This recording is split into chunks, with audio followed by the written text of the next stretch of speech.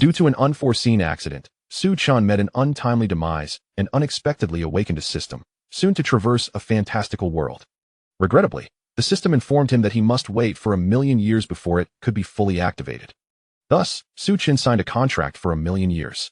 During this extensive duration, he accumulated an abundance of magical artifacts, elixirs, and cultivation techniques. The quantity of low-grade spirit stones was so vast that it was counted in Jing, while the celestial-grade spirit stones numbered in the hundreds of millions, rendering him extravagantly wealthy. Upon his reincarnation, Su Chen became the young master of the Su family, leading them to become the most powerful clan across myriad realms. The notifications echoed through the murky space. Ding! Automatic sign-in successful. Congratulations to the host for obtaining a 4th-grade returning essence pill. Ding! Automatic sign-in successful. Congratulations to the host for acquiring a century's worth of cultivation.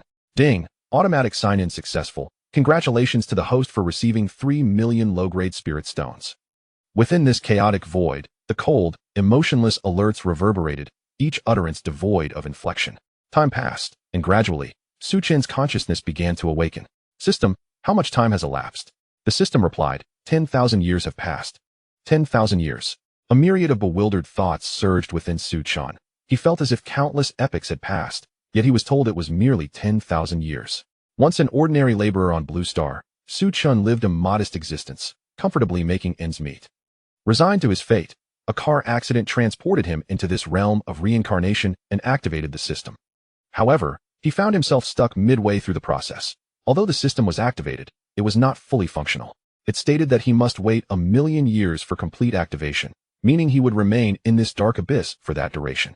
Initially, lacking a concept of 1,000,000 years, Su Chen thought he could endure it, believing it would pass. Yet, merely 1 year into this ordeal, he nearly lost his mind. Had it not been for the system's benevolent feature allowing him to enter a dormant state, he might have succumbed to insanity in this desolate void. Silence enveloped him, with not even a whisper of sound. He could not vocalize his thoughts and could only communicate with the system through his mind.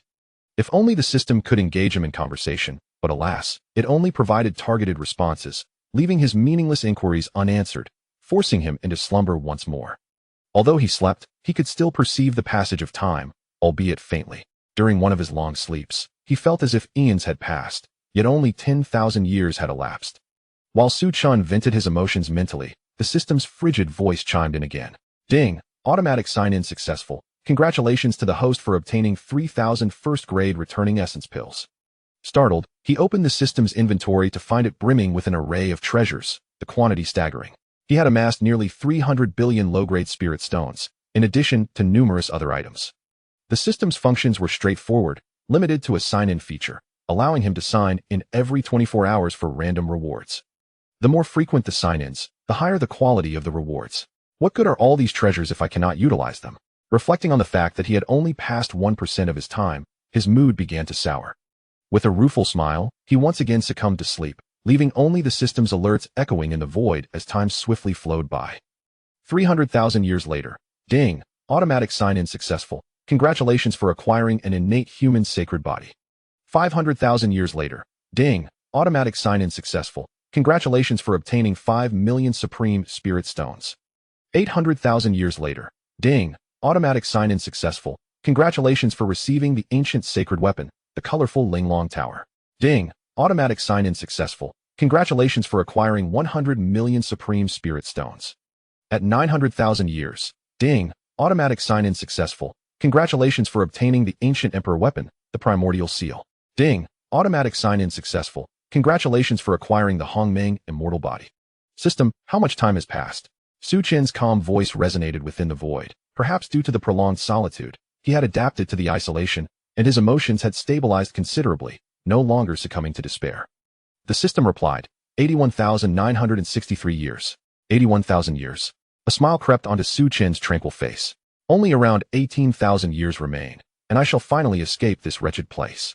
Throughout these countless years, the thought of a future life post-reincarnation sustained him. With the treasures obtained through sign-ins, his life would surely be extraordinarily gratifying upon crossing over. The mere anticipation was exhilarating. Envisioning a splendid future, Su Chen again fell into slumber, a smile adorning his face. After 90,000 years in the void, he awoke once more. Sign-in successful. Congratulations for obtaining 1,000,000 celestial-grade spirit stones. Sign-in successful. Congratulations for acquiring the celestial grade treasure, the heaven-slaying talisman. Sign-in successful. Congratulations for receiving the 6th grade formation, the exterminating immortal sword formation. 95,000 years later. Sign-in successful. Congratulations for obtaining the summoning card for powerful beings from the myriad realms. The explosive gang's Emperor Su Chen, strength unknown, exists for 10 breaths, aids the host in defeating any adversary. The system's notifications continued to ring, and after passing another 40,000 years, only 10 years remained for the system to activate. Su Chen awoke, his countenance alight with excitement. 1,000,000 years were nearly upon him. Finally, unbeknownst to him, tears streamed down Su Chen's face. Do you have any idea how I have endured these 1,000,000 years? Even his once imperturbable heart could not help but surge with emotion. Merely 10 more years, and he would be free. After a considerable time, Su Chen regained his composure and immediately checked what treasures he had signed in during those years. What is this? In the first column of the system's inventory, he spotted a silhouette exuding an aura of formidable might, reminiscent of an unparalleled powerhouse. The explosive gang, Su Chen? My goodness. Su Chen gasped in astonishment. He could sign in for such a treasure. If he were to summon it directly, would it not wreak havoc? Exhilarated, Su Chen spent the final decade awake, frequently inquiring of the system how much time had passed. 10 years is neither excessively long nor disappointingly short. Under normal circumstances, given Su Chen's mindset, enduring 10 years would be effortless, especially after enduring such loneliness for so long. However, as the activation of the system drew near, his emotions began to spiral into anxiety. Time flew, and soon, 10 years had elapsed. The cold voice echoed within the void. System activation successful, commencing traversal. As the chilling voice reverberated, Su Chen's consciousness swiftly dissipated. When he regained awareness, he abruptly opened his eyes. The young master has awakened. Quickly report to the family head. A joyous scream rang in Su Chen's ears. Chapter 2. The Primordial Celestial Body. A century of cultivation voices. A radiant joy illuminated Su Chen's face. After countless years spent in the void, he finally perceived sound. He began to survey the world before him, where ancient architecture, furniture, and decorations exuded a profound antiquity, coupled with the memories surging in his mind. A beaming smile adorned Su Chen's countenance. Indeed, this was the fabled realm of fantasy. Su Chen had finally transcended. However, the smile on Su Chen's face gradually faded. For from the depths of his memories, he discerned an array of unfortunate events. Originally, Su Chen was the paragon of the Su family in Mingyue City, endowed with an exceptional spiritual root from birth. This formidable spiritual root allowed for virtually unimpeded breakthroughs to the integration phase, and with favorable circumstances, even to the return to origin phase. It is worth noting that the current patriarch of the Su family has merely reached the pinnacle of the divine transformation stage. Su Chen's extraordinary talent garnered him immense attention within his clan, and the Su family devoted their entire resources to nurture him, regarding him as the beacon of hope for their future. He did not disappoint. At the tender age of 18, he ascended to the pinnacle of the core formation stage, exhibiting a rapid cultivation speed that left others astounded.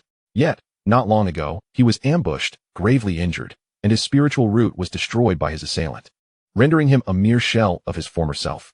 What a tragic fate! A prodigy beset by calamity. But fret not, I shall live on in your stead. Su Chen's face brimmed with excitement. The time had come for him to make his mark, ensuring that the name Su Chen resonated throughout the heavens.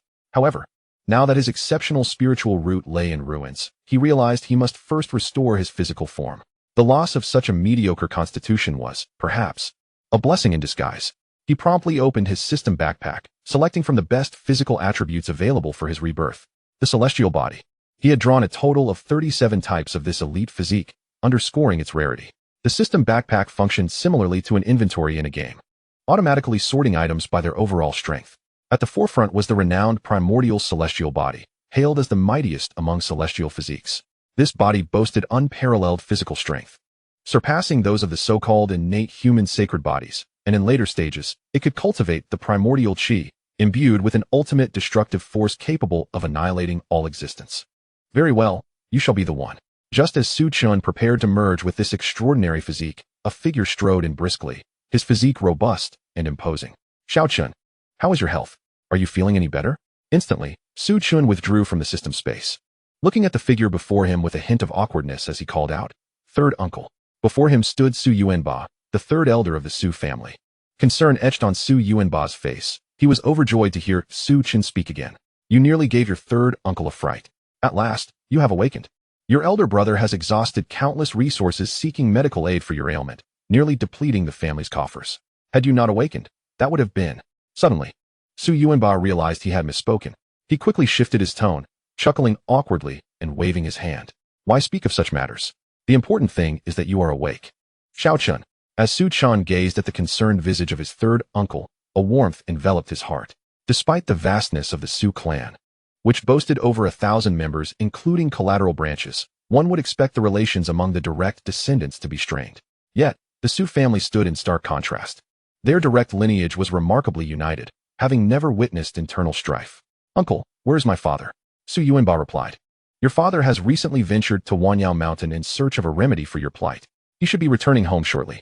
Upon hearing this, a wave of warmth surged through Su Chen, intensifying his sense of belonging to the Su family. I am no longer alone. After spending 1,000,000 years in that ethereal void, he had long yearned for such familial bonds. From this point forward, I shall protect the Su family. Without indulging in further conversation, Su Yuanba expressed his concern briefly before advising Su Chen to rest adequately. Once his uncle departed, Su Chen's gaze returned to the system backpack. Primordial immortal body, activate. System, does the host wish to suppress the manifestation? Su Chen immediately recalled the description of the primordial immortal body, which would manifest an aura of primordial energy spanning 1,000,000 miles at birth. An event that would command the reverence of myriad immortals. Absolutely.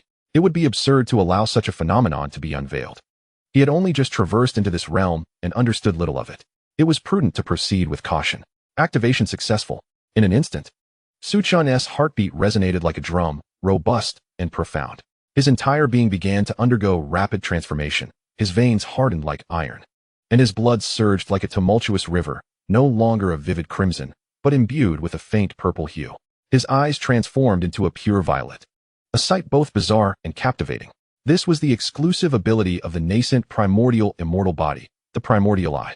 It possessed the power to pierce through illusions, dispel malevolence, analyze adversarial assaults, and observe the essence, rendering it immensely powerful.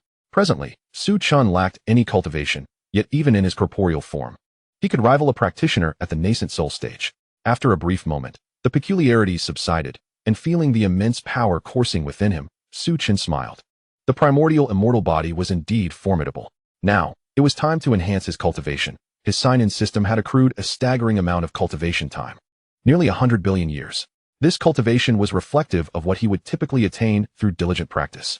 Even sitting idly for 100 billion years would lead to an extraordinarily terrifying realm of power. Let us utilize 10,000 years of cultivation. System, is suppression of cultivation fluctuations required? Such an option existed. Su Chen opted for suppression. Moments later, a daunting aura emanated from within him, steadily rising. Yet this potent fluctuation dissipated into nothingness after merely 3 meters. From the qi condensation stage to the 9th layer of qi condensation, then to foundation establishment, core formation, nascent soul, spirit transformation, virtual refinement, integration, return to origin, and the path of the saints. His cultivation surged until it reached the mid-stage of the saint realm. At this moment, Su Chen was utterly astounded. Saints. As far as he knew, such beings were dominators within the entire Xiantian realm. Reaching the level of a saint is an achievement only attainable by the venerable ancestors who preside over sacred lands. However, if one could attain the status of a saint using merely 100,000 years of cultivation, how formidable would I be if I were to harness all of my power? Would I not ascend directly to the status of the great emperors chronicled in ancient texts? Or perhaps I would transcend to become an immortal? This system is undeniably a cheat. Su Chen had merely intended to experiment with the effects of 100,000 years of cultivation, yet he unexpectedly leaped across numerous realms. Just as he was lost in astonishment, a fierce roar echoed from afar, reverberating throughout the Su family residence. Su Chen, do you dare to battle me? Or will you cower like a turtle? Su Chen immediately unleashed his spiritual awareness, and, upon recognizing the visitor, his expression turned icy. Seeking trouble, are we? He rose and strode towards the door. Having lingered in that void for too long, it was the perfect opportunity to stretch his limbs. Chapter 3. The Crisis of the Su Family. Li Haishan's challenge. Outside the Su family stood a stern-faced young man, flanked by a middle-aged man who vigilantly observed the surroundings like a guardian. Although Su Chen had indeed been rendered powerless, the Su family still had its strength, with 2 formidable beings in the god transformation stage still alive. Li Haishan, you despicable wretch. When my family's young master was still capable, you dared not utter a word. Now that he is in distress, you have the audacity to show yourself. Indeed, you are no man at all. Do you think someone like you is worthy to oppose our young master? Huh. The members of the Su family hurled insults at Li Haishan. He, however, remained unmoved. Disregarding their words entirely, the Li family was originally one of the 5 prominent families of Mingyue City, and they too possessed a powerhouse in the god transformation stage.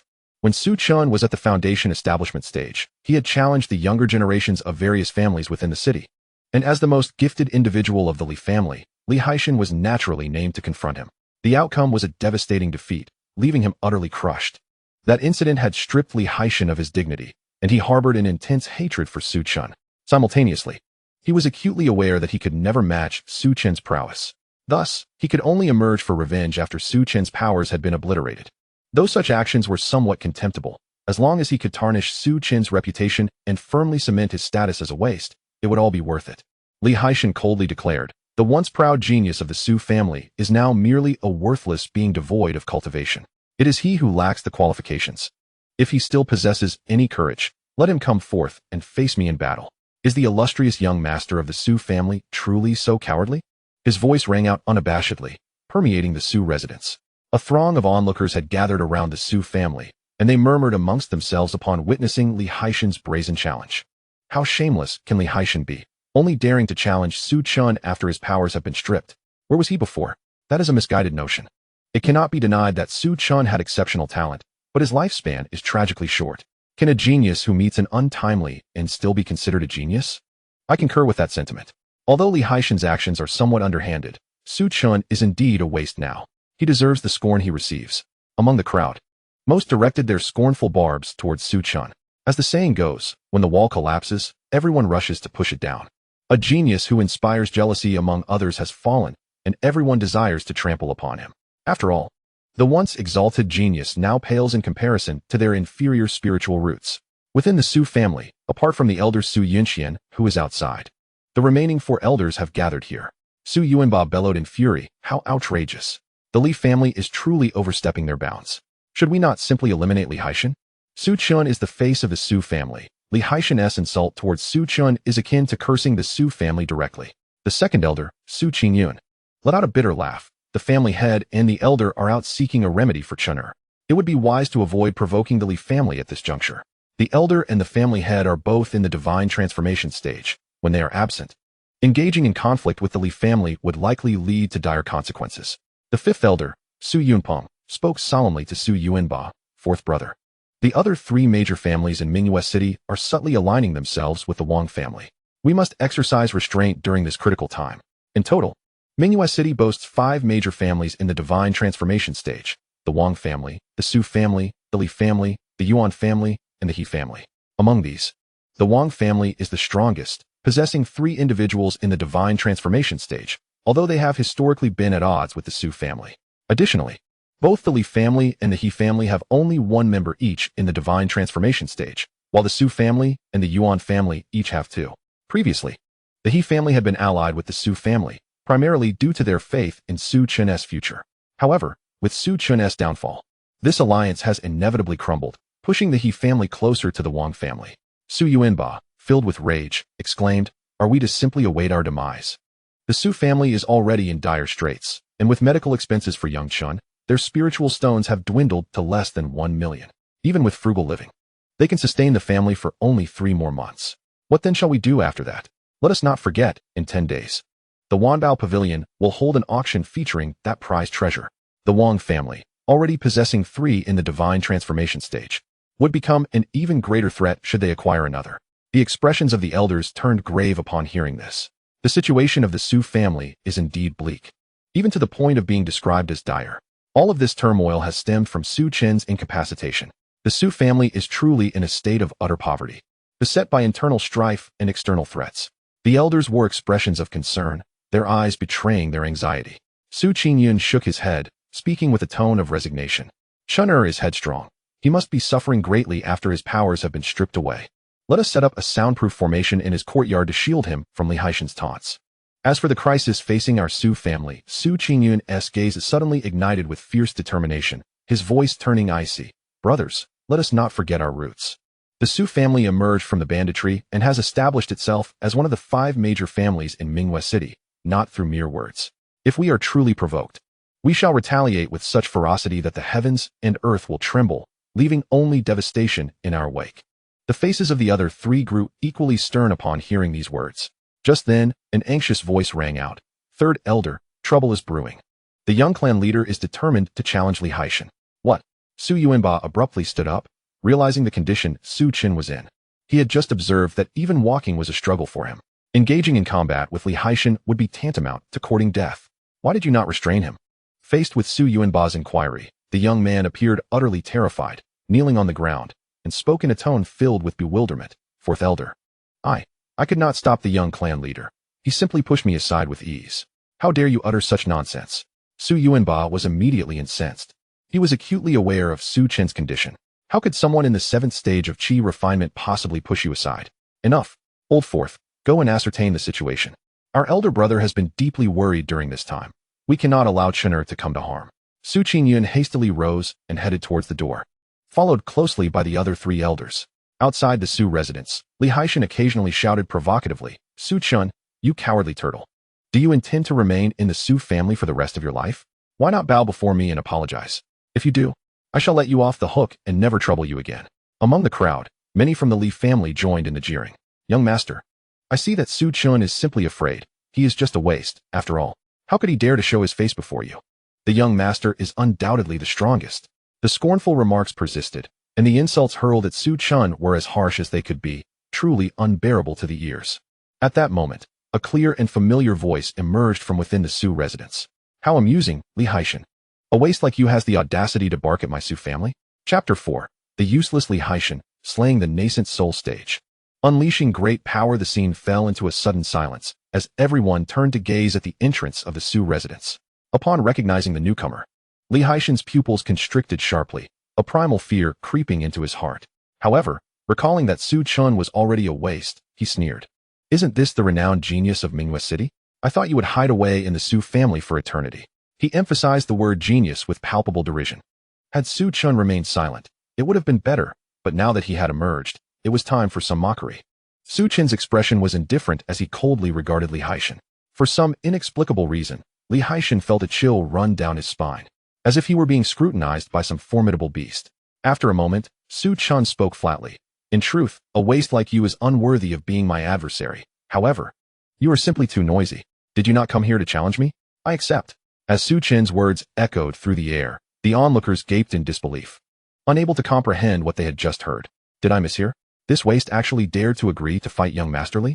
He must still think of himself as the genius he once was. Now, a single punch from young Master Li would likely leave Su Chen in tatters. Perhaps he has lost his mind and is beyond reason. Mocking gasps filled the air. They had never considered that Su Chen would agree to such a challenge. It was simply absurd. Among the 2 direct descendants of the Su family, they could not help but exclaim in unison, Young clan leader, you must not. Calm yourself. My dear 5th brother, they are Su Qingyun's eldest son, Su Minghu, and Su Yunpeng's 2nd son, Su Kongshan. Their faces are etched with concern. The Su family knows Su Chen's condition best. The mere fact that he can walk and think clearly is a blessing. How could he possibly triumph over Li Haishan, who is at the peak of the foundation establishment stage? At that moment, a deep voice resonated. Su Yuanba emerged from within the Su residence, exuding an aura of late-stage nascent soul that instilled a profound sense of pressure among those present. They might dare to mock Su Chen, but they would not dare to insult the Su family. After all, while the ridicule was directed at Su Chen, it would be unreasonable for the Su family to retaliate against everyone. Su Yuanba approached Su Chen with swift steps, a look of surprise lighting up his face. Little Chen, are you feeling well? Su Chen did not hide his condition. He smiled and nodded. 4th uncle, I'm almost fully recovered. With trembling hands, Su Yuanba gently patted his shoulder. Good, very good. His repeated affirmations clearly reflected his deep concern for Su Chen. However, he quickly added with a hint of resignation, Little Chen, Li Haishan's intent is to humiliate you. You must not let him succeed. Su Qingyun also approached, his tone gentle. Chener, let me speak candidly. Your cultivation has been crippled, but our Su family will not look down on you. We will do our utmost to address your spirit-root issues. There are indeed some rare treasures in this world that can mend such problems, and our family will seek them for you. Will you return home with us? They understood that Su Chen could not swallow his pride, yet the harsh reality remained. His cultivation was destroyed, and facing Li Haishan in a contest meant certain defeat. There was no glimmer of hope. Moreover, with his injuries just healing, he might struggle even against an ordinary person, let alone triumph over Li Haishan. Feeling the warmth of their concern, Su Chen spoke confidently. Third uncle, fourth uncle, do not worry, I will be fine. Su Yuanba and Su Qingyuan felt a surge of anxiety, but upon meeting Su Chen's resolute gaze, they understood that they could not dissuade him. Even if they forcibly brought Su Chen back to the Su residence, what good would it do if he could not accept the reality of his crippled cultivation? Living in the Su family under such circumstances would be no different from being dead. With a resigned sigh, Su Qingyuan stepped aside. If that is the case, then they would have to intervene at a critical moment to rescue Su Chen. After all, his elder brother had only this one son, and they could not allow anything to happen to him. Li Haishan looked at Su Chen, a cold smile creeping onto his lips. If you have the courage, then come to the martial arena. He strode towards the arena, the usual site for duels and competitions, bustling with powerful cultivators and spectators. Li Haishan chose this location deliberately, simply to ensure Su Chen's humiliation. Su Chen replied nonchalantly, there is no need for such formality, we can settle this right here. Li Haishan halted, turning to glare at Su Chen, scoffing, Su Chen, are you worried I might kill you, thus insisting on a duel right at the Su family's doorstep? Ha ha ha. Is this what genius looks like? It seems that even a genius can be so feeble. Su Chen's eyes turned icy, and in the blink of an eye, his figure vanished from sight. When he reappeared, he was already at Li Haishan's side. With a swift motion, a gruesome wound manifested on Li Haishan's abdomen, blood gushing forth uncontrollably. His spiritual energy rapidly dissipated through the gaping wound. Did you not mock me as a worthless being? Then, let me show you what it feels like to be a waste. Su Chen had no intention of killing Li Haishan so easily. He aimed to declare to everyone that he, Su Chen, had returned. Trembling, Li Haishan collapsed to the ground, staring at the blood pouring from his abdomen, overwhelmed by an unbearable weakness. What had transpired? He had not even seen Su Chen strike, yet his cultivation had been rendered useless. Moreover, had not Su Chen been crippled? How could he possibly possess such strength? Despair and regret filled Li Haishan's eyes. Had he known this would happen, he would never have sought revenge. Even if he were to salvage his life, he would remain a lowly ant in the future. The Yuan stage master from the Li family experienced a dramatic change in expression, his face contorted with rage. You dare to cripple Li Haishan? You will pay with your life. Li Haishan was their family's most gifted individual, destined to become a formidable transformation stage cultivator at the very least. Now, with Su Chen having crippled him, how could they remain calm? Su Qingyuan quickly regained his composure, shouting in anger, Li Qiu, how dare you? Li Qiu's eyes were filled with madness. Having crippled our genius, Su Chen must die. An overwhelming force surged forth, accompanied by a terrifying pressure that caused the onlookers to change color. A battle between Yuan stage cultivators was no trivial matter. One misstep could easily lead to collateral damage, and those of lesser strength could perish in the aftermath. Su Qingyuan's eyes burned with fury. It was too late. Li Qiu was a late-stage Yuan cultivator, and their strengths were closely matched. Initially taken aback, he now realized he was a moment too slow to intervene. Damn it! Chener, quickly dodge. Su Qingyuan could only shout desperately, hoping Su Chen would evade, though the likelihood was slim. Even restored, Su Chen's cultivation barely reached the golden core stage. How could he hope to evade an attack from a Yuan stage master? With a chilling sneer, Su Chen gazed at Li Qiu and declared, what are you to dare speak before me? His voice was frigid and piercing, and Su Chen's speed surpassed that of Su Qingyuan. His fist launched forth like a cannonball. Bang! In an instant, Li Qiu was sent hurtling through the air, crashing into the ground several dozen meters deep, fissures radiating like a spider's web around him. Li Qiu's breath had ceased. The sudden turn of events left everyone in stunned disbelief. Li Qiu was dead. Su Chen had slain the Yuan stage elder of the Li family. Had he not been crippled? How could he possess such combat prowess? A voice filled with terror echoed, instantly igniting a storm of shock and fear in the eyes of countless onlookers. Chapter 5. Rebirth Through Fire. The powerful master of the scene descended into a profound silence. All present gazed in disbelief at the unfolding spectacle. The instantaneous incapacitation of Li Haishan was enough to leave them in shock. However, the fact that Su Chen had also slain Li Qiu with a single blow was utterly terrifying. It is crucial to note that Li Qiu was not merely a cultivator in the early stages of the nascent soul, he was in the latter stages. Even Su Qingyuan would find it arduous to subdue Li Qiu, let alone a junior like Su Chen. Yet, this seemingly impossible event transpired before their very eyes. Li Qiu had indeed been vanquished by Su Chen, and in a matter of seconds. Even the members of the Su family stood frozen, their eyes wide as saucers, their mouths agape as if they could swallow an egg whole. The four elders, Su Chen and Su Yuanba, were utterly bewildered, their hearts roiling with shock akin to turbulent waves. After a brief moment of stunned silence, the Su family erupted in jubilant cries. Young master! Young master! It turned out that the young master's powers had not been diminished. In fact, he had advanced further, capable of slaying the nascent soul stage Li Qiu. Truly, heaven had favored the Su family. Some elders were moved to tears, their faces alight with excitement. Meanwhile, among the onlookers shrouded in the shadows, many wore grim expressions. Su Chen had not been incapacitated after all. A man with a scarred face, situated a few streets away, wore an exceptionally dark expression. With a cold glint in his eyes, he spoke to the shadows. Quickly relay the situation back to our Lord. Su Chen has not been incapacitated. He likely concealed his cultivation level and has probably already surpassed the nascent soul stage. He may well be at the peak of it now. Achieving such power at this tender age suggests he will soon attain the transformation stage.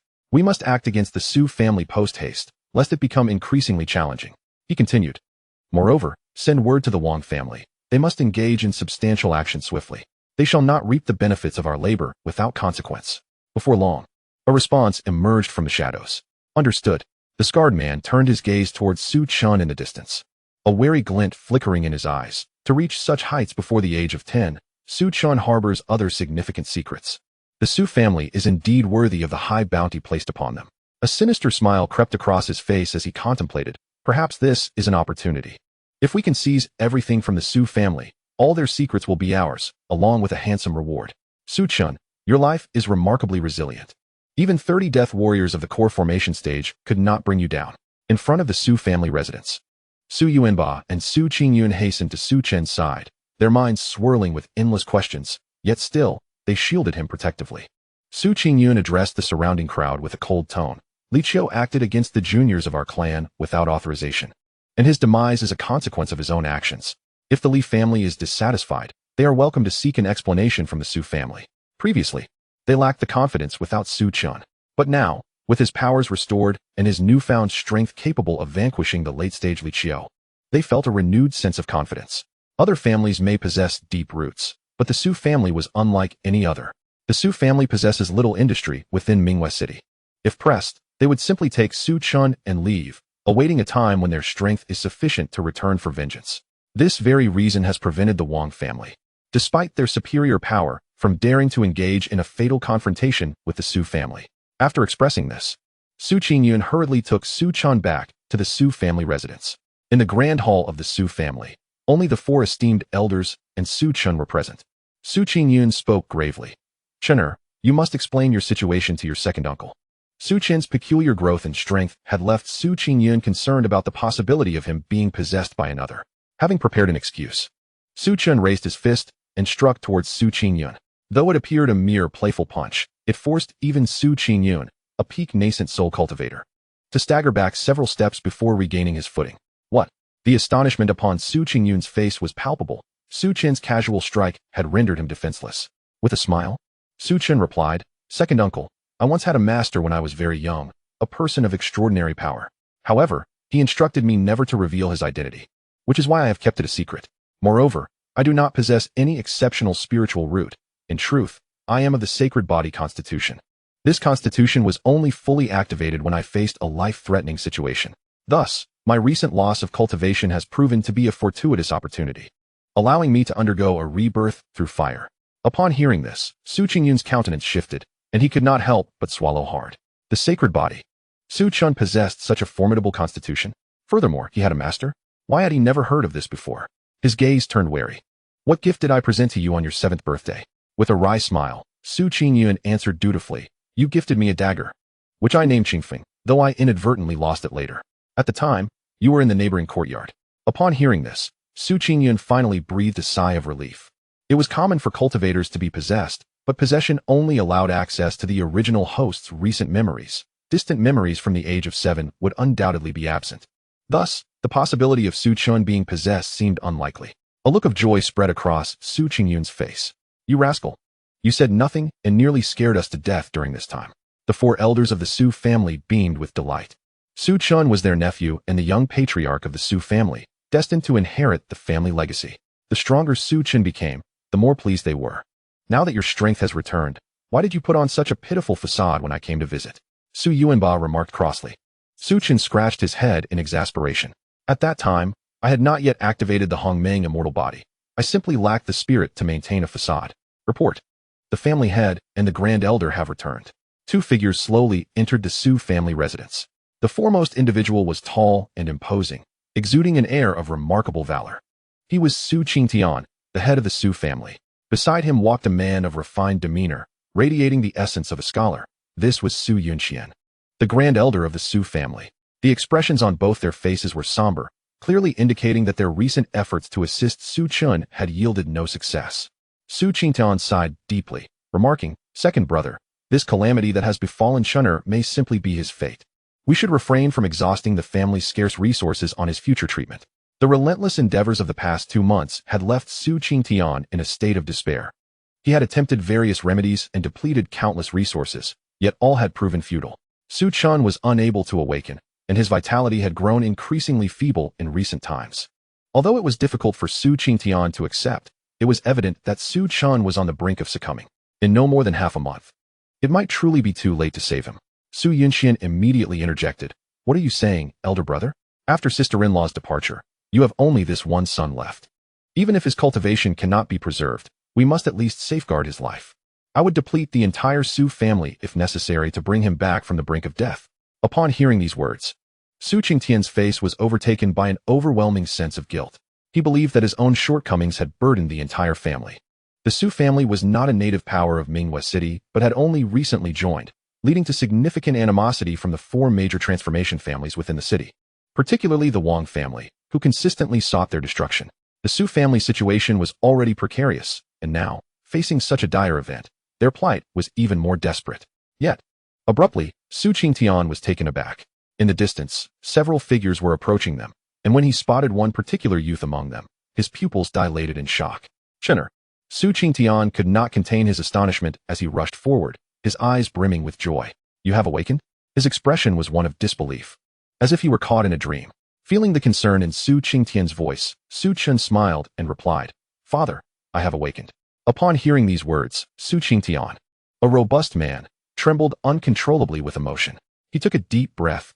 "Good, it is wonderful that you have awakened." He had been preoccupied with matters concerning Su Chen for days, nearly graying in worry, all in the hope of this very moment. Su Qingtian reassured him.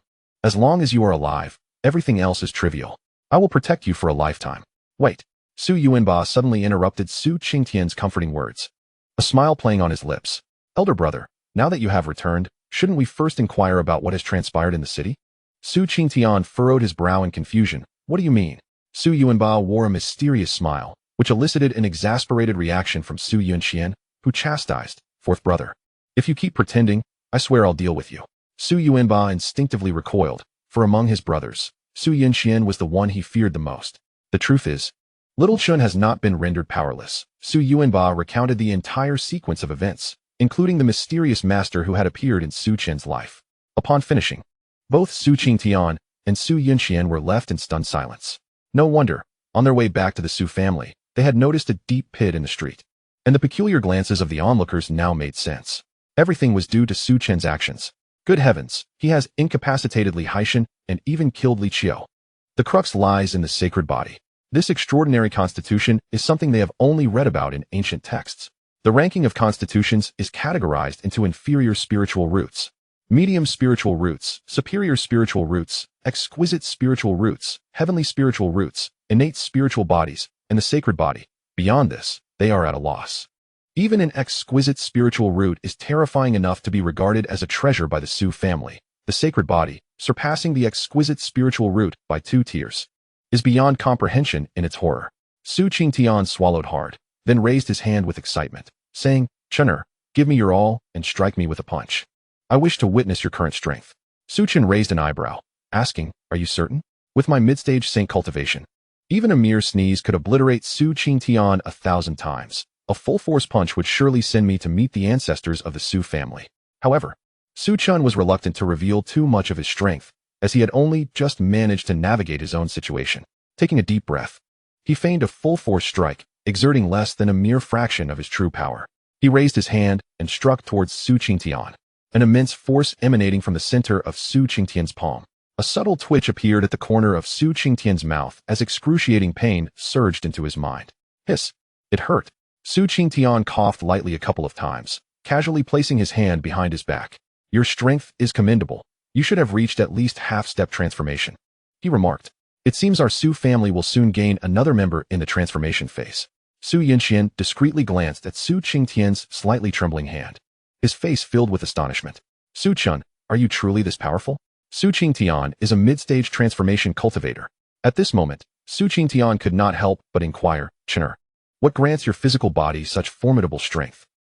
Su Chen paused for a moment, then replied calmly, I am a sacred body. It is only reasonable for my physical form to be robust. Su Qingtian acknowledged that answer holds validity. It is indeed reasonable for a sacred body to possess great strength. Yet something still feels awry, though Su Qingtian could not pinpoint exactly what was strange. Seeing that Su Chen's query was resolved, Su Qingtian spoke with gravity. Since Chener's issue has been addressed, and with the elders present, let us take this opportunity to discuss how to resolve the matters within our clan. Upon hearing this, the elders' expressions grew increasingly solemn. The current situation of the Su family is indeed dire and requires prompt resolution. After a moment's hesitation, Su Qingtian turned to Su Chen, stating, Chener, you should join us. Your talent and strength make you the rightful heir to the position of the Su family leader. Learning to manage clan affairs now will facilitate a smoother transition when the time comes. In the Su family council hall, 7 individuals sat with gravity, comprising the 5 elders of the Su family along with Su Qingtian and his son. Su Qingtian spoke first, third brother. Please share the current amount of spirit stones the family possesses. Su Qingyun's expression darkened slightly. In pursuit of accuracy, he retrieved several volumes from his spatial ring, meticulously reconciling them before stating, Elder brother, we only have a total of 930,000, fluctuating no more than 30,000. 930,000. Upon hearing this, Su Qingtian's countenance darkened significantly. The humble supply of spirit stones, even if the Su family were to tighten their belts, would only suffice for 2 to 3 months. In such dire circumstances, the clan members would find themselves bereft of adequate cultivation resources. Their cultivation would stagnate, and the vast resources they require render the current supplies almost inconsequential. However, the younger generation of the clan is in dire need of resources for their cultivation. Moreover, there is Su Chen, who, as a sacred body, undoubtedly requires even more resources to break through. Su Qingyun spoke gravely. Although the Su family possesses considerable assets, our expenditures far exceed our income. We must devise alternative strategies swiftly, or else the family's resources will soon dwindle to nothing. The 4th elder, Su He, lamented, Yet, our family has only been in Mingwei City for a little over a decade. Unless we resort to plundering the wealthy to aid the poor, it is truly challenging to acquire spirit stones in such a short time. The hall fell into silence, with all present wearing expressions of concern. The issue of resource scarcity left them momentarily at a loss for solutions.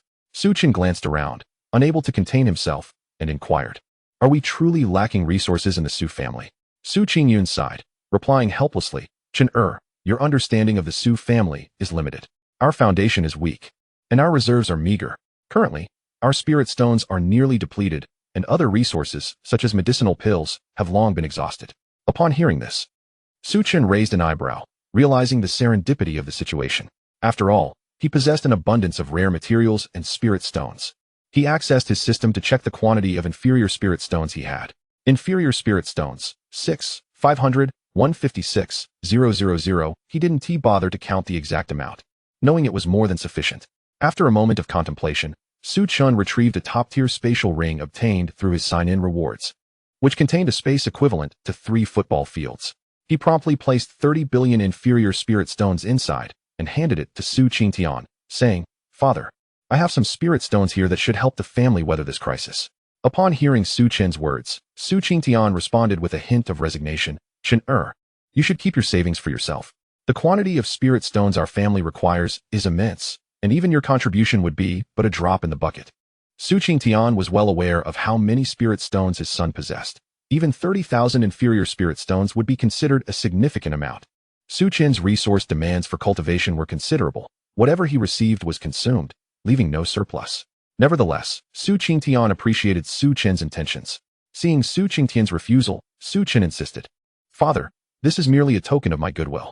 Although it's not much, I would feel at ease knowing you accepted it. 30 billion inferior spirit stones were indeed a modest amount, barely a fraction of what he possessed. Noting Su Chen's enthusiasm, Su Chen shook his head with a smile, accepting the spatial ring from Su Chen's hands. Very well. As he peered into the spatial ring, a sound of surprise escaped him.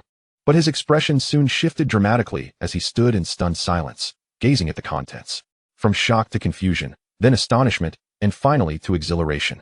Su Chen raised his head, his voice trembling with disbelief as he asked, "Chen, where did you acquire all these spirit stones?" Su Chen smiled calmly and remarked, "This all comes from my master." Observing the astonished expression on Su Chen face, Su Yunxian furrowed his brow, retrieving the spatial ring to investigate further. "Let me see what this is all about." Immediately, his expression shifted dramatically, nearly mirroring that of Su Chen. Su Yunxian's eyes widened in disbelief as he scanned Su Chen, nearly exclaiming in astonishment. His face was a canvas of confusion and shock. "Is this real? My heavens!" Noticing their reactions, Su Yuanba also took the spatial ring, eager to discover the truth. "I too wish to see what this is." But soon, his expression echoed theirs. "This is 3 billion low-grade spirit stones." Su Yuanba's composure evidently faltered, and he gasped incredulously. "This is indeed 3 billion low-grade spirit stones. Even the Wang family's entire reserves could scarcely exceed 1 billion. We have directly surpassed the Wang family's accumulated wealth over a millennium, and by a staggering threefold. What? 3 billion low-grade spirit stones." The second elder, fourth elder, and fifth elder subsequently took turns examining the spatial ring, their expressions transforming into sheer astonishment. "It is truly 3 billion low-grade spirit stones." Their gazes converged on Su Chen. Filled with bewilderment, this young nephew seemed entirely unrecognizable. First, he effortlessly dispatched Li Qiu, and now he casually produced 3 billion low-grade spirit stones, claiming it to be his modest token of appreciation. "Is this your modest token? A trifling gift amounting to 3 billion low-grade spirit stones?" However, the crowd soon snapped back to reality, with Su Chen unable to contain his curiosity. "Chen, these must be the cultivation resources provided by your master, correct?" Su Chen's eyes sparkled, realizing he was expected to have an explanation ready. He promptly replied, "You've seen through it. The Su family is my home. Now that the Su family is in trouble, I naturally cannot stand idly by. My father may use these 3 billion low-grade spirit stones. I still possess ample resources. Besides, my enigmatic master is exceedingly powerful and does not lack for such spirit stones." Ultimately, he shifted all responsibility onto that elusive master. The primary concern for Su Chen was to keep his system concealed, his greatest trump card. Any alternative excuses would be riddled with inconsistencies. Thus, it was better to simply claim he had a formidable master. Su Chen, upon hearing this, felt a wave of relief wash over him, his face alight with joy. "Well said. You truly are a son of the Su family." Su Yuanba chimed in, equally elated. "If little Chen's master can effortlessly provide 3 billion low-grade spirit stones for his cultivation, he must have reached an extraordinarily terrifying realm. Why should we fear the Wang family?" Su Yunxian frowned and countered, "Fourth, it is one's own strength that is paramount. Relying on others will not yield enduring results." Hearing this, Su Yuanba couldn't help but scratch his head. "I was merely speaking casually. Why take it so seriously, second brother?" Suddenly, Su Chen interjected, "Chen, these are ultimately your spirit stones. Once we navigate through this crisis, we shall return any excess to you." The enhancement of Su Chen's strength was of utmost importance, and he did not wish to hinder his cultivation. Su Chen's tone was slightly firm as he asserted, "Father, I have already stated that these resources are for your use. Whether for the training of clan disciples or for your own benefit, I am not lacking in spirit stones." Perhaps sensing their disbelief, Su Chen waved his hand, revealing 3 spatial rings.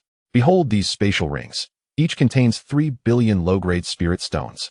Should you find yourselves in need, do not hesitate to inform me. I, Su Chen, truly have no shortage of spirit stones. Once these are exhausted, I can simply ask my master for another 1 or 200 billion. With a crash, the teacup slipped from Su Yunxian's hand, shattering on the floor with a crisp sound. After receiving 30 billion spirit stones, he had felt that the family was secure, and had only wanted a drink of water, but Su Chen's revelation left him utterly astonished. 90 billion low-grade spirit stones, and the prospect of asking his master for another 1 or 200 billion. What kind of absurd master was this? Su Chen tossed the rings onto the table, declaring, "If you don't believe me, take a look for yourselves." Without hesitation, Su Yunxian leaned over to inspect, and indeed, each spatial ring contained 30 billion low-grade spirit stones. He swallowed hard, glancing at his astonished brothers, and nodded silently.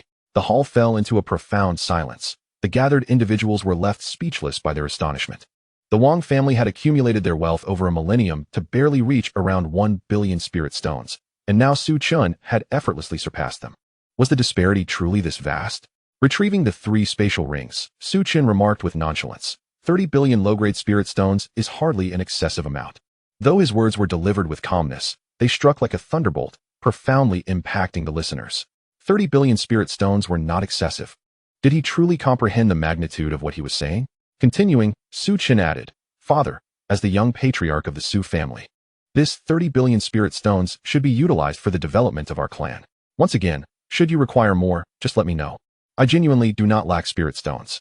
He had initially intended to provide some rare materials as well, but upon reflection, he realized such matters could not be rushed, especially since explanations would be difficult. Thus, he only offered 30 billion spirit stones. Chapter 8. The Wang family conspiracy and economic sanctions. The Su family treated him with sincerity, and Su Chen cherished the environment of this clan, as strengthening the Su family was also his aspiration.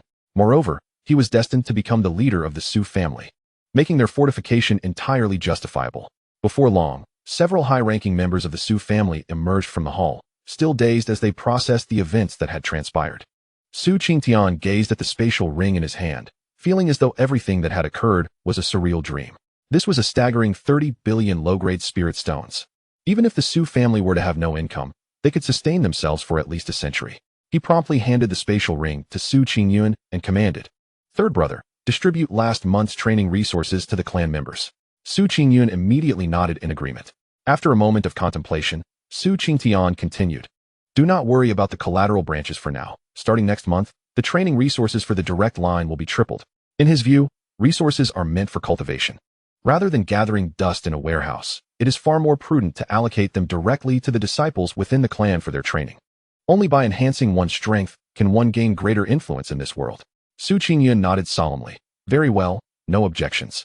In Minghua City, the Wang family stands as an established force, once the foremost among the 4 great families, possessing immense power, with 3 formidable beings at the transformation stage within their ranks. Today, all transformation stage members of the 4 great families have convened at the Wang residence.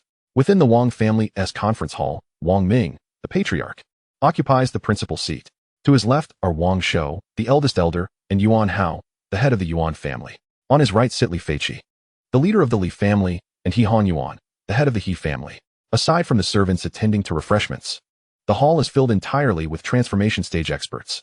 Wang Ming surveyed the room before speaking in a measured tone. Esteemed colleagues, I trust you have all heard about Su Chen's situation? Li Feiqi's gaze turned icy. Patriarch Wang, that wretch Su Chen has slain my 3rd brother.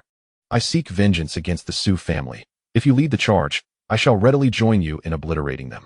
The Li family's strength is already tenuous, with only 1 member at the transformation stage, making the loss of a nascent soul stage member a significant blow, igniting Li Feiqi's fury.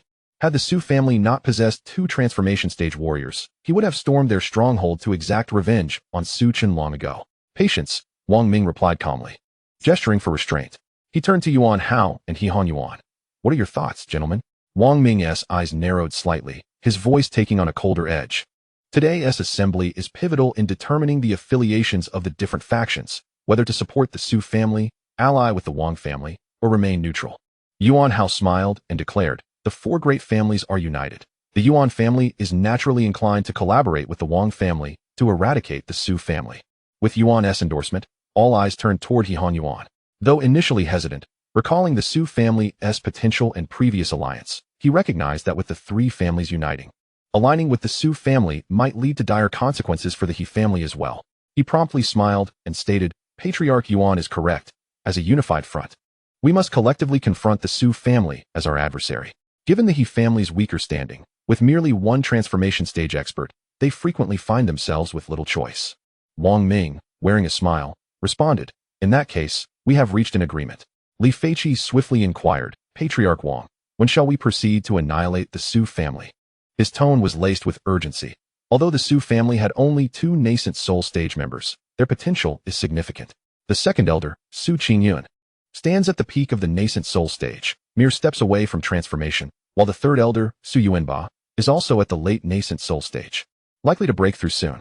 Crucially, there is now the exceptionally gifted Su Chen, facing such a potentially formidable family. He is eager to eliminate them before they pose a future threat. Yuan family and He family members wore grave expressions, looking to Wang Ming, hoping he would provide direction. The Su family indeed has been growing too swiftly. Having formed an alliance, they must act swiftly to eliminate this emerging threat. Wang Ming shook his head, stating, "The head of my clan is at the late stage of the transformation realm, and within our lineage. We also possess one at the mid-stage and another at the early stage. If it were possible to eliminate the Su family, I could have allied with the head of the Li family to accomplish that long ago.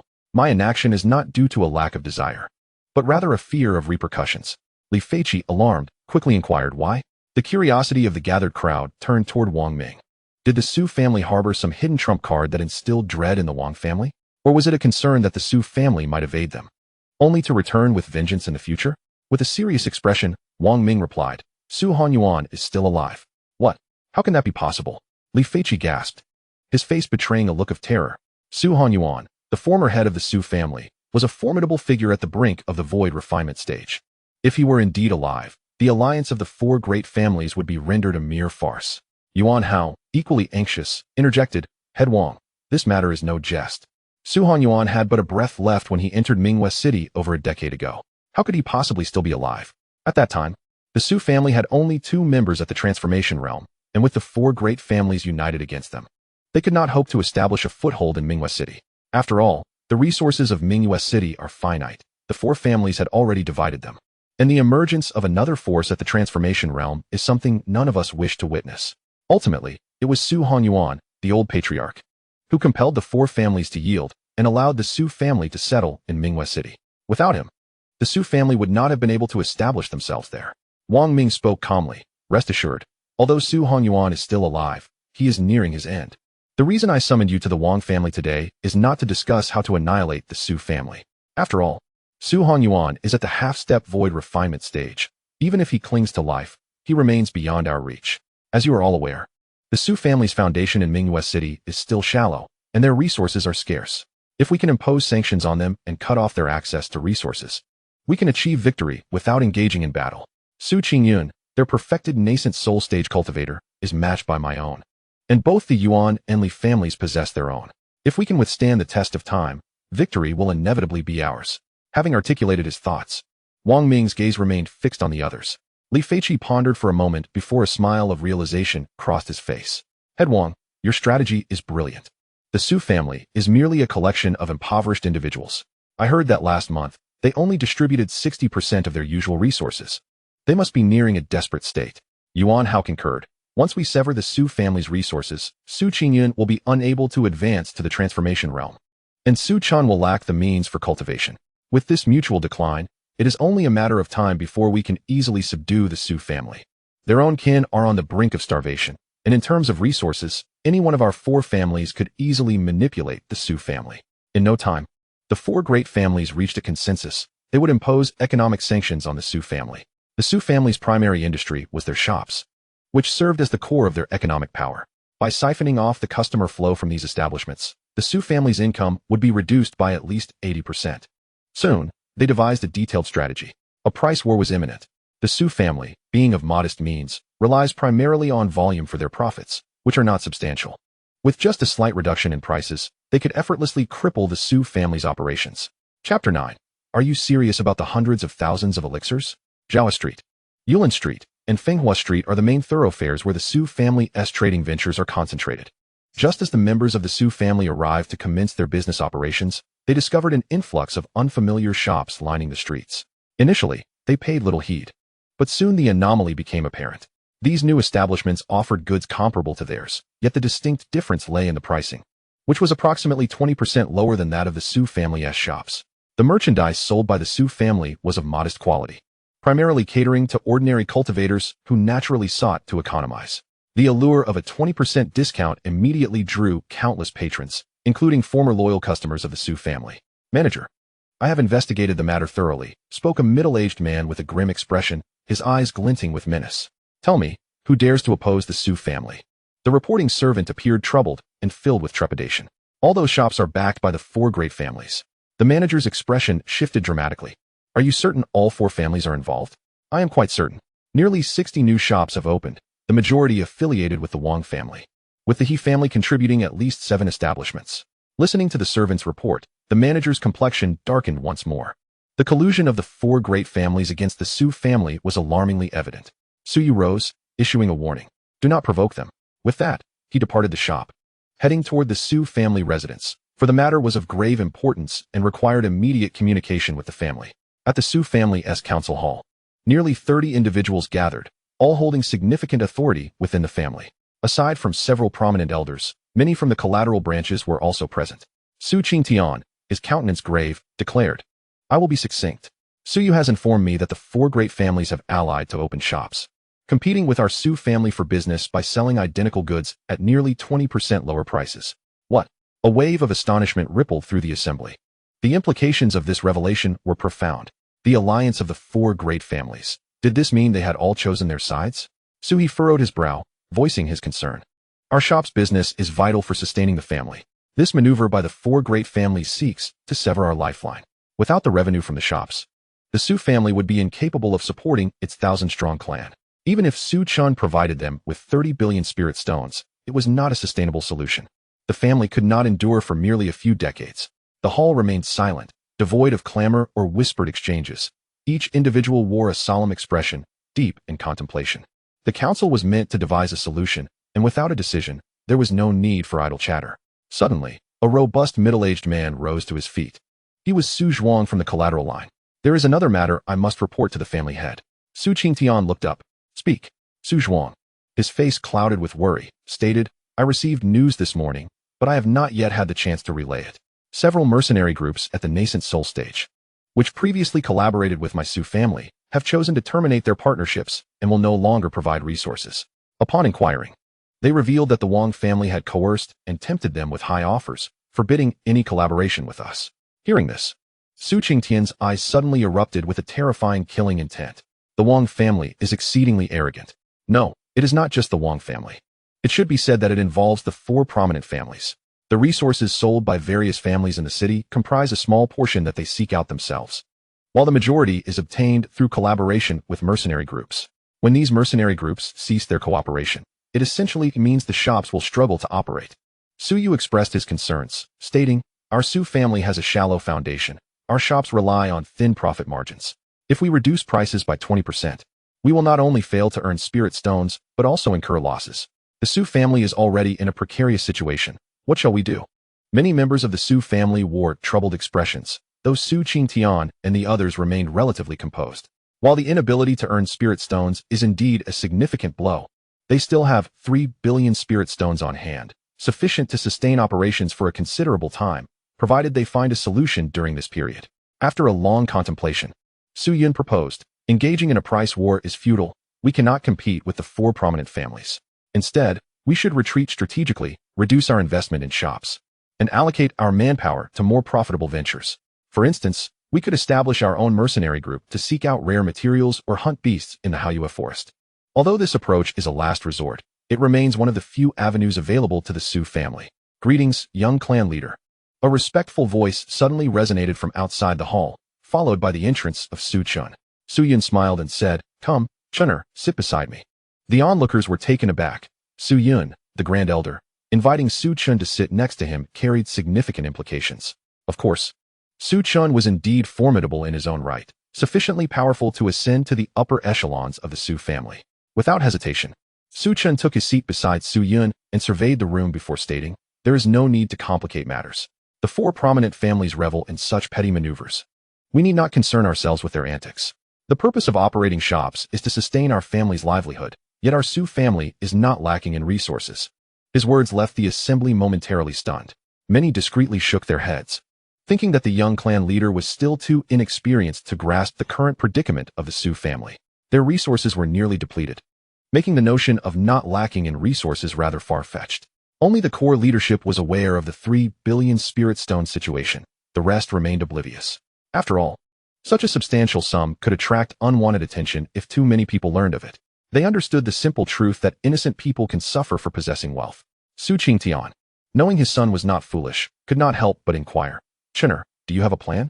Su Chen smiled faintly, and then presented Su Chen with a spatial ring, simultaneously conveying through sound transmission, "Father, within this ring lies 500,000 first-grade gathering spirit pills and 13,000 second-grade recovery pills.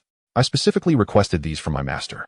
You can use them with confidence. as they will undoubtedly suffice to sustain the family's operations. What? Su Chen abruptly rose, his eyes filled with disbelief. 500,000 gathering spirit pills and 13,000 recovery pills. Are you serious?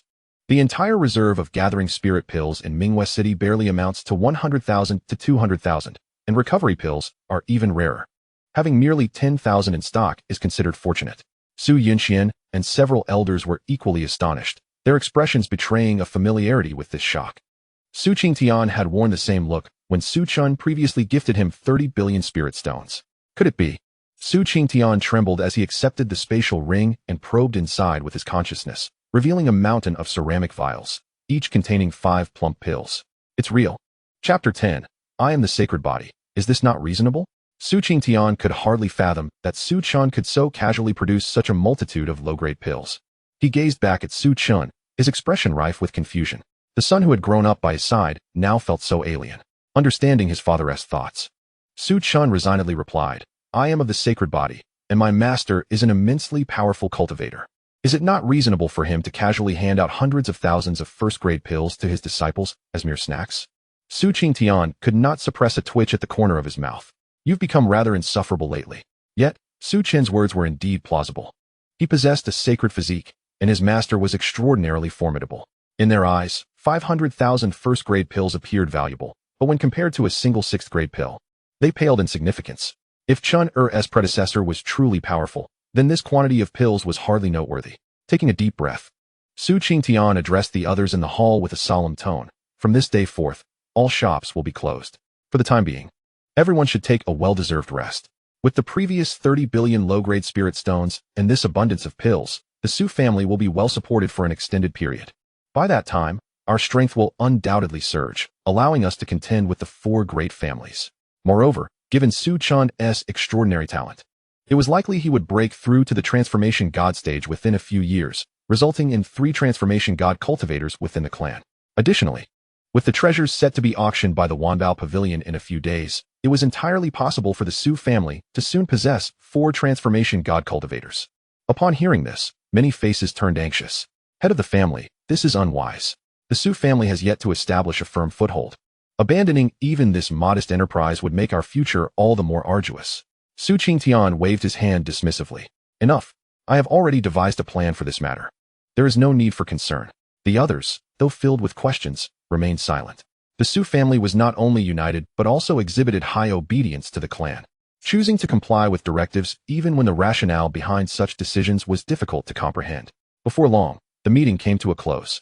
Within the grand hall, only a few elders and Su Chen remained, each taking turns to examine the spatial ring in Su Chen hand. However, their expressions mirrored disbelief and astonishment. Overwhelmed by the sheer abundance of elixirs, it was no wonder the patriarch exuded such confidence. Su Yuanba enveloped Su Chen in a heartfelt embrace, exclaiming, Little Chen, you are truly our family's fortunate star. The other elders also wore smiles, their hearts brimming with joy. Su Chen was not only the future of the Su family, but had also helped resolve a significant predicament. Su Qingtian's eyes sparkled with satisfaction, knowing that with Su Chen, the Su family's future was assured. In 4 days, at the Wanbao Pavilion auction, why not accompany your second uncle? He suggested. The Wanbao Pavilion auction? Su Chen immediately grasped the implication. Is it for the spirit essence jade liquid? The Wanbao Pavilion was not a faction of Mingwei City. They merely conducted business there. In reality, the Wanbao Pavilion surpassed any force within the city, their influence sprawling across the entire eastern region. The Xiantian realm was divided into 4 regions, east, west, south, and north, with Mingwei City nestled in the eastern corner. The fact that Wanbao Pavilion could establish branches throughout the eastern region spoke volumes about their formidable power. Su Chen smiled and affirmed, Indeed, we originally had no hope of acquiring it, but with these 3 billion spirit stones, the spirit essence jade liquid shall undoubtedly belong to our Su family. The spirit essence jade liquid was a rare treasure, rich in the essence of heaven and earth, capable of aiding a nascent soul cultivator in breaking through to the transformation stage, all without any side effects. At such a crucial juncture, whoever obtained the spirit essence jade liquid would significantly influence the entire situation. With Su Chen already a member of the Su family, acquiring the jade liquid would soon position the family to boast 4 transformation stage powerhouses. Su Chen, of course, did not decline, indicating he would accompany them. After departing the meeting hall, he returned to his courtyard. Greetings, young master. In the courtyard, a beautiful young girl was tidying up. Upon seeing Su Chen's entrance, she promptly bowed respectfully. Her name was Han Shi. Sold to the Su family by her parents at a young age, she was diligent and meticulous, which led Su Tian to assign her to care for Su Chen's needs.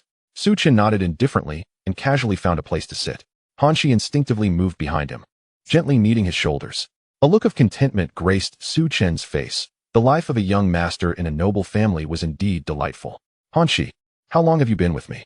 He inquired. After a moment of contemplation, she replied, Young master, it has been 11 years and 5 months in total. Her voice was melodious and soft, imbued with a feminine charm, indicating her beauty. Su Chen expressed surprise. He had asked casually, not expecting her to remember so precisely. What do you think of staying in the Su family? He inquired. At this question, Han Shi's expression turned anxious. She quickly knelt and pleaded, Young master, please do not cast me away. I can improve on any shortcomings. Su Chen was taken aback, not anticipating that his simple question would elicit such a reaction from her. He suddenly realized that he was now the young master of the Su family, a position of great prestige, where every word and deed could influence numerous matters and ignite the imaginations of those beneath him. When Su Chen inquired about her experience in the Su household, it evoked a sense of dissatisfaction within him. Reflecting on this, Su Chen shook his head in amusement. He stepped closer and lifted Han Shi's chin. Gazing into her doe-like eyes, and with a gentle smile, he reassured her, I have no intention of sending you away. Upon witnessing Su Chen's warm smile, Han Shi appeared momentarily dazed. Although the previous Su Chen had not been harsh, he had always maintained a certain aloofness towards her, never exhibiting such approachability. Especially with their proximity, Han Shi's heart began to race. Realizing that Su Chen's inquiry was not as she had initially perceived, she blushed and replied, Young master, I am very happy staying in the Su family. I truly adore it. Su Chen nodded, presenting her with a spatial ring, his expression serene as he spoke. Within this ring are some cultivation resources and techniques. As you possess a medium-grade spiritual root, I urge you to cultivate diligently and elevate your prowess. As my personal maid, do not tarnish my reputation. Thank you for your guidance, young master. Han Shi's face lit up with joy as she promptly expressed her gratitude. Upon receiving the spatial ring, she eagerly examined its contents, only to find herself momentarily stunned. So many spirit stones, nearly 50,000 spirit stones, along with a treasured sword and 2 low-level profound techniques. As a servant of the Su family, her monthly earnings barely amounted to 70 spirit stones. It would take her an eternity to accumulate such a fortune. Yet Su Chen granted it to her so readily. Moreover, the low-level profound techniques were worth at least several 100,000 spirit stones, with higher quality items fetching even millions. Han Shi's heart brimmed with gratitude, and she immediately bowed deeply to Su Chen, embodying a demeanor of profound appreciation. Thank you, young master. In that instant, she would willingly traverse any perilous path for him. Su Chen inwardly mused, how easily can one win a heart with such trifles? Is it their naivete? Or am I simply too extravagant? He slowly rose, making his way toward the courtyard exit. Come, accompany me for a stroll. Chapter 11, Baixiang Pavilion. One of the 10 beauties, Miss Jing, roam Mingwei City. Su Chen strolled leisurely down the bustling street, his eyes filled with curiosity. Although he had perfectly inherited the memories of his former self, he still yearned to witness this world firsthand. Observing the throngs of people, Su Chen's face radiated with delight. How wonderful it is to be alive. Before long, he had meandered through Mingwei City for nearly 3 hours, indulging in various culinary delights and sampling the local specialties. Baixiang Pavilion. Su Chen paused in front of a modestly sized, yet exquisitely decorated tavern, bustling with patrons. Let us step inside. Since he had never visited this place before, he was eager to explore. Welcome. Are you 2 guests?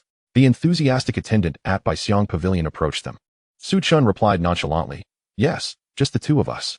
Esteemed guests, please follow me. The attendant immediately called out loudly, then lowered his gaze politely to Su Chen, saying, Esteemed guest, please come inside. Su Chen, observing the throng of people entering and exiting, curiously inquired, What is the special attraction here? Why are there so many visitors? He had wandered through several places that afternoon, many taverns far more opulent than Baixiangju, yet none attracted even half the crowd. The attendant chuckled. What you may not know, esteemed guest, is that our Baixiangju is home to one of the top 10 beauties of Mingwei City, the exquisite Miss Jingro. Every evening, she draws lots. Whichever table is selected, the lucky patrons get the opportunity to share a meal with her. Su Chen's expression shifted to one of understanding. It was indeed due to Yang Jingrou's presence. He had encountered all 10 beauties of Mingwei City, 9 of whom held considerable status. while only Yang Jingro hailed from a humble background, lacking any power or influence. Among these 10 beauties, each possessed extraordinary allure, making their magnetic appeal utterly reasonable. Intrigued, Su Chen adopted a spectator's demeanor. His interest in Yang Jingro was minimal, as he merely sought the vibrant atmosphere. Having endured prolonged solitude in a void, he yearned for such lively surroundings. He casually ordered 5 small dishes and a jug of wine, quietly savoring his meal, while Hanshi respectfully poured wine for him. Before long, a graceful figure ascended the high platform of Baixiangju, clad in a flowing purple gown, her face partially obscured by a delicate veil, exuding an ethereal charm that captivated all who beheld her. Miss Jingro, choose me. I've come here for a month straight. I've been coming for half a year. You're deluding yourself. Miss Jingro has only been at Baixiangju for 3 months. Keep boasting. The atmosphere in Baixiangju grew boisterous, as men at every table clamored, their eyes filled with longing.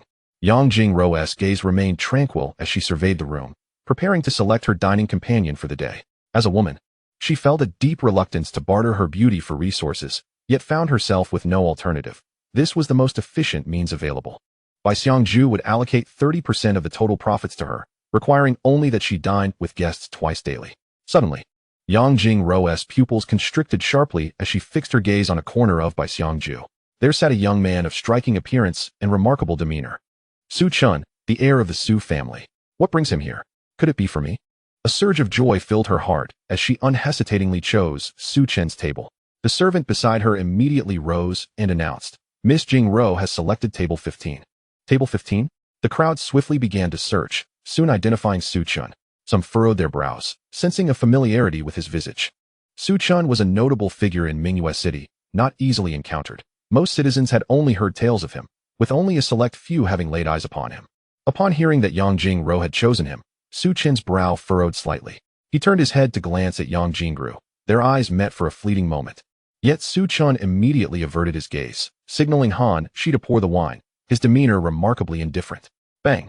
In another corner of Baixiangju, at table 79, sat a young man in his 20s, adorned in luxurious attire, unmistakably of distinguished origin.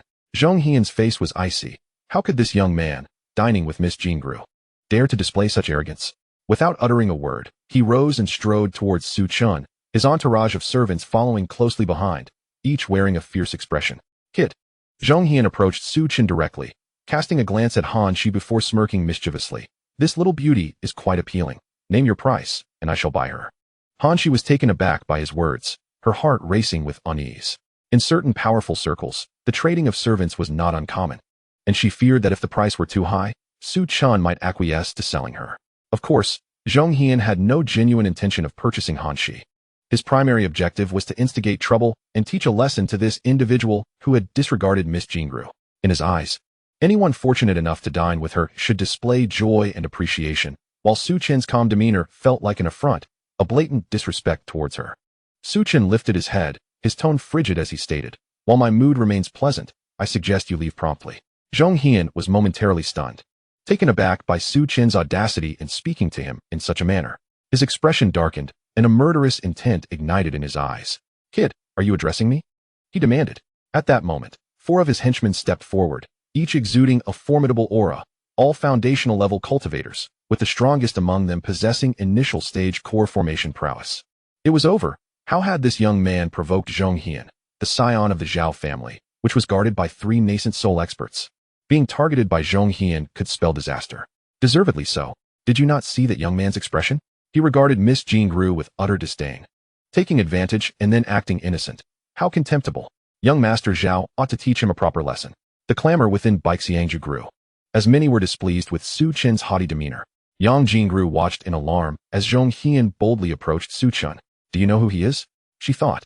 He is the heir of the Su family, a peerless genius capable of slaying late-stage nascent soul cultivators.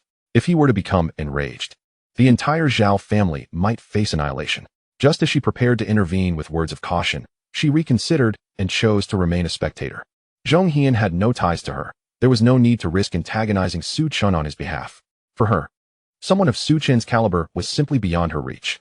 Zhong Hian spoke with a chilling tone. Kid, daring to command me to leave? Today, no one can save you. He ordered, drag him out of Baixiangju and cripple him in public. Chapter 12. The confident Wang Ming, half-step refining void Su Hongyuan. Baixiangju also had its own nascent soul powerhouse, thus he dared not act too recklessly here. The four servants grinned menacingly as they advanced towards Su Chen, their eyes glinting with lethal intent. Su Chen's gaze turned icy, a hint of impatience etched upon his face, as his previously delightful mood was utterly shattered. He raised his hand, and the very air seemed to compress, instantly causing four servants to explode, blood gushing forth like a fountain. In an instant, they were slain. Following this, Su Chen seized a chopstick and hurled it, piercing Zhao Hian's neck with lethal precision. Thud! Zhao Hian collapsed to the ground, his pupils dilating in disbelief as he clutched his throat, a look of incredulity upon his face. What was happening? You dare to kill me. The Zhao family will not let this go unpunished. Zhao Hian managed to respond, his voice strained. Yet, Su Chen offered no reply. Such insignificant beings were unworthy of his attention. Moments later, Zhao Hian could no longer endure, collapsing flat, blood flowing from his neck. His eyes were filled with despair, pain, and regret. Why had he provoked this man? Unfortunately, there exists no remedy for regret in this world, even if the Zhao family sought vengeance. What concern was it of his? Death signified the end of everything.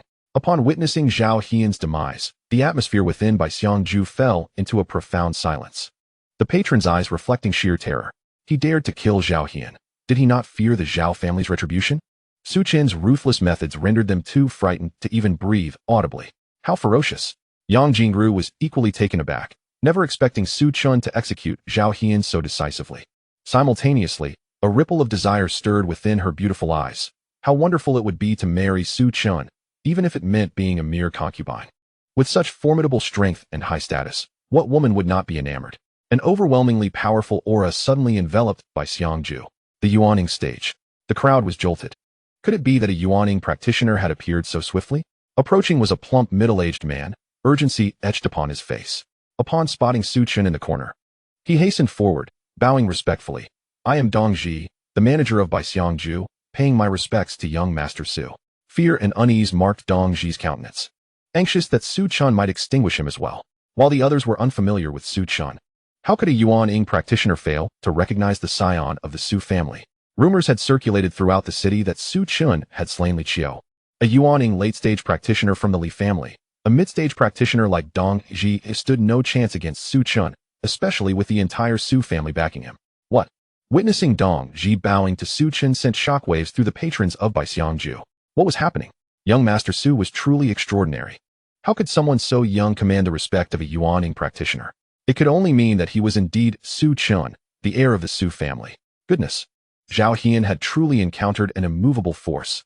Of all the people to provoke, he had chosen Su Chen, and even dared to harass another's maid. If Su Chen remained so unfazed by the lovely Jingru, it seemed entirely reasonable. The 10 most beautiful women of Minghua City would likely be willing to marry him if he desired. Did he truly need someone like Yang Jingru? Su Chen cast a calm glance at him, slowly rising to his feet and turning to leave. Truly tiresome. Hanshi, let us return home. The two individuals departed from Baixiangju. Observing their retreating figures, Dongji let out a sigh of relief. As long as Su Chen did not take his ire out on him, that would be the most favorable outcome. On the elevated platform of Baixiangju, Yang Jingru gently pressed her crimson lips together, her eyes brimming with reluctance. How infuriating! That detestable Zhao Hian. Were it not for your meddling, I would have surely dined with him today. Once Su Chen had left, the crowd within Baixiangju dared to take deep breaths, yet they remained quiet for a while longer before resuming their boisterous chatter. At the Wang residence, a servant reported, Master, the situation is even more favorable than you anticipated. Wang Ming raised an eyebrow, intrigued, and asked, What do you mean? The steward continued, Master, all the shops of the Su family have closed. Not a single one remains open. Upon hearing this, a slight smile graced Wang Ming's lips. The Su family thinks they can contend with me? They are woefully unprepared. Once my Wang family secures the Lingjing Yuya, extinguishing the Su family will be but a matter of time. At that moment, Wang Ming's brow furrowed, and he gestured for the steward to leave. The steward bowed respectfully and exited. However, shortly after his departure, a shadowy figure clad in a black robe leaped through the window, their features obscured. The newcomer saluted Wang Ming and spoke with gravity. Today, the Su family encountered some unexpected developments. Su Chen has given Su Qingtian a spatial ring. The specifics remain unknown, but they seem to have found a way to navigate their predicament. Wang Ming's gaze sharpened. Can you elaborate? The figure continued. Unfortunately, it appears that Su Qingtian and his son were communicating telepathically, so I cannot provide further details. However, when Su Chen ordered the closing of the shops. He seemed quite confident, hence he should exercise caution. With that, the figure turned and departed. Wang Ming lifted his teacup, pondering deeply for a long while before a scornful smile emerged. Humph, Su Chen, merely putting on a facade. I understand the Su family's condition better than you do. Su Chen, if you truly possessed a solution, I would recite my name backward. Wang Ming was filled with confidence, convinced that Su Chen could not possibly find a resolution. At best, only a temporary reprieve. Nevertheless, an undercurrent of anxiety stirred within him.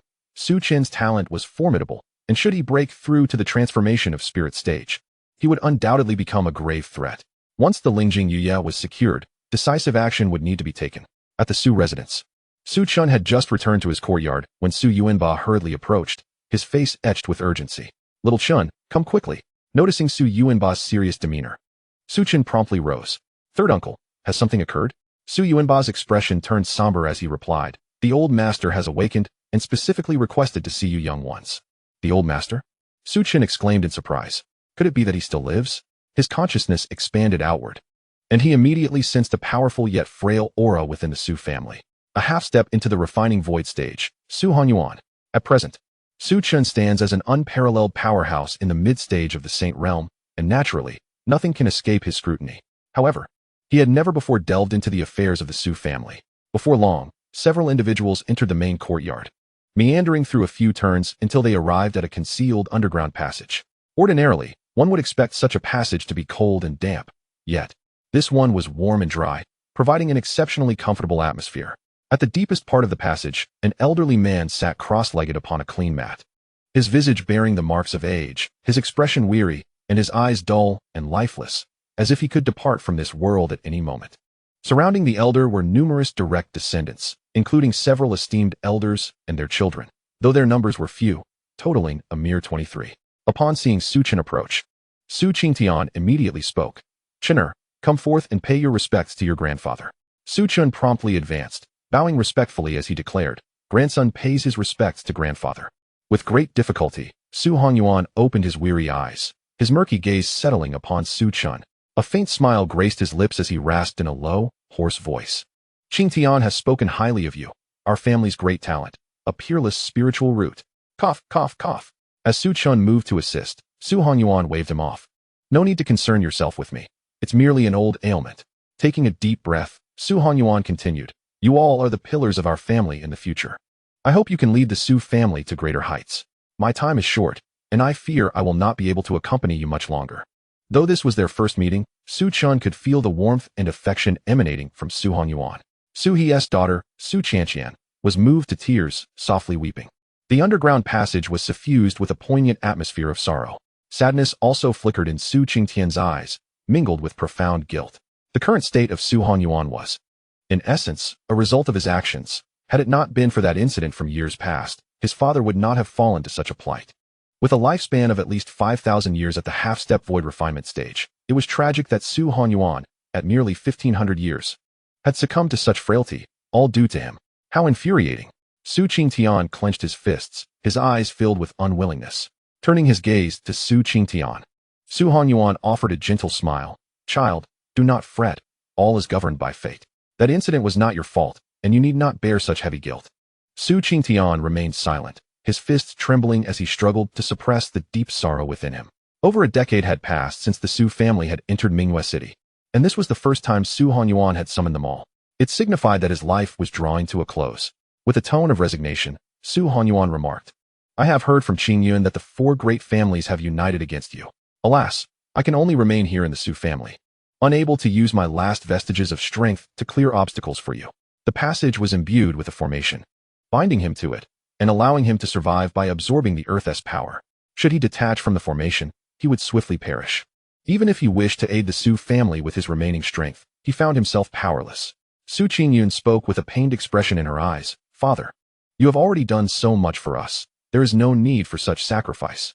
You have accompanied us this far, and we shall manage from here. Su Hanyuan offered a feeble smile. In that case, I can rest easy. Meanwhile, Su Chen gazed intently at Su Hanyuan, sensing that the old man's condition was rather peculiar. He discerned that Su Hanyuan's weakened life force was not merely due to the passage of time, but rather a result of a frail body and spirit. This condition typically arises from the expenditure of vital essence or the use of forbidden techniques that result in self-harm. Su Hongyuan cast a sweeping glance around them, closed his eyes, and took a deep breath, speaking in a calm tone. To see you one last time, I have no regrets in this life. You may all leave now. I wish to be alone in contemplation. The faces of Su Chen and the others were etched with sorrow, for they understood that this would be their final farewell. The aura surrounding Su Hongyuan was rapidly diminishing, and he could only endure for another 2 or 3 days at most. Though he had not ventured beyond the underground passage since entering Mingyue City, Su Hongyuan remained the pillar of the Su family. Without him, the Wang family would have long since united with the Yuan and Li families to attack the Su clan. Were it not for the lingering fear of Su Hongyuan's influence, how could the 2 transformation stage cultivators of the Su family possibly withstand the combined forces of 3 clans? In truth, it was 4 clans, for the He family had allied with the Su family primarily out of respect for Su Hongyuan. Suddenly, Su Qingshan's eldest son, Su Minghu, spoke up. Grandfather, is there truly no way to save you? There are numerous life-extending treasures within Mingyue City. They are not exceedingly difficult to procure. The other younger members of the family also turned their gaze towards Su Hongyuan, their eyes filled with uncertainty. Su Hongyuan opened his eyes, a fond expression crossing his face. Grandfather's ailment is not a matter of lifespan. It is the depletion of vital energy, and only something extraordinary can save me. Such items are exceedingly rare. Your concern brings me great joy. Su Minghu's eyes dimmed with despair, for the Su family valued kinship deeply. Even though he was meeting Su Hongyuan for the first time, blood ties ran deep, and none wished to see him pass away. While Su Hongyuan exuded an air of tranquility, they could sense a profound helplessness emanating from him. No one wished for death, not even Su Hongyuan himself. At that moment, Su Chen suddenly spoke up. Father, may I stay and talk with grandfather alone? Hearing this, Su Chen nodded solemnly and turned to leave the cavern in silence. The others, too, said nothing further, given Su Chen's esteemed position within the clan. They respected his request and withdrew from the underground chamber. Soon, only Su Chen and Su Hongyuan remained in the dimly lit cavern. Su Hongyuan's countenance was gentle, yet his voice was frail. Child, what is it you wish to discuss with me? Su Chen paused for a moment in silence, then curiously inquired, Grandfather, what conditions must be met to save you? Regardless of the circumstances, he could not bear the thought of Su Hongyuan's demise. Upon hearing this, Su Hongyuan smiled wryly and shook his head, speaking with resignation. You wish to seek assistance from your esteemed master, do you not? Qingtian has informed me of your situation. Yet my condition is markedly different. Had this been a few years earlier, perhaps there would have been hope, but now my essence is depleted, my meridians severed, and my corporeal form is collapsing. The treasures capable of salvaging me must be of celestial grade, and specifically, those miraculous artifacts that can resurrect the dead and restore bone to flesh. Su Hongyuan, disheartened by the state of affairs, implored Su Chen not to waste his efforts on him. While Su Qingtian had recounted the tale of Su Chen's master, Su Hongyuan perceived his own plight as too dire, believing he was beyond salvation. Suddenly, a tremendous surge of life force erupted from the depths below, invigorating Su Hongyuan's feeble breath. His pupils constricted in disbelief as he gazed at the crimson fruit held by Su Chen, adorned with golden veins and exuding a profound aura of vitality. It was evident that this fruit was no ordinary item. With a calm demeanor, Su Chen stated, Old man, it is but a celestial grade artifact. This is the earth's store fruit, capable of resurrecting the dead and resolving your afflictions. Su Hongyuan's eyes widened, his previously wan visage now ablaze with exhilaration. Though he was unfamiliar with the fruit, he understood that consuming it would undoubtedly remedy his ailments. Celestial grade. Is this truly a celestial grade artifact? Did your master bestow this upon you?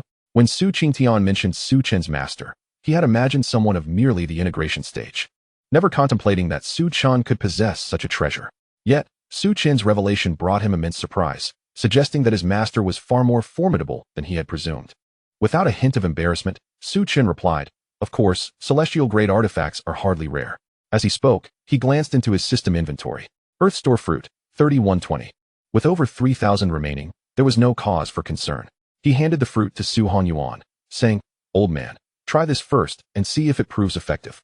If not, I shall provide you with something even more potent. More potent? Su Hongyuan shuddered. You possess something of even higher grade than this Earth Store Fruit. He suddenly appeared lost in thought. Have I truly been in this cave for over a decade, while the world outside has transformed so drastically? Chinner, just who is your master? In response to Su Hongyuan's inquiry, Su Chen, equally perplexed, replied, I am unsure. He has never revealed his identity to me. I have concocted my own tales. If you ask me, who can I turn to for answers? Sometimes, a simple falsehood achieves a more effective outcome, while an overly intricate fabrication reveals countless flaws. Regardless, Su Chen feigned ignorance, and despite their suspicions, they could find no evidence to contradict him. In the absence of evidence, this became their reality. Su Hanyuan, overwhelmed with emotion, remarked, "I never imagined that my savior would be a mere youth." Though they had never met before, Su Chen's generous gift upon their first encounter was monumental. With a smile, Su Chen replied, "We are all family." Upon hearing this, Su Hanyuan ceased to ponder further. He accepted the earth store fruit from Su Chen and consumed it without hesitation. In an instant, an overwhelming surge of life force coursed through his body, reviving the once desiccated meridians as if they were trees blossoming in spring. The aged physique swiftly metamorphosed, becoming more youthful and resilient. In mere moments, Su Hanyuan transformed from a feeble old man into a figure resembling one in his 60s. Yet, this was not the conclusion. The life force from the earth Bodhi fruit continued to circulate within him. After several more breaths, the vitality was entirely expended, and Su Hongyuan's aura became immensely powerful, restoring his visage to that of a robust middle-aged man, radiating an extraordinary presence. "I have successfully recovered," exclaimed Su Honyuan, his face alight with exhilaration. A single earth Bodhi fruit had completely healed all his injuries and restored his cultivation to its former pinnacle. Half-step to the void refinement stage. "Chainer, this is all thanks to you," he said, looking at Su Chen with a gaze full of affection. Had it not been for his little grandson, he likely would have perished within 2 days. Su Chen, with a smile, replied, "It was but a trivial matter." Observing his calm demeanor, Su Hanyuan felt an even greater shock within. He composed himself, taking a deep breath before stating, "I may need to enter seclusion to break through to the void refinement stage and will be unable to leave for a while." The earth Bodhi fruit not only rejuvenated his body, but also brought him to the brink of the void refinement stage, prompting him to seize this opportunity for a breakthrough. "Then I shall not disturb you further," Su Chen said with a bow. Su Hanyuan nodded, watching Su Chen's departing figure with a contemplative gaze. For reasons unknown, he sensed that his grandson bore an extraordinary essence, hinting at grand secrets. Aside from that enigmatic master, there surely were other matters unknown to them. However, Su Hanyuan refrained from inquiring, "Who among us is without secrets?" As long as Su Chen posed no threat to the Su family, that was sufficient. "Chainer has grown up. It seems I must find an opportunity to reveal that matter to him," Su Hanyuan murmured before retracting his gaze. His previously tranquil heart surged with excitement once more as he savored the power enveloping him. He appeared exuberant. Should he successfully transcend to the void refinement stage, the Su family would be poised to dominate the entirety of Mingyue City, securing a substantial share of the city's interests, thereby fortifying their strength. Upon emerging from the cave, most people had already departed, leaving only Su Qingtian and Su Yunxian. "The formation has been activated. It seems the old man does not wish for us to enter again." Su Qingtian sighed resignedly. "Come, Chainer, let us return." With that, he turned to leave, his back appearing somewhat desolate. Su Chen chose not to mention Su Hanyuan, knowing that when he emerged from seclusion, the entire Su family would inevitably learn of it. As Su Yunxian prepared to depart, Su Chen inquired, "Second uncle, do you know anything about my mother's situation?" Su Yunxian paused abruptly, a hint of discomfort crossing his features as he replied, "Isn't your mother already deceased?" "Why do you ask this?" Su Chen shook his head, merely out of curiosity. Upon hearing this, Su Yunxian said no more and quickly departed. As he watched the figure depart, Su Chen's gaze shifted, revealing that there were matters regarding the Su family of which he remained unaware. From his understanding, the Su family was not originally from Mingyue City, but rather hailing from a distant location in the eastern domain, thousands of miles away. At that time, the Su family was not known by its current name, but was referred to as the Qingfeng Gang, a group notorious for their thievery. It was only after some unforeseen events that they traversed the vast distance to settle in Mingyue City, seemingly to evade something. Although Su Yunxian did not provide a direct answer, it was evident that the circumstances were likely connected to his mother. Clearly, he would need to find an opportunity to inquire further. Su Chen murmured softly before turning to leave. The following day, at dawn, it was the time for the family to distribute cultivation resources, and all the direct descendants were gathered at Su He's residence to collect their allocations. Su Minghu held a qiankuan bag in his hand, his expression laden with confusion. In previous distributions, resources were handed out directly. Why were they contained within a qiankuan bag this time? The qiankuan bag, being a small-scale storage device, was relatively inexpensive and considered essential for cultivators, whereas spatial rings were far more precious. Once all the resources for the direct descendants had been distributed and they exited Su He's courtyard, they began to examine their allocations. "Why is there so much?" Su Minghu exclaimed in astonishment. 30,000 low-grade spirit stones and 10 recovery pills. This is simply excessive. Previously, their allocations typically consisted of 3 to 5,000 spirit stones, with the occasional pill. Yet this month's distribution was nearly 10 times that amount. I also received 30,000 low-grade spirit stones and 10 recovery pills. I got 20,000 low-grade spirit stones and 30 gathering pills. I only received 15,000 low-grade spirit stones and 20 gathering pills. A chorus of voices arose, their expressions reflecting shock, although the amounts varied among them. All were approximately tenfold their usual allocations. The resources distributed among the direct descendants varied according to their cultivation levels. Those in the qi condensation stage received gathering pills, while those in the foundation establishment stage were given recovery pills. Su Minghu promptly entered the courtyard and addressed Su He, fourth elder. What is the meaning of this? Given the family's current difficulties, why are we being allocated such resources? Su Yunpeng's youngest daughter, Su Chen, who had only attained the mid-qi condensation stage, chimed in, indeed. Uncle Wu, it is paramount that we first navigate through the family's crisis. We can endure a few months without resources. Many direct descendants expressed their desire to return the resources. Su He, however, smiled and replied, enough of this nonsense. You are the future of the family. What could be more important than you?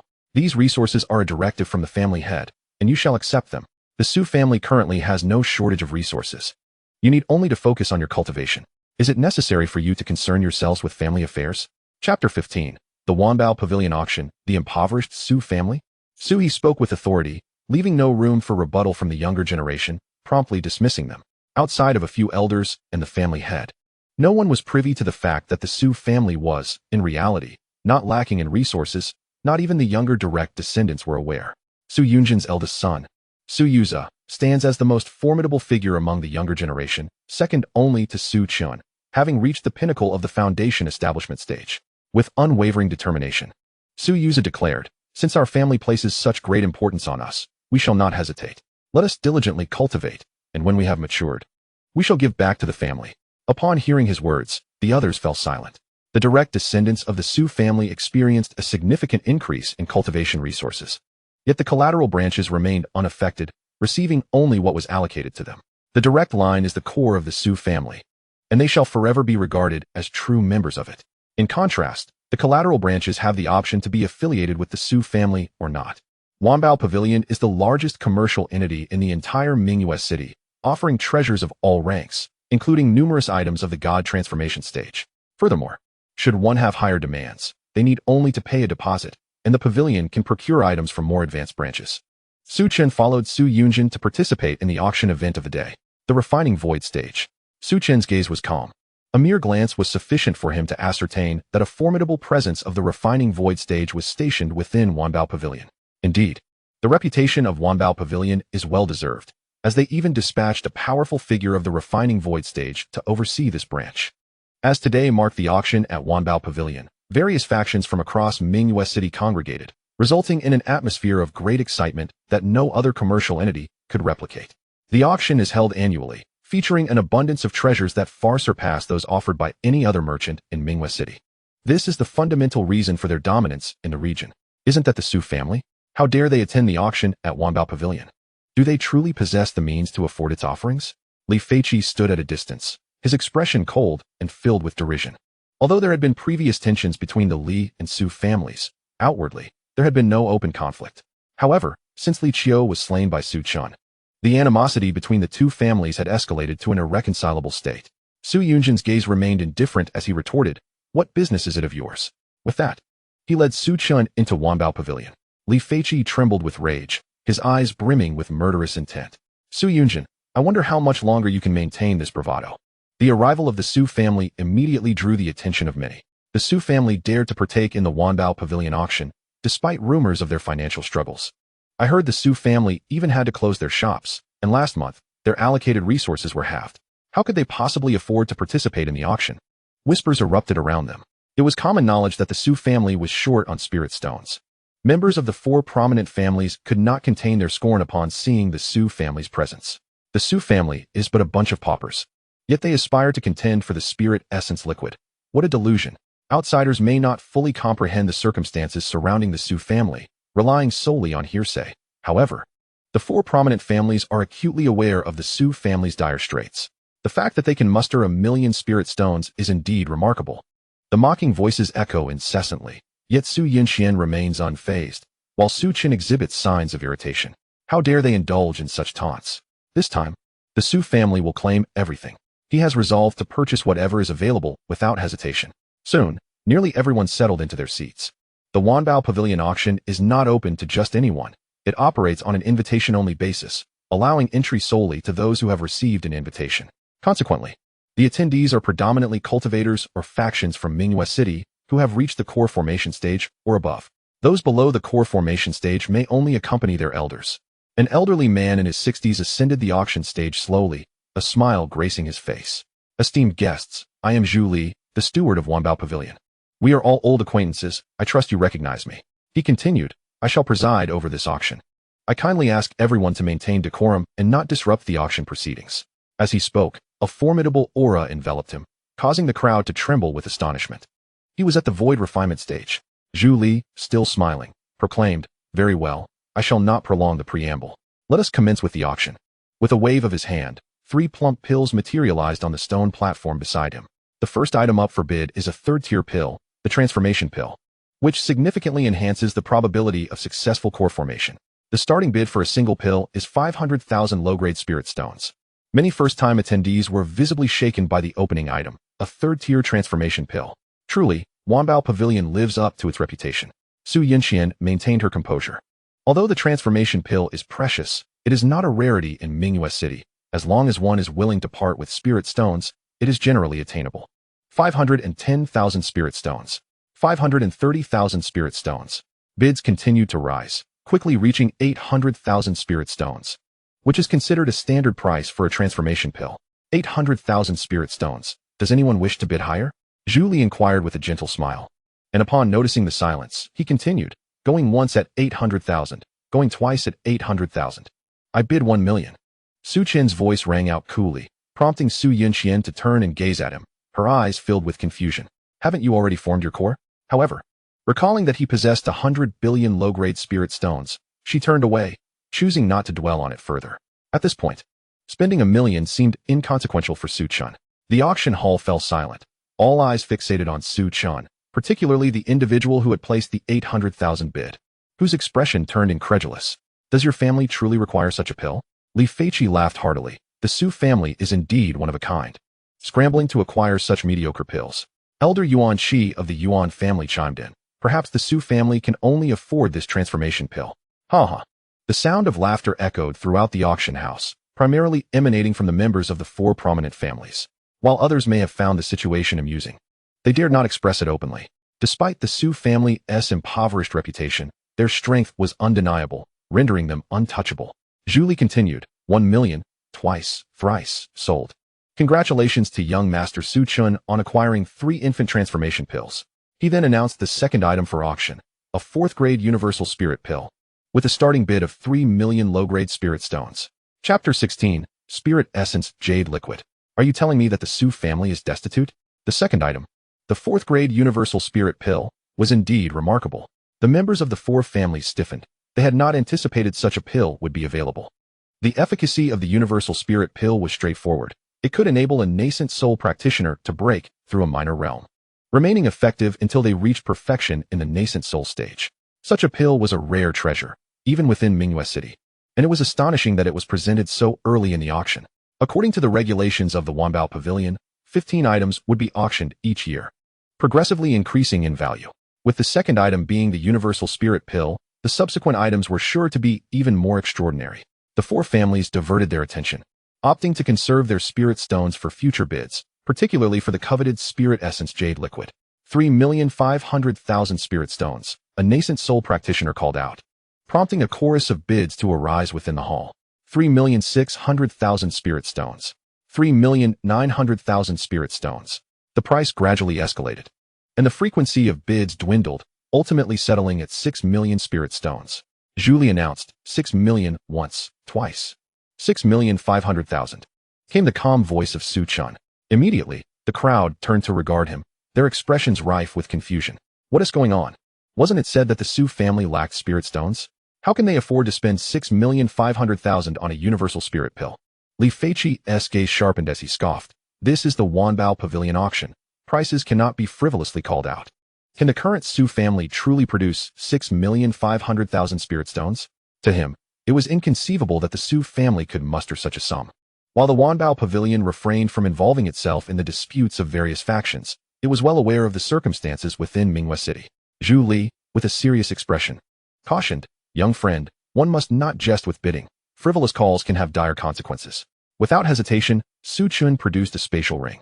Zhu Li accepted it, inspected it briefly, and then his serious countenance transformed into a broad smile. 6,500,000, once, twice, sold.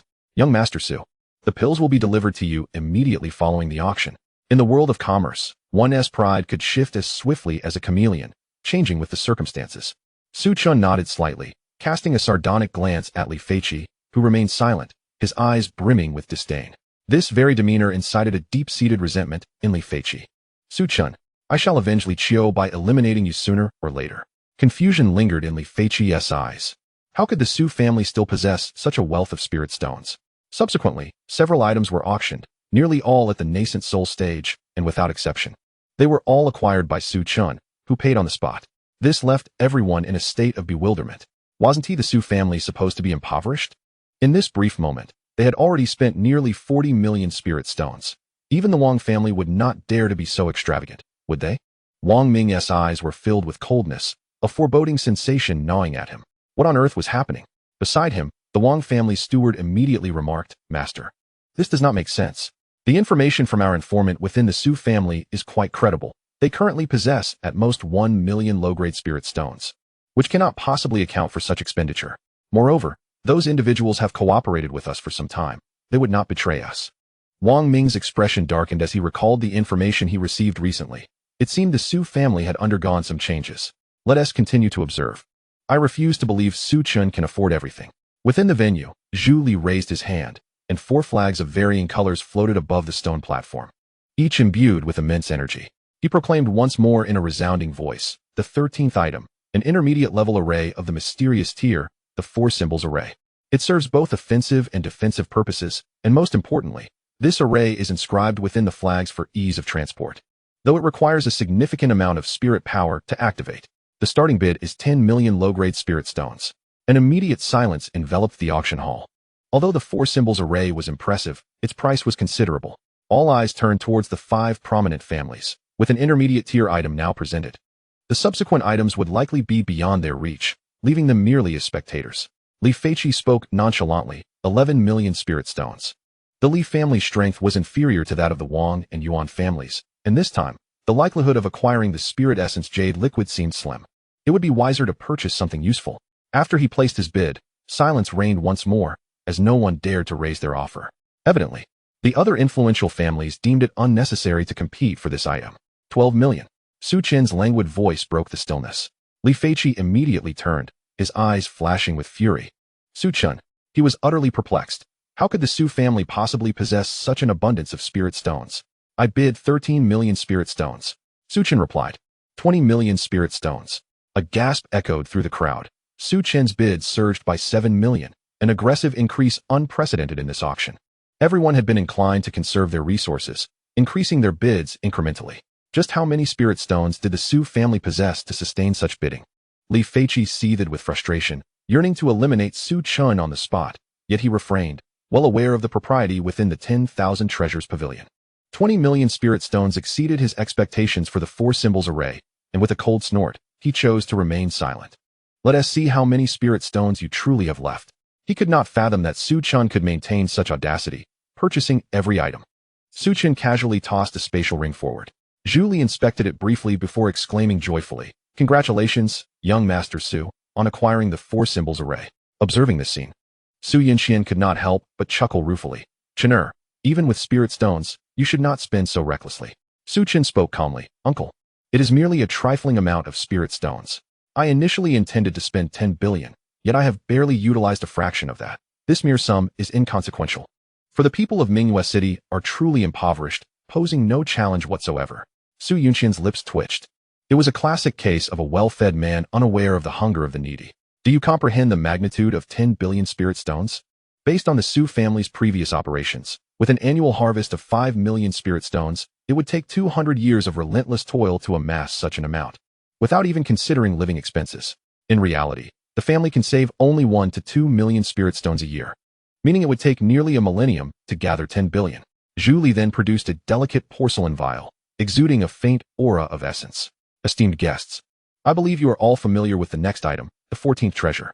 The essence jade liquid can facilitate a seamless breakthrough for a fully realized nascent soul cultivator into the transformation stage, without any adverse effects. The atmosphere in the venue ignited with fervor, and Su Chen was no exception. This was indeed the reason the Su family had come to the auction. Of course, it was a coveted item by several other prominent families as well. However, if the essence jade liquid was only the 14th item, one could only speculate how much more precious the final treasure would be. Zhu Li's voice remained steady. The starting bid is 70 million low-grade spirit stones. Chapter 17. Competition for the essence jade liquid. The crowd was bemused. The Su family was evidently wealthier than expected. 80 million spirit stones. Yuan Hao was the first to speak, his calm voice resonating through the auction hall. At this bid, many attendees gasped in disbelief at the sudden increment of 10 million. Su Chen inquired, "Uncle, if I recall correctly, the last essence jade liquid sold for 270 million low-grade spirit stones, correct?" Su Chen was about to raise his own bid, but paused to respond. "Yes, why do you ask?" Having confirmed the price, Su Chen raised his hand, declaring, 300 million spirit stones. Boom. His words sent shockwaves through the audience, who regarded him with incredulity. 300 million spirit stones. This sum exceeded the previous auction price by 30 million. How could the Su family possess such wealth? Who spread the rumor that they were destitute? Could a pauper truly produce 300 million spirit stones? Wang Ming and Yuan Hao sprang to their feet, their eyes wide with astonishment as they gazed at Su Chen. While he, the head of the He family, who had been poised to bid 80 million spirit stones, was left utterly dumbfounded. What just transpired? 300 million spirit stones was an unfathomable figure, even beyond Wang Ming's wildest expectations. Su Chen stood frozen in place, pondering. So this is how one plays with spirit stones. Accustomed to a life of frugality, he was not inclined to splurge. However, he did not deter Su Chen's audacious bidding. After all, it was his wealth to spend as he pleased. Zhu Li was momentarily taken aback, never anticipating that Su Chen would place such a bold bid. Yet, being a person of experience, he quickly regained his composure, announcing, "Does anyone wish to follow the bid of 300 million spirit stones made by young Master Su?" Wang Ming's eyes were filled with cold fury. He had never fathomed the Su family possessed such an abundance of spirit stones. How infuriating. No wonder they directly closed the shop. They possess ample confidence, knowing they can sustain themselves for an extended period even without operating a storefront. A miscalculation. Wang Ming swiftly regained his composure and declared loudly, 310 million. With a dismissive snort, he asserted that the Wang family was not lacking in spirit stones, and no matter how wealthy the Su family might be, they could not compete with the Wang family. Today, I shall demonstrate to the Su family what true wealth entails. Su Chen cast a casual glance at Wang Ming and raised his hand to bid for 100 million spirit stones. Wang Ming was momentarily stunned, turning his head in disbelief to look at Su Chen. An immediate increase of 90 million? 400 million spirit stones exceeded the value of the spirit essence liquid. Although this item is priceless, it is not uncommon for it to be slightly overpriced, yet 400 million spirit stones seemed excessively high. As Su Chen's offer resonated, the venue fell into a profound silence. 400 million. This was indeed terrifying. Su Chen, unfazed, inquired, "Does the head of the Wang family wish to raise the bid?" Wang Ming's expression darkened. This price was evidently exorbitant. However, the Wang family still possessed a significant reserve of spiritual energy. After a moment's contemplation, he replied, "Su Chen, do not revel in your triumph. The spirit stones of my Wang family are incomparable to those of the Su family. 410 million spirit stones." Li Feiqi chimed in mockingly, "What are you flaunting? I wonder how long you can maintain this facade. With such a high bid, you must be nearing your limits." Clearly, he believed Su Chen's method of bidding such a large amount at once stemmed from insecurity, attempting to intimidate the Wang family. Upon hearing these words, Wang Ming's confidence was rekindled. The Wang family has been established in Mingyue City for so long. Even if the Su family had some foundation, it could not surpass that of the Wang family. Su Chen chuckled coldly and slowly pronounced, 500 million spirit stones. The smiles on Wang Ming and Li Feiqi's faces instantly froze. The Su family could still raise the bid. How many spirit stones did they possess? Wang Ming suddenly felt that his economic sanctions against the Su family were nothing short of a joke. With such financial strength, why should the Su family fear their sanctions? Yet, Unwilling to relent, Wang Ming declared, 510 million. 600 million spirit stones. Before he could finish, Su Chen's voice drowned him out. Wang Ming's hand, which had just been raised, hung awkwardly in the air. Neither lowering it nor continuing the bid felt appropriate. 600 million spirit stones were indeed exorbitant. After Su Chen spoke, he added in a disdainful tone, "Head of the Wang family, have you not an abundance of spirit stones? Care to raise the bid further?" He was overflowing with spirit stones, having recently acquired 30 million immortal crystals through a signing bonus.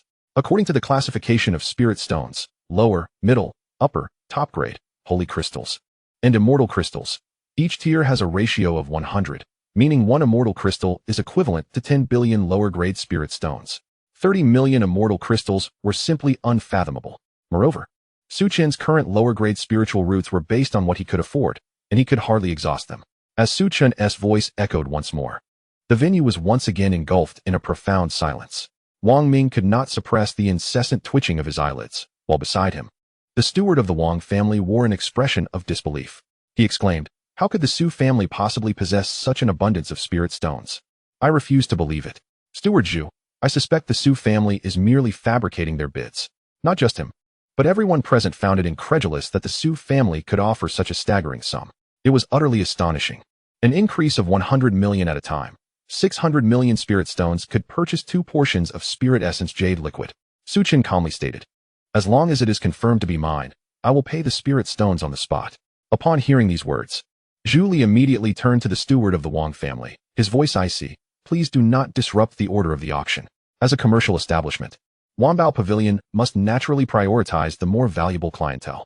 Furthermore, Su Chen had consistently been proactive, directly handing over the spirit stones on site.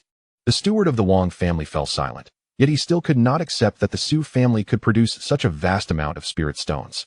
Wang Ming's eyes gleamed with coldness. He did not cease to raise the bid, but instead communicated with the steward of the Wang family through a private message. "Send word to those individuals. Immediately take action against the Su family. This time, our Wang family will spare no effort to eradicate them completely." It seemed evident that Su Chen still possessed more spirit stones, and further bidding was futile. 600 million spirit stones far exceeded the intrinsic value of the spirit essence jade liquid. He could not tolerate the Su family's further strengthening. The plan to eliminate them must commence immediately. Otherwise, if the Su family were to gain another transformation stage cultivator, coupled with Su Chen's own possible breakthrough, dealing with the Su family would become exceedingly difficult. Upon hearing this, the steward's expression shifted, and he respectfully nodded before departing from Wanbao Pavilion.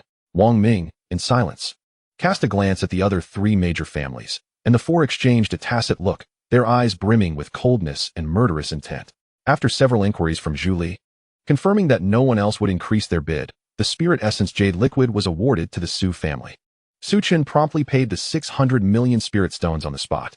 Zhu Li gazed at the mountain of low-grade spirit stones within the spatial ring, unable to stifle a gasp of astonishment. His countenance was filled with exhilaration. This year's performance promised to soar. As the steward, Zhu Li naturally earned a commission, which increased with the volume of sales. Zhu Li waved his hand once more, and a pill appeared upon the stone platform. "Next, we present the grand finale of this auction, the 6th grade pill, transformation pill." "What?" Wang Ming abruptly rose, his eyes wide with disbelief as he beheld the pill adorned with dragon patterns upon the stone platform. The grand finale was indeed the transformation pill. This pill was akin to the universal pill, but far more potent, capable of directly enhancing one's cultivation in the transformation stage, requiring at least a 6th grade high-level alchemist to concoct. Greed flickered in his gaze, having spent so many spirit stones for the spirit essence jade liquid. Surely the Su family could not have excess spirit stones left to purchase this transformation pill. With the Wang family's substantial assets, they could easily overshadow the other 3 families. If they could acquire this transformation pill, it would not be a loss after all. A confident smile returned to Wang Ming's face. Chapter 18. The Move. "A great battle is imminent," Zhu Li announced loudly. "The starting bid is 100 million low-grade spirit stones." Just as Wang Ming prepared to speak, that familiar voice resonated once more. Su Chen spoke calmly. 600 million spirit stones.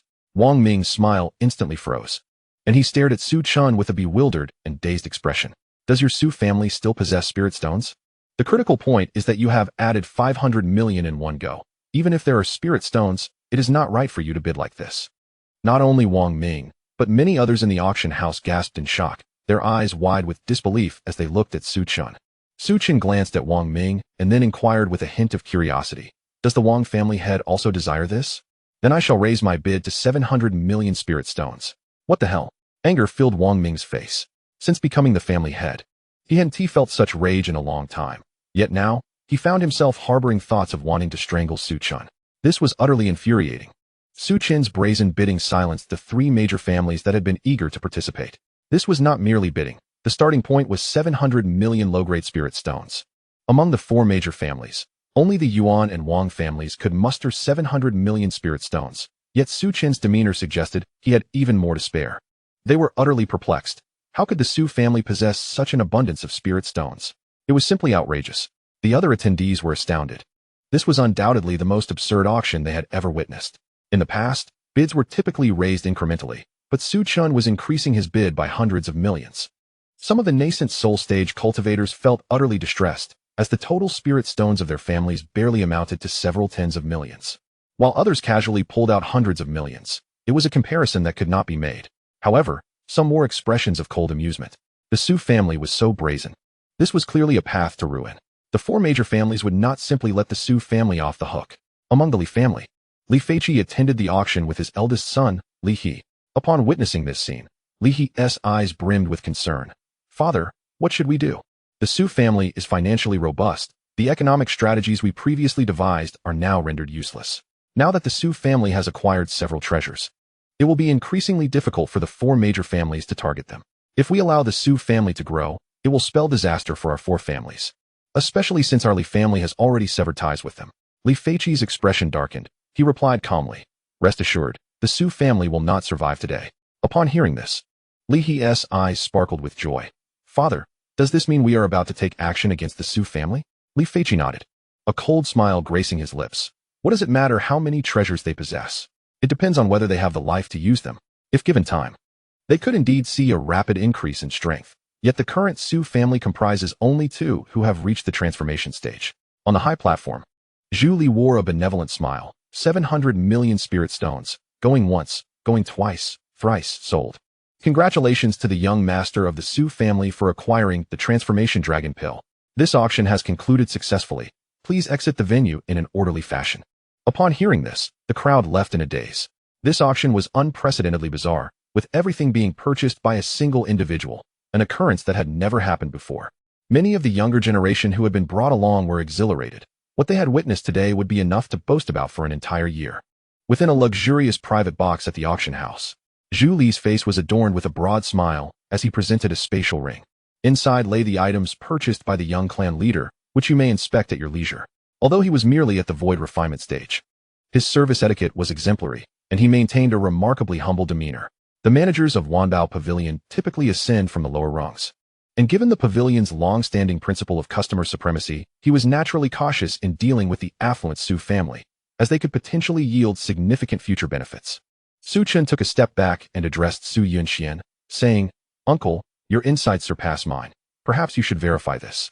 His words were clearly intended to bestow respect upon Su Yunxian, who was ostensibly accompanying him to broaden his horizons, now seemingly relegated to the role of a subordinate.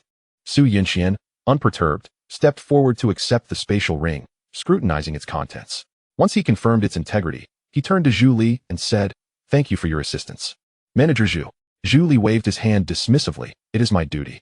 However, he adopted a half-smiling tone. "It appears the Su family may be encountering some difficulties.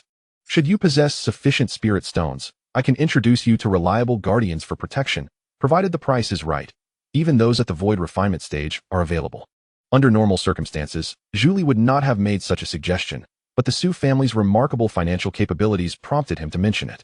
Su Yunxian's expression shifted, astonished at Wanbao Pavilion's ability to secure even those of the void refinement stage. "May I inquire, Manager Zhu, how many spirit stones would be required to enlist such assistance?" Zhu Li replied with a smile. "Based on previous situations, 100 million lower-tier spirit stones would suffice to secure the protection of a void refinement expert for a year." 100 million spirit stones. Su Yunxian was taken aback. The price was indeed staggering, yet the Su family was capable of affording it. Noticing the look of contemplation on Su Yunxian's face, Zhu Li presented him with a communication jade talisman, saying, "Elder Su, should you require assistance, do not hesitate to reach out to me." This arrangement was one he orchestrated discreetly. The business of Wanbao Pavilion had acquainted him with numerous powerful individuals, many of whom were void refinement cultivators in need of spirit stones. By facilitating introductions for them, he could earn a substantial commission with minimal risk involved. Su Chen nodded in acknowledgement, and then he and Su Chen departed from Wanbao Pavilion, aware that such matters warranted further discussion. Particularly since the Su family currently had a void refinement stage cultivator, the demand was not pressing. After the two had left, Zhu Li observed their retreating figures and gazed into the distance, his expression impassive as he remarked, "It seems that Mingwest City is about to become lively once more." Once outside Wanbao Pavilion, the two made their way swiftly towards the Su residence. Su Chen felt a twinge of anxiety. The Su family's extensive purchases and display of formidable wealth left him genuinely concerned that the Wang family might choose to sever their amicable relations. No sooner had he voiced his concerns than a fierce and overwhelming aura erupted from afar, enveloping the two men. Not good. Su Yunshian's expression changed abruptly. Truly, his words had summoned a dire turn of events. "Su Yunshian, you will remain here." Wang Ming's figure suddenly materialized, showing no intention of concealment. He raised his hand, launching a massive fireball towards Su Yunshian, a blaze that seemed capable of incinerating all in its path, radiating an excruciating heat. Su Yunshian, at the initial stage of the transformation realm, struggled to hold his ground, and then bellowed, "Wang Ming, does your Wang family intend to engage in a life-and-death struggle with my Su family?" His eyes were filled with concern as Wang Ming revealed his presence, clearly prepared for an all-out confrontation. How detestable. If only the Su family had a little more time, would they still have to fear the Wang family? "Su Yunshian, today your Su family shall be annihilated." The figure of Li Feiqi suddenly materialized, his expression cold and rife with murderous intent. "And you, Su Chen, I shall flay you alive." In the next moment, the head of the He family and Han Yuan also arrived, accompanied by the remaining two transformation realm experts from the Wang family. Su Chen maintained an unfazed demeanor, even exhibiting a hint of mockery. "Rest assured, you shall kill no one today." However, he quickly realized he may have been overly audacious, as he was still merely a nascent soul stage cultivator in the eyes of others. Nevertheless, should the Su family encounter genuine peril, he would intervene directly. Moreover, after today, even if the Su family remained unscathed, he would annihilate the four prominent families of Mingri City. A palpable aura of transformation realm cultivators radiated throughout Mingwest City, instilling fear in countless onlookers, particularly those factions and individuals closer to the fray, sensing the extraordinary nature of the situation, had long since fled. A battle of transformation realm experts was on the brink of eruption. Such intense combat was not something anyone wished to witness. Even a single misstep at the nascent soul level could lead to demise amidst the aftermath. "Do you truly wish to plunge my Su family into mutual destruction?" Su Yunshian's eyes were icy. The figure of Su Qingtian appeared beside him, having sensed the situation earlier and arrived promptly. His expression was grave. The four prominent families of Mingwest City boasted a total of 7 transformation realm cultivators, while the Su family only had 2. Previously, these individuals had likely refrained from acting out of fear of the old patriarch's lingering influence, but now they could no longer contain themselves. "What words does Elder Su have?"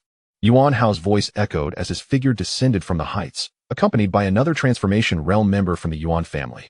At this point, all transformation realm experts from the 4 prominent families had assembled. Yuan Hao looked at Su Yunshian with disdain and remarked, "Does your Su family even qualify to engage in a death struggle with our 4 families? Were it not for Su Hongyuan, you wouldn't even have the right to enter Mingwest City." Chapter 19. The enigmatic Su Chen faces crisis upon hearing these words. Su Qingtian and Su Yunshian wore extremely grim expressions. Indeed, without Su Hongyuan's presence, the Su family lacked the standing to contend with the 4 prominent families. Su Qingtian spoke in a calm tone. "Chener, when the battle begins, you must seize the opportunity to escape. Your third uncle is making arrangements. You need not concern yourself with anything, simply flee. Even if the Su family is destroyed, as long as you survive, the essence of the Su family will endure." Though his words were composed, the gravity of his expression revealed the severity of the situation. It was all but certain that the Su family would face annihilation. Su Chen was deep in thought, contemplating whether he should directly eliminate the members of the 4 prominent families, and how to justify such actions to them afterward. Had his master truly enlightened him so thoroughly? It seemed rather absurd to him. He felt no concern for the safety of Su Qingtian and Su Yunshian, with him present. Their chances of survival were virtually assured. The only dilemma lay in how to explain the situation. An idea soon struck him, and with a smile, he remarked, "Father, you underestimate me. I am at the pinnacle of the nascent soul stage. With my strength, I am invincible against anyone below the mid-stage of divinization. Have you not heard of those extraordinary geniuses capable of defeating foes beyond their realm? Su Chen was momentarily taken aback, his expression turning serious as he inquired. Is that true? The combat prowess of 3 individuals at the divinization stage clearly surpassed that of 2, providing them with a greater chance of survival in the event of a retreat. Su Chen chuckled, transforming into a streak of light as he surged towards Li Feiqi. Li Feiqi, with a dismissive gaze, scoffed at the audacity of a mere nascent soul cultivator attempting to launch an attack. He raised his hand to seize Su Chen, thinking, "Since you've come to me, do not blame me for being impolite." However, as he attempted to grasp Su Chen's fist, he was suddenly met with an overwhelming force that caused his expression to change dramatically. With a resounding impact, Li Feiqi was sent flying, crashing down into the city. What? The onlookers widened their eyes in disbelief, unable to fathom the scene before them. Su Chen possessed such formidable strength, capable of sending Li Feiqi, a mid-stage divinization cultivator, flying with a single punch, a feat that spanned a considerable gap in cultivation realms. While some prodigies could indeed defeat opponents of a lower tier, surpassing an entire major realm was exceedingly rare. Su Chen and Su Yunxian stared in shock, as if witnessing a ghost. Su Chen was so powerful. To knock Li Feiqi away with a single blow was something even Su Yunxian could not accomplish. Yet, Su Chen had achieved it effortlessly, showcasing the terrifying strength of his physical form. With a sudden cough, Li Feiqi spat out a mouthful of blood, the punch laced with hidden energy. And had it not been for his quick reflexes, he might have sustained severe injuries. "How do you possess such strength?" he asked, looking up with disbelief, unable to accept the reality of being injured by a single punch. Su Chen replied nonchalantly, "You have yet to witness many extraordinary things." Wang Ming then shouted, "Enough with the idle talk. Kill them swiftly and without mercy." The realization of Su Chen's power sent him into a frenzy. At not yet 19, Su Chen could match the strength of a mid-stage divinization cultivator. If given 2 more years, would he not directly ascend to the void refinement stage? Furthermore, the Su family had revealed astonishing financial resources, heightening their anxiety. In an instant, Wang Ming's aura as a late-stage divinization cultivator emerged, casting an oppressive pressure over the entirety of Mingwei City, as 5 members from the Wang and Yuan families charged towards Su Chen and Su Yunxian. While Li Feiqi and He Hanyuan advanced on Su Chen, the battle was on the brink of eruption. Su Qian's eyes were filled with gravity, emanating a primal aura as his muscles turned crimson. Kill. In a 2-against-5 scenario, the outcome seemed predetermined. After just a few exchanges, Su Chen and his companion were already retreating under the relentless onslaught. "Do not linger in battle. Seize the opportunity to flee," Su Chen spoke in a low, somber tone. Wang Ming retorted coldly, "No one can save you today." He raised his hand and flung several stones forward, their surfaces inscribed with mysterious, shimmering symbols. The array stones. Such stones are typically engraved with formations, like the 4 symbols array, which can be readily deployed when needed. Wang Ming swiftly formed the array, and by the time Su Chen realized what was happening, the formation had completely enveloped them. "Damn it!" Su Chen cursed inwardly, his expression turning dark. Wang Ming laughed heartily. "Ha ha ha, this formation is a mid-level Xian class killing array. I have expended considerable resources to eliminate you." As his words fell, he manipulated the array, and a massive long blade suddenly lunged towards Su Chen. This blade was an illusion conjured by the array, yet it possessed the power to slay those in the divine transformation stage. Su Chen narrowly evaded it, but the blade swiftly turned its deadly intent towards Su Yunxian. With only initial stage strength, Su Yunxian could hardly dodge the fast-approaching blade. He could only brace himself for impact. With a piercing sound, the blade breached his defenses, heading straight for Su Yunxian's forehead. "I will assist you." Su Qian's aura surged to its peak as he struck the blade apart with a powerful punch, thereby sparing Su Yunxian from peril. Witnessing this, Wang Ming's eyes glinted with coldness. It is not over yet. Immediately, 3 weapons emerged from the grand formation: a long blade, a long sword, and a spear. Concurrently, the divine transformation experts from the Yuan and Wang families joined in, coordinating with the formation to assault the 2. "This is bad." Su Qian's face contorted with bitterness. The 4 great families had long been prepared, filling him with a sense of helplessness. The combined force of 5 divine transformation experts, bolstered by such a formidable array, seemed destined to bring about their demise today. With this thought, Su Chen shouted urgently, "Chun'er, flee quickly, do not concern yourselves with us." Yet, he soon found himself momentarily stunned. What do I see? In his line of sight, Su Chen was holding his ground against He Hanyuan and Li Feiqi. How astonishing is Su Chen's strength! Both were in the mid-divine transformation stage. For someone in the nascent soul stage to contend with one of them is already remarkable. How could he manage to face two at once? He Hanyuan shouted, Wang family head, swiftly eliminate those two. This boy's strength is unusual. Observing that even two of them could not subdue Su Chen, Wang Ming instinctively yelled, fools. He Hanyuan, exasperated, retorted, why don't you come and try fighting him? Su Chen was incredibly swift, his physical strength formidable. Just as He Hanyuan prepared to cast a spell, Su Chen was upon him in an instant. Engaging in a contest of physicality meant only enduring blows. It was truly frustrating. Moreover, He Hanyuan felt as though Su Chen was toying with them. Wang Ming turned his gaze back to Su Qingtian and the others, coldly commanding, hurry, kill them. The fact that He Hanyuan and Li Feiqi could not even best Su Chen irritated him, causing him to question whether the two were in collusion with the Su family. The four great families were merely temporary allies. Once the Su family was eradicated, they would inevitably return to their covert conflicts. Originally, he intended to eliminate the two adversaries without sustaining any injuries. However, this now seems rather implausible. When cornered, even a rabbit may bite, let alone two formidable opponents in the transformation stage. Should they truly fight to the death, injuries are inevitable, potentially providing an opportunity for other families to intervene. Even if the people of Mingyue City refrained from action, others would undoubtedly seize the chance. Such a substantial prize as Mingyue City attracts many covetous eyes. Suddenly, a sword lunged towards Su Qingtian. Caught off guard, a deep gash was carved into his arm, blood flowing profusely. Chapter 20. The unforeseen turn of events. The battle among the three formidable void refinement experts unfolded with little suspense. Particularly after the Wang family's transformation stage expert cast aside all reservations. Su Qingtian and Su Yunxian found themselves utterly defenseless. With a resounding crash, Su Yunxian was hurled backwards and crashed to the ground, a mouthful of blood erupting from his lips, his aura diminishing significantly. Kill him, Wang Shou exclaimed, a murderous intent radiating from him as he charged towards Su Yunxian. Damn it! Su Yunxian attempted to resist, but the searing pain temporarily incapacitated his body. He could barely lift a hand. Second brother, Su Qingtian bellowed, his eyes filled with desperation. Wang Ming sneered, do not worry. Soon, I shall send you to join him. At that moment, a terrifying wave of energy surged from a distance, sending a chill down everyone's spine. What is happening? The crowd turned their gazes toward the source, their expressions grave. This presence belongs to the void refinement stage. A sense of foreboding washed over the four great families. Wang Shou trembled, his spiritual power wavering under the oppressive aura, causing his recently gathered attack to explode in his hands. Within the Wanbao Pavilion, Zhu Li sensed the ominous energy and his eyes sparkled with anticipation, relishing the unfolding drama. The four great families were doomed. In an instant, that formidable presence vanished. And just as the crowd exhaled in relief, a figure tore through the fabric of reality, tall and imposing, exuding an air of fierce authority. Is this the void refinement stage? The members of the several families gasped in astonishment, hurriedly bowing in respect. We pay our respects to the senior. Su Hanyuan sneered, raising his hand to grasp the air, causing the void to rupture, clutching Wang Shou effortlessly as if he were a mere chick, utterly defenseless. Senior. Wang Shou's expression turned frantic, bewildered as to why this void refinement expert would target him.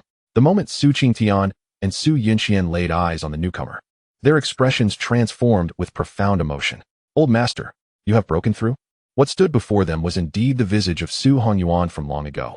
Though a fierce battle had since drained his vitality, rendering him significantly aged, seeing Su Hongyuan's breakthrough filled them with exhilaration and joy. They had not expected him to emerge from despair. With a void refinement expert now in the Su family, they had no reason to fear the four great families. Su Hanyuan smiled. Of course, you have all worked hard. Leave the rest to me. Upon finishing his words, he exerted a slight force, and the figure of Wang Shou shattered instantly, falling into oblivion. Wang Ming, sensing the presence of Su Hanyuan, suddenly realized the truth, and in terror, he screamed, You are Su Hanyuan. How could you possibly be alive? When Su Hanyuan had first entered Mingyue City, he had appeared exceedingly frail, as if death were imminent. Yet, after all these years, his condition had not only improved, but had remarkably advanced from the brink of the void refinement stage to the void refinement stage itself. Wang Ming found it utterly incomprehensible. With a cold smile, Su Hanyuan unleashed a powerful punch, imbued with boundless force, shattering the formation Wang Ming had set. The residual shockwaves surged towards the Wang and Yuan families, compelling them to retreat in haste. This was merely the aftermath. Had it struck them directly, they would have likely been reduced to nothingness. As one ascends to higher realms, the disparities become increasingly pronounced. The difference between the God transformation stage and the void refinement stage is but a single realm, yet their combat prowess diverges vastly, akin to the chasm between heaven and earth. Such overwhelming strength instilled fear in the nascent soul practitioners present, and Wang Ming's expression darkened to an extreme. With Wang Shou deceased, even if they annihilated the Su family, the losses to the Wang family would be catastrophic. Gazing at the formidable Su Hanyuan, he could not restrain his fury and bellowed, "How long will you all continue to watch this spectacle?" Su Hanyuan let out a disdainful laugh and retorted, "Do you have any allies?" However, his demeanor soon shifted as he focused intently on the distance. Suddenly, the void before them split open, revealing 4 figures emerging from within. The foremost individual appeared somewhat disheveled, even missing an arm, and exuded a faint aura. Wang Ming's pupils constricted in realization. He recognized the one-armed man as his former ally in the plot to eliminate the Su family, a formidable practitioner of the god transformation stage. But who were the 3 individuals behind him? Their potent auras clearly surpassed the god transformation stage, indicating they were all void refinement experts. What in the world? A sense of dread engulfed Wang Ming as he pondered how 3 void refinement practitioners had become involved in this matter. The situation before him had evidently surpassed his expectations. Among the trio, a gaunt man with an elongated nose grinned coldly and exclaimed, "Ha, what a stroke of luck. I never imagined the Qingfeng gang. The orchestrators of the ambush would indeed be the Su family." Ambush. The crowd gasped in shock. They had all heard of this force. The ambush was a fearsome assassination organization in the eastern region, known for its assassins and bounty postings that anyone could undertake. Wang Ming's eyes brimmed with disbelief. Who had placed a bounty on the Su family that could entice 3 void refinement experts? Su Hongyuan's expression shifted dramatically. Had he truly been found after so many years of hiding? The critical factor was that these 3 were stronger than him. The one who had just spoken exuding an overwhelming sense of pressure, a late-stage void refinement expert. The other 2 were also mid-stage void refinement practitioners. "My lords, I have brought you here. May I be allowed to depart?" pleaded the one-armed man, desperation etched across his face. With a cold laugh, Lu Ming raised his hand and swiftly obliterated him. At this age, still so naive. After speaking, he once again turned his gaze towards the Su family, ultimately fixing it upon Su Hanyuan. "You are Su Hanyuan, are you not?" Su Hongyuan's expression grew somewhat solemn, his demeanor taut, poised to retaliate at any moment. He had only just broken through to the void refinement stage, yet he was faced with 3 formidable opponents of the same realm, and immense pressure bearing down upon him. Lu Ming remarked coldly, "A void refinement stage cultivator. This contradicts the intelligence we received. It seems you have made a breakthrough recently. I was led to believe you were gravely injured and on the verge of death. It truly surprises me." He then pointed at Su Qingtian. "And you must be Su Qingtian? What about Su Yunxian? Where are the other 4? Luo Xingya let out a scornful laugh. "Big brother. Why not capture them and extract their souls for answers?" Lu Ming laughed heartily, a valid point. In an instant, his eyes glimmered with insatiable greed. A single head was worth 2 million high-grade spirit stones, and they were merely a group of worthless individuals. It was puzzling which powerful force they had offended to warrant such a high price on their lives. Upon hearing this, the members of several prominent families felt a jolt of shock. 2 million high-grade spirit stones. That equated to 200 billion low-grade spirit stones. Was the Su family's heads worth so much in the shadows? Su Hanyuan suddenly bellowed, "Qingtian, take Chener and flee at once." At that same moment, a ferocious aura erupted from him, increasingly violent as he began to burn his essence blood, forcibly elevating his power in a short span. He had to stall the 3 void refinement cultivators to buy time for the Su family to escape. Su Hanyuan never anticipated that he would have to fight for his life so soon after his breakthrough. Su Qingtian trembled slightly. Today's scene was all too familiar. His fists clenched tightly as he stood rooted in place. Su Yunxian urged in a low voice, "We must leave quickly." Su Qingtian replied slowly, "Second brother. The events of the past are significantly tied to me. It was my actions that led to our patriarch's grave injuries. I cannot allow such a tragedy to occur again. You take Chener and escape. I will remain here." Chapter 21. The Su family prevails. Is Su Chen's mysterious master so powerful? Su Yunxian shouted furiously, "No. You must come with me. No one is allowed to leave." Lu Ming sneered, casting a disdainful glance at Su Hanyuan. A newly advanced void refinement stage cultivator is rather underwhelming. As his words fell, his aura suddenly exploded forth, enveloping the city like a divine decree. Countless people felt their scalps tingle, their eyes filled with terror. In this world, lacking strength meant that one could only pray for mercy from the powerful. There was no other recourse. Here, the strong ruled supreme. A strong person killing a weak one, even if the latter was innocent, was considered entirely normal by all. "I will deal with Su Hanyuan. You 2 go and eliminate the remaining 6 targets. Do not allow them to escape." Luo Xingye laughed maniacally. Do not worry, big brother. They won't get away. From a distance, Su Chen observed the sudden appearance of the three figures and could only shake his head in resignation. He had thought that once the old patriarch emerged, everything would be resolved, yet this unforeseen development had arisen. It seemed he must intervene. He raised his hand slightly, and a beam of spiritual light erupted forth, tearing through the void as it hurtled toward Luo Xingye. Puff! Luo Xingye's head erupted instantaneously, blood splattering in all directions, creating a scene that was utterly horrifying. What? Lu Ming and Pan Huan were also fierce individuals, treading the razor's edge, endowed with unparalleled combat experience. They reacted with remarkable swiftness, preparing to flee without uttering a word. The ability to eliminate Luo Xingye with such stealth indicated that the assailant possessed formidable strength, beyond their capacity to contend with. Puff! Puff! Two streams of spiritual light flashed once more, and the heads of both men burst open in succession, their vital energies extinguished. All three were powerful cultivators at the void refinement stage, yet before Su Chen, they were utterly defenseless, their demise as effortless as squashing an ant. The deaths of the three void refinement experts transpired in less than a breath. The atmosphere fell into a profound silence, with bewilderment etched across the faces of all present. What had transpired? However, those gathered were no ordinary individuals, despite their confusion over the events. The demise of the three void refinement experts sent the members of several prominent families into a frenzied retreat. Su Hongyuan was the first to act, delivering a punch that caused Wang Ming to fall instantly. The disparity between the late-stage transformation and the void refinement was simply too vast. Su Hongyuan bellowed coldly, "Eliminate them." The members of the prominent families glared with rage, terror evident in their eyes. Regardless of how the situation unfolded, they were doomed to suffer. If the Su family triumphed, the prominent families would be eradicated. If the Su family faltered, the three void refinement experts would undoubtedly pursue them to silence any witnesses. Particularly, He Hongyuan was filled with regret, lamenting his decision to align with the Wang family. He had once believed victory was assured. Now, he realized the folly of his choice. Being associated with the Wang family was tantamount to certain death.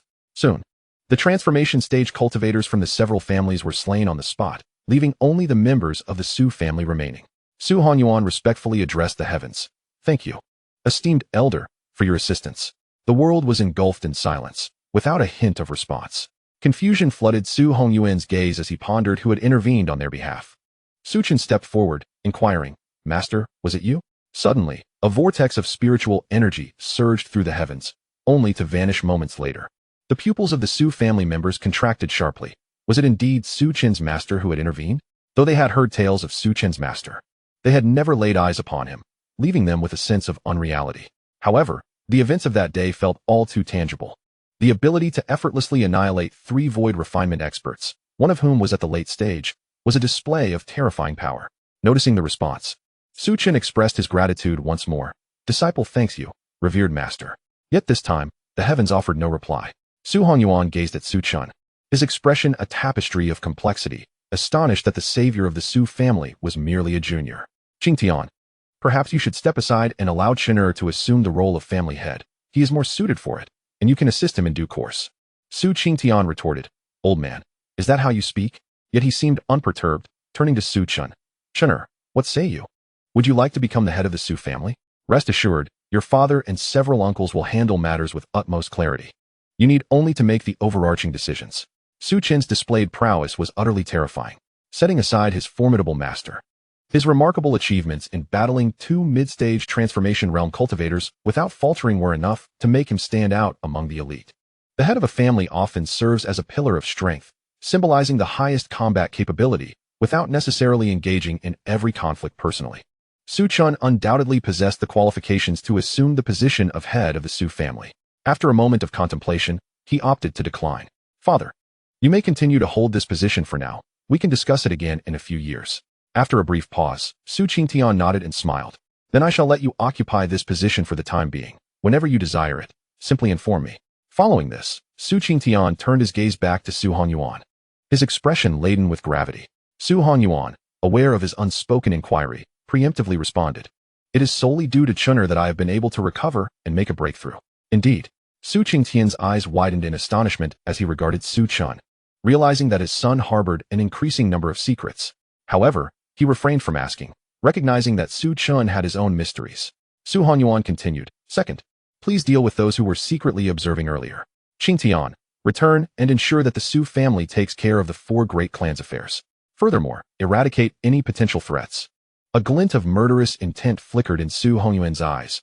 They hailed from a bandit lineage and were certainly not to be trifled with. The 4 great clans must be entirely eliminated to prevent any future repercussions. Su Qingtian's gaze was filled with lethal intent as he clasped his hands and affirmed, understood. With that, he promptly turned and departed. Soon, the city of Mingyue was engulfed in a bloody tempest. Within a single day, the 4 great clans were annihilated. Their entire lineage wiped out, leaving not even a trace behind.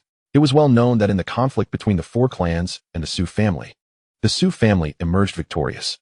With the new ruler ascending, the various factions within the city fell silent, fearful of inciting disaster, retreating into their homes and avoiding the streets. Where the foot traffic dwindled significantly, at least until the dust settled, they dared not venture outside. Particularly those who had been vassals of the 4 clans were gripped by sheer terror, anxious that the Su family might target them next. In present-day Mingyue, aside from the Su family, no other transformation realm cultivators remained. On the same day, Su Qingyun utilized the spiritual essence of jade liquid to break through to the transformation realm. At the Su family estate, Su Qingtian had just returned when he received a report.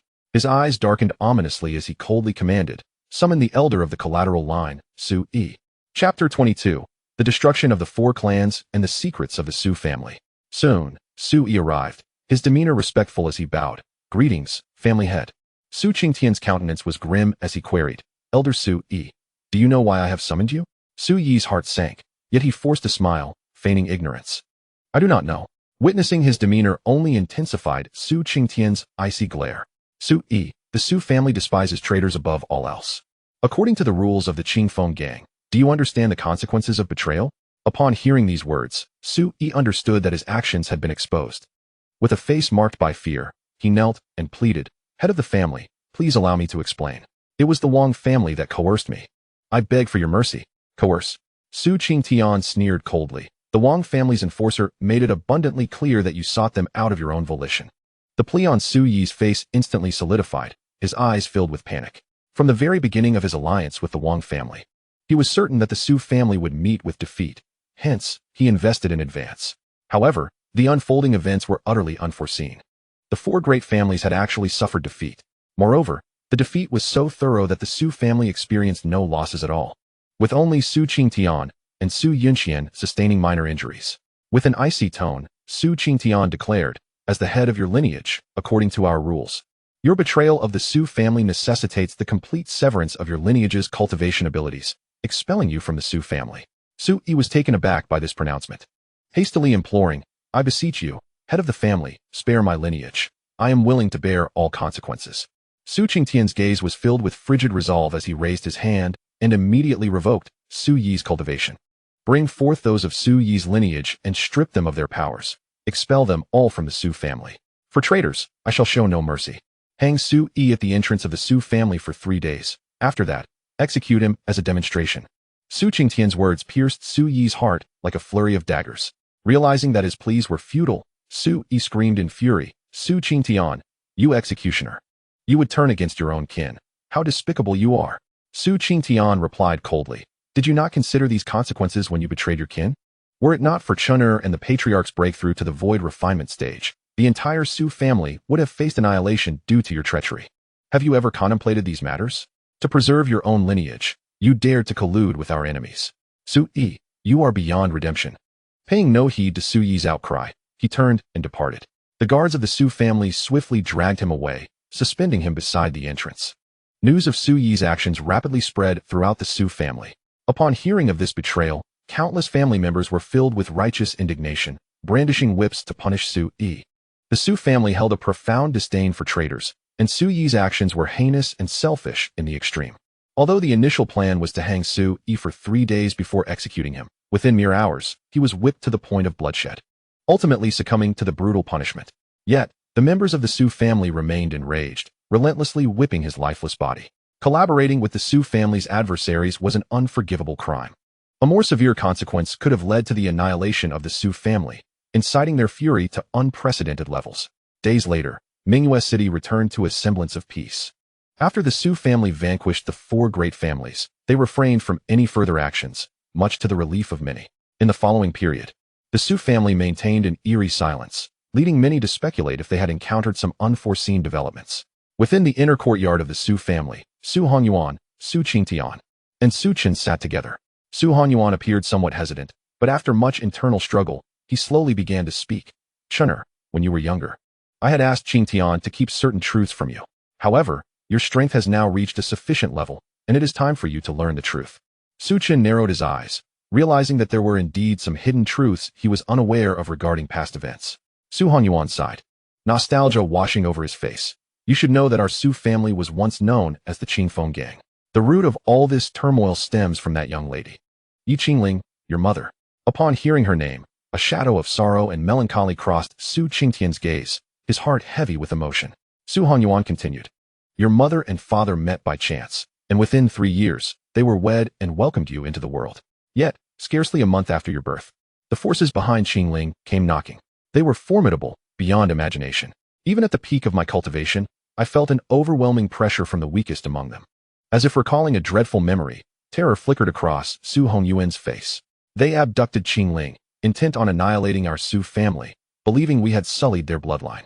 Had it not been for the intervention of a mysterious powerhouse, our family might have been obliterated, leaving me with indelible scars. To this day, we remain in the dark about Qingling's fate, unaware of who her captors truly are. After absorbing this revelation, Su Chen fell into deep silence. In his past life, as an avid internet user, such a narrative felt eerily familiar. Su Qingtian, filled with hope, remarked, I have heard that those with a sacred physique might one day transcend the shackles of this world and ascend to become legendary saints. Chener, should you ever reach that pinnacle, you must bring your mother back. His tone was laden with sorrow and helplessness, for as a man, not being able to protect his beloved was the most agonizing of burdens. Without Su Chen's assistance, Su Qingtian might have remained trapped in a lifetime of regret. All of this turmoil stemmed from him. Had it not been for his existence, the Qingfeng gang would not have disbanded, the elder would not have been grievously injured, and Qingling would not have been captured, her fate uncertain. Every aspect of this calamity was intertwined with him. Yet, he was acutely aware that he could never bring Qingling back. His gifts were limited, his cultivation at its peak. Only Su Chen possessed the potential to accomplish such a feat, for he was exceptionally gifted and had a powerful mentor to guide him. With unwavering resolve, Su Chen declared, Rest assured, I will bring back my mother. Although he had never met her, the need to rescue her was paramount, for his own sake as well as for Su Qingtian. Hearing Su Chen's affirmation, Su Qingtian nodded appreciatively. Su Honyuan sighed. This may be the one thing you are unaware of, but I hope you refrain from reckless actions. Until you possess sufficient strength, do not seek them out. Su Chen smiled and nodded, refraining from a direct response. Once he returned to his courtyard, the light in his eyes shimmered like stars, revealing profound mysteries of the Tao. In the next moment, his figure ascended to the heights of the sky, looking down upon the minuscule expanse of Minghua City. He was resolute in his quest to find his mother. This was not merely an idle promise. One need not endure countless trials akin to the protagonists within those narratives, nor must one embark on a treacherous quest for salvation. Chapter 23. The Might of the Sage. Anomalies in the Universe in the Realm of the Sage. Where the path is perfected and all things endure, boundless power resides. Su Chen sought to peer into the heavenly Tao, yearning to uncover the essence of his maternal lineage. Yet, he soon furrowed his brow in frustration. He found himself unable to glean any information. How could this be? Such a predicament could only yield two conclusions. Either his mother had perished, or a more formidable practitioner was obscuring her from his sight. With narrowed eyes, Su Chen resolved to ascertain the truth, whether it be life or death. However, as he continued his probing, he was met with utter futility. It was evident that a powerful entity was concealing her presence, for he remained in ignorance regarding his mother. Under ordinary circumstances, even if she had succumbed, he would still have been able to discern her fate, utilizing his cultivation 100,000 years. If his current prowess was insufficient, then he would strive to augment it further. Does the host wish to suppress the fluctuations of their cultivation? The system's cold voice resonated within his mind, and without hesitation, Su Chen opted for suppression. Instantly, the aura surrounding him began to surge. He ascended through the late Sage stage to the pinnacle of Sage, then into the early phase of the Sage King, progressing through to the mid and late stages of the Sage King. This augmentation of 100,000 years of cultivation allowed him to transcend a significant tier. Su Chen's brow furrowed slightly as he declared, Utilize 2 million years of cultivation. His aura surged again, ascending with remarkable swiftness, akin to his own cultivation, with no lingering repercussions. He reached the zenith of the Sage King, then transitioned into the early phase of the Sage Emperor, advancing through the mid and peak stages, and into the early realm of the Ancient Sage. This 2 million years of cultivation facilitated his breakthrough across 2 substantial tiers. At this moment, Su Chen felt omnipotent, as if the very fabric of the universe lay within his grasp. His spirit extended forth, enveloping the entirety of the Eastern domain. Every occurrence, great and small, flooded into his consciousness, leaving no secrets hidden from him. Should he desire, he could effortlessly obliterate the entire Eastern domain with but a motion of his hand. Is this the Ancient Sage? Once more, Su Chen probed, and this time, he received a faint echo of his bloodline's resonance. He had found it. Upon reaching this exalted state, he instinctively grasped myriad truths of the universe. Above the Ancient Sage lies yet another realm, that of the Supreme Sage. Beyond that is the Emperor realm, which is further divided into 3 stages, the Quasi-Emperor, the Emperor, and the Ancient Emperor. Yet, the most recent individual to attain the Emperor level had vanished from the annals of history hundreds of thousands of years ago. Just as Su Chen prepared to exert all his effort in his search, the surrounding void suddenly began to collapse, the distortion spreading relentlessly. It appeared that the heavens themselves could scarcely endure Su Chen's burgeoning power, should he pursue his inquiry with force. A radius of 1,000,000 miles would likely dissolve into nothingness. What is happening? Su Chen's brow knitted in concern. Was the heavenly Tao of this world so feeble? Nevertheless, he quickly reined in his thoughts, contemplating how he might reclaim his mother. Exerting oneself to the utmost could lead to the collapse of the void, resulting in the demise of countless beings, and perhaps even the subjugation of the vast majority of the Eastern domain. Yet, if one does not fully commit to the search, one may never uncover the whereabouts of one's mother. After much contemplation, Su Chen ultimately resolved to abandon his quest. Given that his mother still lived and was shielded by such formidable cultivators, it indicated that there would be no immediate danger. Although Su Chen could not ascertain the precise location of his mother, he was certain she resided within the Xiantian realm. As long as she remained there, an encounter would be inevitable. Furthermore, the power preventing his probing was evidently considerable, with the minimum level of cultivation being that of an early innate ancient saint or higher. With such formidable strength, locating them within the Xiantian realm would not pose a challenge, merely requiring some time. However, what was the situation with the heavenly Tao? Su Chen focused intently on sensing the heavenly Tao's power within the Xiantian realm, feeling a tenuous thread of energy, as if it were on the brink of withering away. Suddenly, a peculiar voice resonated within Su Chen's mind, amidst the tumultuous surge of the heavenly Tao's energy surrounding him. What was this? Su Chen shuddered, his eyes filled with gravity. It appeared as though the heavenly Tao had attempted to communicate with him, akin to a beast seeking aid from humanity, the voice imbued with an array of emotions, pleading, despair, and suffering. When he sought to delve deeper, the heavenly Tao's power vanished without a trace, leaving him unable to sense anything further. What was truly occurring? Su Chen's brow furrowed. It seemed that a significant upheaval had arisen within the Xiantian realm. Even the previous incarnation of Su Chen would have remained oblivious to such a situation, had he not sought to utilize the heavenly Tao's power to probe into his bloodline. The strangeness of it all was ineffable. He sensed that this world concealed profound secrets. Even the sage like Su Chen had been unaware until he transcended to the innate ancient saint level and undertook a thorough investigation of the heavenly Tao, which yielded only faint sensations. He then conducted a meticulous examination once more, yet still found nothing peculiar. With no results forthcoming, Su Chen had no choice but to relinquish his efforts. As for his mother, there was no need for him to search.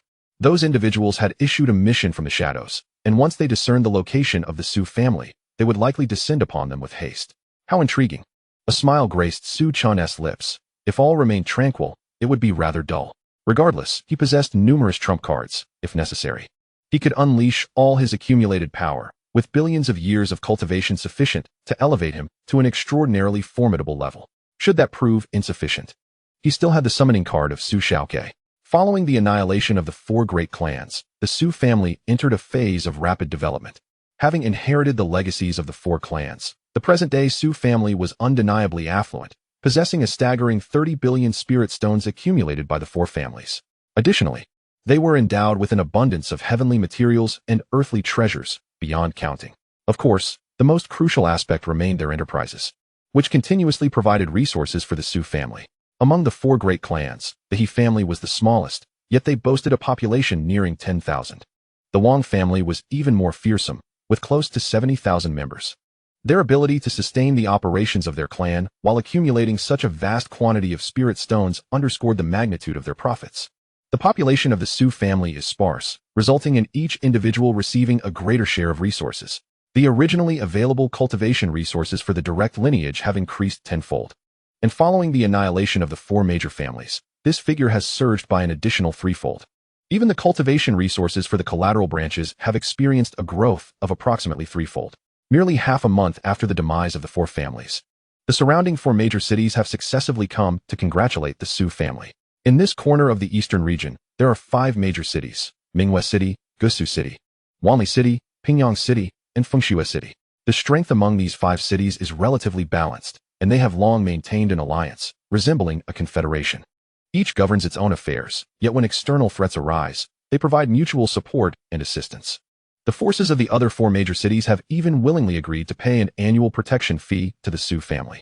The amount is modest, with each force at the divine transformation stage contributing 500,000 low-grade spirit stones, totaling nearly 10 million spirit stones for the Su family each year. Among the other 4 cities, there are close to 20 forces at the divine transformation stage. In the long run, over a decade, this amounts to 100 million low-grade spirit stones, which is indeed a considerable sum. Their initiative is also a display of foresight, as the Su family currently possesses strength far exceeding that of the other 4 cities, publicly boasting 4 divine transformation and 1 void refinement stage expert, alongside the formidable figure of Su Chen in the shadows. The actions of the 4 major cities, in essence, equate to voluntarily becoming vassals of the Su family. Should they not take such initiative, Su Qingtian would eventually unify the 4 cities. In the Xintian realm, powers are also classified into tiers: king, emperor, saint, and sovereign. The king level includes forces like the Jinghong dynasty, which is relatively close to Minghua City, where any force possessing a nascent soul stage expert is considered king level. The emperor level comprises forces with Dao entry stage experts. The saint level consists of those sacred lands and ancient clans, guarded by beings of saint rank. As for the sovereign level, it simply denotes forces or families with an emperor-level being, though such powers have become extinct in the current Xintian realm. Nevertheless, some families that once produced emperors continue to refer to themselves as imperial clans. The members of the Su family are not without ambition. Su Qingtian harbors aspirations to elevate the Su family to king level. Achieving this requires an abundance of resources, and incorporating the other 4 major cities under the Su family's banner would undoubtedly yield numerous advantages. Although various forces currently extend goodwill towards the Su family, Su Qingtian will inevitably compel their complete and utter submission. "Chenner, you should keep this transformation dragon pill for your own use," Su Qingtian said, handing over the pill obtained at the auction within the inner courtyard of the Su family.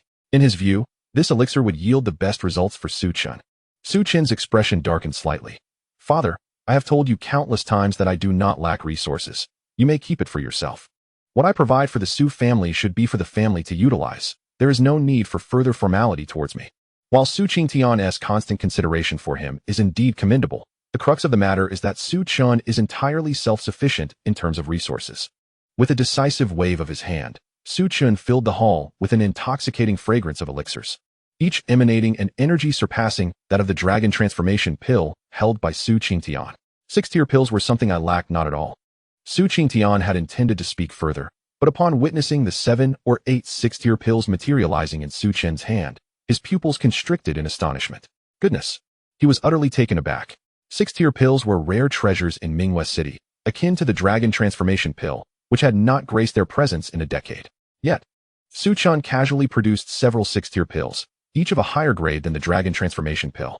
This left Su Qingtian utterly speechless, overwhelmed by the revelation. How ignorant I have been. This was sheer absurdity, a level of incredibility that left one astounded. Feeling somewhat embarrassed, Su Qingtian put the pills away. Observing this, Su Chen remarked, "Keep this pill for yourself. Strive to break through to the pinnacle of the divine transformation stage. I shall procure a void transition pill for you then." Su Qingtian's expression shifted. "You can acquire a void transition pill?" In contrast to the dragon transformation pill, the void transition pill was the true treasure, enabling practitioners at the divine transformation stage to directly ascend to the void refinement stage. However, such a pill could only be concocted by a 7th-tier alchemist, rendering it a rarity throughout the eastern domain. Su Chen, maintaining his calm demeanor, replied, "Merely a 7th-tier pill. I can procure 8th-tier and 9th-tier pills as well. You likely do not possess a clear understanding of my master. After all, The existence of that master was somewhat nebulous, allowing for limitless boasting. Su Chen, still in shock, was left speechless. Could 8th tier and 9th tier pills truly be acquired? Were there 8th tier alchemists in the Eastern Domain? While he was lost in thought, Su Chen rose and turned to leave the hall. I shall step out for a moment. Watching Su Chen's retreating figure, Su Chen remained silent for a long while before finally raising his head with a smile, his eyes filled with satisfaction. Qingling, our child has truly achieved greatness. After departing from the Su family, Su Chen made his way directly to the Wanbao Pavilion. Although the Su family was not lacking in cultivation resources, there remained a pressing issue. The resources were overly singular, and the selection of techniques was limited, with no alchemists or artifact masters present. A vast family composed solely of combat practitioners was evidently unreasonable. Moreover, Su Chen faced another dilemma, an excess of low-grade spirit stones. These stones were cumbersome to absorb, far less effective than rare materials. Thus, Su Chen resolved to expend some spirit stones to purchase more precious materials to enhance the Su family's strength. At Wanbao Pavilion, the receptionist's eyes brightened upon his arrival. Greetings, young clan leader Su. The current Su family was the dominant force in Mingwe City, and with Su Chen's previous extravagant bidding at the auction, they regarded him as a wealthy patron. What does young clan leader wish to purchase? I shall escort you at once. The flattery and eagerness were unmistakable on the receptionist's face. Su Chen stood with his hands clasped behind his back and replied nonchalantly. Please summon Manager Zhu. I have numerous items to acquire. With an unchanging smile on his face, he respectfully said, Young master, please wait a moment. I will summon the manager immediately. Having said that, he departed. If it were anyone else, even the former Wang Ming, he would not have had the audacity to directly call Zhu Li out. However, ever since the last auction incident, Zhu Li had specifically instructed that any visit from Su Chen should be promptly reported to him. In less than 10 breaths of time, Zhu Li approached him, wearing a congenial smile. Young friend Su Chen, I was occupied earlier and could not personally welcome such a distinguished guest. It is truly my oversight. One must admit, the personnel of Wanbao Pavilion are exceptionally tactful. Even in the void refinement stage, they maintained a humble demeanor before Su Chen. This was only natural, as guests were there to present spirit stones, and a lower posture was hardly an issue. For merchants, having a thick skin is indeed a powerful weapon. Zhu Li, still smiling, gestured, Please, this way, young friend. Before long, they entered an opulent private room, where the two sat facing each other. A spread of pastries and freshly brewed tea adorning the table.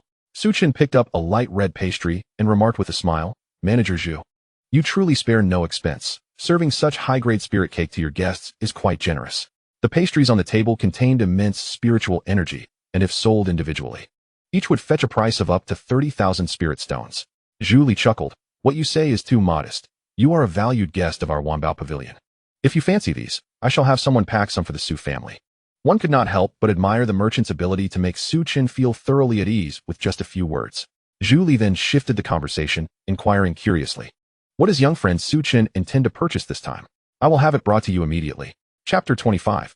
Emptying Wanbao Pavilion. 200,000 pieces? Are you jesting?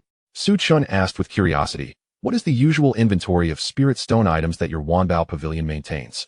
Zhu Li, slightly perplexed by Su Chen's question, donned a contemplative expression and after a moment, provided an approximate figure.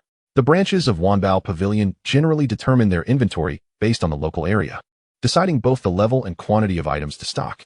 For instance, our Mingwe City branch has at least 4 billion spirit stones worth of goods. By the end of his statement, Zhu Li's face was filled with pride. As the manager of Wanbao Pavilion, he felt a natural superiority in the presence of local forces in Mingwe City. After all, their financial power utterly eclipsed that of the local factions. He anticipated Su Chen would reveal a look of astonishment. However, that was not the case. 4 billion? Su Chen's brow suddenly furrowed. It was surprisingly little. He simply stated, Please calculate the exact amount of spirit stones and help me pack everything. I will take all the items from Wanbao Pavilion. Very well. Zhu Li suddenly stared at Su Chen, asking in a tone of confirmation, Young friend Su Chen, what did you just say? Su Chen replied calmly, I said, I want everything from Wanbao Pavilion, regardless of what it is. Zhu Li gasped sharply, his expression filled with gravity and confusion. 4 billion spirit stones. Young friend Su Chen was certain this was no jest.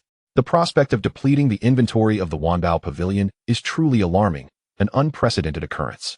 Moreover, Zhu Li harbors significant doubts regarding the financial strength of the Su family. After all, they have already expended a considerable amount of spirit stones. Even with the annihilation of the 4 major clans, the Su family could scarcely muster 40 billion spirit stones. He finds it hard to believe that they would purchase such an abundance of ostensibly useless items.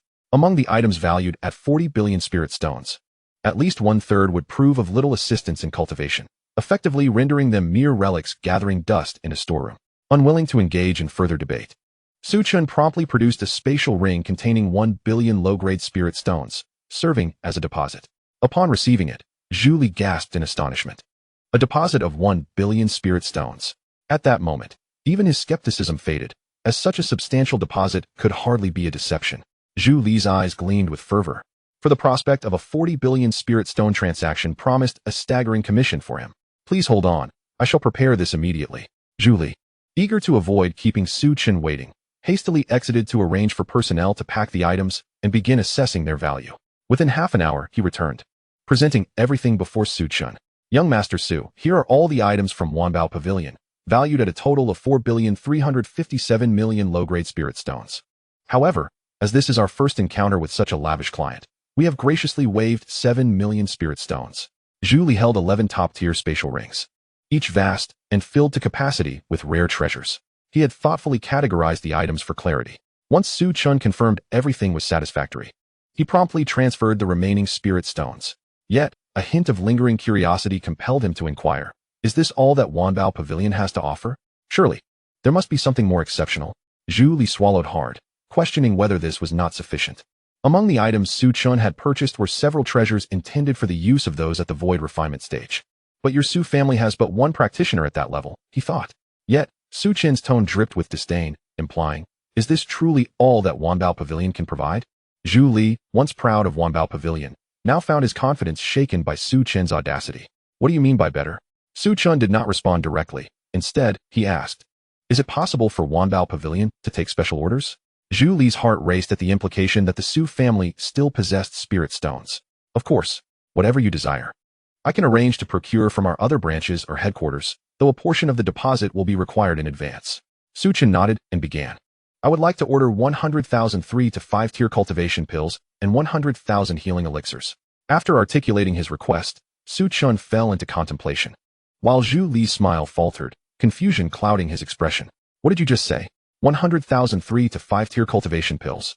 Are you certain you meant 100,000? Wait, young Master Su, are you sure you did not misspeak? The third-tier cultivation elixirs commence at a minimum of 50,000 spirit stones each, and acquiring 100,000 would amount to a staggering 5 billion spirit stones. The fourth-tier elixirs start at 500,000 spirit stones, while the fifth-tier preparations typically begin at 2 million. Are you truly certain about purchasing such a vast quantity?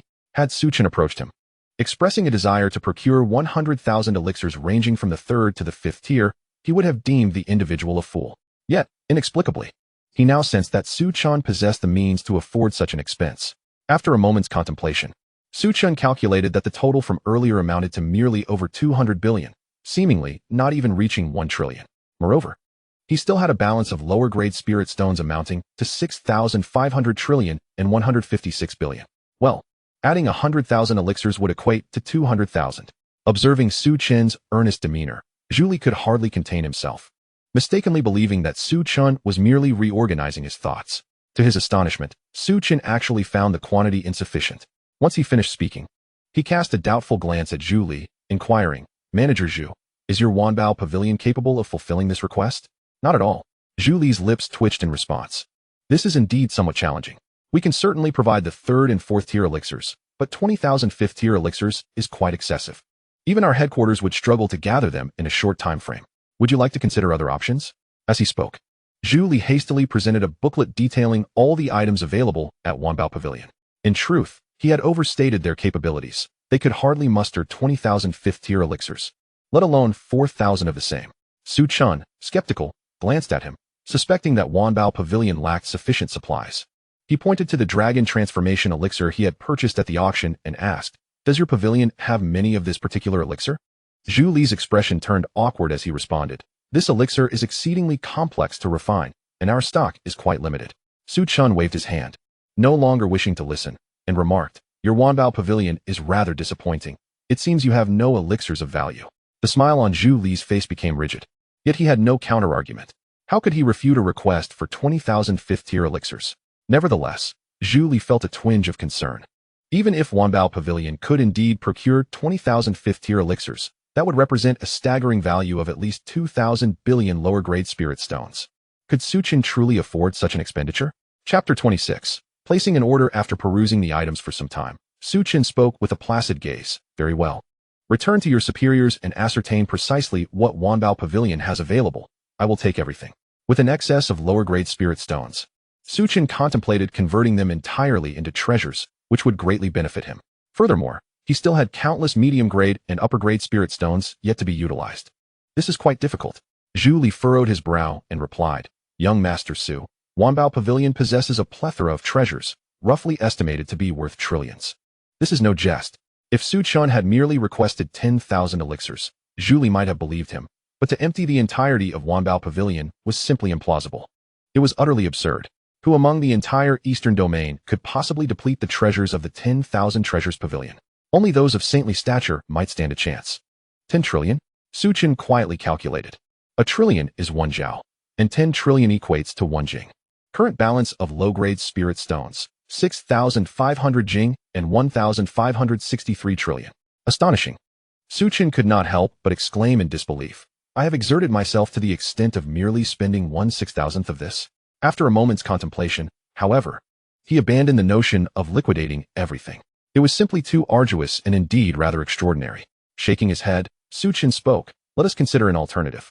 I request that your 10,000 treasures pavilion supply my Su family with 30 billion low-grade spirit stones each month. Please select popular techniques, formations, and elixirs. I have no interest in obscure ones. Ensure a balanced range, from the qi condensation stage to the void refinement stage. Should the quality of your offerings be satisfactory, I shall continue to purchase. If not, I shall refrain. As he spoke, Su Chen produced a spatial ring and handed it over. Here are 200 million low-grade spirit stones as a deposit. As a congenital ancient saint, he felt no trepidation about Zhu Li absconding with the spirit stones. Finding someone at the void refinement stage would be trivial. Zhu Li gazed at Su Chen's calm demeanor, feeling an overwhelming astonishment.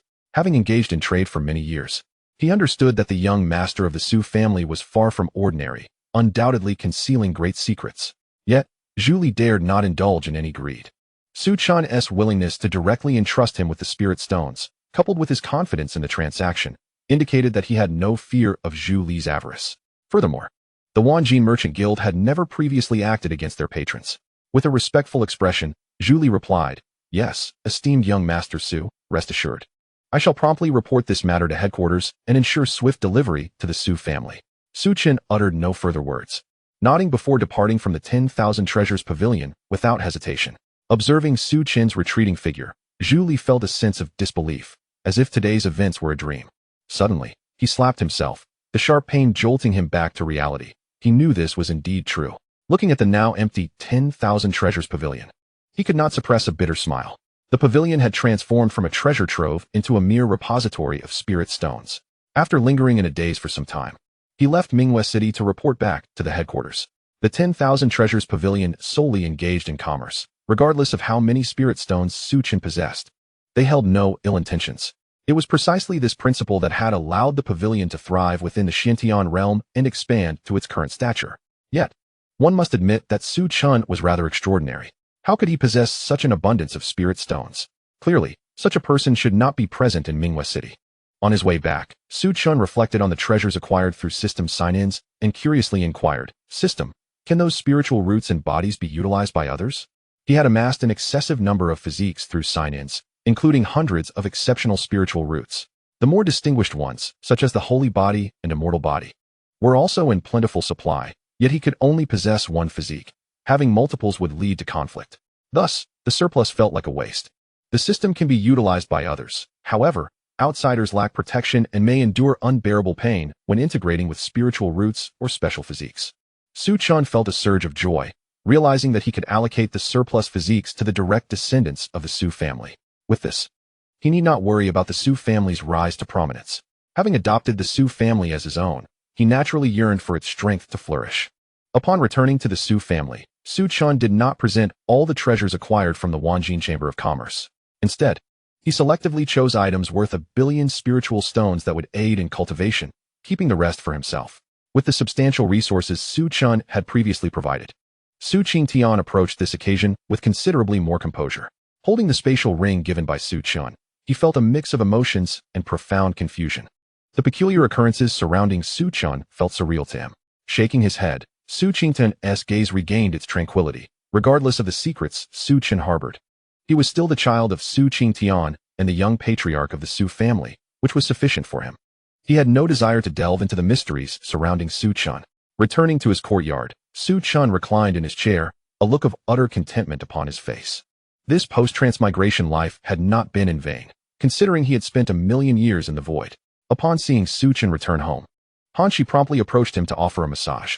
The servants of the Su family had undergone training, and their techniques rivaled those of professional practitioners outside. Su Chen remarked, "Not bad. You've already reached the 8th level of qi condensation." Hearing Su Chen's praise, Hanshi's face radiated excitement as she gratefully responded, "It is thanks to the young patriarch's guidance that I was fortunate enough to break through." Su Chen smiled faintly, choosing not to speak further, instead closing his eyes to savor the moment. His motivation for nurturing the Su family stemmed partly from his fondness for this place, but there was another significant reason. Su Chen disliked solitude and preferred the company of groups. In his previous life, he often observed protagonists in web novels who remained solitary and devoted solely to their cultivation. Yet, Su Chen found such an existence utterly dull. Both humans and animals struggle to detach from social groups. Moreover, Su Chen had no need for arduous cultivation, as the signing-in system had already arranged everything for him. Resources, cultivation levels, and treasures could all be obtained through signing in. He could entirely afford to take a laid-back approach. Dining alone might feel mundane, but when 3 individuals vie for the same dish, it becomes delectable. If the path of cultivation in the future was to be a solitary endeavor, what difference would it make from his time in the void?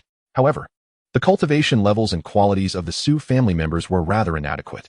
Among the younger generation, aside from himself, the best spiritual root quality was merely of medium grade, and their cultivation was limited to the late foundation establishment stage. While this was commendable within Mingyue City, it still fell short in many respects. After contemplating, Su Chen resolved to elevate the entire Su family to heavenly spiritual roots before gradually enhancing them to spiritual bodies and sacred bodies. After all, advancing directly to spiritual and sacred bodies would be quite challenging to justify. Su Chen did not wish to hastily elevate the strength of the Su family. A gradual approach was indeed the most prudent. Chapter 27. Transformation of the Spiritual Roots. Su Chen opened his system backpack to assess the quantity of his heavenly spiritual roots. Heavenly spiritual roots, 1798, such a considerable amount. This was nearly sufficient to enhance the qualifications of the entire Su family. Yet he was resolute in his decision not to do so indiscriminately. Among the collateral branches and servants, he would certainly select only those who were loyal and reliable. Turning to Ruashi beside him, Su Chen instructed, "Please notify the direct line of the Su family to assemble here, including the family head and the esteemed elders." The direct lineage of the Su family was not extensive, amounting to no more than 30 individuals. Upon receiving her orders, Ruashi promptly departed with haste. She understood well that Su Chen's position was now exceedingly high within the Su family, and she must perform her duties diligently to earn his further recognition in the future. Before long, the direct descendants of the Su family gathered together. The elders, showing great deference, rushed over at Su Chen's call. It was rare for him to summon them, which naturally suggested the gravity of the matter at hand. Su Yuanba chuckled, "Little Chen, what brings you to gather us?" Surveying the assembly, Su Chen noted the expressions of curiosity and confusion. He spoke, "Indeed, there is a small matter to address. Fourth uncle, since you were the first to speak, I shall allow you to experience it first." Su Yuanba was momentarily taken aback, but still approached. Under Su Chen's guidance, he seated himself upon a stone bench. The onlookers from the Su family regarded the scene with keen interest, their faces adorned with perplexity, utterly unaware of Su Chen's intentions. With a smile, Su Chen remarked, "Fourth uncle, it may hurt a bit, do bear with it." "Hurt?" Su Yuanba laughed heartily. "Little Chen, you underestimate your fourth uncle. I am least afraid of pain. But what is it you intend to do?" Su Chen offered a mysterious smile. "You will find out shortly." Using heavenly spiritual roots, a beam of spiritual light coalesced in Su Chen's hand, then entered Su Yuanba's body through the crown of his head. In the next moment, the previously calm demeanor of Su Yuanba shifted dramatically. He felt an intense fire igniting within him, growing ever more fierce, akin to being pricked by countless needles. Su Yuanba gritted his teeth and endured the sensation. Though it was painful, it remained within the bounds of his tolerance. Trusting in Su Chen, he refrained from resisting the torment. Merely 10 breaths passed, Yet the agony escalated to an unbearable crescendo, as if someone were stirring his very organs with a stick. The expression on Su Yuanba's face contorted in agony, his body trembled violently, and veins bulged upon his forehead. Seeing his distress, Su Chen could not help but inquire, "Chener, is your fourth uncle in danger?" Su Chen shook his head reassuringly. "Do not worry, it will only be a bit painful." Hearing this, Su Chen felt a modicum of relief, yet he remained perplexed about Su Chen's intentions. The others from the Su family were equally bewildered. A piercing scream erupted as Su Yuanba collapsed to the ground, drenched in sweat, his body visibly writhing. It was as if a monstrous worm resided within him. An utterly terrifying sight. "Father!" Su He exclaimed, her bright eyes filled with concern. Soon, the anguished cries grew increasingly piercing, as Su Yuanba seemed to be enduring unimaginable torment. The expressions of the Su family shifted. Was this merely a bit of pain? "Father, are you all right?" Su He, witnessing Su Yuanba's distress, prepared to rush over to check on him, but Su Chen intervened. "Do not worry, little sister. Your elder brother would never harm his own kin," Su Chen assured her, wearing a calm smile. Upon hearing this, Su He's anxious heart began to ease somewhat. It was at this moment that Su Yuanba's screams ceased, and he lay on the ground, gasping for breath. "Xiao Chun, is this what you call a bit of pain?" Su Yuanba said weakly, clearly having been severely tormented this time. However, his expression soon changed. "What is happening?" As he sensed the surging spiritual energy surrounding him and the vast meridians within his body, disbelief washed over his face. "Why has my absorption of spiritual energy accelerated so dramatically, at least 5 times faster than before?" 5 times. Su Chen gasped in astonishment, feeling the spiritual energy emanating from Su Yuanba, and uncertainly remarked, "Fourth brother, try not absorbing spiritual energy, and cease your cultivation for now." Though puzzled, Su Yuanba complied. Astonishingly, an incredible scene unfolded. Despite not cultivating, the spiritual energy from the heavens continued to flow into his body, in harmony with the cosmos. Cultivating autonomously, this is a sign of a heavenly spiritual root. What? The members of the Su family were all taken aback. Su Chen stepped forward and declared, "Indeed, this is the heavenly spiritual root. I possess a method to elevate your qualifications to that of a heavenly spiritual root, with no adverse effects. Perfectly attuned to your physical form, one need only endure the pain. However, the younger and less advanced one is, the less painful the experience will be." The reason Su Yuanba was in such agony was due to his deeply entrenched foundations. Enhancing the spiritual root is a forceful transformation, and it is only natural that it would be painful. Fortunately, this process would not be overly prolonged, typically concluding in around 30 breaths. Lest Su Yuanba truly reach the brink of collapse, you can elevate to a heavenly spiritual root. Su Chen could not help but swallow hard. The best qualifications in their family were merely of upper-grade spiritual roots. If the direct line could all be elevated to heavenly spiritual roots, it would bring immense benefit to the entire Su family. Enhancing a spiritual root postnatally was inherently impossible, yet Su Chen had achieved it. Were it not for the evidence before him, Su Chen would find it exceedingly hard to believe. "Who will be next?" Su Chen called out. The thought of becoming a heavenly spiritual root prompted Su Chen to stride forward. "I will." With a defiant expression, Su Chen looked disdainfully at Su Yuanba and remarked, "Fourth, your pain tolerance is still too weak, you won't die from it. I truly do not understand your outcry." A hint of shame crossed Su Yuanba's face. He had previously boasted to Su Chen about his fearlessness towards pain, only to succumb to a cry of anguish. It was indeed a bit embarrassing. Su Chen began the same procedure with Su Chen. Before long, a piercing scream erupted once more in the courtyard, even louder than before, echoing throughout the entire Su family estate. Many of the collateral branches and servants wore bewildered expressions, pondering what transpired within the inner courtyard. Su Chen, being at the transformation stage, naturally endured a more excruciating ordeal. The screams soon ceased, and Su Chen, drenched in sweat, appeared utterly spent. The pain was unbearable. Yet, almost instantaneously, Su Chen burst into laughter. What astonishing absorption speed! I, Su Chen, am no longer merely of medium-grade spiritual roots. I have ascended to the realm of heavenly roots. Su Yuanba let out a cold chuckle, remarking, "Who was it that claimed they wouldn't scream?" Su Chen's smile faltered, an expression of embarrassment crossing his face. Su Chen, however, paid no heed and continued, "Next." Chapter 28. The entire clan of heavenly roots within the inner courtyard of the Su family, screams intermittently resonated, lasting nearly an hour. The members of the Su family sat on the ground, looking utterly drained, as all the direct descendants had been elevated to heavenly roots by Su Chen. This was merely the initial step. Su Chen intended to further enhance their capabilities. The direct descendants of the Su family were engulfed in ecstatic joy. Heavenly roots. I too have attained heavenly roots. Such a level of aptitude is virtually non-existent in the 5 great cities. I have heard that in the Jinghong Empire, only 2 or 3 individuals possess such potential. My heavens, someone slapped me. This feels like a dream. Smack. Su Kongshan, did you really just slap me? Are you serious? I only wished to express my astonishment, and you struck me so hard. Was that intentional? Su Kongshan wore a face of grievance, retorting, didn't you ask me to do it? Su Qingyun, equally elated, mused that with such a batch of heavenly roots, the family's future prosperity was assured. He suddenly interjected, the young clan leader has helped elevate your potential. Shouldn't you express your gratitude? Although the reason behind Su Chen's extraordinary abilities remained a mystery, it was of little consequence.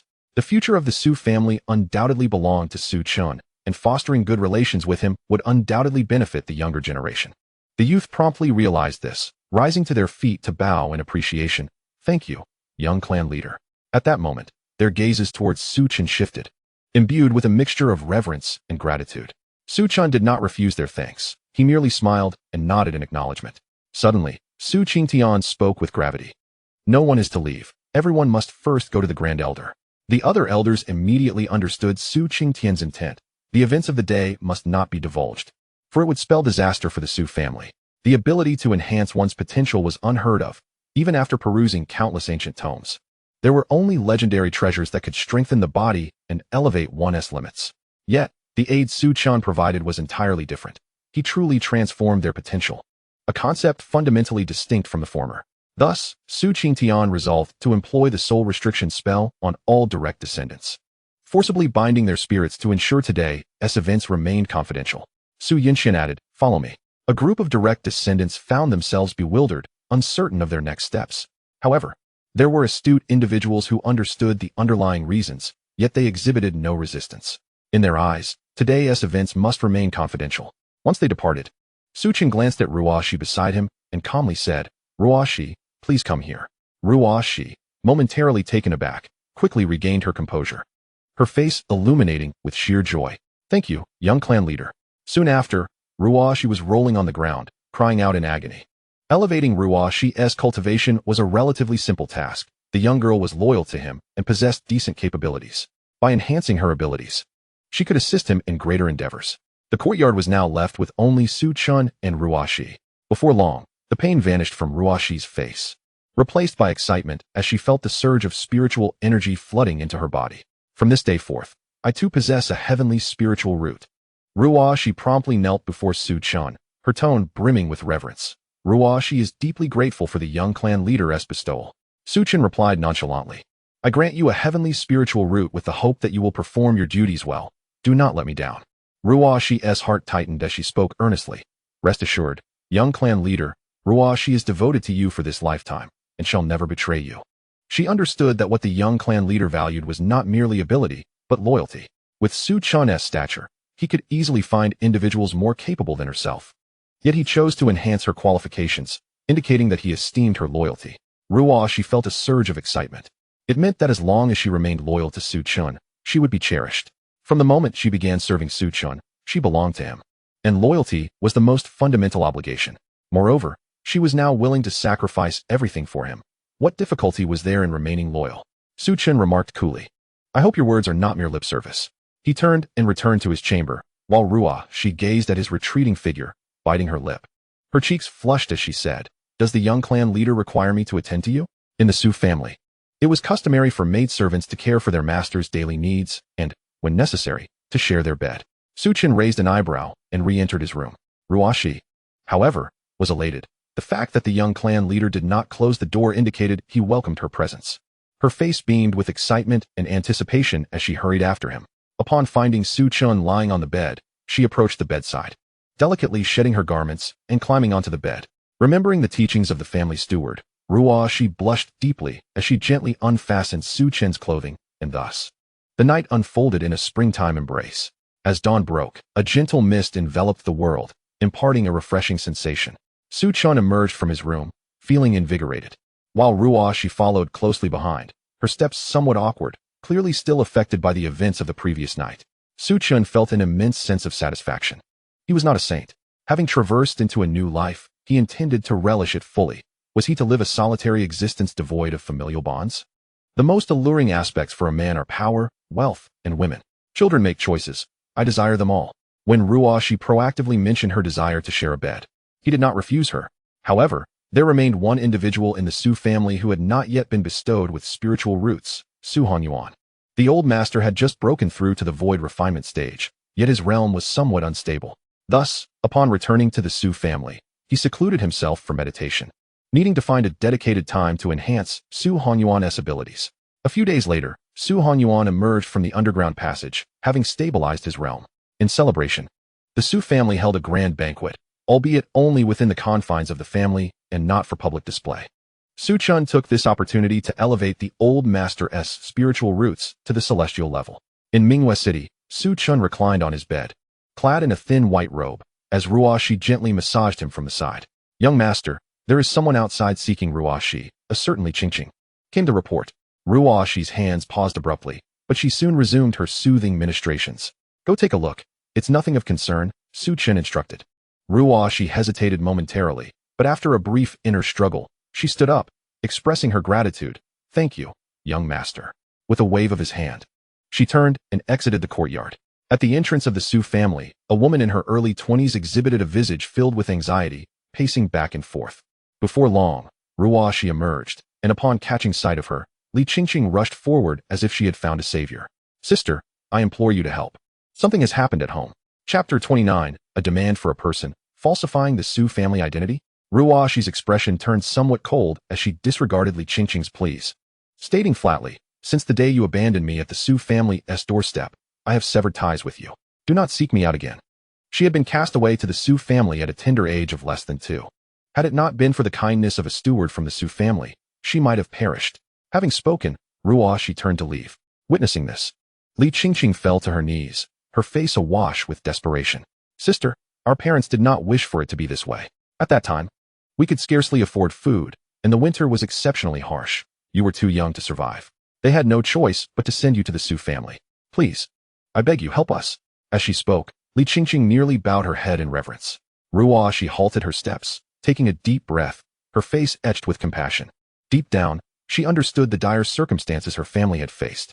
In her early years, they occasionally visited her, even asking during festivals if she wished to return home for celebrations. Yet, Ruoshi harbored deep resentment towards that family. Why had they abandoned her to the Su family while there were 3 older sisters remaining? Why was she chosen to be forsaken? Despite her harsh words, Ruoshi did not genuinely wish for misfortune to befall her family, for that would burden her with guilt for a lifetime. Turning her head, she spoke in a somewhat indifferent tone. "Speak, what is the matter?" Seeing Ruoshi pause, Li Qingqing's face lit up with gratitude as she hastily replied. "A few days ago, the Fangya gang captured Ing Jie and Xiu Jie, and they also injured our parents, but thankfully, they were not severely harmed. However, the Fangya gang intends to send Ing Jie and Xiu Jie to the Changhong courtyard as courtesans. You are the only one who can save them now." Li Qingqing's voice trembled with tears, her face a portrait of despair and helplessness. The Longfang sect was a renowned force in Mingyue City, boasting 2 formidable infant transformation stage experts, making it one of the most powerful factions, second only to the Su family. How could an ordinary family like hers possibly contend with such a mighty sect of cultivators? Hanxi's eyes narrowed with intensity, quickly replaced by a surge of fury. Where are Ing Jie and Xiu Jie now? These 2 were her elder sisters. Despite having seen them only 2 or 3 times throughout her life, blood is thicker than water. The thought of her kin being captured to serve as concubines ignited an inexplicable rage within her. They were in the Changhong courtyard, and it had been 2 days without any news of their well-being. Li Qingqing hastily rose to her feet, tears streaming down her cheeks as she led the way forward. Before long, they arrived at a bustling pavilion, adorned with fluttering red banners and a throng of alluring courtesans eagerly soliciting patrons. The Changhong courtyard. Hanchi stepped forward, and a young woman at the entrance immediately greeted her with a smile, saying, "Oh, we have a little beauty here, but this is a place for men, not for women." Many of the courtesans could not help but chuckle at her remark. Hanchi's expression darkened. "I am from the Su family. Summon your manager." The mention of the Su family startled the woman, who scrutinized Hanchi with suspicion before replying, "Please hold on a moment." Although she found it hard to believe that Hanchi was truly from the Su family, she opted to report the matter to avoid any potential mistakes. The Su family's reputation was currently unparalleled, necessitating a cautious approach, especially since Hanchi appeared to be seeking trouble, a rarity in Mingyue City. where few dared to confront the Longfang sect. Soon, 5 men emerged from the Changhong courtyard, and the middle-aged man leading them frowned upon seeing Ruashi. I am Hu Huan, the vice leader of the Longfang gang. May I inquire your name? Su family, Ruashi replied, producing a token that symbolized her identity as a member of the Su family. Previously, she had been a mere servant, possessing a rudimentary wooden token. However, due to Su Chen's influence, she had gained considerable recognition, allowing her to exchange her token for a silver one reserved for managers. The sight of the silver token caused Hu Huan's expression to shift dramatically. Only those at the perfected core formation stage were entitled to such a token. Though he harbored doubts about Ruashi's age and cultivation level, he approached her with a smile and clasped hands, saying, "Ah, so you are a manager of the Su family. I failed to recognize you at first. Please forgive my oversight. May I ask if your visit to our Changhong courtyard is for a specific purpose?" While Hu Huan maintained a courteous demeanor, he scrutinized Ruashi intently. When had the Su family appointed such a young female manager, and why had he never heard of her before? Despite a multitude of questions swirling in his mind, no one in Mingyue City dared to forge the Su family's identity, compelling him to accept the situation with a degree of skepticism. Ruashi replied coldly, "I am here to seek 2 individuals from Vice Leader Hu." 2 individuals? Hu Huan was utterly perplexed. What could this mean? At that moment, Gao Qiao, standing beside Hu Huan, suddenly glanced at Li Qingqing, his expression momentarily frozen. Then, with a sharp focus, he leaned closer to Hu Huan and whispered a few words in his ear. The vice leader, noticing the girl beside him, narrowed his eyes at Hu Huan. He turned his gaze towards Li Qingqing, then glanced back at Ruashi and bellowed, "How dare you forge the identity of the Su family? Seize them both at once." Immediately, several individuals at his side rushed forward, preparing to encircle the 2. Ruashi's beautiful eyes flashed with anger as she retorted, "What do you intend to do? Are you not afraid of offending the Su family?" "Offend the Su family?" Gao Qiao scoffed, his tone dripping with disdain. "You overestimate yourselves. Have you become addicted to impersonating the Su family? And you, Li Qingqing, daring to assume the Su family's name to save your sister. If the Su family finds out, your entire family will face annihilation. If you wish to rescue your sister, it is simple. Just procure 1,000 spirit stones. Return them to me, and I shall ensure her safe return." Upon hearing this, Li Qingqing's eyes brimmed with hatred as she shouted, "Gao Qiao, my sister only borrowed 50 taels for our parents' medical treatment. How can you demand 1,000 spirit stones from us? We do not possess such wealth." In the vicinity of Mingyue City, many mortals still existed, their currency being silver or gold. These individuals constituted a significant majority, with nearly 70% being common folk. A single spirit stone could be exchanged for about 500 taels of silver, highlighting the exorbitant sum Gao Qiao was demanding. It was nothing short of usury. The young women within the Changhong courtyard, upon hearing Li Qingqing's words, displayed expressions of sorrow. Most of the girls who came here had been victimized by the Longye gang, coerced into becoming courtesans to please men. The bustling area surrounding the Changhong courtyard attracted a crowd, drawn by the commotion. How shameless the Longye gang must be, converting 50 taels of silver into 1,000 spirit stones. This was their well-known tactic, and it was already rumored that the girls of the Changhong courtyard were forcibly brought here. What a pity, for these 2 appeared quite young. Isn't that a management token from the Su family in his hand? How audacious of the Longye gang to dare offend the Su family. Have you ever seen such a young manager? Only at the qi condensation stage, no less. The situation is as follows. That girl's sister was captured and taken to the Changhong courtyard, and in her desperation to rescue her, she forged the identity of the Su family. Such foolishness. If you're going to forge an identity, at least ensure it matches one's strength. Having a qi condensation stage individual impersonate a Su family manager is utterly ridiculous. Whispers of disbelief permeated the air, with no one willing to accept that she was genuinely a manager of the Su family. After hearing Li Qingqing's words, Gao Qiao sneered. "If you cannot repay your debts, why borrow in the first place? Or should I assume I coerced you into borrowing silver? It is only natural to repay debts. Since you lack spirit stones, is it not reasonable to bring you to the Changhong courtyard to settle your debt?" Chapter 30. Bewildered. These individuals fear not even the Su family. Gao Qiao spoke with an air of righteous indignation, as if the fault lay entirely with them. Ruashi, trembling with anger, fixed her icy gaze upon him and declared, "You desire spirit stones, do you not? I shall provide them. Now release us at once." As she spoke, she directly cast 1,000 spirit stones into the fray.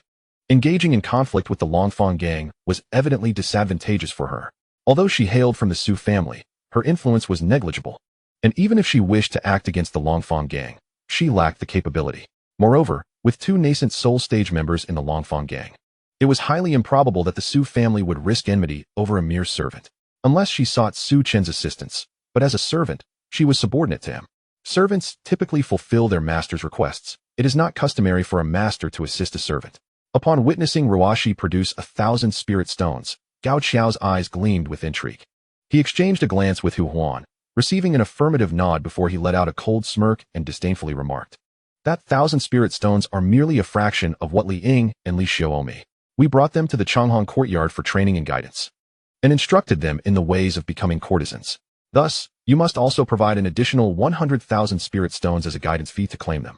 Ruashi's face flushed with fury. How outrageous. Her expression darkened as the sum escalated to 100,000 spirit stones. It was clear they had no intention of releasing them. Passers-by observed the scene, shaking their heads in disapproval. The Longfang gang's methods were utterly repugnant. Yet, what could be done when one was faced with such overwhelming power? It seemed the two girls were doomed, having lost everything. With the Longhong courtyard's tactics, they would likely become courtesans there themselves. Some noted the youthful beauty of one girl, speculating that if she were to become a courtesan, they would surely seek her out. While some displayed disdain, others felt a pang of compassion. However, the might of the Longfang clan rendered them powerless to intervene. Gao Qiao coldly declared, "Enough of this nonsense. If you can produce 100,000 spirit stones, you may take them. If not, both of you will remain in the Changhong courtyard." He licked his lips, his gaze revealing a sinister intent. Ruashi's beauty was not to be underestimated. Even in the entire Minghua city, she was a rare gem. With a little refinement, she would undoubtedly become a top courtesan. Given his status, the girls of Changhong courtyard were within his reach, and he could not wait to indulge himself.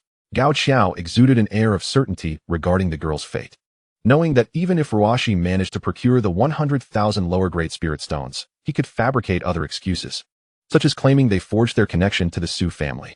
Li Qingqing's face was etched with panic as she hid behind Ruashi, her voice trembling. "Sister, what should we do now?" Ruashi's countenance darkened. "I am of the Su family. Do you dare to harm me without fearing retribution from them?" The Su family? Gao Qiao's expression was one of barely suppressed amusement, his face betraying disdain. If Li Qingqing and the others had a steward from the Su family backing them, how could they be living in such abject poverty, even needing to borrow money for medical expenses? He did not believe Ruashi was truly from the Su family. Without the spirit stones today, not even the mightiest of figures could sway him. Gao Qiao knew the Qingqing family well. They were merely ordinary villagers from a small mountain hamlet, with no cultivators emerging from 3 generations. Such individuals can be manipulated at will, posing no risk whatsoever. As the crowd around him swelled, Hu Huan suddenly spoke, "Rest assured, my Longyi gang is not unreasonable. If you can procure 100,000 spirit stones for the Changhong courtyard, I shall permit your departure." Hu Huan, wishing to preserve his reputation, took on the role of the villain. Han Shi trembled with rage, unable to fathom Hu Huan's shamelessness and his hypocritical facade. Hu Huan then shifted his tone, becoming somewhat menacing. "Of course, you have another option. We can take you to the Su family, but the consequences will be dire. You and your family will perish. Falsifying an identity from the Su family is a grave offense, and yet I am willing to grant you a chance at survival, a tremendous favor." Hu Huan surveyed the area, subtly signaling to Gao Qiao, who immediately understood the command. "Seize her." Han Shi's spirit jolted as she drew her sword, unleashing a formidable aura, exclaiming, "Who dares?" Such potent sword energy. Gao Qiao's eyes widened in astonishment. Despite Han Shi's mere condensation of qi, he sensed a dangerous aura emanating from her. After all, she was merely at the full condensation stage, yet she dared to pose before him. Gao Qiao scoffed, understanding that although Han Shi's aura was powerful, nearly rivaling that of a foundation establishment cultivator, she remained within the confines of her current stage. With ferocity, he lunged at Han Shi, releasing a breath of core formation energy that instantly tensed her demeanor. Panic flooded Han Shi's heart. She had never anticipated that these individuals would not fear the Su family. Since entering the Su family, she had never encountered such peril and had not considered survival at all. Her daily thoughts revolved solely around how to serve her master well. Yet today, upon leaving the Su family, she discovered the outside world to be fraught with danger. "Stop!" A commanding voice rang out, followed by the emergence of a robust figure from the crowd, dressed simply. Upon witnessing Gao Qiao's aggression towards Han Shi, he erupted in fury. "What are you doing? Do you not recognize her as a member of the Su family?" Gao Qiao was taken aback, then laughed maniacally. "You go to such lengths to save someone, even resorting to theatrics." "Theatrics?" The muscular man retorted vehemently. "I'll act your mother." He then produced a wooden token, emblazoned with a prominent character for Su. However, this token bore silver edges, and the reverse side was inscribed with the character for paying, distinguishing it from ordinary servant tokens. I am Su Li, the seventh son of the third branch of the Su family. Dare to claim I am impersonating the Su family? Are you seeking death? While an ordinary branch member might hesitate to provoke a Yuan-ing level power, the third branch was indeed a core faction of the Su family. As a steward, he was a leader within this branch, wielding significant influence, and was a nascent Yuan-ing cultivator. Thus, he felt no fear towards the Longya gang. Su Li continued. You rabble. This lady is Miss Ruo Shi, a person of importance to the young master. You dare to think of placing her in the Changhan courtyard? If the young master learns of this, your Longya gang will face annihilation. Clearly, upon hearing someone accuse him of impersonating a member of the Su family, his anger surged uncontrollably. Gao Qiao was initially taken aback, but after a moment of contemplation, he regained his composure. How dare you insult me? He was resolute in his belief that Li Qingqing had no ties to the Su family. Their household had endured hardships over the years. If they truly had any connection to the Su family, even as mere servants, they would not be in such dire straits. Gao Qiao's eyes blazed with fury. To insult the Longya sect, I shall sever your limbs today as a warning to others. As he spoke, a fierce aura erupted from within him, his hand turning as hard as iron as he lunged towards Su Li with lethal intent. Su Li was taken aback. Being merely at the initial stage of foundation establishment, he stood no chance against a core formation practitioner. He was utterly bewildered. Are you not afraid of the Su family? Has the world changed in Mingyue City? My father is an elder of the third house. If you dare to kill me, the Longya gang will be annihilated. Su Li shouted, his eyes filled with rage, unable to believe that Gao Qiao would truly dare to act. Gao Qiao scoffed, his gaze dripping with derision, still pretending. I shall witness how the Longya sect meets its end. If you are indeed of the Su family, then I must be the king of heaven. Suddenly, a commanding voice echoed, stop. Immediately following was a brilliant flash of sword light surging from the distance, infused with a potent sword intent, which swiftly severed Gao Qiao's arm. Chapter 31. Those who dare to harm the Su family. Su Chen strikes. Gao Qiao's shrill scream pierced the air, filled with agony. Su Chen appeared from afar, his eyes glinting with a chilling, murderous intent. He was the eldest son of Su Yuanba and the brother of Su He. In a cold tone, Su Chen remarked, well, I see now that the Longya sect dares to lay hands on my Su family. He had been enjoying drinks with Su Li when this unexpected commotion unfolded. He had thought Su Li could handle the situation, only to discover the Longya sect's audacity to threaten his family. Upon seeing Su Chen, she felt a wave of relief wash over her. With a direct descendant of the Su family present, it seemed the day would end without further incident. Su Chen cast a frosty glare at Hu Huan. Master Hu, you best provide me with an explanation, otherwise, this matter shall not end well. Before Hu Huan could respond, Gao Qiao roared, you brat, you seek death.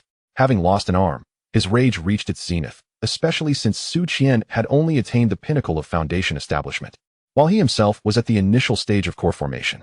It was a tremendous humiliation to be bested by someone at the foundation stage. Hu Huan swiftly restrained Gao Qiao, his expression growing grave.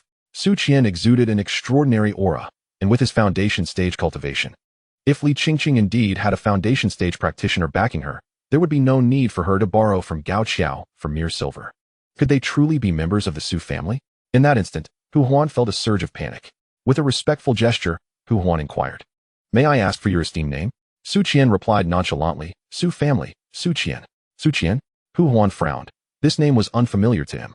The Su family had only arrived in Mingyue City for less than 20 years, and both the direct and collateral descendants of the younger generation rarely made appearances. Thus, Hu Huan found himself somewhat unfamiliar with the name Su Chen. However, upon witnessing Su Chen's confident and composed demeanor, a twinge of concern stirred within him. After careful consideration, Hu Huan spoke, young master Su Chen, if you can prove your identity as a member of the Su family, I shall immediately release Li Ying and Li Xiu. At these words, Su Chen could not help but laugh in disbelief. Ha! Observing Su Chen's unabashed and raucous laughter, Hu Huan's expression darkened considerably. Gao Qiao, standing nearby, coldly remarked, Deputy Leader, they are undoubtedly performing a charade. I have investigated Li Qingqing. She bears no connection to the Su family whatsoever. Upon hearing this, Hu Huan's initial wariness began to wane. After a moment of laughter, Su Chen grew weary of the amusement and turned a scornful gaze toward Hu Huan. Master Hu, are you and your Longya gang a bunch of fools? Su Li could not contain his own thoughts, adding, indeed, I've never encountered such ignorance in Mingyue City before. Preposterous. Hu Huan could no longer contain his fury, and in his rage, he began to lose his composure. Coupled with Gao Xiao's assertion that these individuals could not possibly be of the Su family, he launched himself forward with a thunderous assault aimed at Su Chen. The overwhelming force surged forth, with Hu Huan's attack manifesting as two fierce bolts imbued with the power of lightning, causing Su Qian's expression to shift dramatically.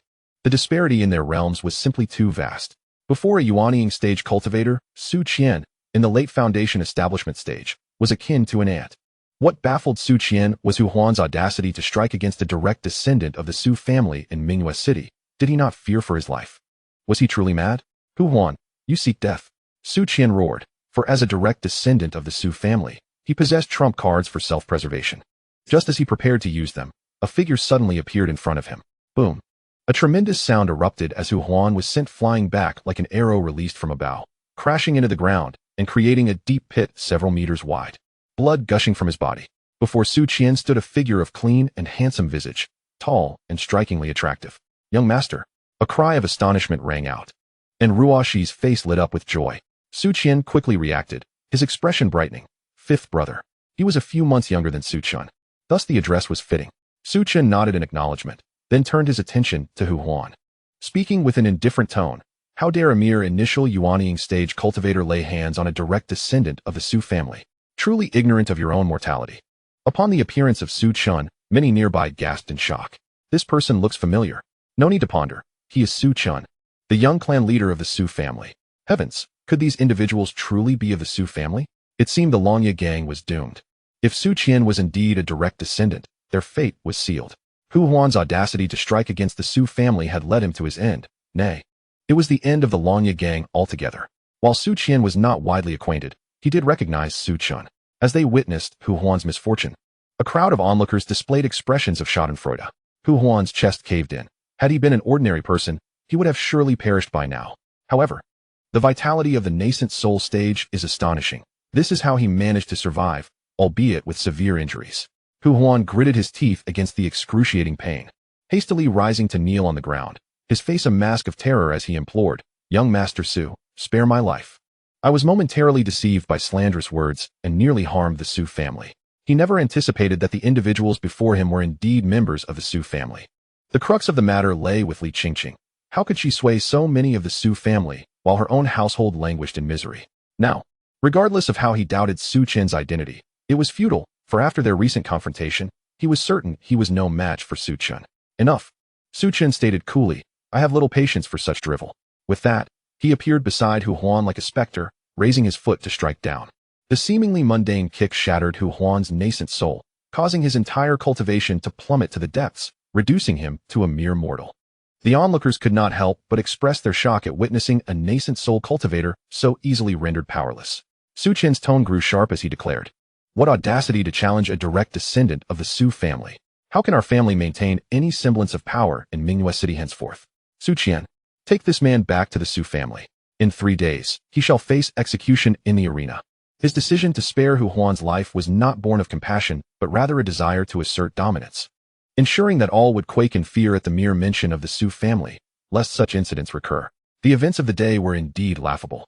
Even after revealing their identities, there were still those who dared to act against them, especially within Mingyue City. Su Chen promptly nodded, "Yes, young master." Although all were of the Su family, Su Chen's authority surpassed his own. He stepped forward, seizing Hu Huan and unceremoniously tossing him to Su Li. "Take him away." In that moment, despair filled Hu Huan's eyes. He realized he was doomed, having unwittingly crossed paths with the Su family's wrath. Simultaneously, he harbored intense hatred for Gao Xiao. Had it not been for his misguided counsel, he would have been more prudent in verifying the identities of those before him before making any decisions. As the vice leader of the Fanya gang, reaching the nascent soul stage was no small feat, yet today he had stumbled at the hands of his own. Li Qingqing was merely an ordinary person.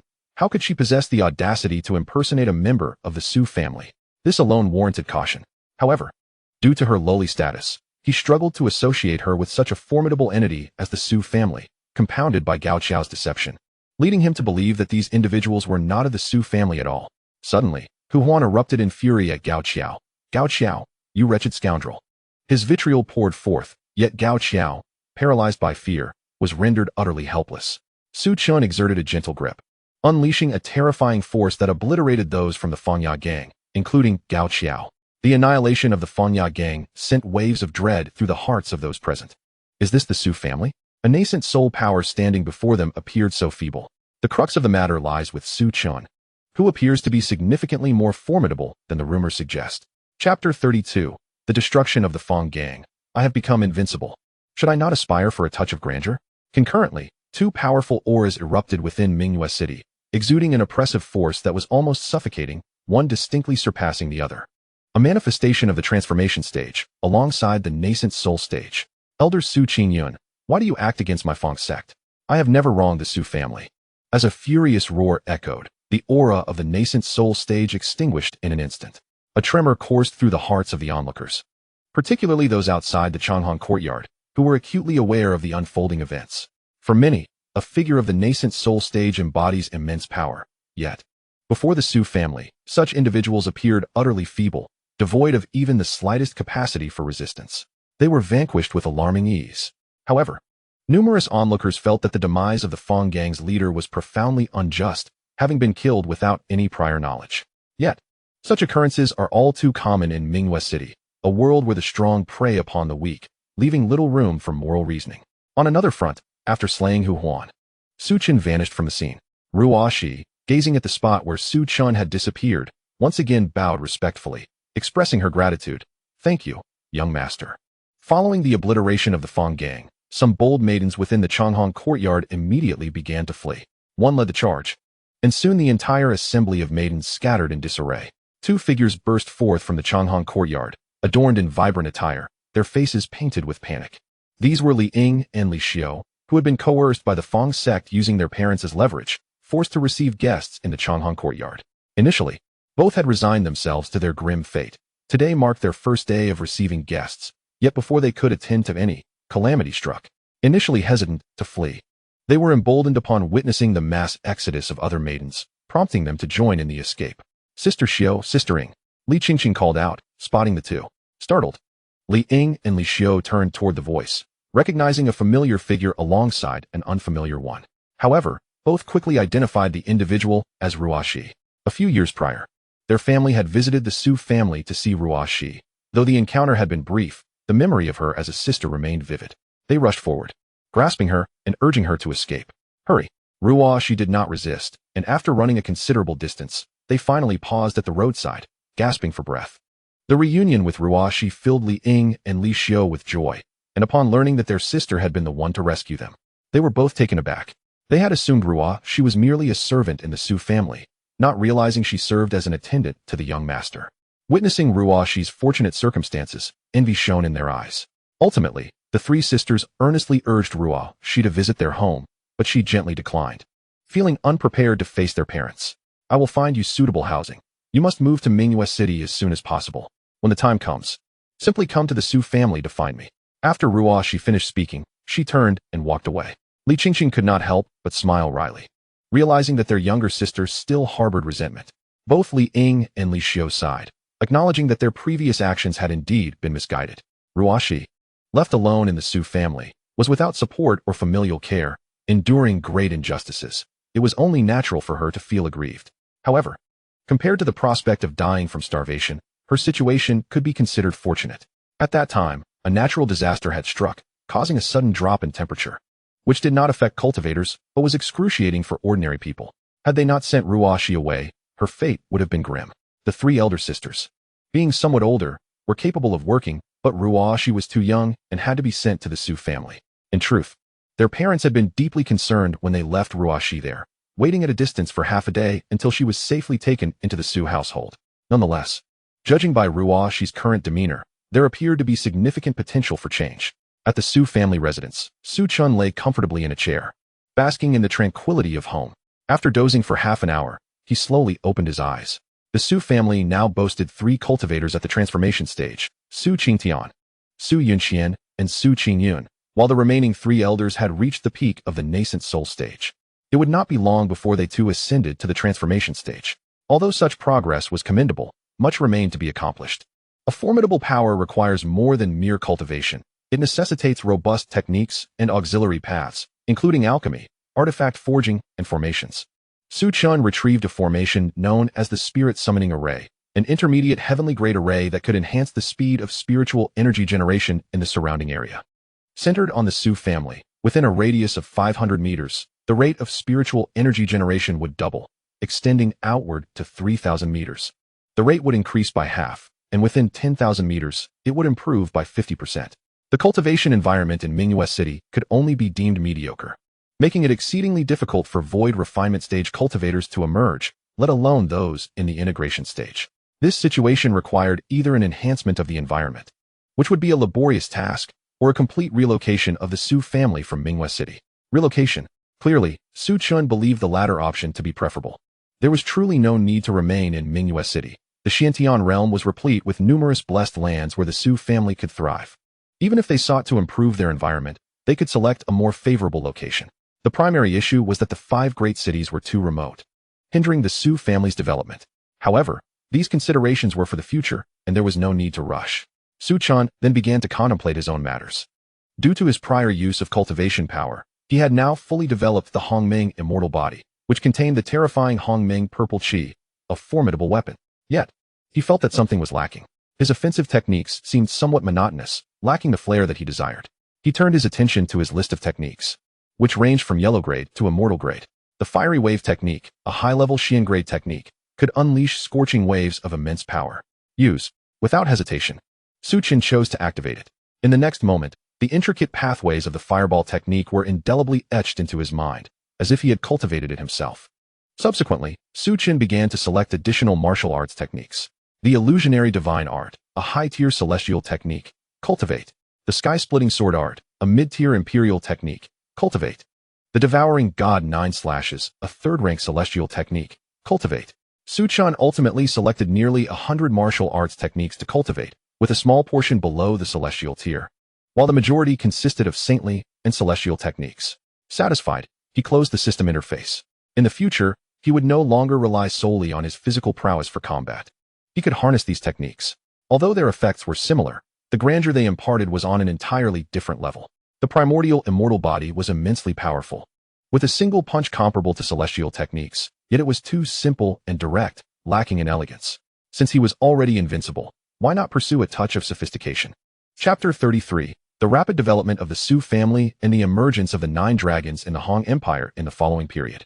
Su Chen dedicated his time to guiding the younger generation of the direct lineage within the Su family in their training. The Su family gradually became aware of Su Chen's terrifying and enigmatic nature. 2 months slipped by in the blink of an eye. Suddenly, 3 formidable auras erupted within the Su family, exuding an overwhelming presence that caused many in Mingyu City to raise their heads, their eyes filled with astonishment. This was the Su family's domain. They had once again produced 3 formidable cultivators at the transformation stage. This meant the Su family now possessed 5 transformation stage experts. But wait, had they forgotten about Su Chen? Was it not rumored that he possessed peak nascent soul strength? Had he also broken through to the transformation stage? By this reckoning, the Su family boasted 6 transformation stage cultivators and 1 at the refinement stage. While the family head also seemed to be at the peak of the transformation stage, likely on the verge of breaking into the refinement stage himself. The refinement stage was notoriously difficult to attain. Such breakthroughs were not easily achieved. Whispers of discussion filled the city as people spoke of the Su family, their words laced with reverence. The current state of the Su family was indeed fearsome, with the addition of 3 new transformation stage experts. Their position among the 5 great cities was now unassailable. Su Chen had also bestowed upon the Su family numerous formidable cultivation techniques, enhancing their combat prowess. Furthermore, they had made strides in alchemy and weapon forging, once having only 1 third-rank alchemist, now increasing to 7 third-rank alchemists, along with 1 fourth-rank alchemist. With the support of their heavenly spirit root, the younger generation of the Su family progressed rapidly, with Su Yuza having already reached the pinnacle of the core formation stage, just a step away from the nascent soul stage. A year passed in the blink of an eye. In Mingyu City, everyone felt their breath constricted, as though the very air of the world had been siphoned away, creating an oppressive discomfort. What was happening? The crowd turned toward the source of the overwhelming aura, their gazes filled with trepidation. Soon after, an unparalleled aura erupted from the Su family, under which the onlookers felt as insignificant as ants, forced to prostrate themselves on the ground. The aura of the refinement stage. The people of Mingyu City were filled with dread, faced with such a formidable presence. They felt utterly powerless. Soon, a powerful aura erupted, and a figure soared into the sky, causing ripples in the surrounding void. Haha, I, Su Chen, have finally transcended to the refinement void stage. Su Chen laughed heartily, radiating an overwhelming presence akin to that of a celestial being. He was the head of the Su family, and his breakthrough sent shockwaves through the community. My heavens! Another member of the Su family has broken through to the refinement void stage, exclaimed many, their faces displaying astonishment and trepidation. The Su family now boasted two formidable refinement void practitioners, solidifying their power. Particularly, upon learning this, the other four major cities sent gifts to express their allegiance, while Su Chen demanded that they submit to the Su family. Naturally, all factions within the four cities complied, agreeing to provide tributes to the Su family annually. Consequently, the influence of the Su family extended over all 5 cities. In the past year, among the younger generation of the Su family, 5 had broken through to the nascent soul stage, and 2 associates had also advanced to the transformation spirit stage. Currently, the Su family possessed a staggering 8 practitioners at the transformation spirit stage, with nearly 30 individuals at the nascent soul stage, a truly formidable force.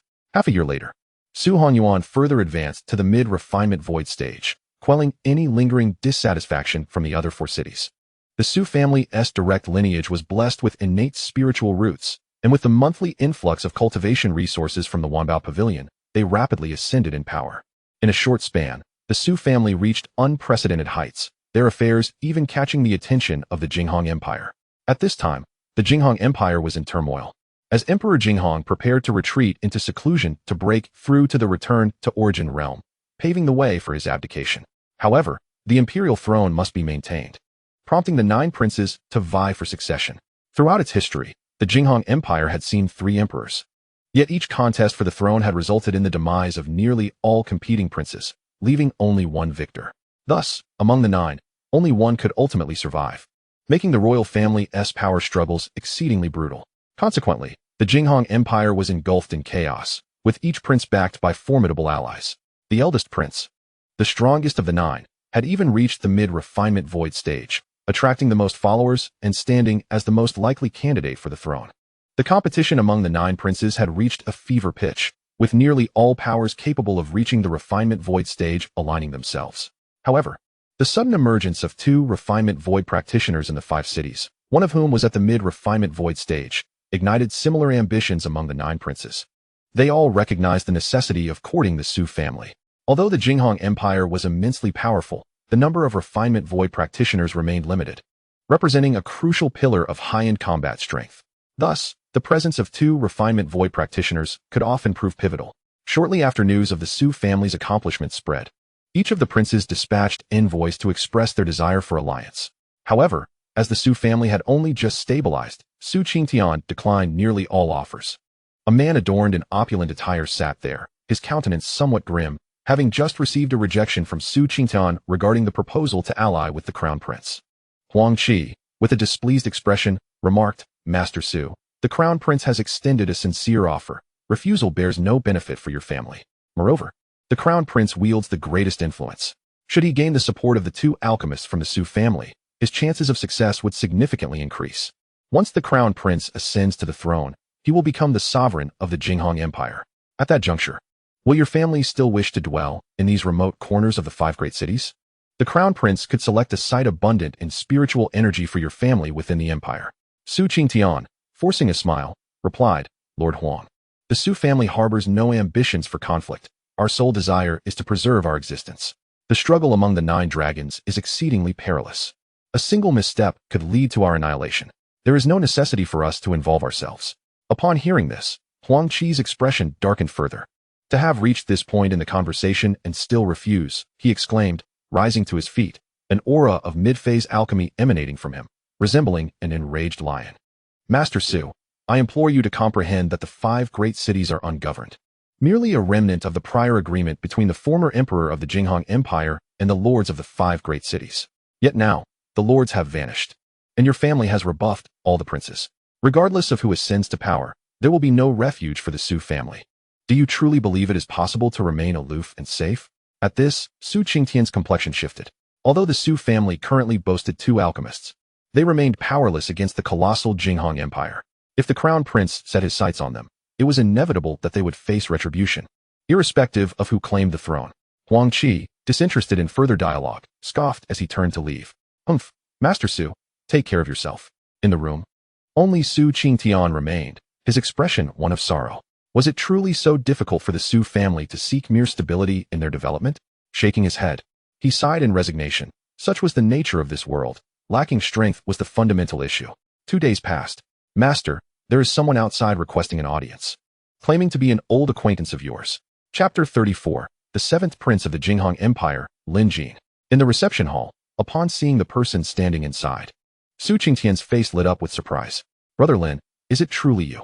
A man stood in the hall, exuding a gentle demeanor, radiating maturity and stability, accompanied by a subtle air of authority. Lin Jin, adorned with a smile, responded, Brother Su, it has been quite a while. Su Chen immediately laughed heartily. Brother Lin, it has indeed been ages. You mustn't leave so soon. We shall drink and revel together this time. Lin Jin was someone Su Chen had known since their days in the Qingfeng gang. In fact, it was Lin Jin's assistance that facilitated the Su family's migration to Minghua City. Upon hearing this, Lin Jin's smile faded, and he sighed ruefully. Brother Su, do you truly believe I am in the mood for drinking at this moment? Su Chen was suddenly taken aback, momentarily forgetting Lin Jin's true identity. He was the seventh prince of the Jinghong Empire. Su Chen was acutely aware of Lin Jin's intentions for visiting, and his expression grew somber. Is it not possible to withdraw from the contest for the crown prince? Lin Jin replied with a calm demeanor. Withdraw? How can one withdraw? Regardless of who emerges victorious, all will ultimately face reckoning.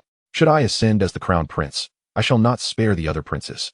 In the Jinghong Empire, with powerful ancestors in the integration stage overseeing matters, the identity of the ruler becomes inconsequential as long as one belongs to the royal lineage. Even if you were to become the Jinghong king, others could still conspire to bring you down. In this realm, strength reigns supreme. Public sentiment holds no weight.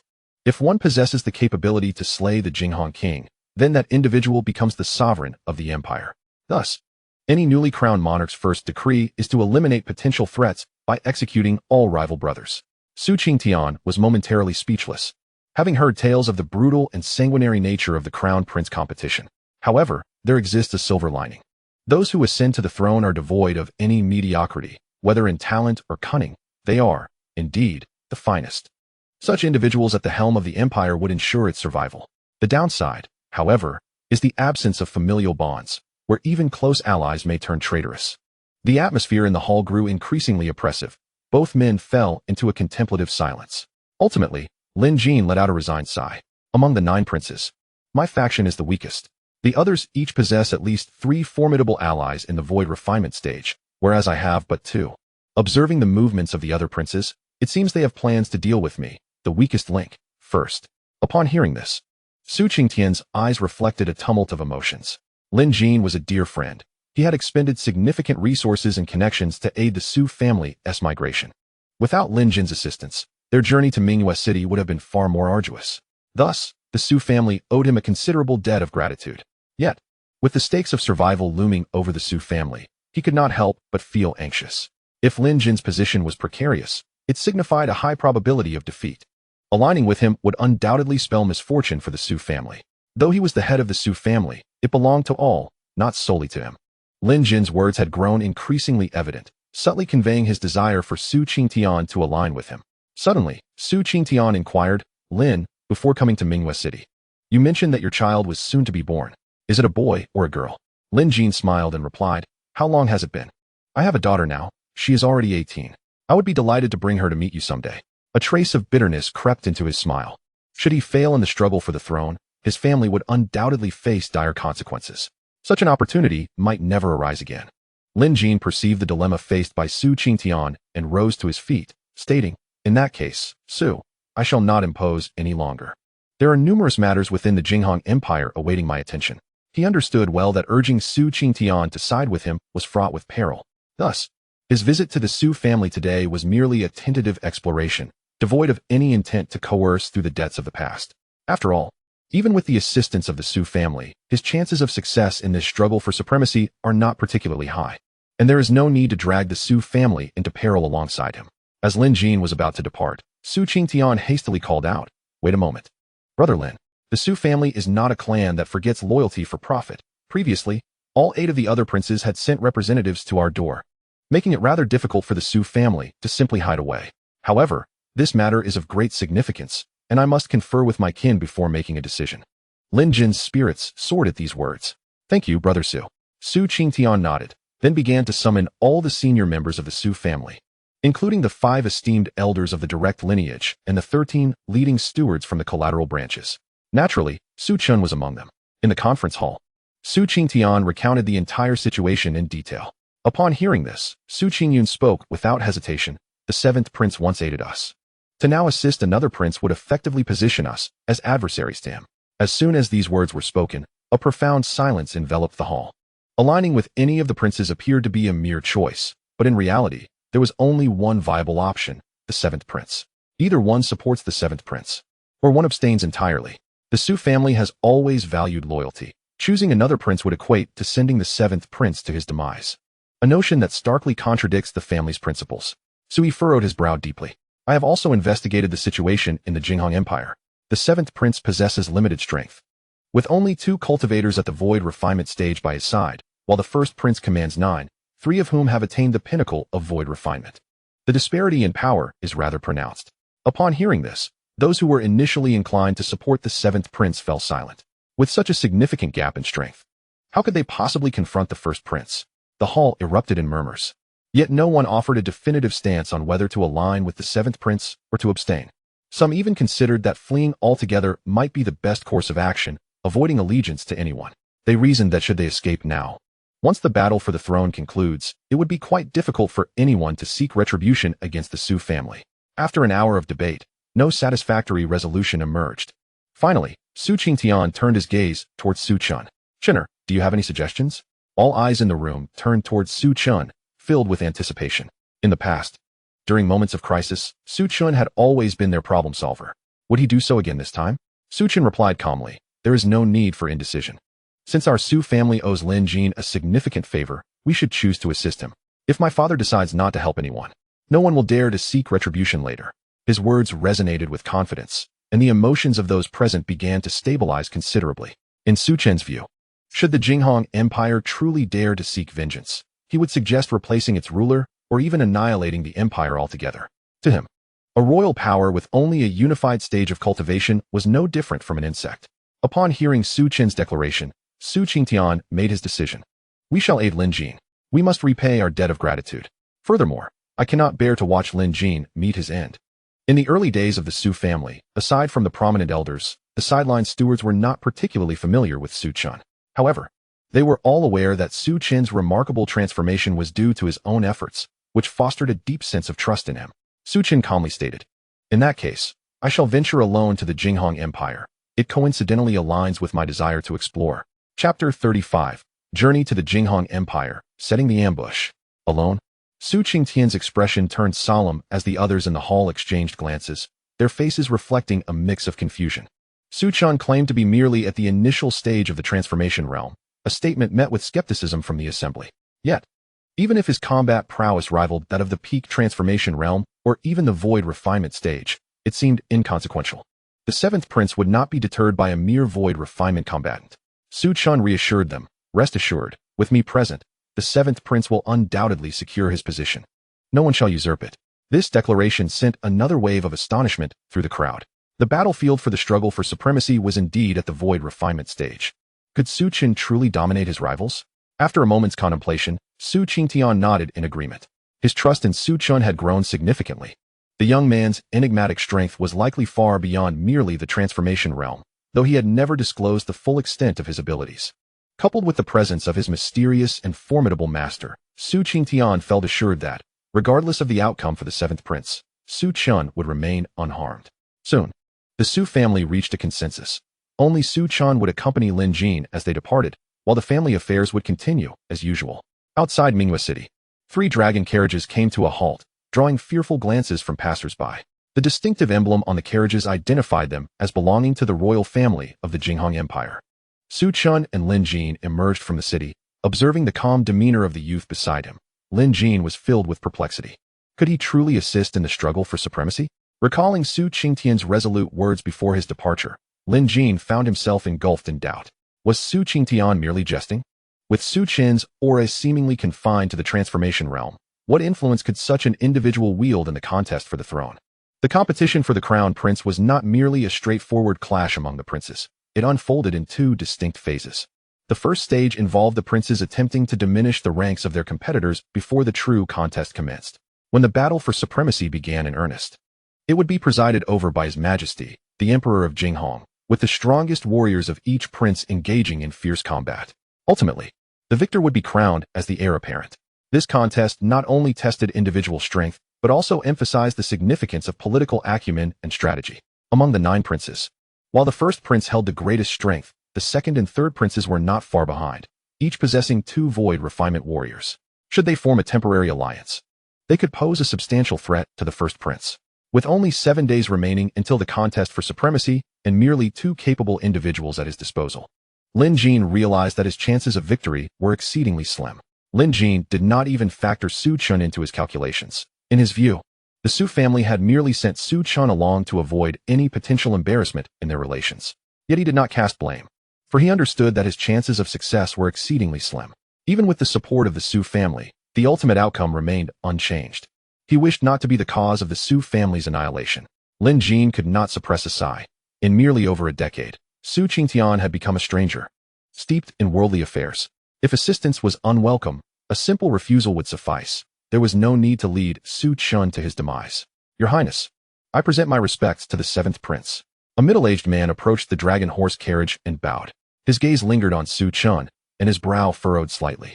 A manifestation of the spirit. Lin Jin stated coolly, "This is Su Chen, the young master of the Su family. He shall accompany us to the Jinghong Empire." He offered no further explanation, evidently not regarding Su Chen with great esteem. Zhang Yin's brow knitted in concern. It seemed the prince had not invited additional cultivators from the Su family. He was among Lin Jin's followers, a cultivator at the initial stage of the virtual refinement realm, specifically tasked with protecting Lin Jin. Your Highness, Zhang Yin's expression grew troubled. The absence of extra cultivators meant that only 2 from the virtual refinement realm would serve under the 7th prince. Lin Jin waved dismissively. Let us return first and discuss. Neither of them paid Su Chen much heed. After all, he was merely at the spirit manifestation stage. Regardless of his potential, how powerful could he truly be? Before long, the dragon horse galloped into the air, vanishing into the horizon. This hybrid dragon horse, tamed by the founding emperor of the Jinghong Empire, had always served as a royal steed, capable of traversing the winds at remarkable speed, akin to the peak of the spirit manifestation stage. Inside the carriage, Su Chen gazed at the swiftly retreating scenery, contemplating whether he should also acquire a majestic mount. However, he could not be satisfied with ordinary beasts. It must be a divine creature. That, he would have to pursue in due course. At that moment, Su Chen looked into the distance, a hint of a cold smile gracing his lips. He had not anticipated trouble would arrive so swiftly. As soon as the thought crossed his mind, the air before the dragon horse carriage rippled violently. Suddenly, a massive rift in space appeared, and 4 formidable attacks surged forth from it, racing towards Lin Jin's carriage. The clouds above roiled in tumult, influenced by the terrifying might of these assaults. Your Highness, be cautious. Zhang Yin's pupils contracted sharply, summoning all his strength to defend. Yet the 4 strikes were too fierce, and given the element of surprise, a cultivator at the initial stage of the virtual refinement realm could hardly withstand them fully. With a splatter, crimson blood erupted forth, and Zhang Yin's aura began to wane. An ambush. Lin Jin's eyes blazed with a frenzied, murderous intent. Had they truly resorted to killing him so swiftly? He glanced towards another dragon horse carriage, Su Chen's carriage, now utterly destroyed. The demise of Su Chen extinguished all hopes within him. When departing from the Su family, Su Qingtian had assured him of Su Chen's considerable prowess. Yet now, the reality was far more complex than he had anticipated. Ha ha. 7th prince, today you shall not escape.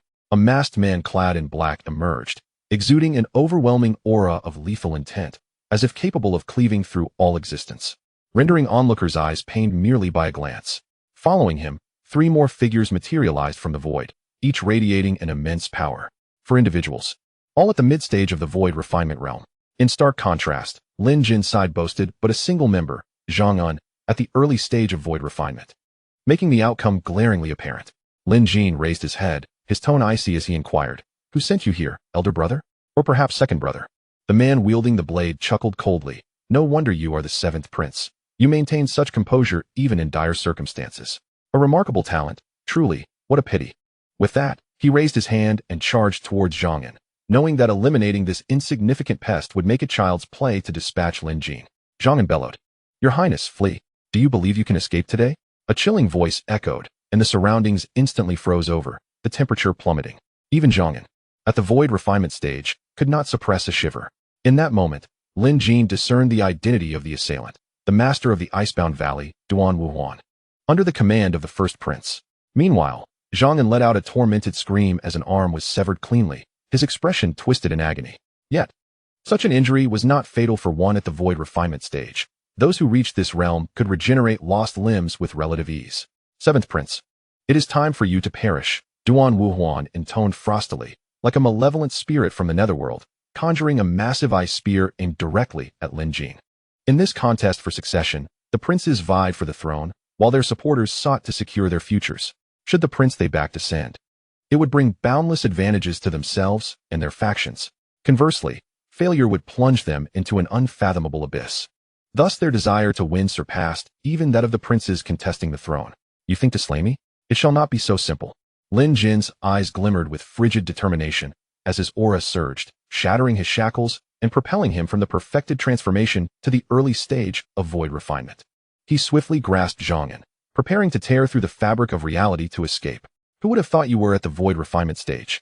Duan Wuhuan exclaimed, astonished. Chapter 36. The Cunning Lin Jin, a constant unveiling of hidden cards nowhere to run. The knife-wielding assassin at the void refinement stage executed a powerful strike, cleaving the air and severing the rift Lin Jin had created. At that moment, the four void refinement experts were filled with a visceral bloodlust. Lin Jin, unexpectedly at the early stage of void refinement, displayed an aura of profound strength, indicative of having long since broken through. Among the 9 princes, only 4 had achieved the void refinement stage, and now 1 more had joined their ranks. The crucial point was that the other 4 were openly formidable, while Lin Jin had concealed his prowess. Such restraint suggested the possibility of even more undisclosed tactics, making his elimination imperative. At that moment, the quartet resolved to eliminate him with unyielding determination. The struggle for the throne had yet to commence, and a figure like Lin Jin, who feigned weakness while secretly gathering strength, posed a latent threat they could not afford to allow to persist. Kill him. As the 4 figures charged towards Lin Jin, the very heavens began to tremble, and the earth, seemingly unable to withstand such overwhelming force, started to crack and fissure in terrifying ways. In the depths of the forest, countless lesser beasts of the wilderness displayed expressions of sheer terror, scattering in all directions. Zhongyan's gaze was filled with astonishment, for he had just realized that Lin Jin was at the initial stage of void refinement. Nevertheless, he bellowed, "Your Highness, do not concern yourself with me. You must flee at once." Lin Jin paid no heed to his words. Instead, he removed the jade pendant from his waist and hurled it towards the 4 assailants. In an instant, a torrent of violent energy erupted forth, engulfing the 4 within its wrath. This energy appeared capable of annihilating the very heavens and earth, causing the surrounding void to tremble violently, with enormous rifts tearing through the fabric of reality. Accompanied by the sound of an explosion, a massive pit suddenly manifested in the ground, stretching for several dozen miles. Seizing this opportunity, Lin Jin took Zhongyan and tore through the void to escape. He understood that this strike would not suffice to vanquish the 4 adversaries. As for Zhongyan's suggestion to flee alone, it was simply out of the question. Even if he could escape today, how could he evade the ensuing struggle for the throne? Lin Jin's expression darkened considerably. Among the 8 imperial princes, he had always been the least favored, with scarcely any support since birth. In contrast, the other princes enjoyed the backing of their maternal families, allowing them to navigate their paths with far greater ease. Thus, Lin Jin had learned to conceal his true capabilities, biding his time until he could amass sufficient strength to contest for the position of heir apparent. Regrettably, fate had conspired against him. The abdication of the Heavenly Phoenix King had come far too abruptly. Despite possessing numerous strategies, he commanded only 2 genuine void refinement experts under his banner. Should he abandon Zhongyan, he would be left with but 1 void refinement warrior at his disposal. When the day of the succession struggle arrived, his defeat would be inevitable, followed by the new king's reckoning. How infuriating! Lin Jin's eyes brimmed with resentment. If only he had a little more time, perhaps a century, he could achieve so much. With a century, he could break through to the intermediate stage of void refinement, or even the advanced stage, and recruit more experts of the same caliber. Then, when he sought the position of heir apparent, his chances of success would be dramatically enhanced. Just as he teleported a few dozen miles away, 4 formidable auras swiftly pursued him, though they lacked the previous overwhelming intensity. What cunning tactics from the 7th prince! With this thought, a rift in the void, dozens of feet wide, was torn open. Following this, a blade of light surged towards Lin Jin. its might surpassing that of its predecessors, collapsing the space it traversed in a terrifying manner. Simultaneously, 3 other lethal strikes bore down upon him. Lin Jin's anxious expression abruptly transformed into one of calm. He halted his steps, his gaze turning icy as he regarded the 4 behind him. Miraculously, the 4 attacks were halted 10 meters from Lin Jin, as if an invisible barrier had risen to block them. At this sight, the 4 were struck with a jolt of alarm. This is bad. Simultaneously, flames began to flicker across the heavens, and immense pillars rose from the surrounding space, inscribed with mysterious and enigmatic red runes. Within the confines of the column-encircled area, the temperature began to soar abruptly, rendering even the most formidable of the void refinement stage practitioners nearly unbearable. The 4 individuals yearned to break free, yet the oppressive force emanating from the 4 pillars rendered them utterly immobile. Lin Jin's gaze was frigid, his voice laced with contempt. The burning heaven-purgatory formation was originally intended for use in the struggle for supremacy, designed to annihilate those at the peak of the void refinement stage. I never anticipated it would be squandered on you. You are doomed. The burning heaven-purgatory formation, a high-tier Earth-level array, was notorious for its ruthless lethality. As they felt themselves being relentlessly refined, terror etched across their faces. The 7th prince possessed hidden cards? His intellect was alarmingly formidable. He had orchestrated everything from the outset. By revealing his cultivation, he instilled fear in them, then utilized explosions to buy time before setting this trap, waiting for them to take the bait. Lin Jin had comprehended this entire scheme from the very beginning. Die! Lin Jin bellowed, his eyes gleaming with ferocity. This formation was one of his trump cards, and its activation signified a significant decline in his originally 2/10 chance of success in the battle for supremacy. The 4 were immediately overwhelmed by agony, the sweltering heat becoming intolerable. In no more than 30 breaths, they would be utterly incinerated. Are you not going to make a move? Duan Wuhuan could no longer contain himself, shouting in desperation. He practiced an ice-based technique, and the oppressive heat was excruciating. As his words echoed, a fierce sword light cleaved through the void, creating a breach in the burning heaven-purgatory formation, causing the temperature within to plummet and the formation to teeter on the brink of collapse. While breaking the formation from within was nearly impossible, even for those at the peak of the void refinement stage, doing so from the outside was relatively straightforward, revealing a critical flaw. Simultaneously, a peculiar figure lunged towards Lin Jin, brandishing a dagger, his gaze devoid of emotion, like a soulless automaton. Lin Jin's pupils constricted in disbelief. To eliminate him, they had resorted to deploying 2 late-stage void refinement practitioners and 4 mid-stage ones. Infuriating, Lin Jin's complexion darkened to an extreme. Truth be told, he possessed another trump card, but to reveal it in such a place would jeopardize his chances in the struggle for supremacy. His heart was ablaze with fury. Damn it!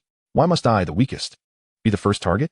Among them, at least 3 factions, 3 princes, simultaneously directed their attacks at him. From their perspective, he was the weakest, lacking any chance of contending for the position of heir, rendering him merely an observer. Thus, it appeared they sought to eliminate the spectator before the brawl commenced, to prevent any opportunistic gains. Lin Jin's eyes glinted with cold resolve. If they sought his life, none among them would find respite. Just as he prepared to act, he realized he was utterly paralyzed. What is happening? Shock surged through Lin Jin's eyes. Yet soon, he discerned that all around him had come to a standstill, as if the very fabric of reality had frozen. A splendid spectacle indeed. A languid voice emerged, as Su Chen slowly stepped forth from the void. The moment Lin Jin laid eyes on him, his expression transformed into one of profound astonishment. It was he. Chapter 37. Arrival at Jinghong City. In this instant, Lin Jin's gaze was filled with sheer terror. It was indeed Su Chen. How could this be? He had not perished, after all. From Su Chen, Lin Jin sensed an overwhelming aura of oppression, as if his own spiritual energy had encountered a formidable foe, retreating within him, paralyzed as if frozen. How terrifying! This young master Su Chen possessed such formidable strength? Lin Jin had believed that Su Qing Tian was jesting, but it turned out he was serious. This immense pressure indicated that Su Chen must be a formidable cultivator at the integration stage. If he could secure the support of such a powerful ally, who could possibly contest his claim to the position of heir? Within the Jinghong Empire, there existed 3 prominent cultivators at the integration stage: the Jinghong King, the National General, and the Grand Master. However, the latter 2 had not made an appearance for over a century, engrossed in their secluded training. The Jinghong King's regulations regarding the struggle for succession did not prohibit the entry of integration stage practitioners. He believed that if a prince could enlist the aid of such a powerful being, it reflected his own capability. Su Chen, treading upon the void, emanated an unsettling aura that instilled profound fear in all present. This aura was subtle, yet countless times more terrifying than that of the refinement stage. Enveloped by this presence, they felt as though they were being pricked by needles, their entire beings suffused with excruciating pain, even their souls teetering on the brink of collapse. The refinement stage cultivators lying in ambush for Lin Jin were now gripped by dread. They had begun to suspect that Su Chen was indeed the formidable ally Lin Jin had summoned. If Lin Jin had managed to recruit a cultivator of the integration stage, did that not imply his assured victory in this contest for succession? In this moment, they were filled with regret, realizing that the seemingly weakest seventh prince was, in fact, the most powerful of them all. How foolish they had been to target the strongest from the outset. Was this not tantamount to courting death? As Su Chen fully emerged from the void, he drew forth a long sword, seemingly unremarkable and devoid of any apparent power. He raised his hand and, with a swift stroke, unleashed an invisible sword energy that surged forth, striking downwards without any formidable fluctuations or extraordinary phenomena. It appeared utterly ordinary. Yet, this seemingly mundane sword strike directly cleaved through a late-stage refinement practitioner standing before Lin Jin. One after another, Su Chen swung his sword, and with each motion, another life was extinguished. In Su Chen's presence, they felt akin to mere ants. The most harrowing aspect was that none could move. They could only watch helplessly as their lives slipped away, a despair that rendered them utterly tormented. Ultimately, 6 individuals were effortlessly vanquished by Su Chen, as though he were slicing through vegetables. With this, the oppressive aura that had enveloped the realm dissipated entirely, restoring Lin Jin's ability to act. He hurried towards Su Chen, his demeanor imbued with respect as he spoke. "Thank you, young Master Su, for your timely intervention." Although Su Chen was technically a junior, Lin Jin dared not presume his status, nor act arrogantly before him. This indeed marks a period of fusion.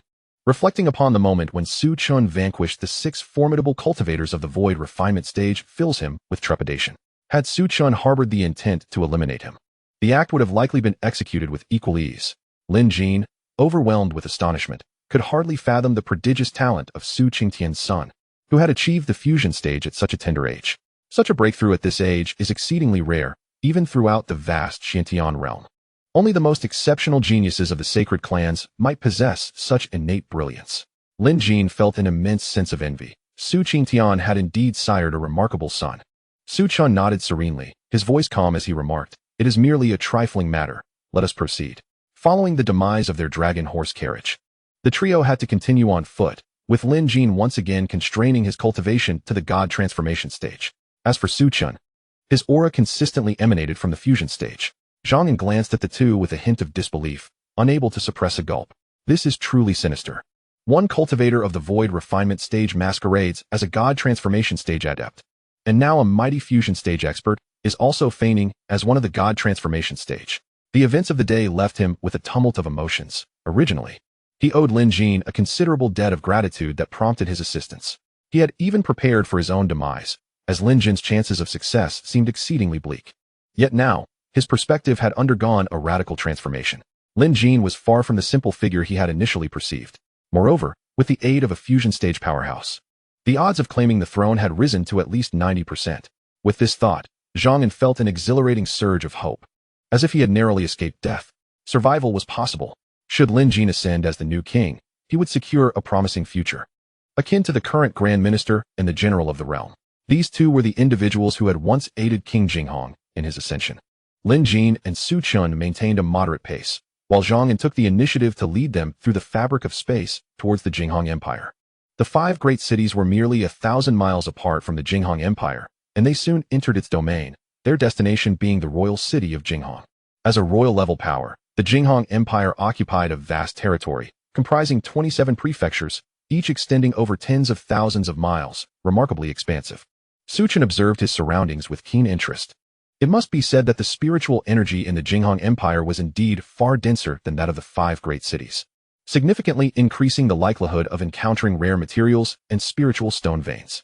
Furthermore, the population density was notably higher, with any given city being at least twice the size of Minghua City. Within the span of less than 2 hours, a colossal city came into view. Jinghong City had arrived. In terms of scale, this city was approximately 30 times that of Minghua City, an awe-inspiring sight. Su Chen was arranged to stay in a guest chamber within the royal palace's inner courtyard, where he was attended to by 3 exquisitely beautiful maidens. Lin Jin, with a respectful demeanor, stated, "Young Master Su, should you require anything, Please do not hesitate to let me know. I shall do my utmost to accommodate you. With a smile, Su Chen replied, Thank you for your kindness. Sensing that Su Chen had little desire for further conversation, Lin Jin gracefully exited the courtyard.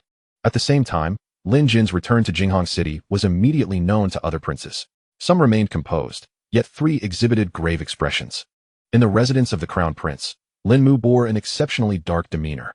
He coldly inquired, Have we still not been able to contact them?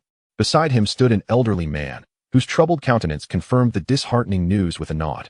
Taking a deep breath, the crown prince's gaze regained its composure, this time. The 3rd and the 5th princes were also involved.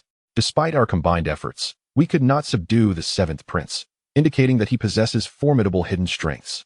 Having even dispatched 6 formidable void refinement experts. Although his tone was remarkably calm, the underlying fury was palpable to all. His deployment of 1 late-stage and 1 mid-stage void refinement expert had resulted in both of their deaths, a loss he found irretrievable. Initially, he had 9 void refinement experts at his disposal, but now only 7 remained, significantly narrowing the gap between him and the 2nd and 3rd princes, which left him exceedingly displeased.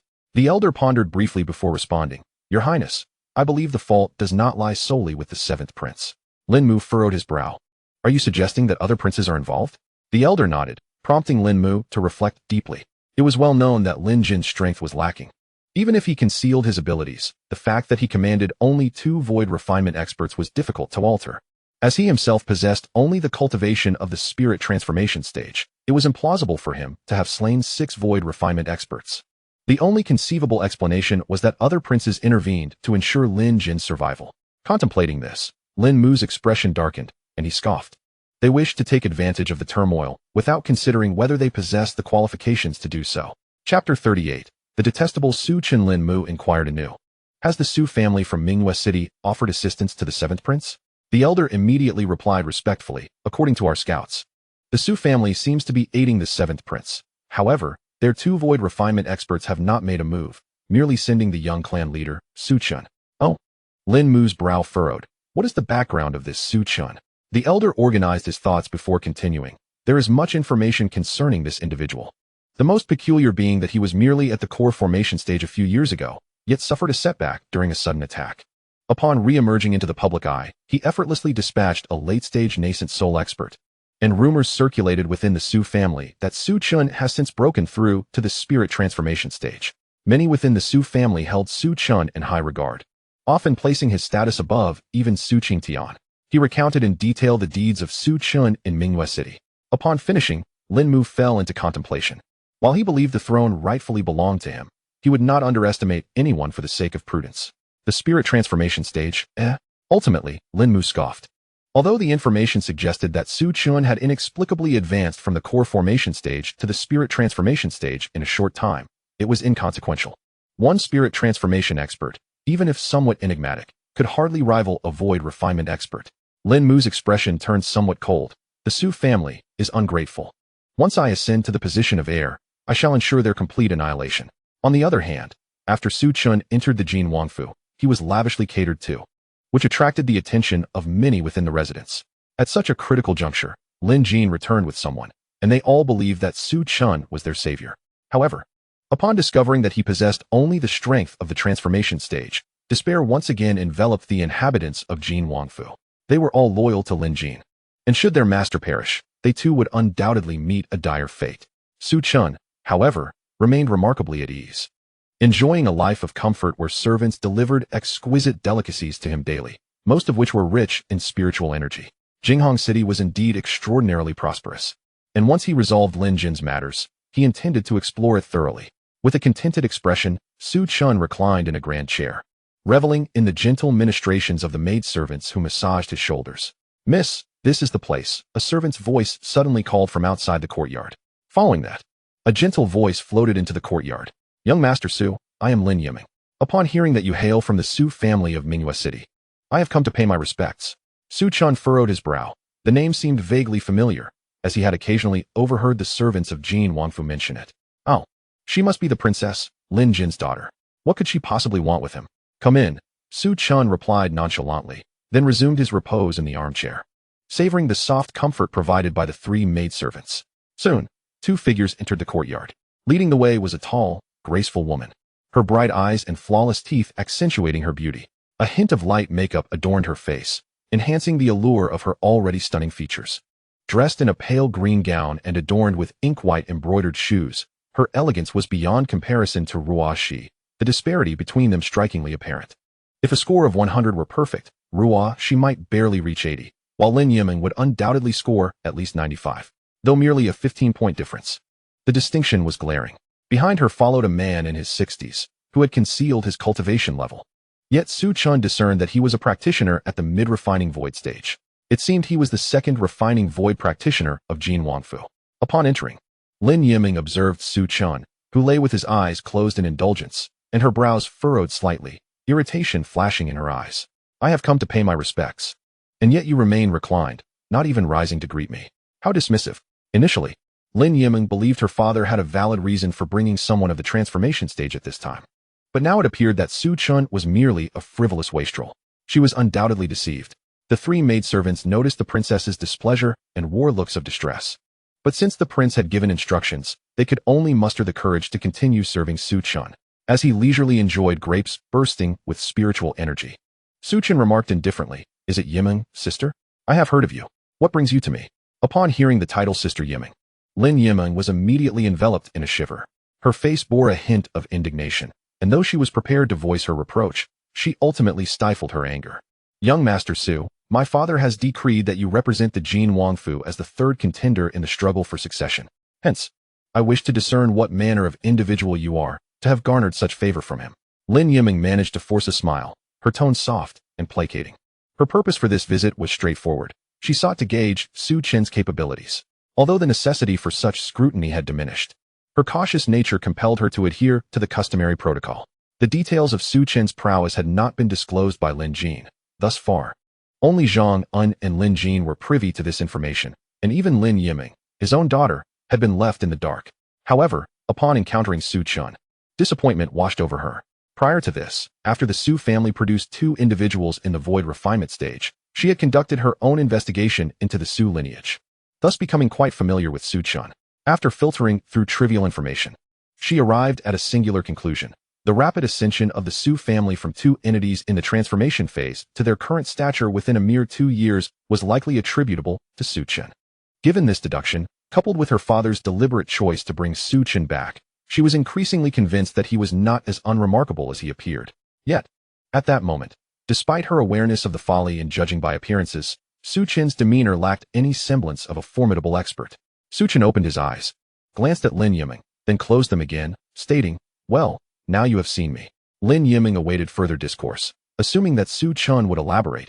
However, after a prolonged silence, her frustration began to surface. How infuriating. Su Chen. Chapter 39. Su Chen in the transformation phase.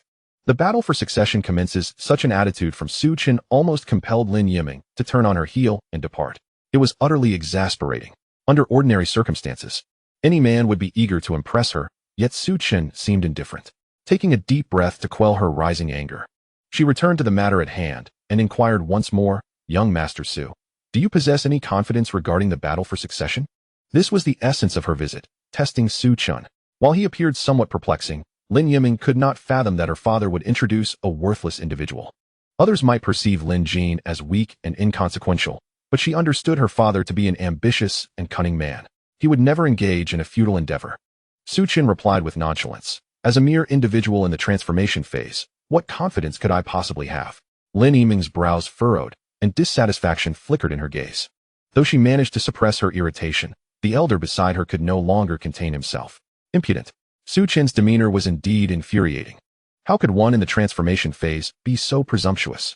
With a sharp rebuke, Gong Sun Yang unleashed his pressure, emanating from the void refinement mid-stage, enveloping Su Chen in an instant. If an ordinary cultivator at the transformation stage were to encounter such a situation, they would likely collapse to the ground. Yet, Su Chen remained unfazed, as if nothing were amiss. "What is happening?" Gong Sun Yang furrowed his brow, a flicker of confusion crossing his gaze. However, as Su Chen gradually opened his eyes, an intangible sense of oppression enveloped Gong Sun Yang in an instant. In that moment, it was as if Gong Sun Yang found himself in the depths of the underworld, surrounded by vengeful spirits. His eyes filled with terror, and he felt an overwhelming chill permeate through him. Despair and helplessness surged within his heart.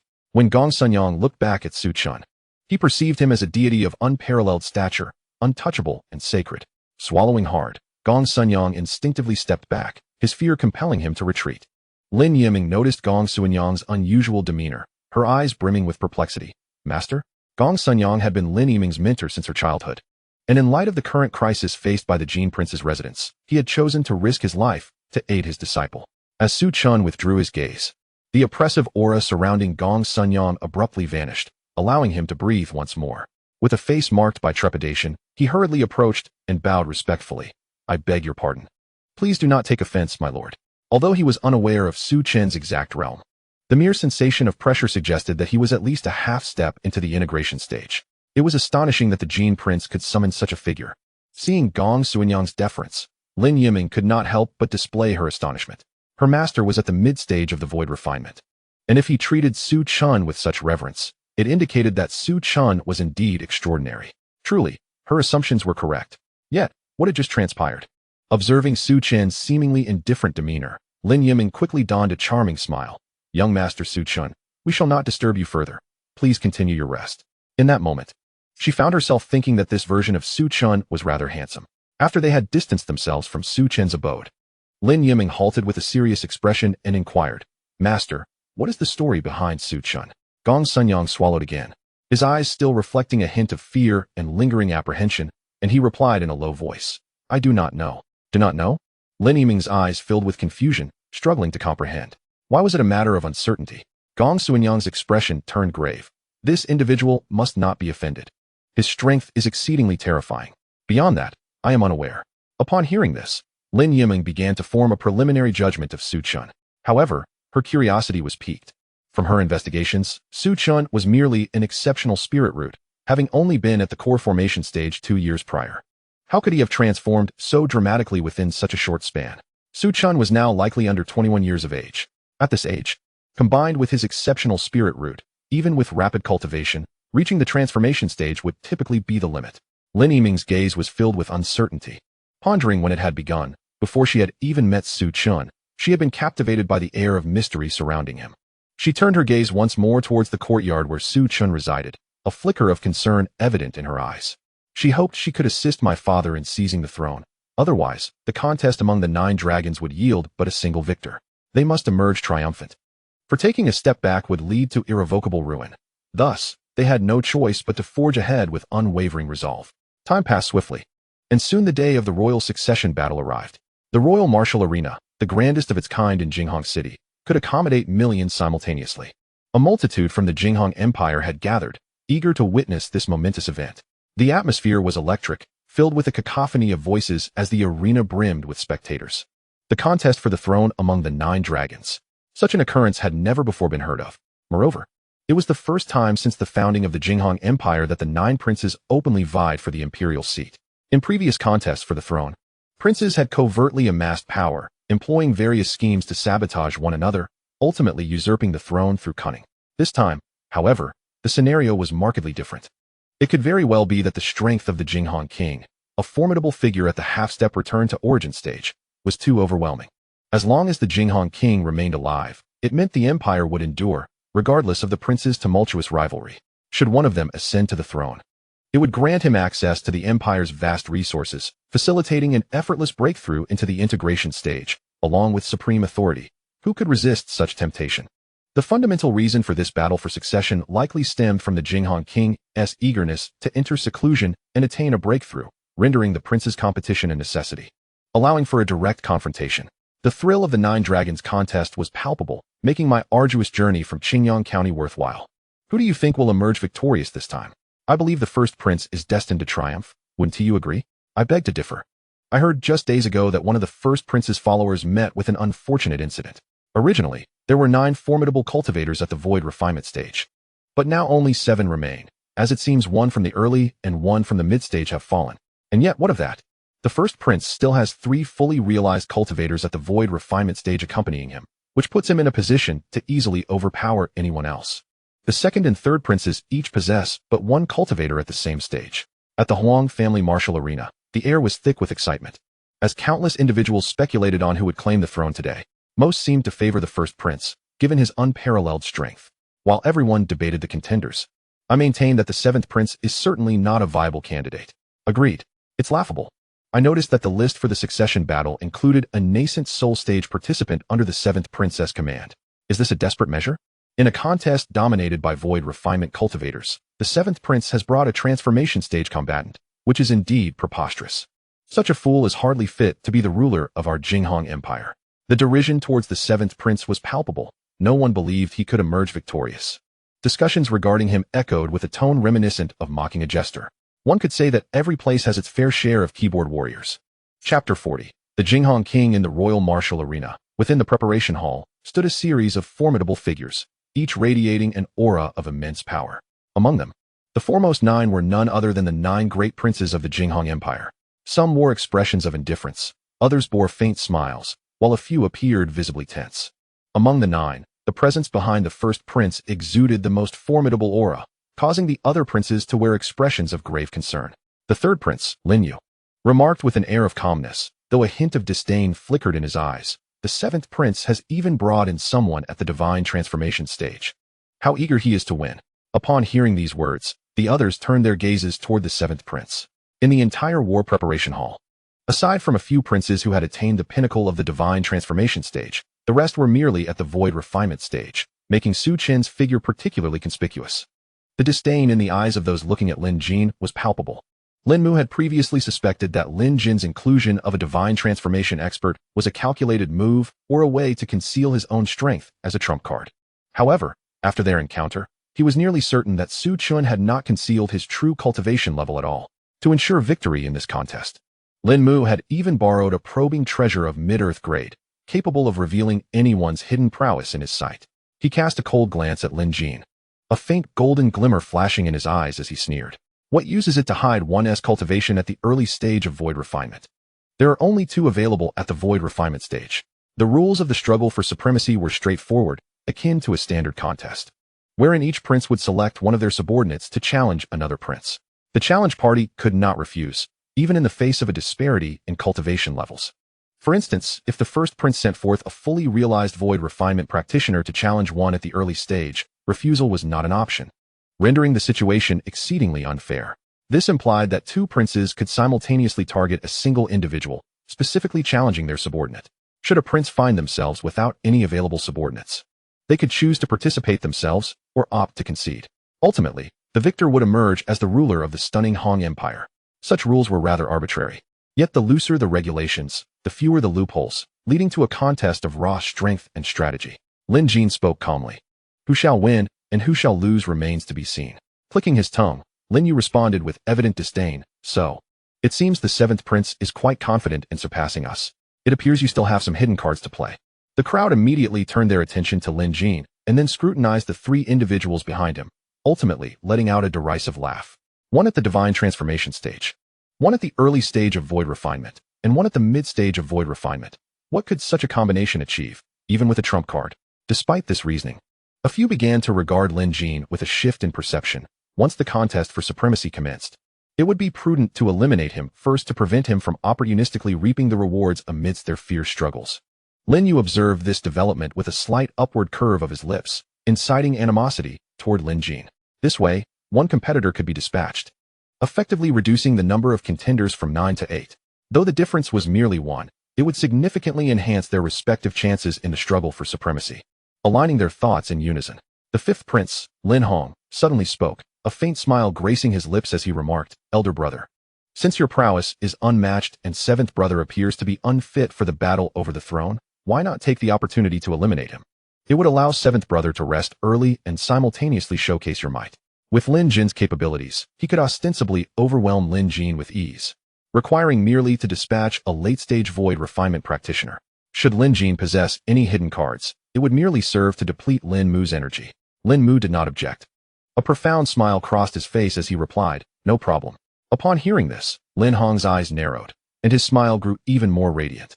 Su Chen observed the subtle power struggles among the 9 individuals, each possessing a myriad of schemes.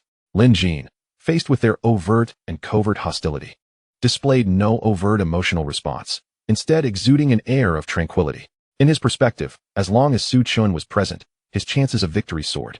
A formidable cultivator, at least on the cusp of the half-body stage, would render Lin Mu's 3 perfected void refinement practitioners ineffective. However, a flicker of concern crossed Lin Jin's gaze. This struggle for the throne bore an alarming degree of freedom. The utilization of formations, talismans, and numerous formidable treasures was permitted. Such high freedom meant a contest of resources. The first prince's resources were the most profound, as his maternal family belonged to another royal power within the Jinghong Empire, the Du family. The Du family, a vassal of the Jinghong Empire, could potentially lend their full support to Lin Mu, and even their ancestor at the half-body stage might intervene. Fortunately, the participants in the contest had been determined 3 days prior, and none of them included the ancestor of the Du family. Perhaps out of caution regarding the Jinghong king's vigilance, the Du family refrained from overtly assisting Lin Mu. Among the 7 individuals under Lin Mu's command were 3 perfected void refinement practitioners, 3 late-stage void refinement practitioners, and 1 mid-stage void refinement practitioner, boasting unrivaled strength that nearly eclipsed the other princes. Moreover, this was merely their surface strength.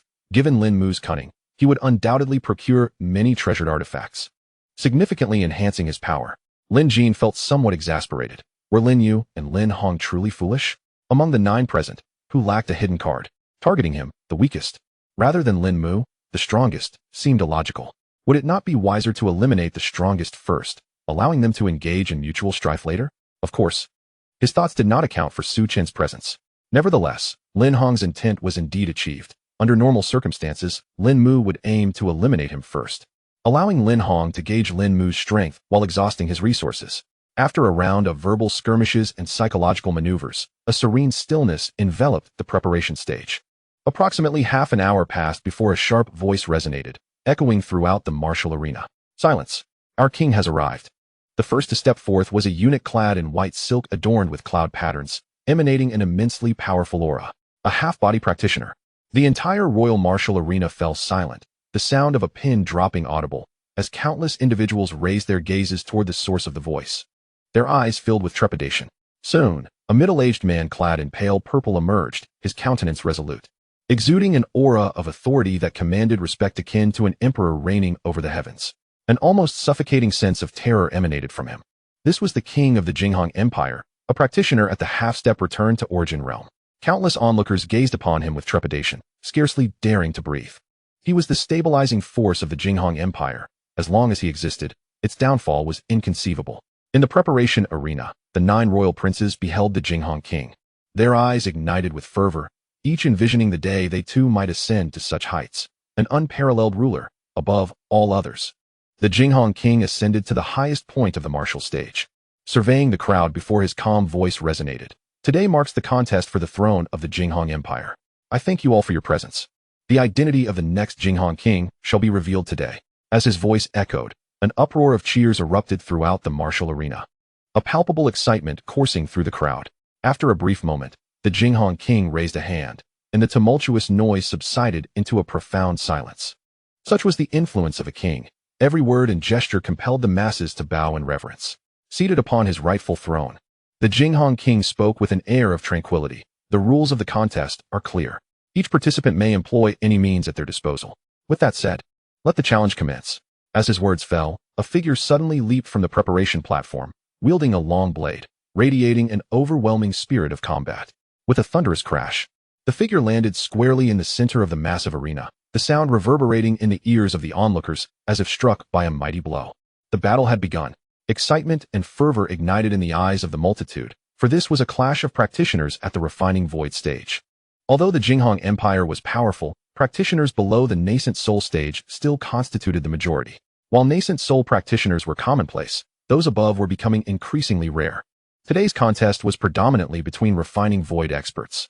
How could they not be exhilarated at the prospect of witnessing such a grand spectacle? As their gaze turned to the stage, they immediately recognized the identity of the contender. It was Ji Wuchang, the leader of the Mingtai sect and a practitioner at the late refining void stage, serving under the first prince. Truly, the first prince was formidable, dispatching a challenger right from the outset, exuding confidence. The first prince shall surely prevail. The first prince shall surely prevail. The cheers erupted. On the high platform of the martial arena, Ji Wuchang's eyes glinted with coldness as he turned to the preparation platform behind him. I represent His Highness the First Prince and challenge Gongsun Yang of the Seventh Prince's faction. Please, teach me. Within the preparation platform, Gong Sunyang wore an expression of grave concern. Ji Wuchang's strength far surpassed his own, and as a sword practitioner, this battle seemed almost a foregone conclusion. Lin Jin transmitted a message. Mr. Gongsun, if you find yourself unable to compete, simply concede. The contest is ostensibly for the purpose of sparring, and with the Emperor watching, he would surely not dare to harm you. Just do your utmost. Gong Sunyang nodded gravely, then tore through the void to arrive on the battlefield. Instantly, the atmosphere ignited.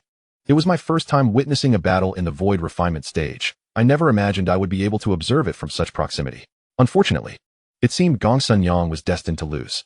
I dare not say more, but the seventh prince's aspirations for the throne appeared futile. He lacked capable followers. Having a mid-stage void refiner like Gong Sunyang was already commendable. Yet, one cannot overlook the fact that the seventh prince's lack of supporters stemmed from his own mediocre abilities. If he were truly formidable, even with just a mid-stage refiner, he would not be left with merely 2 followers. In a corner of the spectator area, a stunningly beautiful woman watched with deep concern. Lin Yimin clutched her garment, her heart racing with anxiety. Teacher, please do not come to harm. Ji Wuchang was a late-stage void refiner, exceptionally gifted, having achieved his current level of cultivation before reaching 2,000 years of age, while her teacher, Gong Sunyang, faced the twilight of his life. The contrast was stark. A eunuch beside the king of the Flying Swans spoke up. Let the battle commence. In the next moment, 2 powerful auras surged forth. A sharp blade of light sliced through the air, rushing towards Gong Sunyang like a startled swan. Gong Sunyang formed a seal with his hands, his internal energy surging wildly. Mountain opening seal. A massive, dark green stamp collided with the blade's energy. Boom. An explosive sound erupted, fierce winds tearing through the arena. A howling noise resonating continuously. Had there been no formation in the martial arts arena, countless lives would have been lost to the aftermath of this clash. This was the prowess of a void refinement expert. Gong Sunyang was sent flying, blood trickling from the corner of his mouth, his aura somewhat disordered. The confrontation between the two lacked any pretense. They launched directly into their most powerful moves. Yet, it was evident that Gong Sunyang was vanquished. Ji Wuchang sneered, his gaze devoid of warmth. He raised his hand once more, the intent of his blade soaring skyward, piercing through the clouds. In that moment, he resembled a blade incarnate. Suddenly, Ji Wuchang's figure vanished from sight, transforming into a streak of light as he charged towards Gong Sunyang. Teacher, Lin Yiming rose, her eyes filled with dread. It appeared Gong Sunyang was on the verge of defeat. The disparity in their strengths was insurmountable. Ji Wuchang was indeed a genius, having once battled against perfected void refiners, his strength far exceeding that of Gong Sunyang, a mid-stage refiner. The crowd found Gong Sunyang's impending defeat entirely unsurprising. It was simply a matter of reason. Gong Sunyang faced the rapidly approaching Ji Wuchang with indifference in his eyes, charging forward unflinchingly. Witnessing this scene, many spectators shook their heads in dismay. Clearly outmatched, he refused to dodge the onslaught. Was he courting death? What a fool. Ji Wuchang chuckled coldly, his blade becoming increasingly menacing, as the surrounding audience felt a piercing sensation in their eyes from merely watching. Die. Just as the two were about to collide, a golden light suddenly emanated from Gong Sunyang's hands. Buzz. The void began to ripple violently, a tremendous sword intent spreading outward. What was this? In Ji Wuchang's eyes flickered a grave intensity, the overwhelming sword intent sending chills down his spine, as though he had encountered a formidable nemesis. In the next instant, a golden light pierced his vision, swiftly severing his neck and detaching his head entirely. He had no time to react. He was vanquished in an instant. Yet, the golden radiance did not cease. It pierced through the formation of the training arena, leaving behind a gaping wound before finally coming to a halt. How could this be? Ji Wuchang's pupils dilated, the essence of life rapidly fading from him, disbelief saturating his voice. How could he possibly lose? Thud, thud, the severed head fell to the ground, producing a crisp sound, leaving the onlookers in stunned silence. Ji Wuchang had been defeated. This was something no one had anticipated. They had believed that the next move would see Gong Sunyang drenched in blood upon the arena, yet the reality was quite the opposite. Ji Wuchang's head had been severed. The unexpected turn of events left the crowd bewildered, their expressions clouded with confusion. What had just transpired? Upon his throne, King Jinghong narrowed his eyes, contemplating the shattered formation, and remarked with interest, Tianjin Mountain, the sword intent of the Sword King.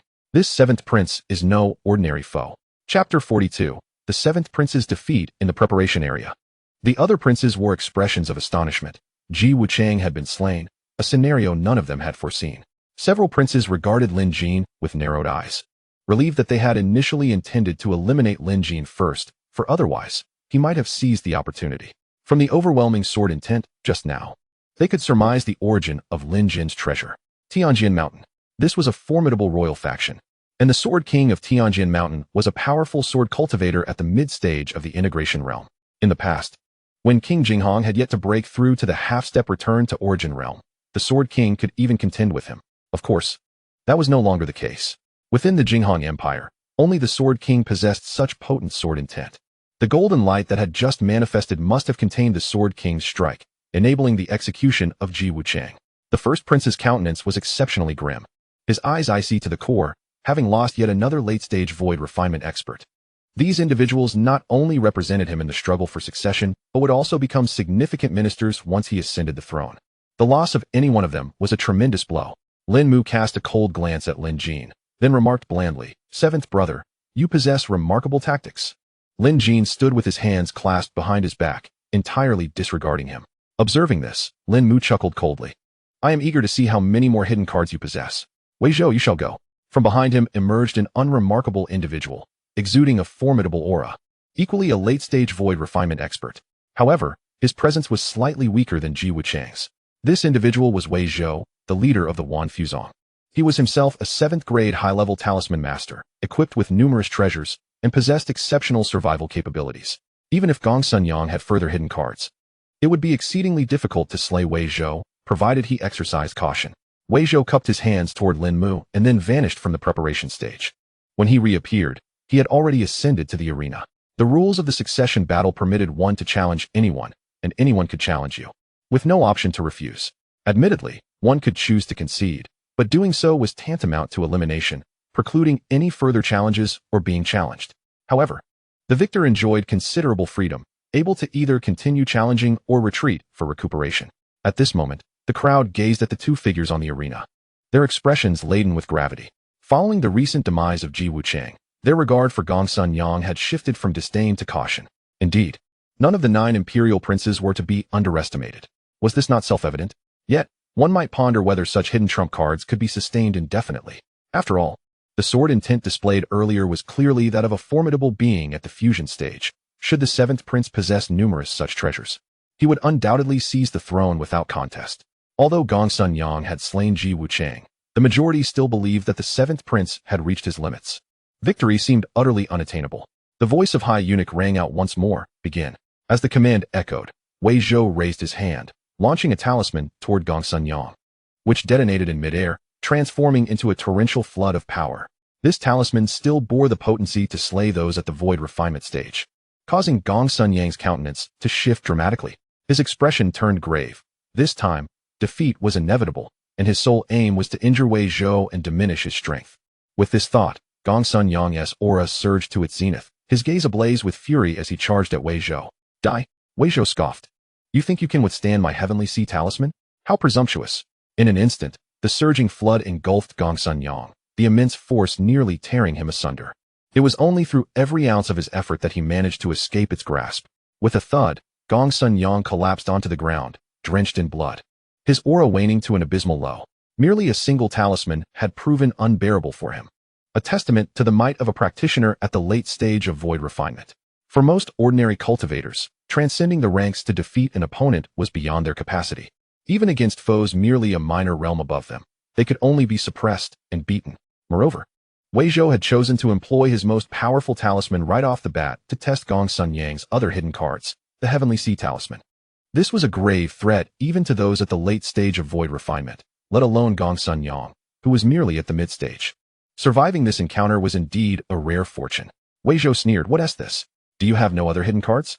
As he spoke, a fiery red talisman appeared in his hand, emanating an undeniably fearsome power, causing the temperature within the arena to rise sharply. Just as Wei Zhou prepared to unleash it, Gong Sun Yang gritted his teeth and declared, "I concede." At this declaration, derisive laughter erupted throughout the martial arts arena. Wei Zhou's eyes narrowed, and he retracted the talisman, a cold smile gracing his lips. To refuse was death, yet conceding was equally a path to demise. As the 7th prince faced defeat, it was inevitable that the eldest prince would not spare them upon ascending to power.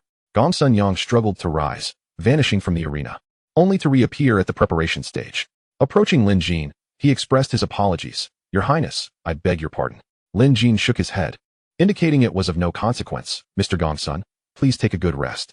At that moment, Wei Zhou's voice resonated once more from the arena. I challenged Zhang Yang, the subordinate of the seventh prince. Lin Jin's side was left with only one in the early stage of void refinement and one in the divine transformation stage. If the void refinement warrior could be dealt with, the remaining divine transformation warrior posed little threat. Zhang Yang was about to step onto the arena when Lin Jin halted him. Yield.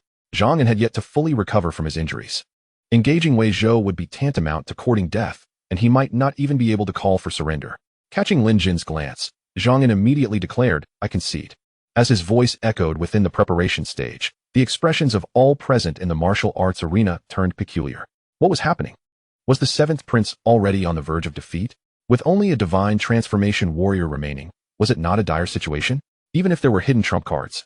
The gap between the void refinement and divine transformation stages was profound. Possessing formidable artifacts did not guarantee their effective use. It seemed the seventh prince was destined to exit the stage swiftly. One could only wonder how he managed to recruit a divine transformation warrior. Was it a jest? Ha. I estimate the divine transformation warrior would be swiftly defeated. On the arena, a glimmer of mockery flickered in Wei Zhou's eyes. I challenged Su Chen, the subordinate of the seventh prince. In the preparation stage, Lin Jin turned to Su Chen behind him and clasped his hands in acknowledgement. I apologize for the trouble.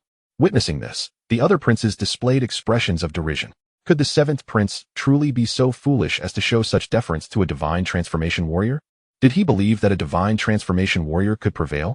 It seemed the seventh prince's desire to win had rendered him unhinged. Su Chen nodded and gracefully descended from the preparation stage, his figure soaring before gently landing on the arena. His aura remained that of a divine transformation warrior. For him, engaging in battles of this caliber required him to suppress his own realm to savor the thrill of combat. Otherwise, it would be a mere slaughter. Observing Su Chen's youthful visage, many in the martial arts arena expressed disdain.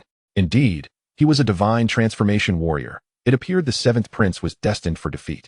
Chapter 43. What is this? Is a divine transformation warrior truly so formidable? Ha. Indeed, he is a divine transformation warrior. Could the seventh prince be jesting? Do not laugh, for he might be concealing his true prowess. How could that be? Concealing one's cultivation to the level of divine transformation? Would others not notice? If Su Chen's true cultivation exceeded the late stage of void refinement, do you think the eldest prince would allow Wei Zhou to challenge him? This Su Chen, a mere divine transformation warrior, has undeniably lowered the stakes of the imperial succession battle. Does he truly belong in such a contest? The voices of scorn and derision resounded continuously as they found the presence of the solitary divine transformation warrior in the succession battle utterly absurd. This was preposterous. The thoughts of the seventh prince remain a mystery. How could he possibly introduce a mere foundation establishment cultivator into this arena? Is he truly left with no other options? On the stage, Wei Zhou wore a faint smirk, his expression one of contempt directed at Su Chen, unfazed by the mocking laughter surrounding him. Su Chen calmly drew forth a longsword.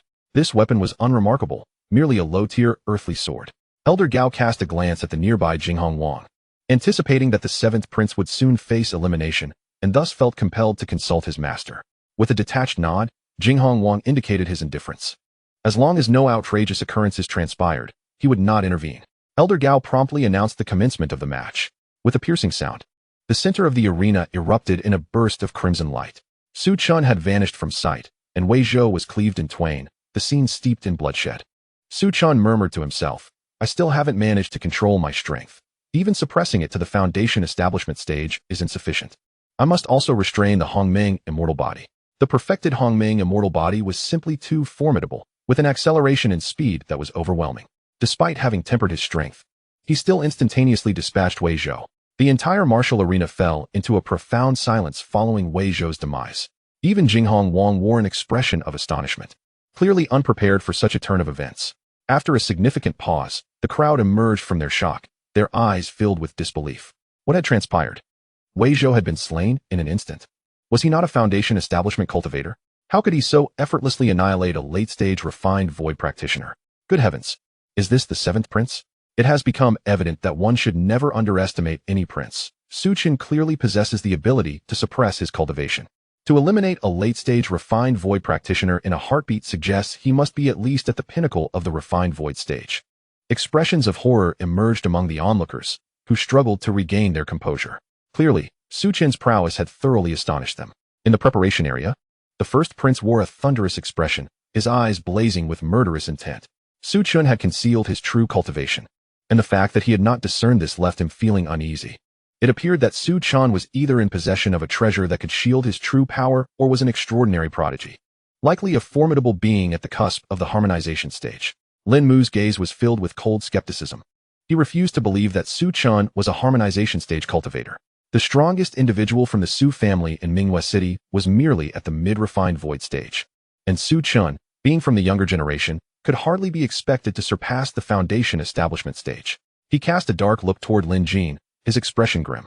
He had not anticipated that Lin Jin would harbor such means, exploiting his moment of relaxation only to employ a treasure akin to Gongsun Ming's for lethal purposes. This was clearly a plot.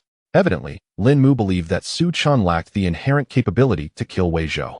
It must have been a treasure provided by Lin Jin that enabled Su Chen to achieve such a swift kill. Lin Mu took a deep breath and, with a respectful gesture towards the middle-aged man behind him, said, "Mr. Ban Xing, it is your turn this time." This man was his strongest subordinate. Previously, in an attempt to deal with Lin Jin, he had suffered the loss of 2 men. This time, he could not afford any further casualties, or his authority would plummet. Ban Xing's expression hardened as he nodded and then vanished from sight. On the arena, when the crowd beheld Ban Xing, a look of confusion flickered across their faces, clearly indicating they had never encountered him before. Could he possibly not be from the empire of Jinghong? Although unfamiliar, the aura emanating from Ban Xing left many feeling awestruck. He was at the peak of the refinement void stage. Should he advance further, he would become a formidable cultivator of the harmonization stage. Even if Su Chen possessed some hidden trump cards, it would be implausible for him to triumph over such a powerful adversary, especially since he was merely at the transformation stage. Someone with a grave expression remarked. However, the 7th prince's subordinates have defied the odds twice already, instilling a sense of uncertainty among many. Thus, they chose to reserve their judgments until the situation unfolded fully. A number of spectators bore expressions of excitement. If each prince wielded such diverse strategies, then today's struggle for supremacy would indeed be thrilling. At the edge of the arena, Lin Yimeng's eyes gleamed with anticipation, and unbeknownst to her, her palms were already slick with sweat. "Su Chen, you must win." Ban Xing gazed at Su Chen, his voice laced with coldness. "Killing Wei Zhou was merely a stroke of luck for you, but all of that ends today. You cannot hope to defeat me. I shall make you comprehend the vast chasm between the transformation and refinement void stages." Unlike the previous 2, who relied solely on their own abilities, he had additional treasures bestowed upon him by Lin Mu. The notion of Su Chen defeating him was akin to a whimsical fantasy. Su Chen maintained a calm demeanor, silently observing Ban Xing with a faint smirk of derision on his lips. Moments later, the voice of the Grand Eunuch resonated throughout the training ground. "Begin." In an instant, the 2 figures collided with remarkable ferocity, sharp sword intent swirling and permeating the entire arena. "What?" Lin Mu's eyes widened in disbelief as he witnessed Su Chen keeping pace with Ban Xing's speed. Could he truly be a cultivator at the peak of the refinement void stage? If so, why was Lin Mu unable to discern his true cultivation level? Within the arena, Su Chen appeared unfazed, wielding his sword with an ethereal grace. On the surface, their exchanges seemed evenly matched, but in reality, each of Su Chen's assaults inflicted wounds upon Ban Xing, while Ban Xing was unable to land a single blow on Su Chen. This was the disparity. Damn it. Ban Xing's eyes were filled with gravity. He realized that Su Chen was far more complex than he appeared, undoubtedly concealing his true power. Could he be on the brink of the harmonization stage? Just as these thoughts coursed through his mind, a blinding sword light surged towards him. Caught off guard, Ban Xing received a grievous wound across his chest. The scene before them caused the hearts of the spectators in the training arena to tighten with apprehension. What was happening? How could a mere cultivator at the divine transformation stage be so formidable? As Ban Xing sustained injuries, the sentiments of all present regarding the battle underwent a significant transformation. Upon the arena, Su Chen and Ban Xing engaged in rapid combat, unleashing powerful waves of energy that resonated outward. The arena itself seemed to struggle against the sheer force of their exchanges, gradually developing cracks in its structure. As time passed, Su Chen lost interest in the skirmish. It was simply too easy. Even while suppressing himself to the divine transformation stage, he found himself effortlessly countering Ban Xing's attacks. If he wished, he could have ended Ban Xing's life with a single strike. The disparity between them was astoundingly vast. Indeed, the power gap between the divine transformation and void refinement stages was considerable, yet this was merely a relative measure for the average cultivator. In the eyes of the elite prodigies of the Xiantian realm, the chasm between these stages was not insurmountable. In a decisive moment, Su Chen executed a swift strike. His blade shimmered with an almost sentient brilliance, accompanied by a resounding roar, engulfing Ban Xing entirely. A crisp, melodious sound rang out as if something had shattered upon Ban Xing's form, sending him hurtling backward at blinding speed. At this juncture, Ban Xing's expression was one of utmost gravity. Such a seemingly simple sword strike had obliterated his defensive treasure. He could scarcely fathom the consequences had that blow landed upon him directly. The clash between the two did not go unnoticed by the onlookers, who were left in awe.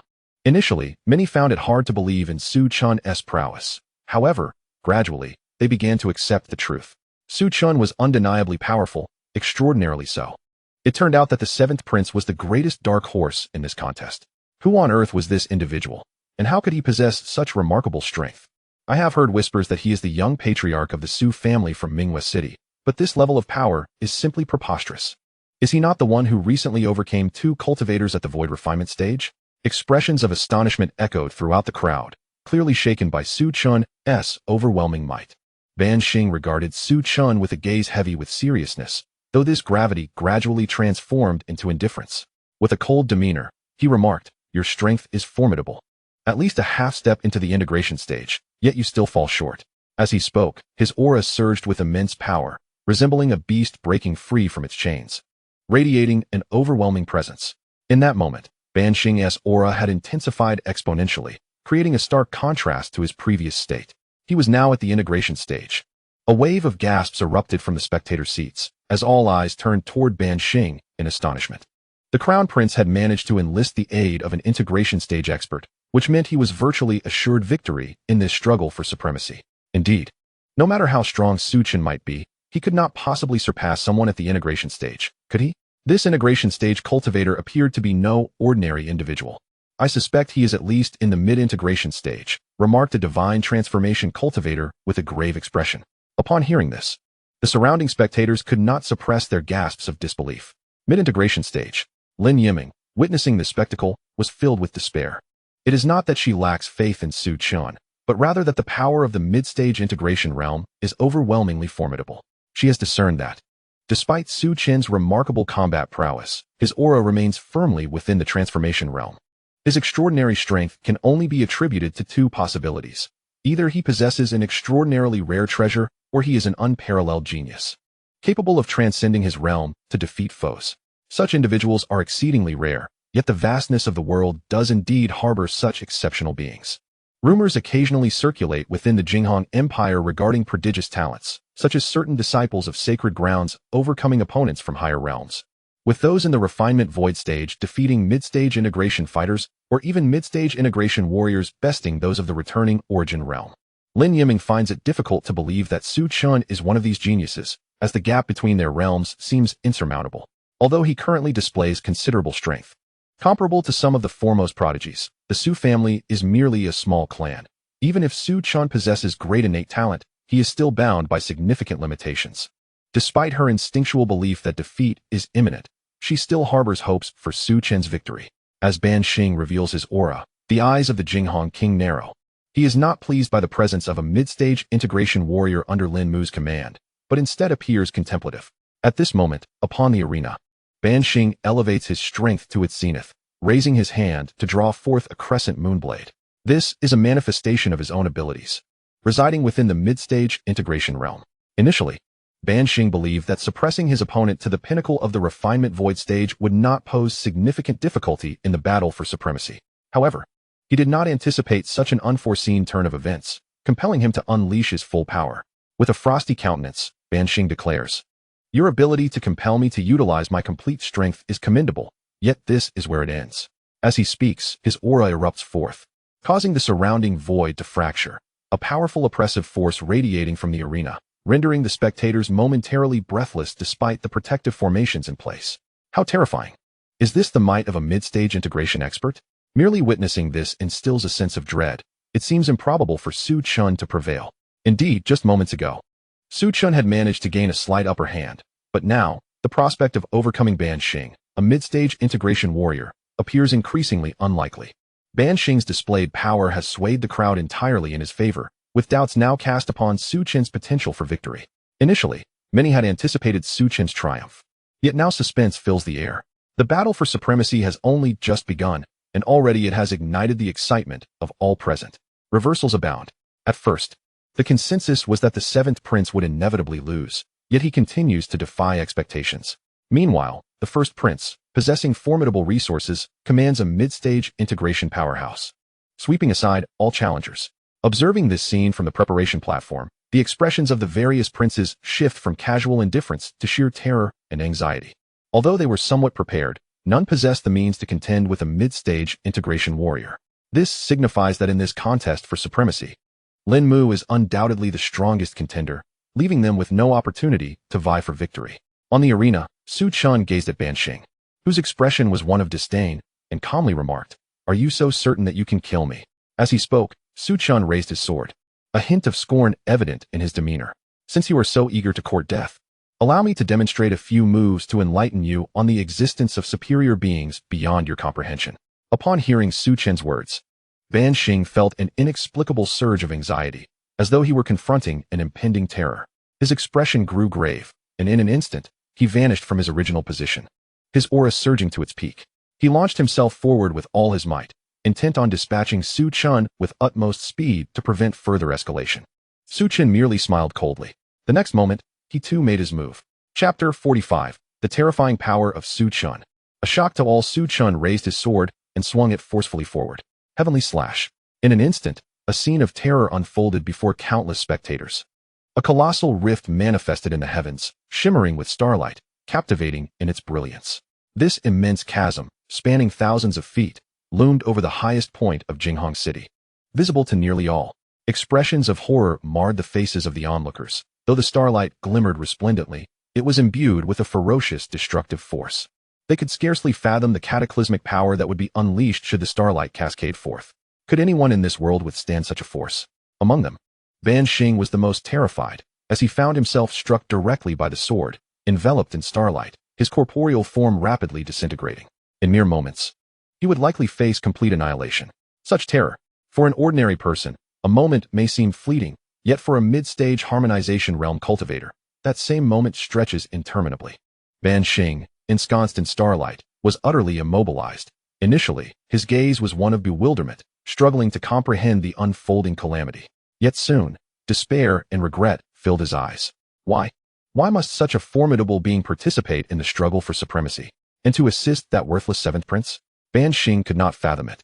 The power Su Chen exhibited was overwhelmingly fearsome, rendering even him, a mid-stage harmonization expert, utterly defenseless. This was a clear indication that Su Chen's strength was at least at the returning origin realm. He could not believe that any genius could slay a mid-stage harmonization cultivator during the transformation realm. Even if someone were to rely on magical artifacts or unique physiques to barely contend with a harmonization expert, it would be impossible to defeat him so effortlessly. Surely, there must be some exchange of blows. Yet, in Su Chen's presence, he felt nothing but despair, devoid of any means of resistance. Not only was he incapable of enduring a second blow, but he couldn't even withstand the first.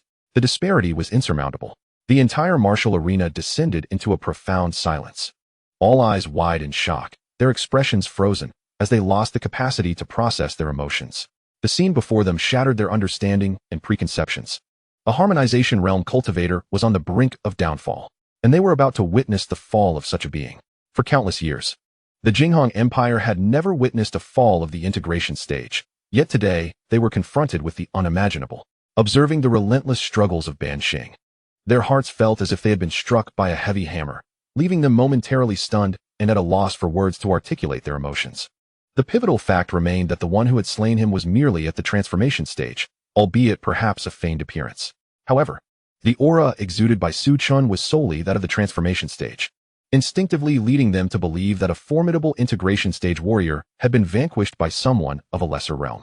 He had indeed slain an integration stage adversary. From this moment forth, the name Su Chen would resonate throughout the entirety of the Jinghong Empire, not merely confined to the Jinghong Empire, but the entire eastern region, nay, the whole of the Xiantian realm would come to know this name. Do you grasp the significance of a transformation stage individual being capable of slaying one of the integration stage? Even ancient texts only recount legends of princes who could accomplish such feats. Princes, were they not the progeny of emperors? Indeed, this illustrates the sheer terror that Su Chen embodies. he stands as a being comparable to the legendary princes. Throughout, Su Chen had merely exhibited the prowess of the transformation stage. Even the final strike was executed solely with his transformation stage cultivation. Had he unleashed that technique with the strength of the integration stage, the entire Jinghong city would have been enveloped in the radiance of that stellar domain. In the blink of an eye, Ban Xing's vitality faded completely. Suddenly, the Jinghong king, seated upon his throne, sprang to his feet, his eyes brimming with disbelief and panic. It was inconceivable that the monarch of the Jinghong Empire would reveal such trepidation. Given Ban Xing's strength, it was unfathomable that he could be dispatched so easily, yet Su Chen had achieved it with apparent ease, exuding an air of nonchalance. This indicated that the individual before him was undoubtedly superior in power. The realm of returning essence. The Jinghong king had never anticipated that the seventh son, Lin Jin, could enlist the assistance of such a formidable being. However, he was perplexed as to why a master of the realm of returning essence would find interest in the meager assets of the Jinghong Empire. If he desired, he could effortlessly absorb the Jinghong Empire into his dominion without the need to aid Lin Jin in his ascension. Regardless of the reasons, he understood that his demeanor towards Lin Jin must be more favorable from now on. This lad not only had the Sword King at his beck and call, but now could also summon a master of the realm of returning essence. He was indeed a figure of formidable terror. He did not concern himself with who was the Jinghong king, as long as the exhibited strength was capable of governing the empire and leading it toward greater horizons. That sufficed. Though somewhat ruthless, one must possess a cold heart to survive in this world. At this moment, within the battle preparation platform, Lin Mu bellowed, his eyes filled with disbelief. Impossible. How could Ban Xing possibly be no match? He is a mid-integration stage cultivator. Not only was he incredulous, but Lin Jin shared his astonishment. Recalling the words spoken by Su Chen Tian upon their departure from the Su family, he suddenly found the entire situation absurd. It was simply outrageous. Could Su Chen Tian's son be so extraordinarily gifted? Surely, the Su family's power had surged remarkably, and it must all be attributed to Su Chen's influence. Although Lin Jin had limited interactions with the Su family, he believed he had a fair understanding of them. Their ability to navigate through the challenges within Mingwei City and grow rapidly was evidently beyond their inherent capabilities. Initially, Lin Jin speculated that the Su family had encountered some remarkable fortune that allowed for such swift advancement. However, upon reflection, it became clear that this fortune was none other than Su Chen. With such a formidable force backing them, how could the Su family fail to progress? In the arena, all the princes were engulfed in profound terror. If Su Chen were merely at the integration stage, they might have resolved to fight to the death. But he was a powerful return to origin realm expert. How could they possibly contend against such strength? It was akin to a mantis trying to stop a chariot, or an egg striking a stone. If they possessed the capability to slay Su Chen, they would have long since ousted the Jinghong king, rather than engage in this fratricidal struggle for the throne. The ninth prince, Lin Feng, was the first to speak, addressing Lin Jin with utmost respect. Seventh brother, it appears the throne is rightfully yours. Allow me to extend my early congratulations. The eighth prince, Lin Bu, echoed the sentiment. Congratulations, seventh brother. Although historically, those who ascended to the throne often eliminated their siblings, a glimmer of hope lingered in their hearts. None wished for death. Other princes followed suit in congratulating Lin Jin. Yet his demeanor remained largely unchanged. After taking a deep breath to quell his inner tumult, he smiled and replied, "The matter is not yet concluded. Let us not rush into congratulations." To be candid, he had already resolved his stance regarding his brothers. Those who deserved to die would certainly meet their end, while those who did not need not be harmed. Among the 9 princes, not everyone aspired to seize the throne. For instance, Lin Feng had never contemplated such ambitions. He merely sought a life of leisure and had been thrust into the power struggle against his will. Moreover, he posed no threat to Lin Jin. Thus he could be spared. Conversely, Lin Mu harbored a lethal intent. However, he could not coldly declare, "Once I ascend, I shall eliminate you all." At the very least, he must feign benevolence, offering them a semblance of hope for survival. Once the throne was secure, he could swiftly turn against them. After all, even a cornered rabbit may bite. If they were driven to desperation, they could resort to anything, leading to a myriad of troubles. He then cast another glance at Su Chen. Returned to origin. The sheer terror of Su Chen was overwhelming. Instantly, numerous thoughts flooded Lin Jin's mind. Was Su Chen not yet married? His daughter, Yimeng, was a renowned beauty in Jinghong City. Yet, with Su Chen's formidable prowess, he could have his pick of any woman. If all else failed, perhaps Yimeng could become a concubine or a maid. Lin Jin's thoughts raced. Little did Lin Yimeng realize that she had nearly been offered to someone as formidable as Su Chen. Chapter 46, Wanyan Mountain. A land of immortal blessings for Su Chen. Slaying an integration stage expert was exceedingly simple, hence his expression bore little alteration. To save time, it would be best for all the princes and their subordinates to join forces. His calm voice resonated throughout the martial arena, leaving everyone astonished and speechless. With a solitary effort, he challenged dozens of formidable practitioners at the void refinement stage. Such power is truly terrifying. The crowd turned their gaze towards the preparation platform, eager to witness the reactions of the princes, and they were equally curious about whether the other princes possessed even stronger capabilities. However, it was evident that the remaining princes had no further means at their disposal. Ultimately, the battle for succession concluded with Su Chen's effortless victory, leaving the crown prince in a state of despair as he departed from the platform. Su Chen represented the seventh prince, which signified that Lin Jin was destined to become the future sovereign of the Jinghong Empire.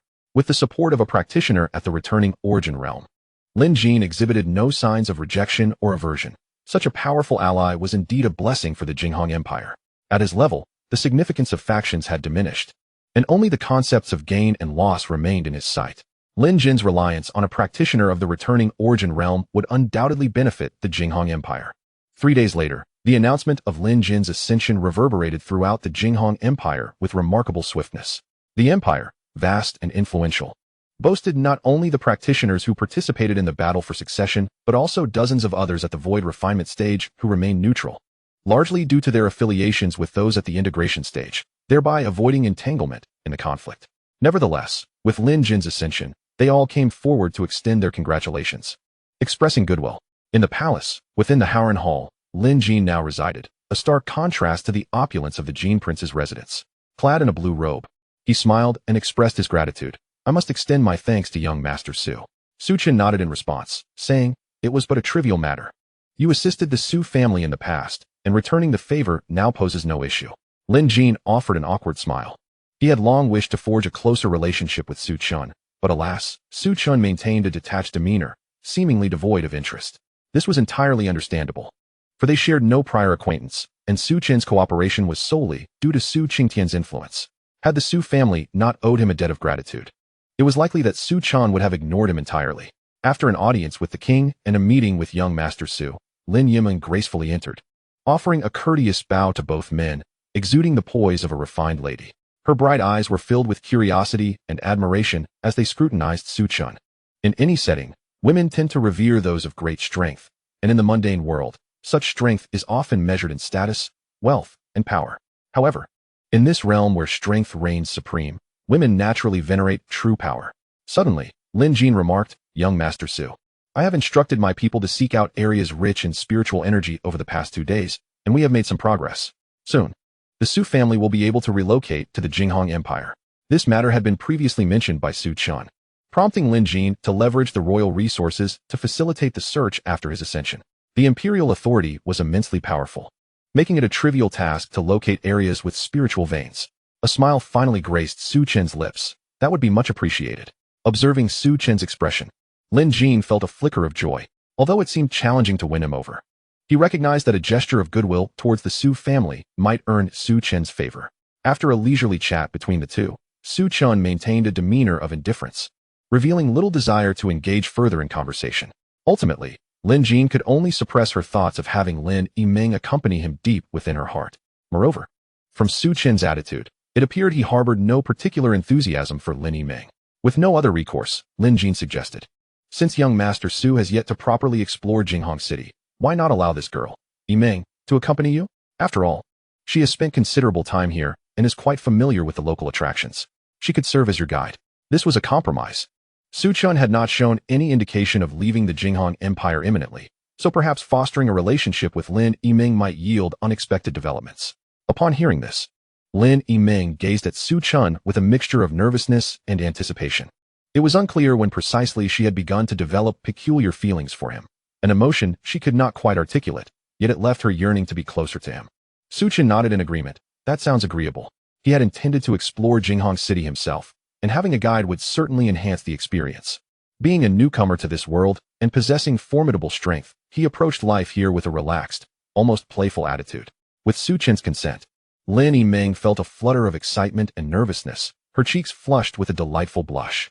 The prospect of guiding him implied a degree of intimacy, which elated her. Her mind wandered back to Su Chen's dashing presence at the Royal Martial Arena, erasing any remnants of his initial unfavorable impression at the Jinwang mansion. After a bit more conversation, Lin Yimeng shyly led Su Chen away, embarking on a leisurely exploration of Jinghong City.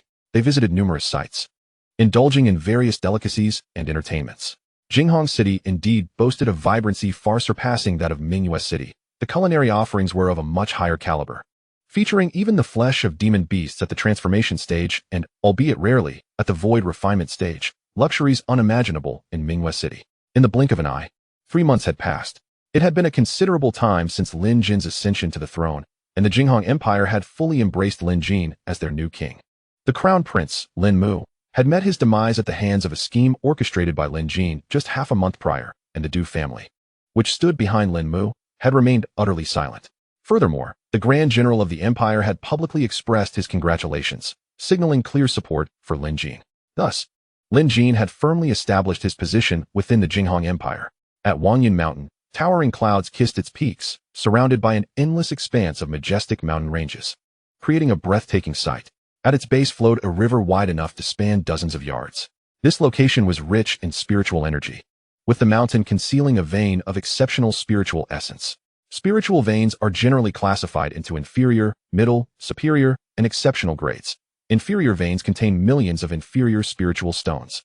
Middle veins harbor billions. Superior veins encompass hundreds of billions, while exceptional veins are truly extraordinary, containing at least tens of billions of inferior spiritual stones. Certainly, the inferior spiritual stones merely serve as a unit of measurement. Within the superior spiritual veins, one predominantly finds medium and high-grade spiritual stones, alongside a scarce quantity of exceptional stones, while inferior stones are rather uncommon. Most significantly, the superior spiritual veins harbor dragon veins, which, as long as they remain unextracted, will continuously generate an abundance of spiritual energy, leading to a more profound accumulation of spiritual power over time.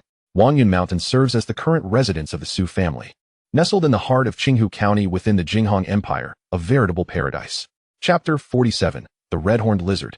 Treasures abound in the Jinghong Empire. At the pinnacle of Wangyun Mountain, Su Chen gazed downward and nodded in approval.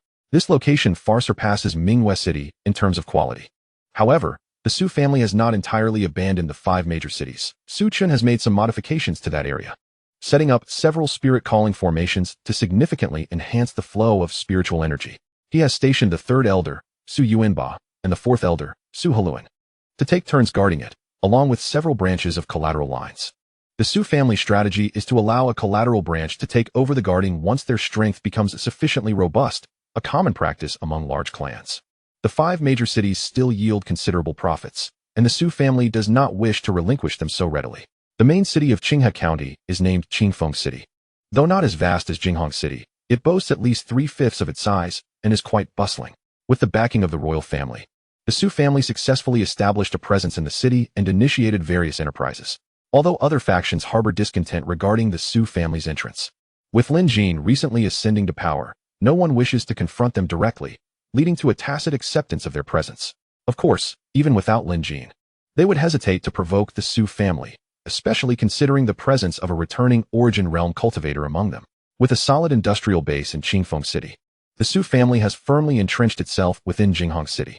Wangyun Mountain is divided into 3 sections. The uppermost tier, where the direct descendants of the Su family reside, followed by the collateral branches and the servants below. Given the vastness of Wangyun Mountain, the upper level can accommodate at least 10,000 inhabitants, whereas the current direct descendants of the Su family number merely in the dozens, rendering Su Chen's residence extraordinarily opulent, nearly 5 times the size of his previous abode in Mingyue City, lavishly adorned, with dedicated guards stationed at the entrance. A provision made by Su Qingtian. Within the entire Su family, aside from Su Chen and his servant Ruashi, anyone wishing to enter must first obtain Su Chen's permission, a rule that even he is not exempt from. This is not merely a regulation set by Su Chen, but rather one established by Su Qingtian. Given Su Chen's formidable strength, he stands as the guardian of the Su family, necessitating that no one disturb him and that all family members harbor a sense of reverence towards him. Su Qingtian's actions are intended to ensure that everyone within the Su family acknowledges Su Chen's esteemed status. This also serves to pave the way for Su Chen's future ascension as the head of the family, albeit somewhat superfluously, for his prowess alone guarantees that no one would dare to challenge him in such a role. Wanyan Courtyard. This is the name of Su Chen's residence. Su Chen sat in the courtyard, while Ruoshi stood gracefully beside him, offering a soothing massage. Although the Huayun Mountain was rich in spiritual energy, it still lacked many essential elements. After a moment of contemplation, Su Chen began to arrange formations within Huayun Mountain.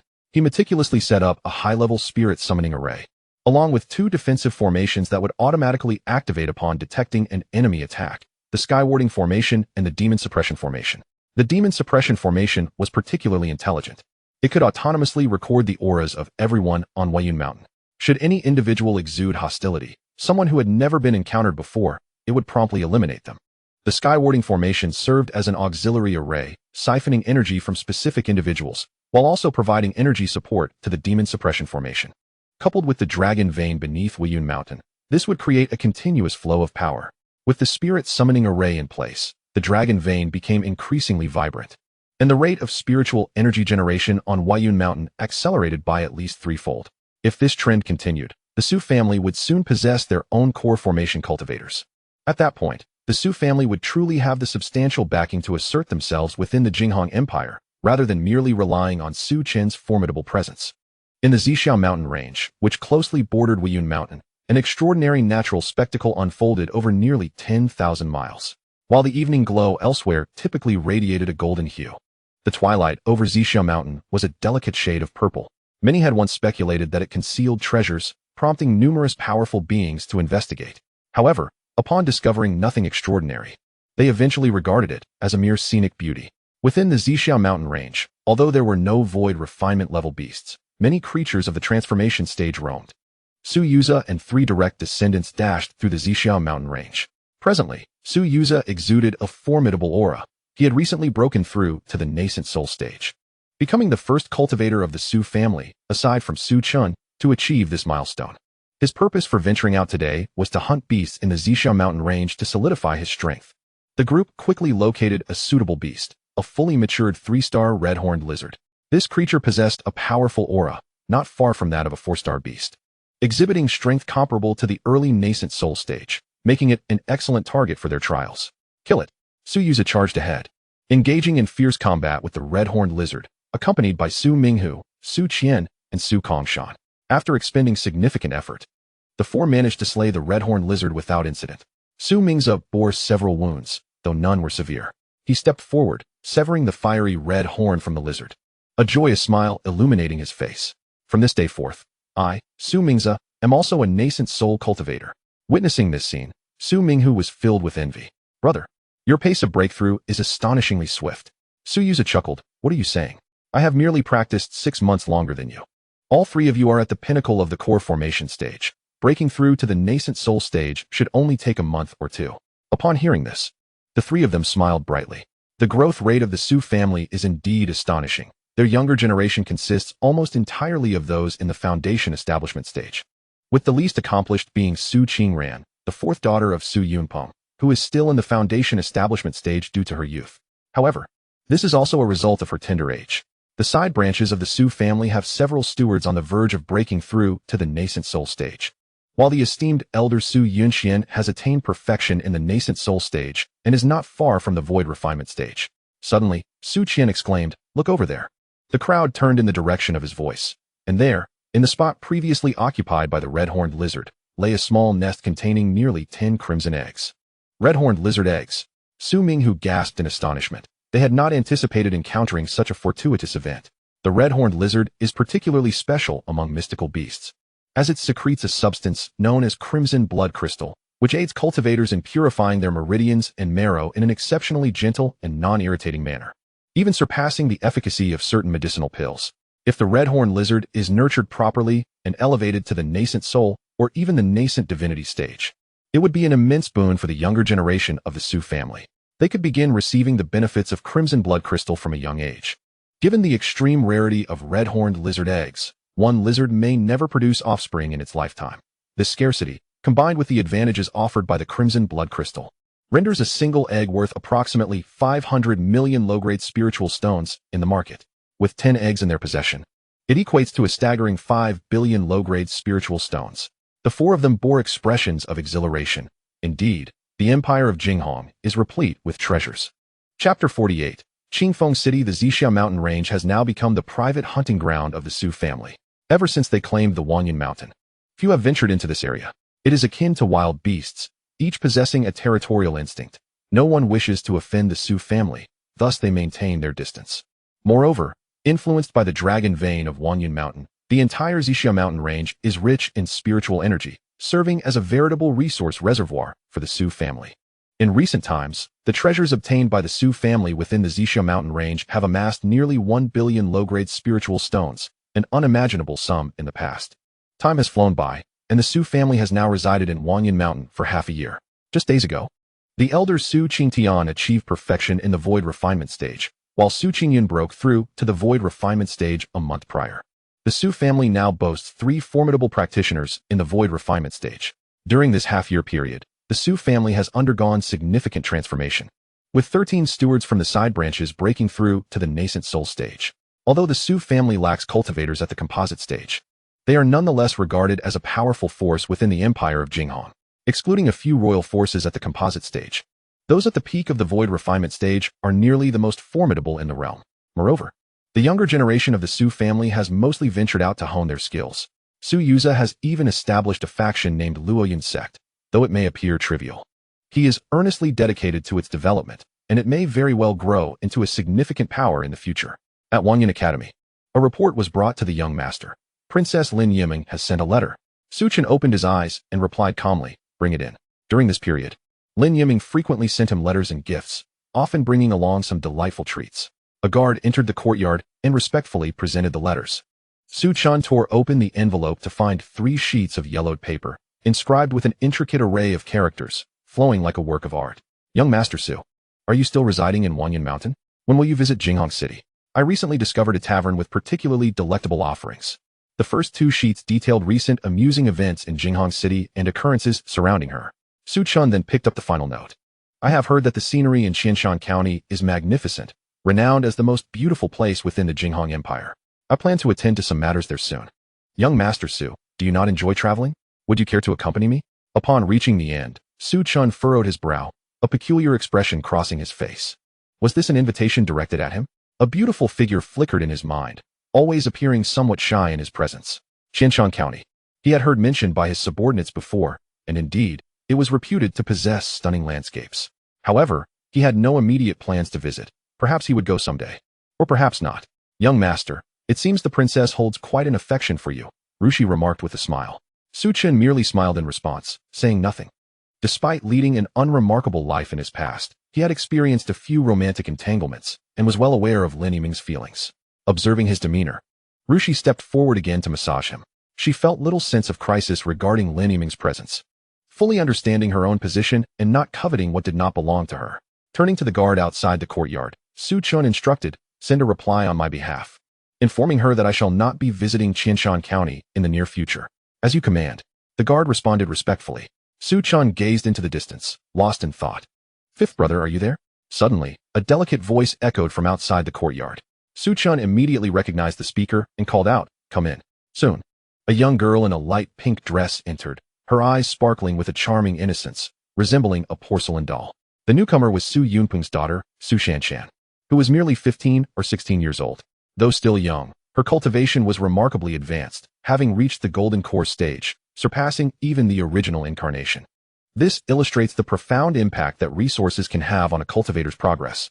Su Chen straightened his posture, smiling as he inquired, "Ninth sister, do you need something?" Su Chen blushed slightly and replied, "Fifth brother, there are no suitable cultivation techniques for me within the family. My father asked me to come and consult you about it." "Techniques?" Su Chen momentarily paused before asking, "What field are you cultivating in?"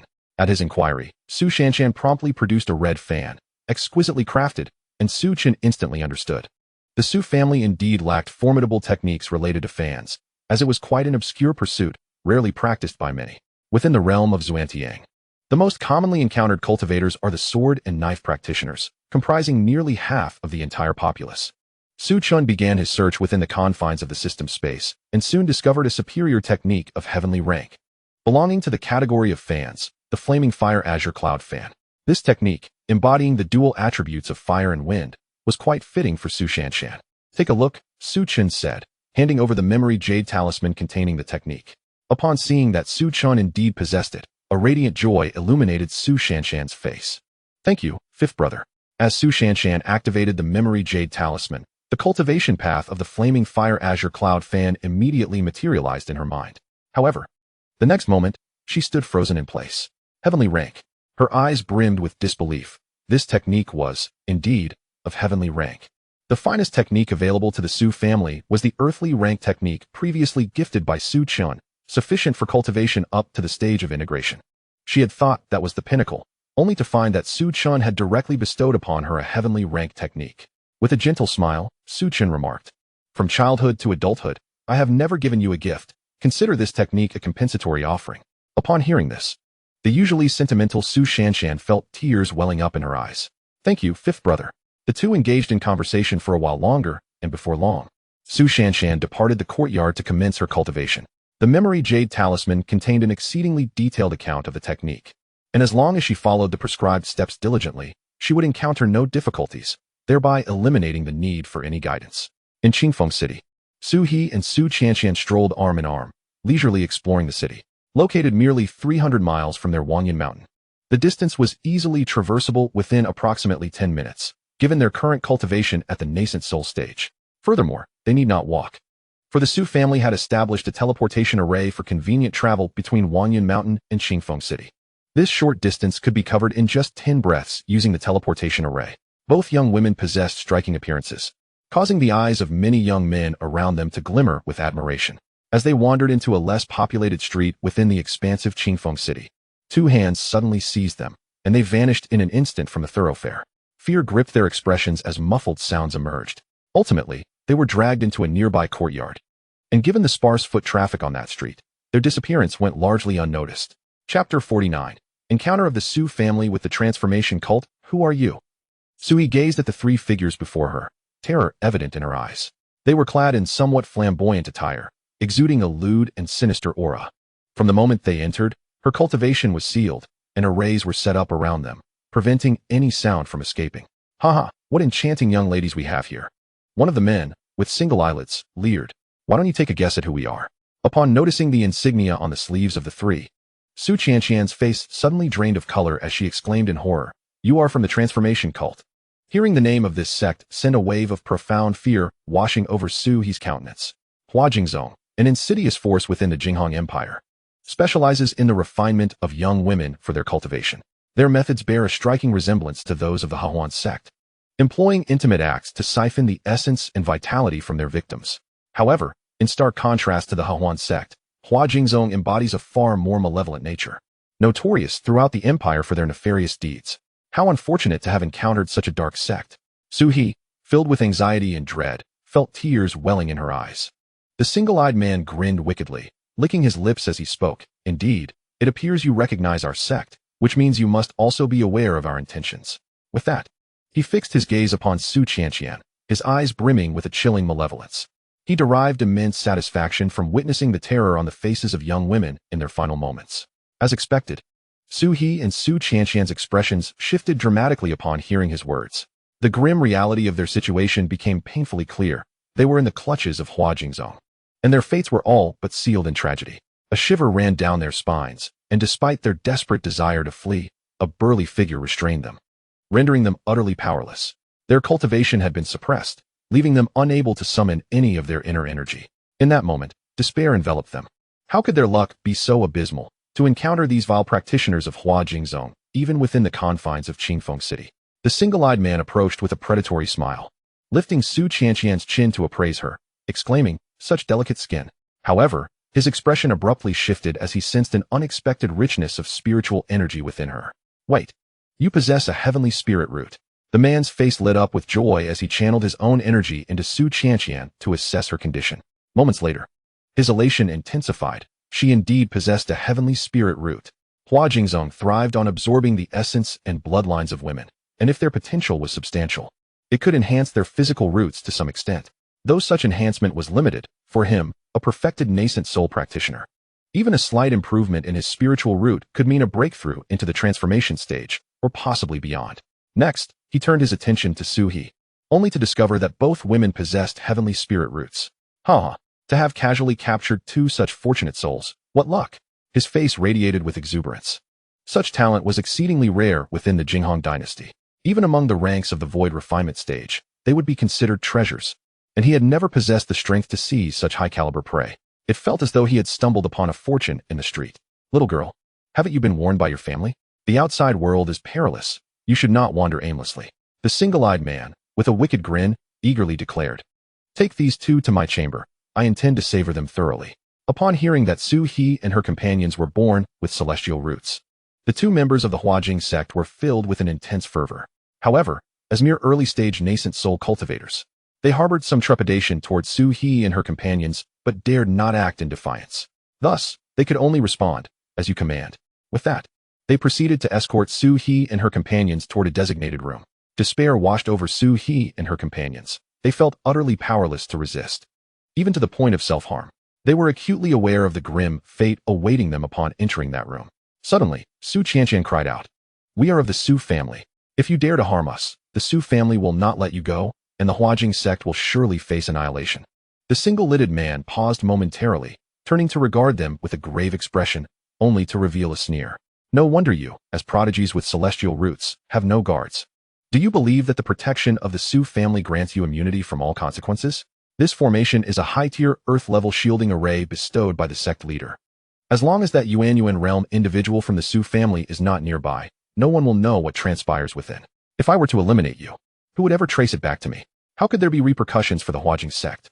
Hearing these words, despair enveloped the two women completely. They understood the truth of his statement. The shielding array was indeed formidable. Distance alone, even a mere mysterious tier formation could obscure the scrutiny of a Yuan realm cultivator. Su Chen typically resided in Wanyan Mountain and rarely ventured out, while only a handful of Su family members in Qingshui City were at the deity transformation stage, making it impossible for them to uncover the truth of their demise. At that moment, a blinding glimmer of cold light erupted. "Who goes there?" the single-lidded man exclaimed, turning sharply, as a beam of sword light pierced through the outer shielding array, aimed directly at him with lethal intent. Although the courtyard was protected by the shielding array, its defensive capabilities were woefully inadequate. While it concealed those outside, it also ensnared its own. "Luyin, you shall pay with your life." Accompanying that fierce shout, a woman clad in white suddenly emerged from beyond the array, her countenance cold and brimming with murderous intent. Lu Yin's expression shifted abruptly, a half-step into the deity transformation stage. A formidable aura surged from her, and he struck out with his palm to intercept the sword light. But his efforts were in vain. Upon witnessing the sudden arrival, Su He and her companion's eyes sparkled with renewed hope. Yuan Ming wasted no time, swiftly severing Lu Yin's arm in a single strike. A chilling scream echoed throughout the courtyard. "Who are you?" Lu Yin's gaze darkened to the utmost degree. This woman was clearly aware of their presence and had been trailing them all along. For how could a perfected nascent soul cultivator possibly detect the situation within the array otherwise? She had come specifically to eliminate him. Yuan Ming scoffed. "You killed my two sisters, and now you've forgotten my face?" Lu Yin scrutinized Yuan Ming closely, and his pupils dilated in sudden recognition. "You are that little girl from the Yuan family." Chapter 50. Do not fear. Your fifth brother has come to rescue you. Yuan Ming let out a cold laugh. Her face etched with resentment as she declared, "Lu Yin, the Huajing sect annihilated my Yuan family, and you drained the essence from my two elder sisters. Today, I shall slay you to appease the souls of my kin." As she spoke, her movements morphed into a more ferocious assault directed at Lu Yin. A look of terror crossed Lu Yin's face. He never anticipated that Yuan Ming could break through to the semi-divine transformation stage. When the Huajing sect decimated the Yuan family, she was merely at the core formation stage. In less than a decade, she had ascended to the threshold of semi-divine transformation. In that same span, Lu Yin had only advanced from the early nascent soul stage to the perfected nascent soul stage. Such rapid progress was comparable to that of many extraordinary spiritual roots, yet Yuan Ming had surpassed them all. Lu Yin raised his hand, producing a small flag, which he hurled at Yuan Ming. Boom! A resounding explosion erupted. Caught off guard, Yuan Ming was sent flying, blood spilling from the corner of her mouth. This item had been bestowed upon him by an elder of the Huajing sect, capable of delivering a strike at the divine transformation level, a last resort for preserving his life, which he was now compelled to employ. Lu Yin sneered. "Since you have come to me willingly, I shall devour you today." Greed glimmered in his eyes. Two female cultivators with heavenly spiritual roots, combined with the semi-divine transformation Yuan Ming. If he could consume all three, he would undoubtedly transcend to the divine transformation stage. The crux of the matter was that Yuan Ming's aptitude was supposedly only of high-grade spiritual roots. How could she achieve such a breakthrough in so short a time without some fortuitous opportunity? If he could seize her chance as well, he would surely advance further. Perhaps even ascend to the rank of an inner sect elder. The Huajing sect was a demonic sect, and all disciples below the rank of inner sect elder faced inherent flaws in their cultivation methods. Only upon reaching the semi-refining void stage and becoming an inner sect elder could the sect leader personally rectify these flaws. Achieving the semi-refining void stage was a dream for nearly all disciples of the Huajing sect. Yuan Ming's eyes were icy. Rest assured, you shall not have that opportunity. Rising to her feet, she charged once more at Lu Yin. How could this be? Why are you unscathed? Witnessing Yuan Ming's unwavering might, panic washed over Lu Yin's face. Although his previous attack had not slain her, it should have severely wounded her. How could a semi-divine transformation cultivator emerge completely unhurt? Yuan Ming let out a cold laugh. Though the earlier blow had injured her, most of its power had been deflected by her protective talisman, leaving her with less than 20% of its force. Her speed was astonishing, reaching Lu Yin in the blink of an eye. Su He, observing this scene, was filled with joy. Once Lu Yin was dead, they would be saved. A sense of survival flooded their hearts, grateful for their fortuitous encounter with someone seeking vengeance against the Huajing sect, for otherwise, their fate would have been grim. However, just as Yuan Ming was about to strike down Lu Yin, an abrupt change occurred. Hold! A deep reprimand resonated, exploding in the minds of all present. The impact was most profound on Yuan Ming, who collapsed to the ground, her face contorted in agony. In the main house across the yard, an elderly man in his 60s slowly emerged. His complexion appeared grim, and though age had etched lines upon his face, his eyes shone with an intense sharpness. Upon noticing him, Lu Yin promptly reacted, bowing respectfully. Greetings, Elder Wang. Wang Jin regarded him with a somber expression. Lu Yin, is this truly the esteemed place you sought?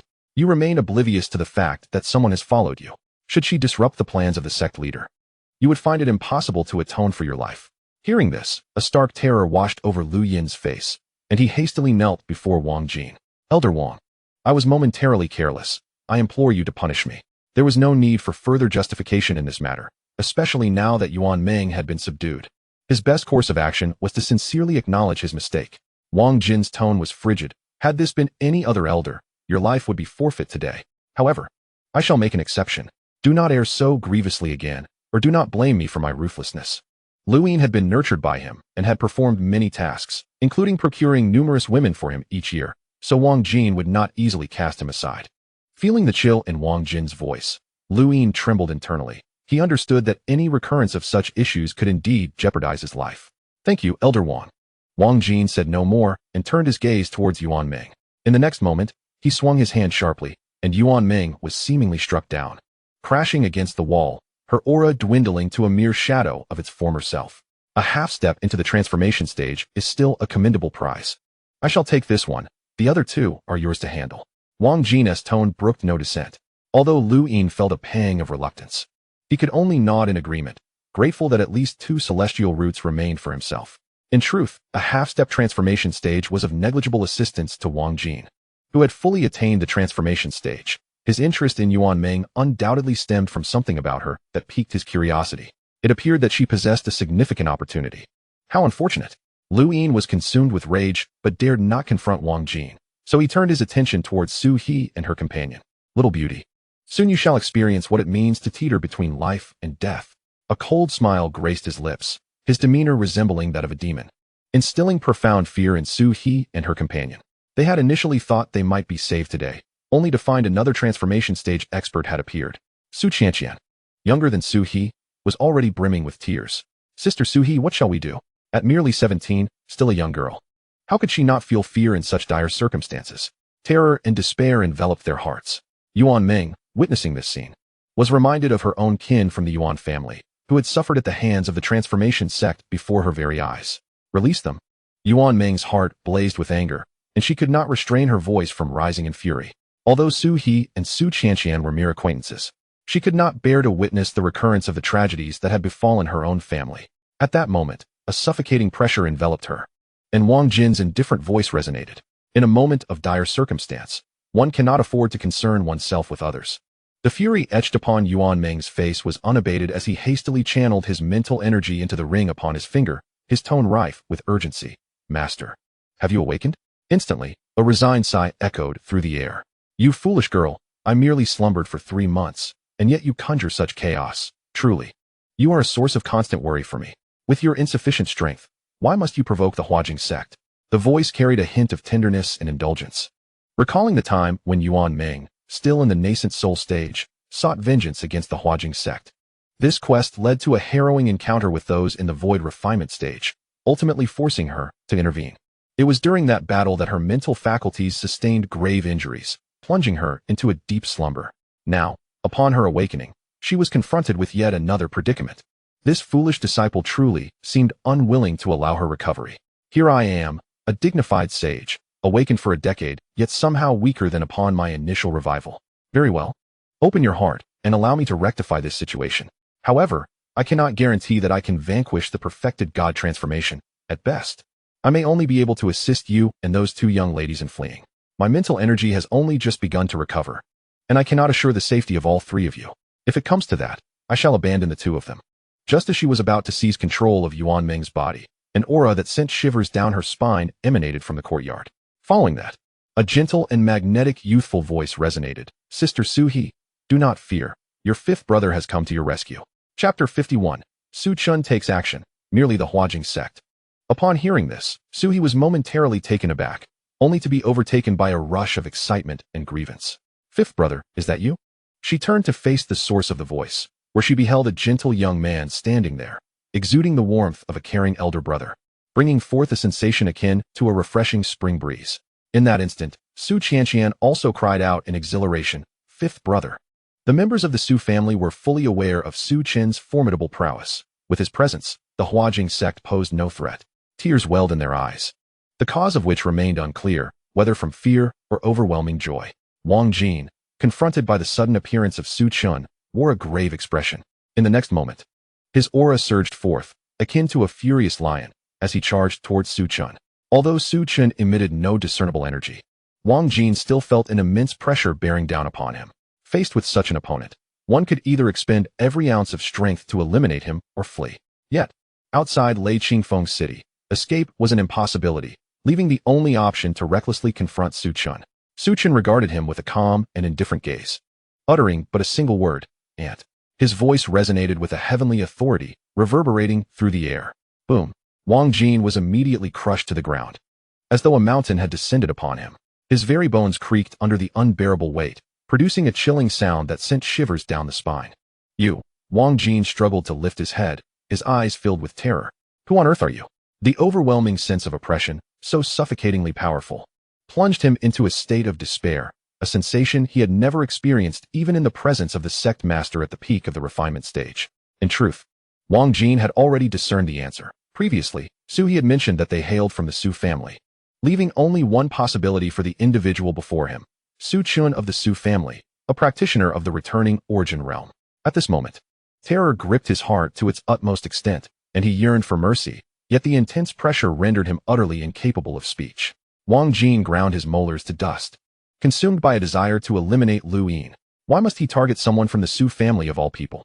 Witnessing the situation unfold, Lu Yin was equally stricken with dread. In a moment of desperation, he resolved to use the lives of Su He and her companion as leverage. However, just as he reached out toward them, his body contorted violently, engulfed by excruciating pain. His limbs began to twist uncontrollably, ultimately becoming entwined around his waist like twisted dough, leaving him utterly incapacitated. His eyes widened in horror, his expression a grim testament to the torment he had endured. The other 2 practitioners of the refinement sect met the same grim fate, unable to utter a sound, their silent screams echoing the agony they faced. On the other side, Wang Jin could no longer withstand the immense pressure and was mercilessly crushed into a pulp. The disparity in strength between the 2 sides was insurmountable, existing on entirely different levels. Su Chen had not even exerted a fraction of his power. For him, slaying a fully realized divine transformation practitioner was an effortless task. It is all right now, Su Chen said gently, turning his gaze towards Su He and her companion. Remember to carry the family token next time. It contains a formation that can safeguard your lives in critical moments and alert others from the Su family. At that moment, Su He and her companion disregarded his words, rushing forward with tear-streaked faces to embrace Su Chen. 5th brother. Though they had previously fought back their tears, upon seeing Su Chen, their emotions could no longer be contained. Su Chen reached out to tousle their hair, speaking softly. It's all right now. With fifth brother here, no one in this world can harm you. They did not continue to weep excessively. After venting their emotions for a while, they managed to calm themselves. Su Chen expressed further concern for them before redirecting his attention to Yuan Ming. A sudden tightness gripped her heart. She recognized that the individual before her was anything but ordinary, and thus she quickly bowed. I pay my respects, esteemed senior. Su Chen glanced at Yuan Ming and then at the ring on her finger. The old man within? Yet it seemed she was not accompanied by an elder. Judging by the aura, it appeared to be a female presence, faintly emanating a holy might, albeit weak, even at her peak. She would likely be no more than a saint. Su Chen withdrew his gaze and quietly asked, Are you willing to serve the Su family? For the future growth of the Su family, having formidable subordinates was essential, whether it be Yuan Ming or the saint within her ring. Both would greatly aid in the Su family's development. Yuan Ming's expression shifted in shock. The Su family. The person before her belonged to the Su family. Possessing such formidable strength at such a young age, he must be Su Chen of the returning origin realm. However, soon a look of turmoil appeared on Yuan Ming's face. Joining the Su family meant living under someone else's roof, and she still had a deep-seated vendetta to settle. Would she be able to seek vengeance after aligning herself with the Su family? Yuan Ming cautiously spoke. Senior, I have a great grudge to avenge, I fear. She hesitated to refuse, worried that outright rejection might displease Su Chen. A great grudge? Are you referring to the transformation sect? Su Chen replied in a calm tone. That sect will cease to exist in this world by the end of today, so you need not worry about that. He naturally could not let the transformation sect escape. Once matters here were resolved, he would personally eradicate them. Yuan Ming was taken aback, her face lighting up with joy. Senior, is that truly the case? Only after speaking did she realize her lapse in judgment. Such a formidable being had no need to deceive a mere half-step into the divine transformation realm like her. Yuan Ming immediately said, Senior, if you are willing to annihilate the transformation sect, then I shall become a member of the Su family from now on. Willing to dedicate my life and soul for the Su family. Su Chen nodded, and then turned to Su He and the others with a smile, saying, I shall take my leave now. Do be cautious next time you venture out. The two nodded solemnly, having experienced this incident. They understood that this world was far more perilous than they had ever imagined. In the next moment, Su Chen vanished from sight, accompanied by Yuan Ming. Due to Su Chen's incredible speed, Yuan Ming found her vision blurred, unable to discern what was happening, as if the world were spinning around her. Moments later, clarity returned, revealing a colossal sect before her. At the forefront of the sect hung a sign adorned with elegant, swirling characters, Transformation Sect. Although this sect was a force of the demonic path, its overwhelming strength afforded it a place within the Jinghong dynasty, to the royal family of the Jinghong Empire. Despite the sect's affiliation with dark forces, as long as it did not overstep its bounds, it was still considered part of the empire's influence. Thus, the royal family opted to suppress it rather than eradicate it entirely. Upon seeing the sect, resentment filled Yuan Ming's eyes. Transformation Sect. She seethed through gritted teeth. This was the very force she yearned to obliterate, for it was responsible for the annihilation of her kin, leaving her to wander the world in solitude. Had it not been for the Transformation Sect, she might still have been in the Yuan family, enjoying the love and care of her parents and sister. But now, all of that was lost. Su Chen looked down, powerful fluctuations emanating from his being, akin to an awakening primordial beast, instilling dread in those who sensed it. He raised his hand and pointed downward. With that one gesture, the very heavens began to fracture, rifts in the void materializing. And the earth trembled as if it feared this force. Who dares to intrude? A terrified voice echoed from within the Transformation Sect. In the next moment, a figure burst forth from the sect, his face a mask of indescribable fear. This individual was none other than the leader of the Transformation Sect. Before he could even react, a tremendous force descended from the heavens, accompanied by a deafening explosion that resonated throughout the entire empire of Jinghong. Those at the transformation stage and beyond sensed this overwhelming aura, their expressions etched with panic as they gazed toward the source of the disturbance. What a terrifying presence! Who could it be? Chapter 52, The Terrifying Su Chen, a Sovereign's Might Unleashed. Beneath this force, the leader of the Huajing sect appeared as a mere mortal facing a natural disaster, utterly devoid of any capacity to resist. Not even a scream escaped his lips as he was obliterated amidst the cosmos, his soul extinguished. In the wake of this cataclysm, a gaping chasm several hundred meters deep was left at the site of the Huajing sect, stretching for dozens of miles. A sight so shocking it left onlookers in awe. Almost all the formidable warriors of the Huajing sect perished in that single strike. Yuan Ming, witnessing this scene, was rendered speechless, her mind reeling. Is this the power of a Gu Yuan realm cultivator? How could one be so extraordinarily formidable? The most powerful cultivator she had previously encountered was at the void refinement stage, yet before Su Chen, she felt an insurmountable disparity, an absolute chasm separating their strengths. Where she once regarded the void refinement stage as the pinnacle of power, the revelation of Su Chen's capabilities irrevocably transformed her understanding. On the other hand, Su Chen remained remarkably composed, as if he had merely accomplished an ordinary task. After this display of strength, he led Yuan Ming to the foot of Wanyan Mountain, entrusted her to Su He, and then departed. Such a person as Yuan Ming could not be treated as an ordinary servant. Her role would be tailored specifically for the direct lineage. Thus, although she joined the Su family as a servant, her status would not be low. Having witnessed Su Chen's might, Yuan Ming was more than eager to join the Su family. After Su He completed her identity registration and assigned her a residence, she was officially welcomed into the family. In a dwelling halfway up the mountain, Yuan Ming could no longer contain herself, softly calling out, "Master, are you still there?" Since Su Chen's departure, her master had remained unresponsive. After a considerable time, a wisp of azure smoke emerged from Yuan Ming's ring, gradually materializing into a woman. Clad in a flowing blue gown, her beauty resembled that of an ethereal being, her figure an exquisite work of art.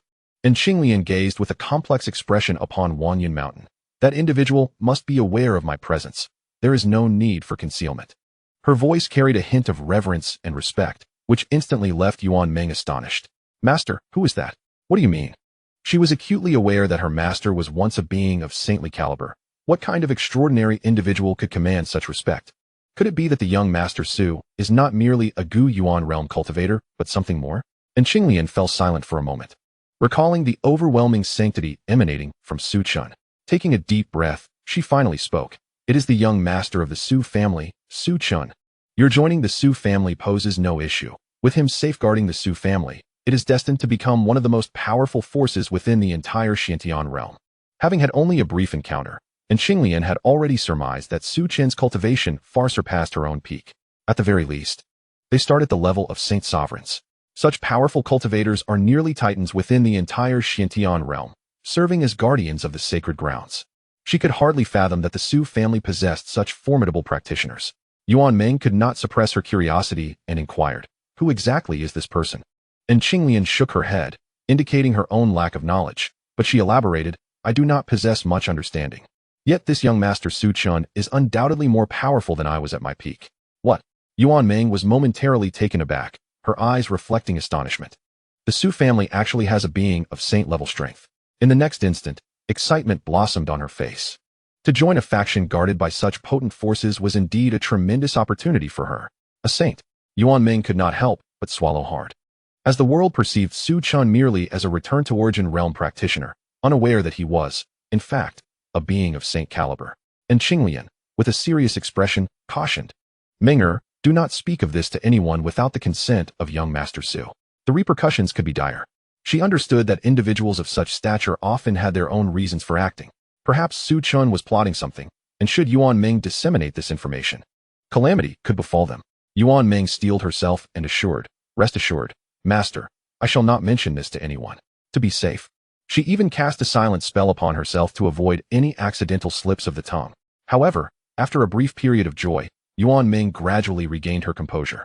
Lifting her gaze towards the distant horizon, being on the slopes of Wanyan Mountain, her view was exceptionally expansive. Feeling the gentle breeze brushing against her face, she could not help but let out a deep sigh. The obliteration of the Huajing sect did not bring her any sense of joy. Instead, her heart felt unbearably heavy. What good was the destruction of the Huajing sect if her sister and clan members could not return? Observing her demeanor, and Qinglian placed a comforting hand on her shoulder and spoke gently, "Child, you are the last remaining member of the Yuan family. For the sake of your family, you must live well. Only then will their spirits be at peace." Yuan Ming nodded, "Master, I understand." Her heart was not as fragile as it may have seemed. She merely felt a wave of melancholy. Soon, Yuan Ming managed to gather her emotions and resolutely stated, "Since the Su family possesses such strength, my progress in reconstructing your physical form will surely be expedited. Moreover, Master, did you not mention that there are still many pursuing you? With young Master Su Chen's protection, those individuals would surely hesitate to trouble you again, would they not?" And Qinglian nodded with a smile, "Indeed. None among them can rival a saint sovereign, so they would not dare to disturb me." "Saint sovereign?" Yuan Ming was filled with questions, clearly unfamiliar with the term. And Qinglian shook her head. You will understand once you have grown stronger. For now, the priority is to awaken your primordial sacred body. Yuan Ming promptly nodded. Yes. I shall heed your guidance. Soft discussions continued to echo from within the dwelling. Meanwhile, at the site of the Huajing sect, countless powerful beings arrived cautiously to assess the situation. Upon discovering that the Huajing sect had vanished without a trace, leaving only a vast pit, astonishment gripped everyone present. The Huajing sect had been obliterated. Who could be responsible for such an act? This was a formidable force at the integration stage. Could it have been the old sovereign? Unlikely, for the old sovereign had long retreated to cultivate and break through to the return to origin realm. Given the proximity to Wanyan Mountain, it was entirely plausible that the individual capable of slaying a formidable being at the integration stage was none other than the member of the Su family. The potency of the aura they had sensed moments ago was indeed overwhelming, far surpassing that of the old sovereign. It seemed the Huajing sect had provoked that individual. An act of sheer folly. Evidently, they all believed that the demise of the Huajing sect was orchestrated by Su Chen. This demonic force was immensely powerful. With its leader being a practitioner at the mid-integration stage, only the royal family possessed the capability to eliminate such a sect within the entire Jinghong Empire. Regrettably, the royal family had never taken action. Now, with the Huajing sect extinguished by the Su family, countless individuals applauded in approval. In an instant, the reputation of the Su family soared once more, rendering them the most sought-after force within the Jinghong Empire, with numerous prodigies voluntarily seeking to ally themselves with the Su family. Naturally, Su Chen selected only a handful of the most promising individuals to remain, rejecting the majority. The Su family sought loyalty and reliability, not sycophants eager to curry favor. Chapter 53. Subduing the Mo Hai Qing Jiao with the influx of new allegiances. The Su family grew at an astonishing rate, expanding its influence and power. However, Su Chen paid little heed to these developments, choosing instead to recline in the Wanyan courtyard. He relished this tranquil lifestyle, free from worry. When boredom struck, he would venture out for a stroll. He even took to grilling delicacies, often setting up a barbecue in the courtyard, living a life of remarkable comfort. This serene and leisurely existence was precisely what he sought. Report, young master. A respectful voice from outside the courtyard interrupted his reverie. You previously commanded us to search for mounts of the Demon King level, and we have made progress. In the eastern region of the Wanhai County, within the Sea of Lost Paths, there is rumored to be a Demon King at the integration stage, whose true form is that of a Jiao dragon. The guard's voice was tinged with excitement and reverence. Acknowledging the young master's formidable ambition to capture an integration stage Demon King as a mount. Wanhai County. Su Chen nodded thoughtfully. I understand. With that, he extended his consciousness, swiftly enveloping the entirety of Wanhai County, soon locating the Jiao dragon. However, he soon discerned that the creature's aura was somewhat feeble, its life force steadily dissipating. It was evident that this Jiao dragon was nearing the end of its lifespan. Typically, demon beasts live longer than humans, with integration stage practitioners possessing lifespans of around 10,000 years. Beings of such a potent lineage as this Jiao dragon would usually endure for 2 to 3 decades. Yet, its waning vitality indicated just how ancient it truly was. A Jiao dragon, albeit not a true dragon, could still serve as an adequate mount with a slight refinement of its bloodline. Su Chen murmured to himself before vanishing from Wanyan Mountain. When he reappeared, he had arrived at the Sea of Lost Paths in Wanhai County. The Sea of Lost Paths is boundlessly vast, with dark currents swirling beneath its surface and inhabited by numerous monstrous beasts, including the formidable 6th-tier monsters of the void refinement stage, rendering it a forbidden territory for humanity, hence its name. In the depths of this enigmatic sea lies a colossal creature, its body nearly 1,000 feet in length, with not a single beast in the surrounding 100 miles. This enormous entity possesses a pair of claws, a serpentine tail, and is clad in dark, shimmering scales, crowned with formidable antlers that exude a verdant luminescence. This majestic being is the sovereign of the Sea of Lost Paths, the Ink Sea Azure Jiao, a descendant of the Azure Dragon, albeit with a diluted lineage. Suddenly, the Ink Sea Azure Jiao's eyes snapped open, its immense pupils resembling galaxies, radiating a soft green light. Humans. Its voice resonated, causing the surrounding waters to roil as powerful waves surged across the surface. A grave expression filled its gaze. While beasts possess a sharper sense than humans, the fact that this individual could approach silently indicated an extraordinary strength. As a king of beasts in the integration stage, it was not foolish like lower-tier monsters and refrained from an impulsive attack. Nonetheless, the Ink Sea Azure Jiao remained exceedingly cautious. Aware that friction between humans and demons was incessant, humans could become prey, while the parts of demons could aid in alchemy and crafting. Could this unfamiliar human be here to slay it? Su Chen made no reply, instead scrutinizing the creature before nodding in approval. Indeed, your appearance is somewhat acceptable. He then lifted his gaze towards the ink sea azure Jiao and calmly stated, I offer you a chance to become my mount. The creature's enormous eyes widened in disbelief, its voice booming like thunder. Human, do you comprehend the gravity of your words? A powerful aura of malevolence emanated from its form, causing the entire sea of lost paths to become restless, with countless beasts hastily retreating to the periphery. The awakening of the Beast King signaled the onset of its hunt.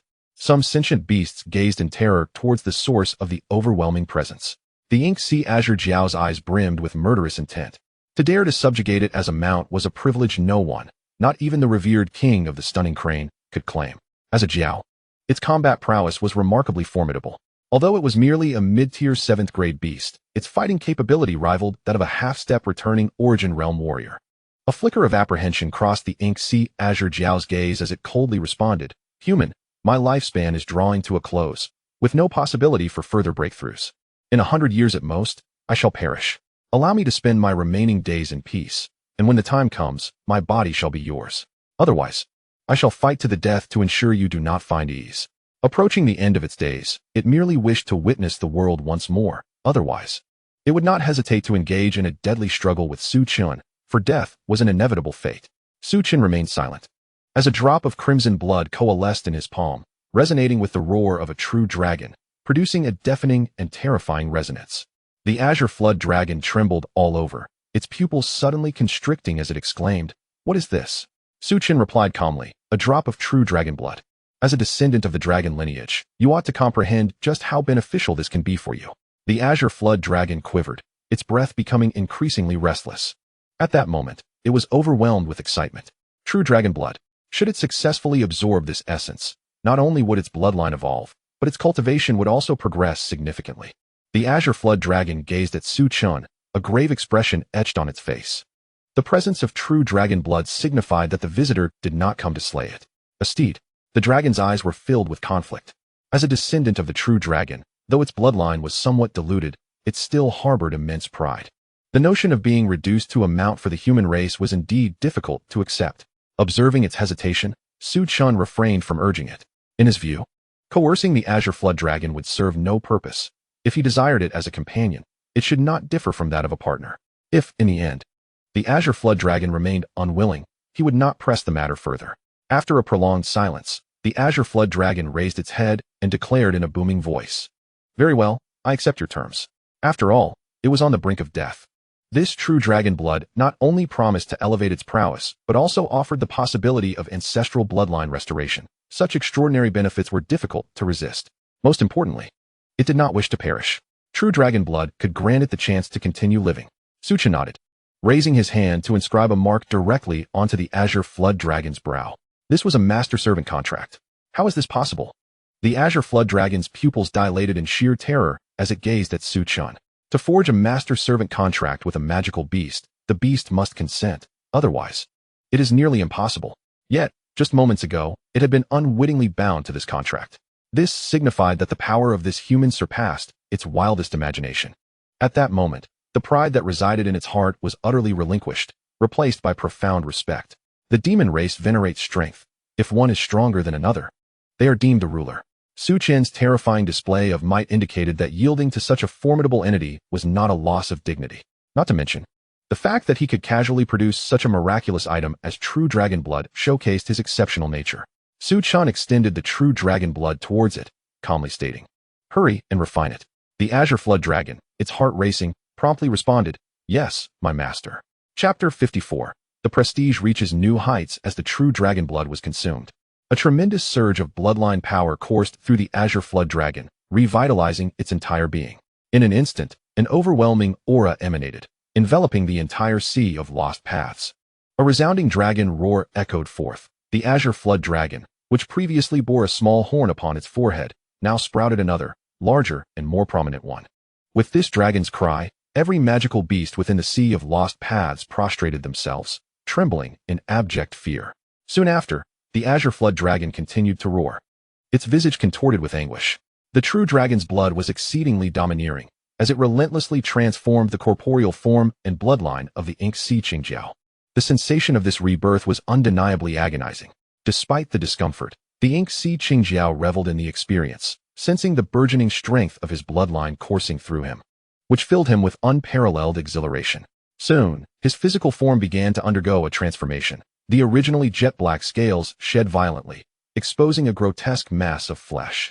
Yet before long, vibrant green scales re-emerged, emanating an extraordinary luminescence, creating a mysterious spectacle when juxtaposed against the rolling sea. The aura surrounding the ink Su Chen surged relentlessly, propelling him from the mid-stage of the combined entity realm to a half-step into the primordial realm. In terms of the demon tribe's hierarchy, this equated to a half-step 8th tier, a half-step demon emperor.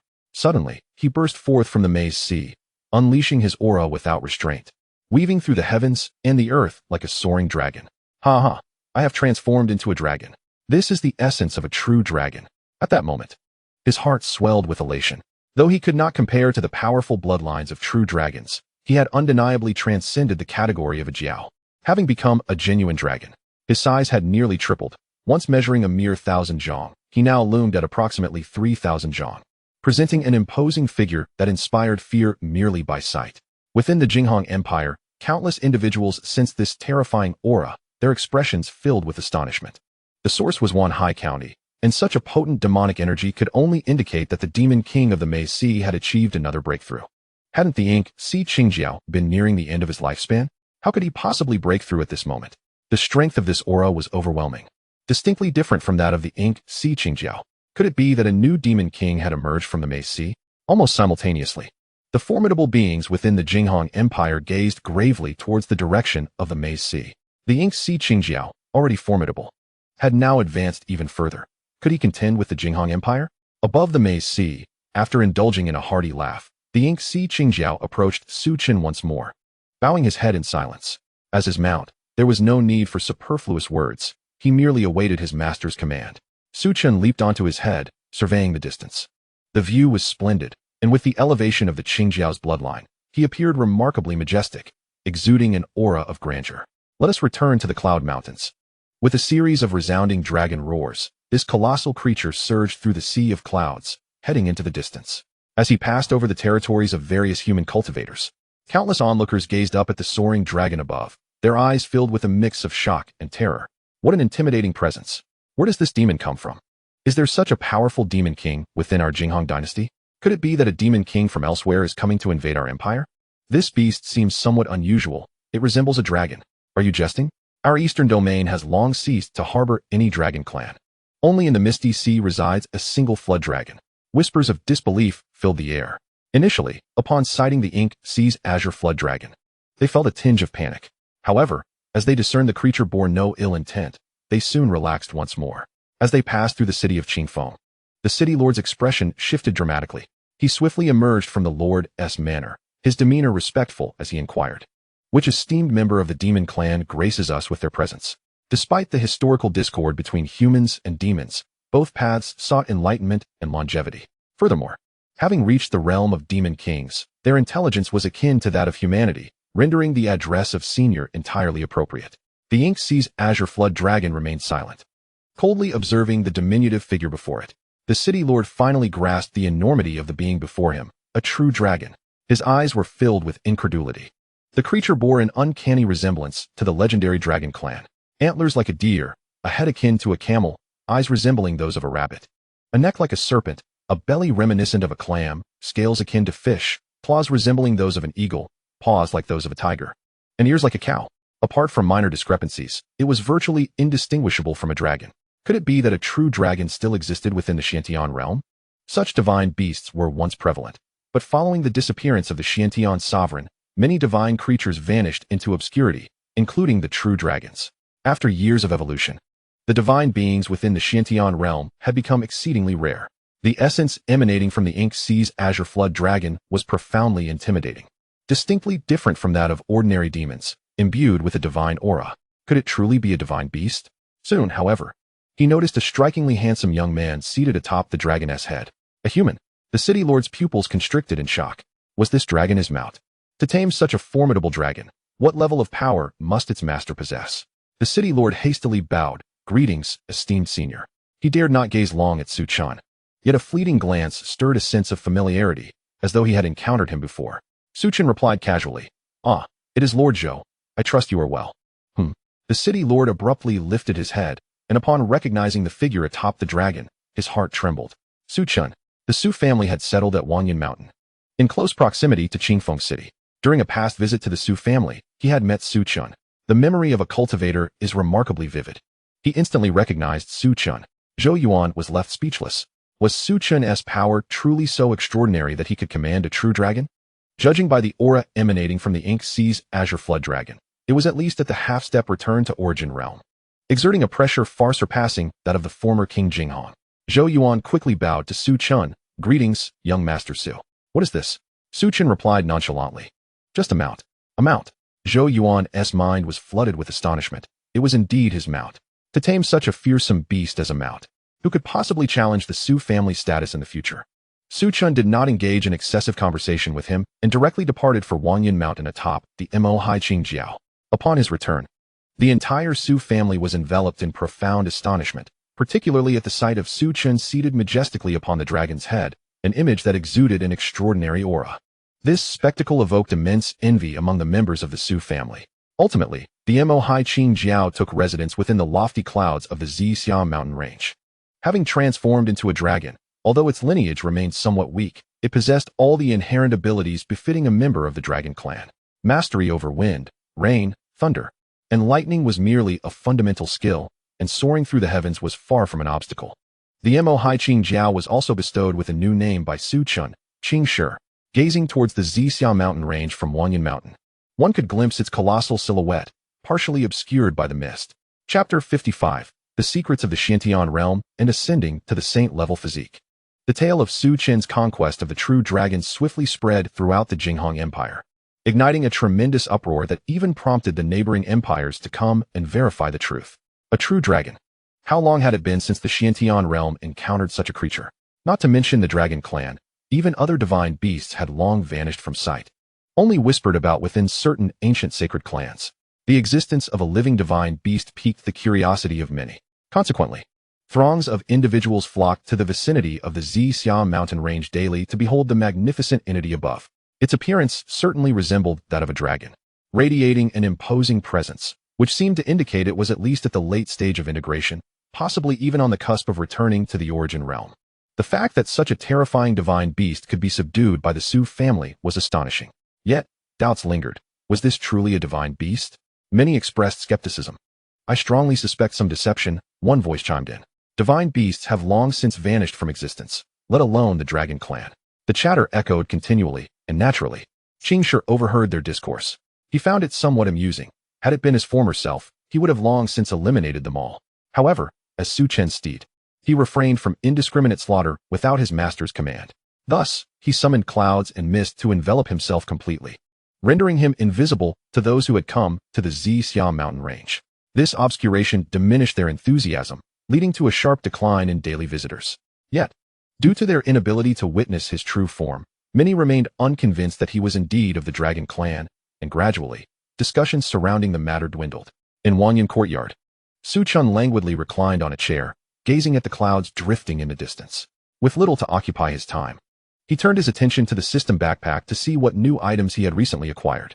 The system automatically highlighted new acquisitions from the past 6 months, and upon inspection, Su Chen noted that his item level had seemingly reached the 8th rank of the immortal tier, though he was not entirely certain what this entailed in terms of realms.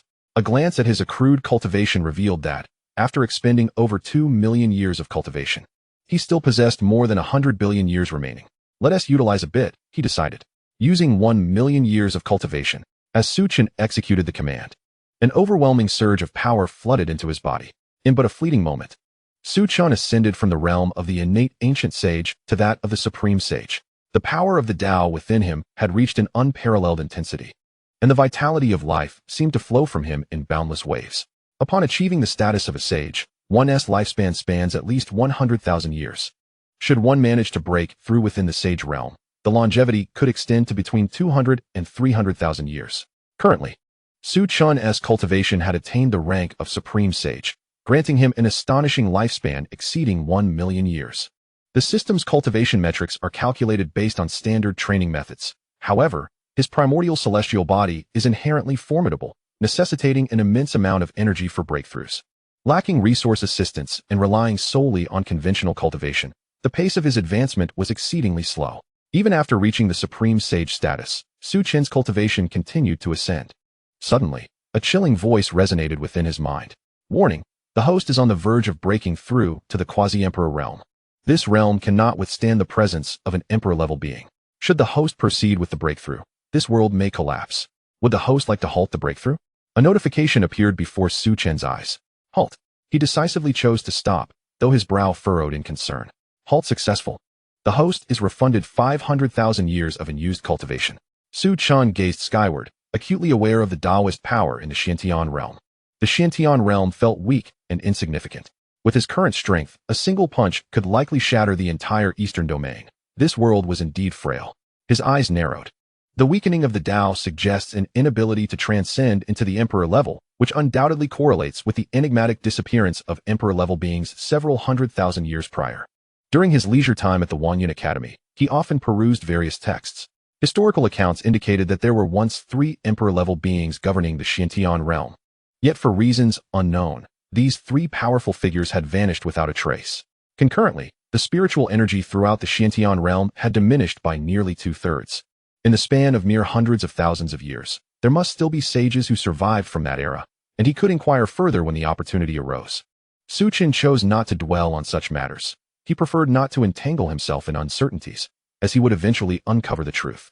After some contemplation, he decided to send a message to summon Su Qingtian, Su Hanyuan, and Su Yunxian, having previously elevated their statuses to celestial roots. He was now prepared to enhance their capabilities once more. However, he intended to elevate them in batches rather than all at once. Before long, the 3 arrived at Wanyan Academy. "Chener, what prompted you to summon us?" Su Hanyuan asked, his gaze warm with affection for his beloved grandson. Su Chen smiled and replied, "To enhance your qualifications." The 3 were momentarily taken aback. "Enhance qualifications?" Su Chen nodded and continued, "Having previously elevated you all to celestial roots, I see that you have fully acclimated. Therefore, I plan to elevate all the direct descendants of the Su family to the saintly physique. Additionally, I will also enhance some core members from the collateral branches to celestial roots." At this proclamation, the 3's pupils constricted in shock. To be elevated to the saintly physique. Su Yunxian's lips trembled as he spoke. "A saint-level physique? Chener, are you certain?" The heavenly spirit root is regarded as a top-tier qualification within the Jinghong Empire, and a spiritual body above the heavenly spirit root is exceedingly rare. As for the legendary saint body, only one has appeared in the entire Jinghong Empire in the last 3 millennia, who ultimately pledged allegiance to a sacred place in the eastern region known as the Xiantian Sacred Land. With a smile, Su Chen replied, "Could there be any doubt? Great Elder, what cultivation method do you practice? I can match you with an appropriate saint body." He had an extensive collection of saint bodies to choose from, encompassing a multitude of types. Su Yunxian swallowed hard. "I practiced the sword path." "Sword?" Su Chen nodded, then began to search through his system's inventory. The bodies of the lunar sword, stellar sword, and yin-yang sword glided before his eyes, one after another. Soon, Su Chen selected a fitting saint body, the thunderclap sword body. Given Su Yunxian's dominant and formidable swordsmanship, the thunderclap sword body, known for its explosive power, was indeed suitable for him. "Great Elder, please take a seat," Su Chen said with a smile. Su Yunxian was overwhelmed with excitement, scarcely able to believe he had the opportunity to become a saint body. Had it been anyone else, he would have dismissed such a possibility, but the numerous shocks Su Chen had delivered made it impossible for him to doubt any longer. He settled onto a stool as Su Chen placed a hand upon his head. Moments later, a surge of thunderous power flooded into Su Yunxian's body. In an instant, the violent energy erupted from him, as if capable of annihilating everything in its path. Su Chen quickly contained this power, surrounding Su Yunxian to prevent the unleashed energy from wreaking havoc upon the Wanyan Academy. Soon, piercing screams echoed through the halls of the academy, sending shivers down the spines of those who heard them. The cries persisted for an extended period, approximately 3 times longer than during the prior transformation of the heavenly spirit root. However, the agony was far greater than merely threefold. Of course, Su Chen was unaware of this. It was simply a conjecture based on Su Yunxian's evident suffering. Lying on the ground, Su Yunxian writhed in agony, his features contorted in torment, yet amidst the cacophony of screams, his aura grew increasingly formidable. The 2 guards stationed at the entrance exchanged bewildered glances, each filled with confusion. What on earth was transpiring inside? The screams continued for quite some time before gradually subsiding. Inside the Wanyan Academy, Su Chen lay as if utterly drained, gasping for breath. I feel as though I am on the brink of death. Su Chen, however, was unconcerned with such matters and hurriedly approached, inquiring, "Second brother, what is your condition?" Taking a deep breath, Su Chen felt the immense, thunderous power coursing through him, and a look of exhilaration spread across his face. This force was overwhelmingly potent, surpassing the thunderous energy condensed by many advanced Earth-tier cultivation methods, and this was merely the initial stage of his thunderclap sword body. He could hardly fathom the terrifying potential that awaited him upon reaching full mastery. The crux of the matter lay in the thunderclap sword body's harmonious synergy with the sword path. The immense power of lightning could seamlessly integrate into his swordsmanship. Su Chen exclaimed with exhilaration, "Brother, this truly is the sacred body. I feel as though my physical form has been augmented at least fourfold, and my body is brimming with the power of lightning." Rising to his feet, he conjured a long sword in his hand. Flash! Su Chen bellowed, swinging it toward the heavens. In an instant, a formidable beam of sword light sliced through the air, accompanied by overwhelming lightning energy, creating a terrifying fissure in the very fabric of the void above Wanyan Mountain. Heavens! Both Su Chen and Su Hongyuan stood dumbfounded, overwhelmed by such fearsome power. Su Chen laughed heartily. "Is this the sacred body? I sense that the same technique has amplified its might at least tenfold. No wonder those prodigies can slay foes beyond their realm." Although he was merely at the initial stage of the void refinement realm, this sword strike could easily rival those at the late stage. If he were to attain minor mastery of the thunderclap sword body, he could even contend with those on the brink of the integration stage. Su Chen's eyes sparkled with envy as he eagerly urged, "Chener, quickly, grant me the same." Su Chen nodded with a smile. Su Chen also practiced the sword. However, his approach differed from Su Yunshian's. While Su Chen aspired for dominance, Su Chen's sword style resembled the relentless waves of the sea, growing stronger with each clash. The immortal sword body. Though its destructive capacity may not match that of the thunderclap sword body, it substantially enhances the physical form and is inherently a sword-based constitution. Regardless of the techniques Su Chen chooses to cultivate in the future, he will swiftly master them and wield them with an infusion of sword intent, rendering his power equally formidable. Before long, cries of agony echoed once more. It was not until half an hour later that Su Chen had elevated all three to the sacred body. Su Hongyuan, focused on physical cultivation, was directly bestowed the ancestral sacred body, a pinnacle among sacred bodies, renowned for its exceptional strength and the ability to resurrect through blood after achieving full mastery. The sacred body. From this day forth, they were all sacred bodies. Excitement radiated from their faces, previously, when enhancing their innate talents. Aside from accelerated cultivation speed and slight physical augmentation, there had been no significant enhancements. However, the sacred body made them acutely aware of their newfound strength. Akin to a child suddenly maturing into adulthood, their overall combat prowess was no longer comparable to what it had been before. Crucially, this was merely their initial integration with the sacred body, as they had yet to achieve minor mastery. Once they fully adapted to their enhanced forms, their combat capabilities would be truly terrifying. Slaying opponents across an entire realm would become a commonplace feat, of course. This applies to ordinary cultivators. If their adversaries were also prodigies with formidable physiques, the challenge would be considerably greater. In the following days, Su Chen frequently summoned some of the direct descendants to his side, assisting them in attaining the sacred body. Within a fortnight, all of the Su family's direct line had elevated to the sacred body level. The enhancement of their physical forms undoubtedly incurred immense consumption, especially with so many now possessing sacred bodies. Thus, Su Chen directly bestowed nearly 300 billion high-grade spirit stones and an inexhaustible array of heavenly materials and earthly treasures upon Su Chen. Having settled matters concerning the direct lineage, Su Chen turned his attention to enhancing the qualifications of the collateral branches. From a bloodline perspective, they too belonged to the Su family, and it was only natural that he could not neglect them. Among the collateral branches, Su Chen selected nearly 30 individuals and elevated them to possess heavenly spiritual roots. Consequently, the Su family could be regarded as the most formidable force in the eastern region. Boasting unparalleled talent, all members of the direct lineage were saint bodies, a feat unattainable even by sacred lands. With the enhancement of the Su family's strength, they began to flourish once more. It would not be long before individuals from the Su family became renowned powerhouses within the Jinghong Empire, in the 5 great cities. Upon their departure, Su Chen took the initiative to renovate the local environment, enhancing the abundance of spiritual energy. Although it still paled in comparison to the Jinghong Empire, there was a noticeable improvement. Presently, the 5 great cities held little significance for the Su family, yet they continued to retain their presence here. For which force would disdain its own territory? In Mingyue City, the Su family had long ceased to be as bustling as before. The influx of people had diminished significantly. Only 3 collateral branch stewards and Su Yuanba remained to guard this place. The Su family was now immensely powerful, yet if Su Yuanba were not present in Mingyue City, the inhabitants of the 5 great cities would undoubtedly behave with less decorum. It was akin to working without a supervisor. One would inevitably become complacent. Initially, Su Yuanba and Su He took turns overseeing the area, but eventually, Su Yuanba chose to remain there permanently. Although the spiritual energy in the 5 great cities was indeed far inferior to that of Wanyan Mountain, Su Yuanba could cultivate using spirit stones, yielding comparable results. Suddenly, Su Yuanba abruptly opened his eyes, his expression grave. Who is it? No sooner had the words left his lips than an overwhelming aura instantly enveloped Mingyue City, instilling terror in the hearts of countless individuals. Shortly thereafter, 2 figures appeared before the Su family. The first, a relatively young man appearing to be in his 20s, was accompanied by a middle-aged man. Both exuded an immensely powerful presence, one at the late stage of the void refinement realm, the other at the cusp of the integration realm.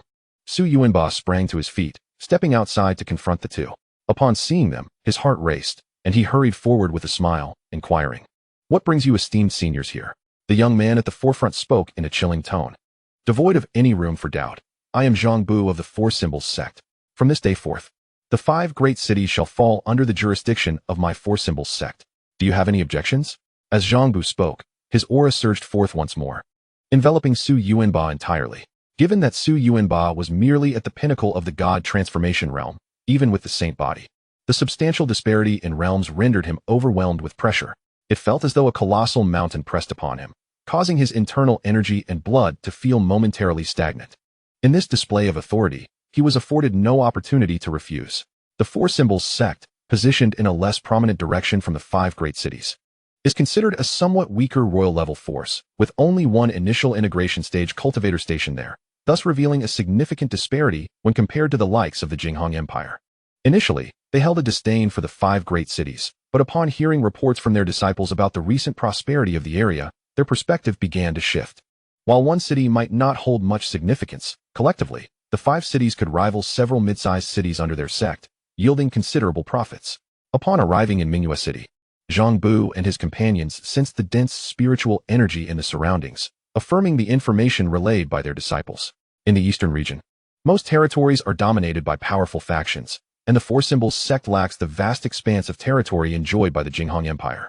However, if they could subdue the 5 great cities, it would undoubtedly enhance the sect's foundational strength. Su Yuanba's expression was somewhat grim, under the mounting pressure. He felt as though he were gasping for breath. Yet, he gritted his teeth and spoke. "Senior, the 5 great cities are the territory of the Su family. Are you not concerned about offending us? The Su family of today is not the same as it once was," and he possessed the confidence to assert this, even in the face of a royal-level sect like the 4 Symbols sect. "Impudent!" Zhang Bu bellowed fiercely, instantly transforming into a blur and vanishing from sight. With a resounding crash, Su Yuanba was hurled away, shattering numerous courtyard walls, ultimately being flung outside the Su family estate. Zhang Bu, with a chilling demeanor, remarked, "What fear should I have of a mere Su family? Those from small places are inherently foolish. Our 4 Symbols sect is a royal-level force. Why should we fear a mere transformation stage cultivator?" Before their arrival, they had gathered some intelligence, discovering that the strongest individual in the Su family was merely at the void refinement stage. What reason had they to worry? As Su Yuanba crashed to the ground, he spat out a mouthful of blood. Fortunately, his ascended holy physique was of the body enhancement variety, sparing him from severe injuries. However, the tumultuous energy within him caused considerable discomfort, reddening his face. The location of the Su family estate lay on the most bustling street in Mingyue City. Observers nearby could not help but gasp in astonishment. That's the 4th elder, Su Yuanba, who dares to lay hands on someone from the Su family. Are they not afraid of death? Hush! Keep your voice down. Did you not sense those 2 powerful presences earlier?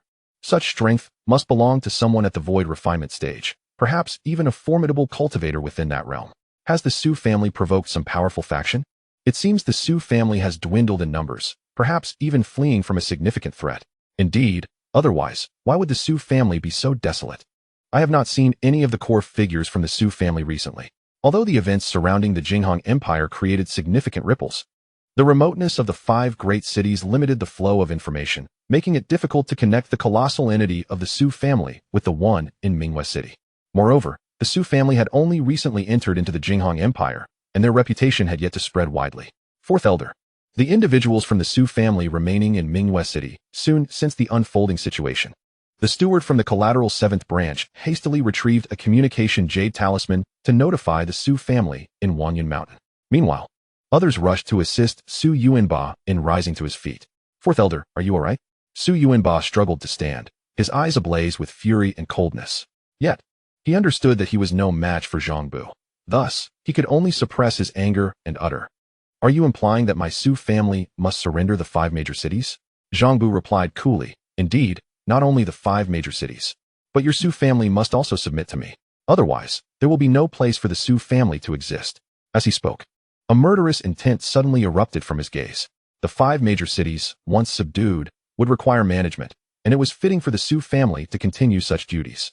They would merely need to offer tribute annually, a common tactic employed by many formidable powers. Upon hearing these words, Su Yuanba's face flushed with rage. While other elders might feign agreement and wait for reinforcements from the Su family to retaliate against the Four Symbols sect, Su Yuanba's fiery temperament could not tolerate such an affront. To devour my Su family, you must first prove your worth. With that declaration, a vibrant crimson aura enveloped Su Yuanba, unleashing a terrifying wave of heat that raised the surrounding temperature. This was his sacred body, Qiyang's sacred body. In the next moment, Su Yuanba charged directly at Zhang Bu, launching a powerful fist downward. Observing Su Yuanba's audacity, Zhang Bu narrowed his eyes and coldly declared, "You seek death." He raised his fist, unleashing his strength to collide with Su Yuanba's attack. A thunderous roar erupted as Su Yuanba was sent flying, the residual force shattering nearby structures into ruins.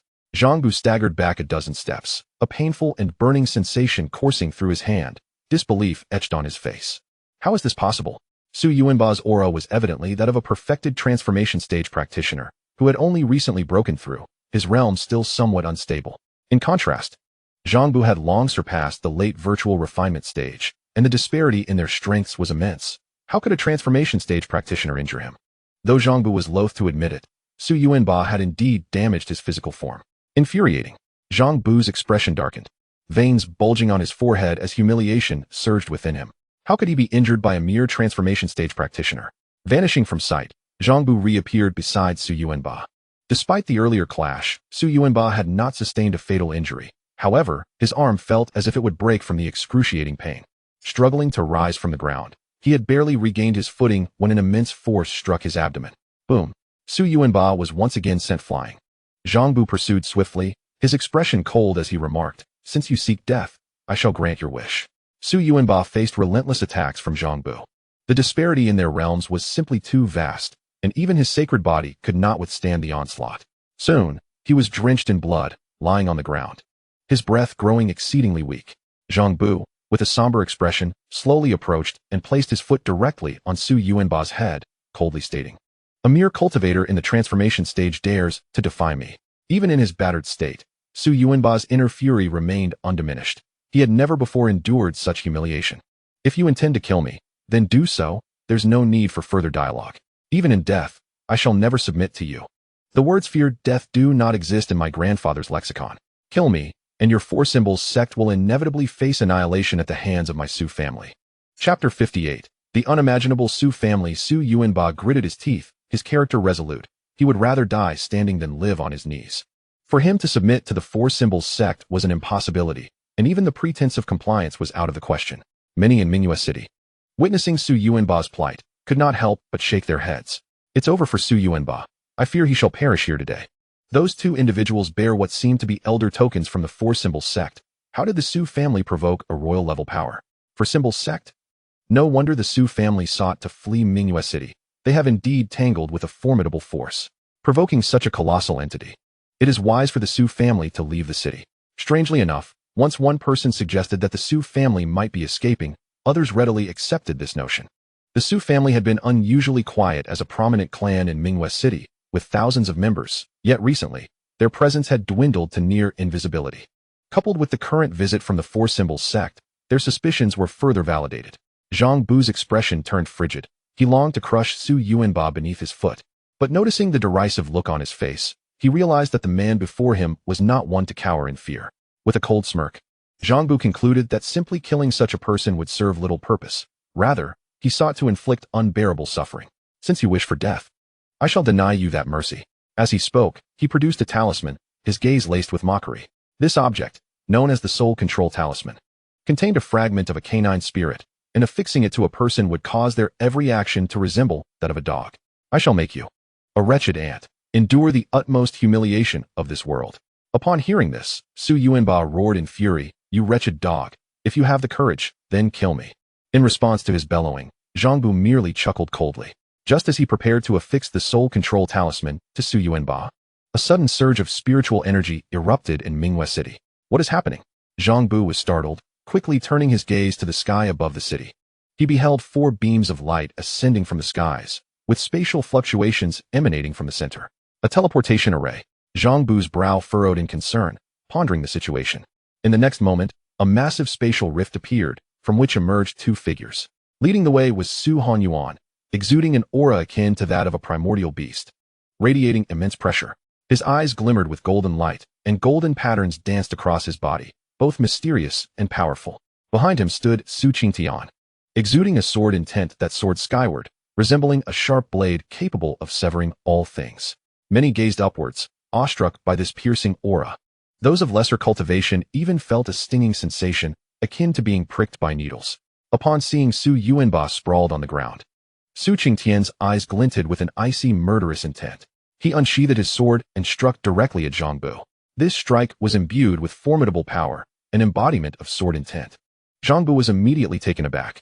Although Su Qingtian's aura suggested he was merely at the initial stage of the void refinement, a sword cultivator wielding sword intent was an entirely different entity from one who lacked it. Crucially, the strength of Su Qingtian's sword intent was so potent that even Zhang Bu, at the late stage of void refinement, felt a sense of threat. However, his expression soon hardened. Seeking death, despite the sword intent's intimidation, the disparity in their realms could not be ignored. He unleashed his own aura, launching an assault against Su Qingtian's sword light. Yet, in the next moment, a sudden turn of events unfolded. Zhang Bu's hand was severed, blood gushing from the wound in a horrifying display. What? A middle-aged man who had accompanied Zhang Bu from a distance wore an incredulous expression upon witnessing this. How could Su Qingtian, merely at the initial stage of void refinement, so effortlessly breach Zhang Bu's defenses? Su Qingtian's gaze was frigid. Anyone who dared to harm members of the Su family was courting death. He had been elevated to the sacred body at the outset and, after a period of cultivation, had achieved a minor success in this realm. Coupled with his own initial stage of void refinement, contending with an ordinary late-stage practitioner posed no challenge whatsoever. He even saw the opportunity to eliminate him outright. Such was the might of the sacred body. In an instant, Su Qingtian vanished from his position. His sword sliced through the air with the grace of a startled swan, descending upon Zhang Bu's head with a terrifying force that instilled dread. In the face of this overwhelming sword intent, Zhang Bu felt as though he were confronting an unspeakable terror. His body unable to muster the strength to resist, or perhaps he simply lacked the courage to do so. How could this be? He was merely at the initial stage of void refinement. How could he possess such formidable power? Faced with Su Qingtian's strike, despair and helplessness filled Zhang Bu's heart. It was no wonder that the previous member of the Su family had warned that they would not let him go if he harmed one of their own. Evidently, they had such formidable beings among them. Regret flooded Zhang Bu's thoughts. Had he known this, he would have acted more prudently, allowing for a chance of retreat. Zhang Bu. The middle-aged man's expression shifted as he sought to intervene, but it was too late. A crisp sound rang out, and Zhang Bu did not meet the anticipated fate of being cleaved in two. Instead, his body crumbled under the weight of the sword intent, disintegrating into dust. The middle-aged man's pupils constricted sharply, although he was at the half-step to the integration stage and significantly stronger than Zhang Bu. Even he could not have so easily dispatched him. What exactly was the origin of the Su family? The middle-aged man was engulfed in profound regret. Had he known this would transpire, he would have conducted a thorough investigation before arriving in Minghua City. Clearly, the terrifying aspects of the Su family exceeded all his expectations.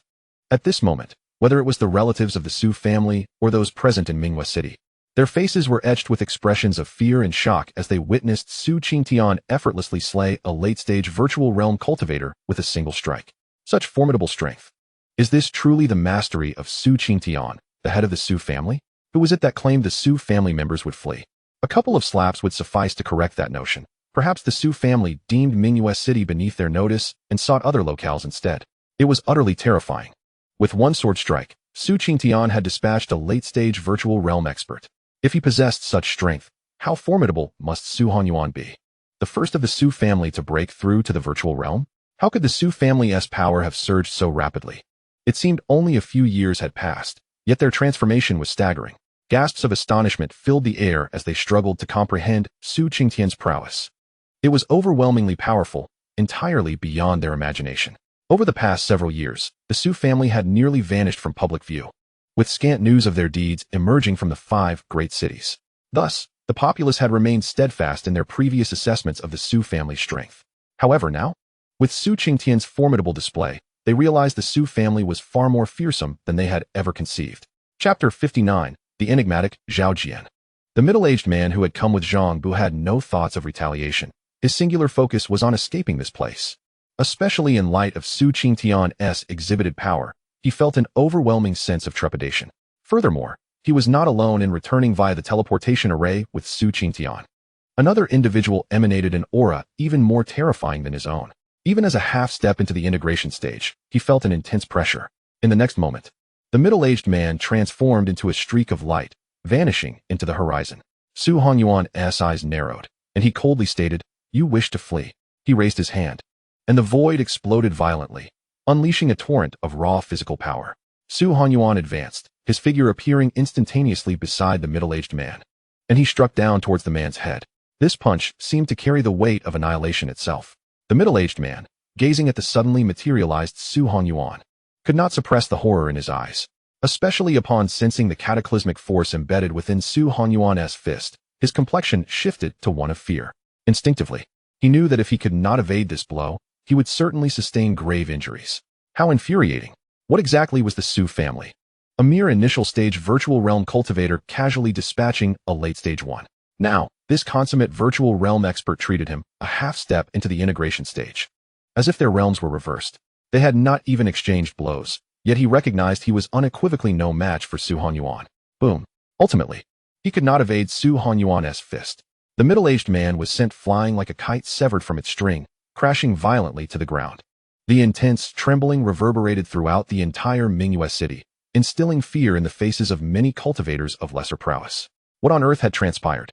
Remarkably, he had not been embedded into the ground. The overwhelming force exerted by Su Hanyuan had resulted in a deep pit with a diameter of several dozen meters, plunging nearly 10 meters deep. Within this abyss, intricate fissures emerged. This scene alone was sufficient to reveal the terrifying power encapsulated in Su Hanyuan's punch. With a gaze imbued with coldness, golden patterns manifested upon his skin, rendering him akin to a war deity as he charged directly towards the middle-aged man. Su Yuanba, nearly slain, was consumed by a surge of rage. Those who dared to strike against the Su family must face the consequences. The middle-aged man could only watch in trepidation as Su Hanyuan approached, his speed so formidable that he had no time to react. Stop! Suddenly, a thunderous voice erupted, and the distant void exploded. Following this, a figure barreled towards Su Hanyuan, propelling him away and causing a multitude of buildings to collapse. Under the force of this impact, Su Hanyuan was hurled against the outer wall of Mingyue City. The newcomer, tall and clad in a dark robe, bore an exceedingly grim expression. His aura was overwhelmingly powerful, far exceeding the boundaries of the refinement stage. This was Su Lin from the collateral branch of the Su family. He helped Su Yuanba to his feet and turned to gaze into the distance, his eyes filled with panic. What a terrifying aura! Who was this formidable being? Su Yuanba's expression grew grave. The fusion stage. What? Su Lin's countenance darkened. He was unaware that the Su family's direct lineage had already attained the sacred body. Faced with a cultivator of the fusion stage, could the family head and the elder withstand such a challenge? Perhaps it would be prudent to send word to the young patriarch. Concern etched upon his face. He believed that only Su Chen could deal with the powerhouse of the fusion stage. Su Yuanba shook his head. Have faith, the old man will be fine. Although he too harbored some anxiety, he chose to trust Su Hanyuan. An initial stage fusion cultivator should be conquerable, right? Nevertheless, to be cautious, Su Yuanba added. We should send a message to the Su family, informing them of the situation here, and, if necessary, have Su Chen come over. While he held confidence in the elder, he still feared unforeseen complications. Meanwhile, Zhao Jian, the sect master of the Four Symbols sect, spoke with a dark expression. You have injured our esteemed elder and killed our fifth elder, Zhangbu. If you cannot provide an explanation today, I fear you shall find yourself unable to depart. The moment Zhangbu had met his misfortune, Zhao Jian had hastened towards Mingyue City at the utmost speed. Had he been even slightly delayed, the elder might not have survived. From his perception, although Su Hongyuan exuded a powerful aura, he was merely at the refinement stage. The chasm between the refinement stage and the fusion stage was akin to a vast divide, no matter how formidable a refinement cultivator might be.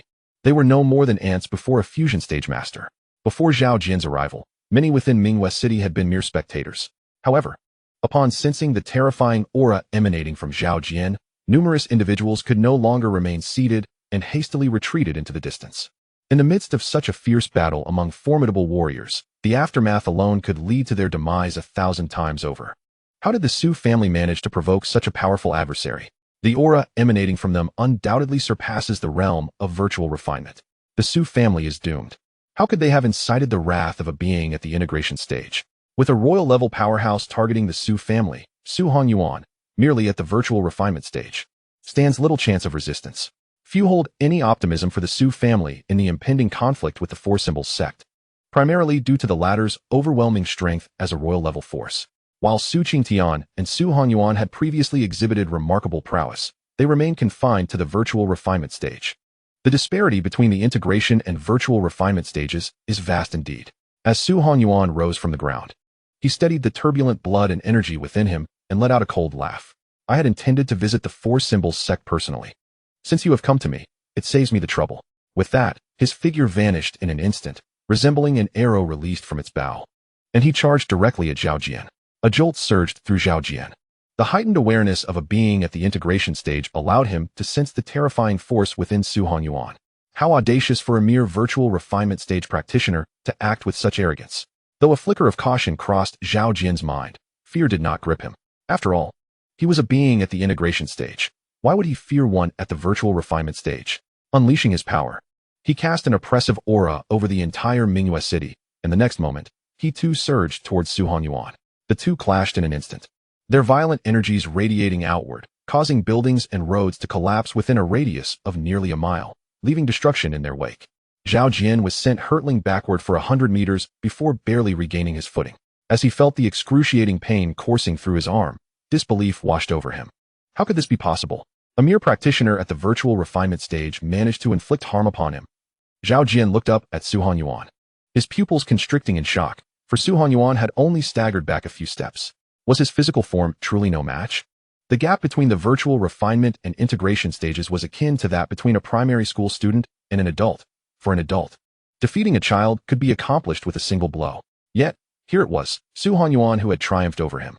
Zhao Jian's expression underwent a subtle transformation, transitioning from initial fury to a cold, calculating demeanor as he fixed his gaze upon Su Hongyuan. Holy power!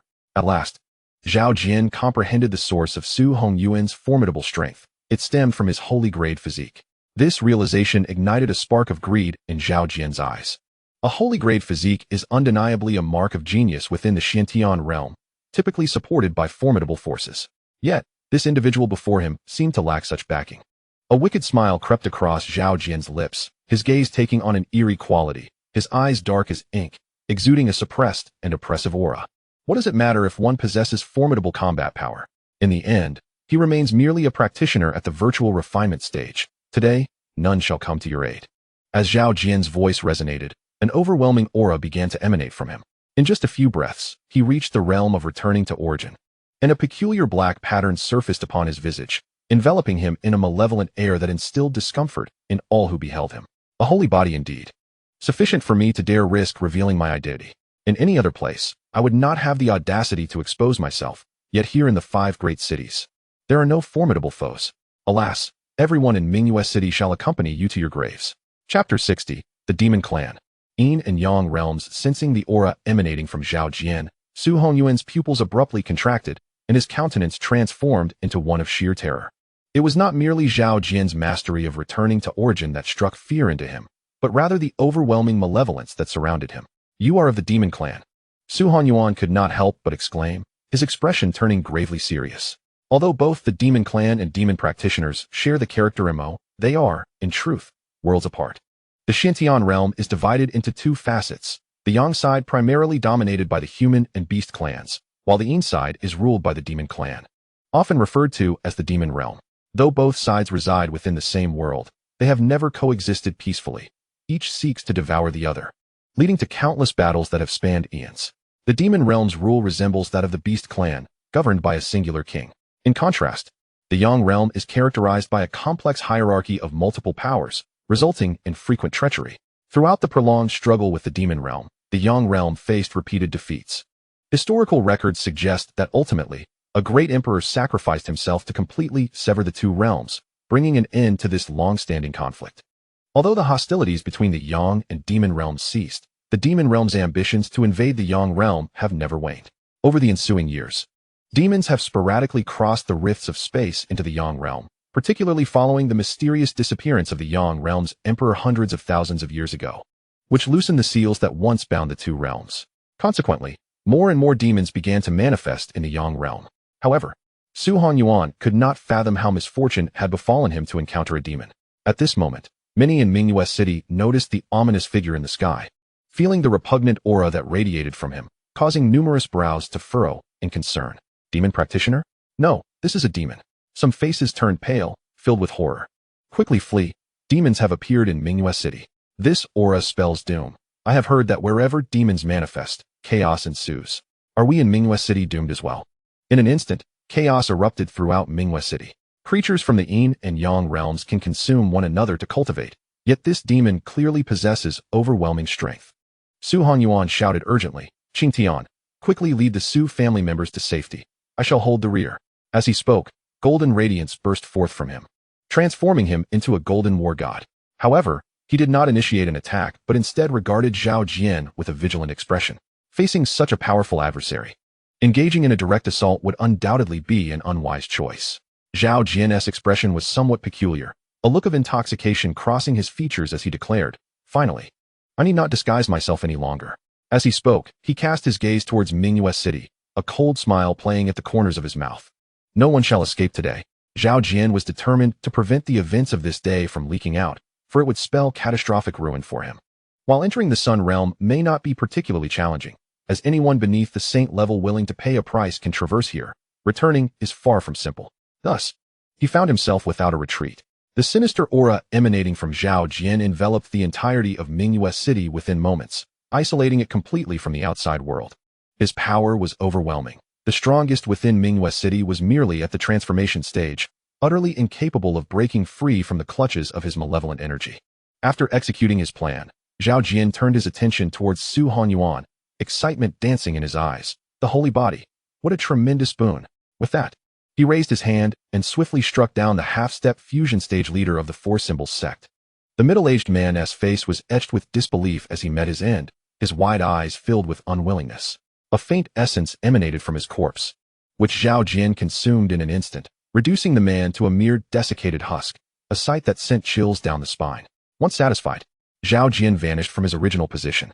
Su Hanyuan's senses heightened immediately. He steeled himself, elevating his state to its zenith, a terrifying pressure radiating in all directions.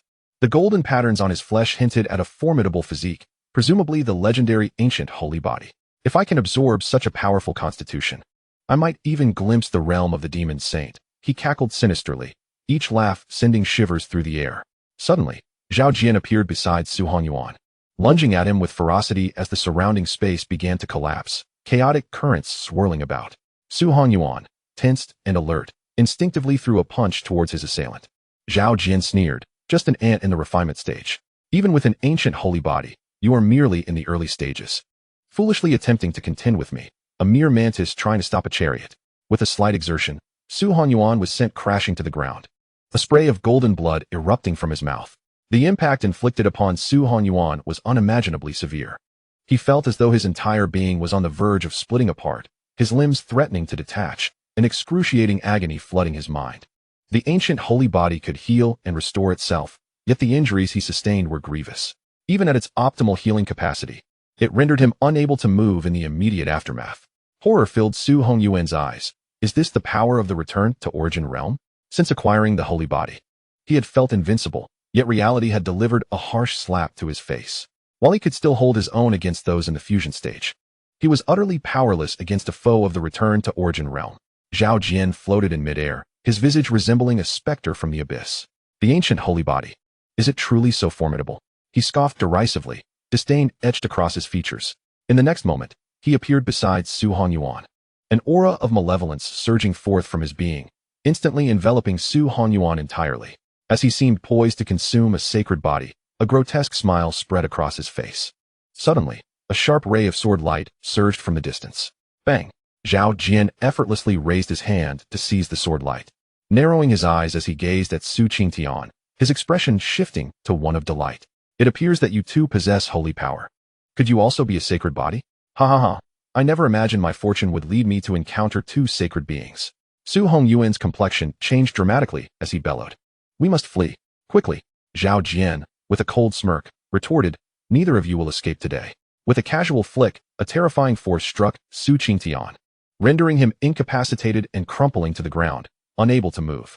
After accomplishing this, Zhao Jian turned his gaze to Su Hanyuan, licking his lips in anticipation. This shall be a delightful feast. He prepared to devour Su Hanyuan directly. However, Zhao Jian suddenly felt a chill run down his spine, turning his head with a grave expression towards the sky. There, amidst the clouds, a colossal creature coiled ominously. As the mist gradually dissipated, its true form was revealed, a massive true dragon, adorned with 5 claws, green scales, and emerald horns. What is this? Zhao Jian, unfamiliar with such a creature, instinctively perceived its immense strength. A half step into the return to origin realm, Zhao Jian furrowed his brow, his heartbeat quickening, as if he were being scrutinized by a terrifying entity. Yet, this creature only exhibited the fluctuations of a half-step return to origin realm. Why did it inspire such dread within him? Meanwhile, nearly everyone in Mingyue City beheld this suddenly manifested behemoth. What is happening? What kind of beast is this? Such a terrifying aura. The demon race is a common enemy of both our human and beast clans. Could this signify our salvation? Gasps of astonishment echoed throughout, as the city was shrouded in Zhao Jian's demonic energy, rendering their strength useless, forcing them to await their doom in silence. Despair had begun to take hold, yet now, with the appearance of the Azure Stone, hope flickered anew among the populace of Mingyue City. Wait, look at the appearance of this beast. How closely it resembles the legendary dragon race. Someone exclaimed. Indeed, it does, and it seems there is a person seated upon its head. Could this be the mount of a powerful human cultivator? To tame such a formidable beast could mean salvation for us all. In Mingyue City, a woman furrowed her brow in concern. She had married into the Jinghong Empire long ago and had returned today to visit her parents, only to find herself ensnared in such a predicament. To subdue the dragon race. My father once mentioned a Su family in Mingyue City. Could it be the same Su family from Wanyan Mountain? Before she could ponder further, a resounding dragon's roar cascaded down from the clouds. As the figure of the Azure Stone plummeted, its massive form spiraling above Mingyue City, Qingshi lowered his gaze towards Zhao Jian. At the same moment, Zhao Jian's pupils suddenly constricted. An instinctive retreat of the malevolent aura surrounding him began. However, it was not because of Qingshi, but rather due to the strikingly handsome youth above him, whose presence was akin to a deity. Su Chen sat there, motionless, yet emanated an overwhelming sense of pressure. A formidable being, a true powerhouse. At the very least, he was at the Dao realm. Zhao Jian's eyes trembled. Such a formidable entity was far beyond his capacity to confront. His own strength resided in the mid-stage of the return to origin realm, while beings from the realms of Yin and Yang possessed similar capabilities. Some prodigies from the demon race could contend with Dao realm practitioners even at the mid-stage of return to origin. Yet, he was utterly incapable of such feats. Zhao Jian's expression grew exceedingly grim. He had thoroughly studied all the sacred places in the eastern domain, yet Su Hanyuan bore no connections to any of these sacred sites. Moreover, there was no affiliation with any forces outside the eastern domain or even with the top-tier royal powers within it. They seemed to be completely free agents, devoid of any formidable background. Suddenly, an entity from the Dao realm emerged. What on earth was the origin of the Su family? Could it be the Su family of the Jinghong Empire? But did they not only have a single return to origin practitioner? At that moment, a flurry of thoughts surged through Zhao Jian's mind. Yet what he most desired was to flee this place, for the pressure from Qingshi's gaze was overwhelming. Just then, Su Chen slowly opened his eyes, his brow furrowed as he regarded Zhao Jian. The demon race. Observing the swirling malevolence within the other, he squinted slightly. This was Su Chen's first encounter with the demon race. As a supreme sage, he effortlessly discerned Zhao Jian's essence. A look of surprise appeared on Su Chen's face. Although the aura of the demon race was exceedingly sinister, its essence was remarkably sweet and enticing, precisely as recorded. It seemed that the realms of the demon world and the sun realm could devour each other. Did this imply that if a practitioner from the sun realm consumed him, they could directly seize the other's essence and transcend the return to origin realm? The demon world and the sun realm seemingly originated from the same source. Yet due to their extreme divergence, mutual absorption could rectify their respective flaws. Interest gleamed in Su Chen's eyes. The relationship between the demon world and the sun realm appeared to be quite fascinating. However, this was not the time to dwell on such matters. He reached directly for Zhao Jian. The latter immediately attempted to flee, but before he could move, he found himself suspended in the air, restrained like a fledgling chick. As Zhao Jian was ensnared, the demonic energy enveloping Mingyue City began to dissipate rapidly. Zhao Jian's eyes brimmed with terror. Damn, a sage. The moment Su Chen took action, he sensed that Su Chen was certainly not merely at the Dao realm, but was at least a half-step sage-level powerhouse. The beings of the demon realm had a keen sensitivity to those of the sun realm, and vice versa. Beings from the sun realm could easily identify them as well. Zhao Jian had just distinctly sensed a faint aura of sanctity emanating from Su Chen, a clear indication of one bestowed with the essence of a saint. Zhao Jian felt utterly paralyzed, overwhelmed with a desire to weep. He had initially believed he had stumbled upon two sacred bodies by sheer fortune, only to realize he had been ensnared like a fish. Regret flooded his heart. These were two sacred bodies, and surely there were formidable powers lurking behind them. Even if he harbored murderous intentions, he ought to have exercised greater caution, preparing the perfect moment to strike and then retreat swiftly. This would have undeniably been the most prudent course of action. Su Chen, in the distance.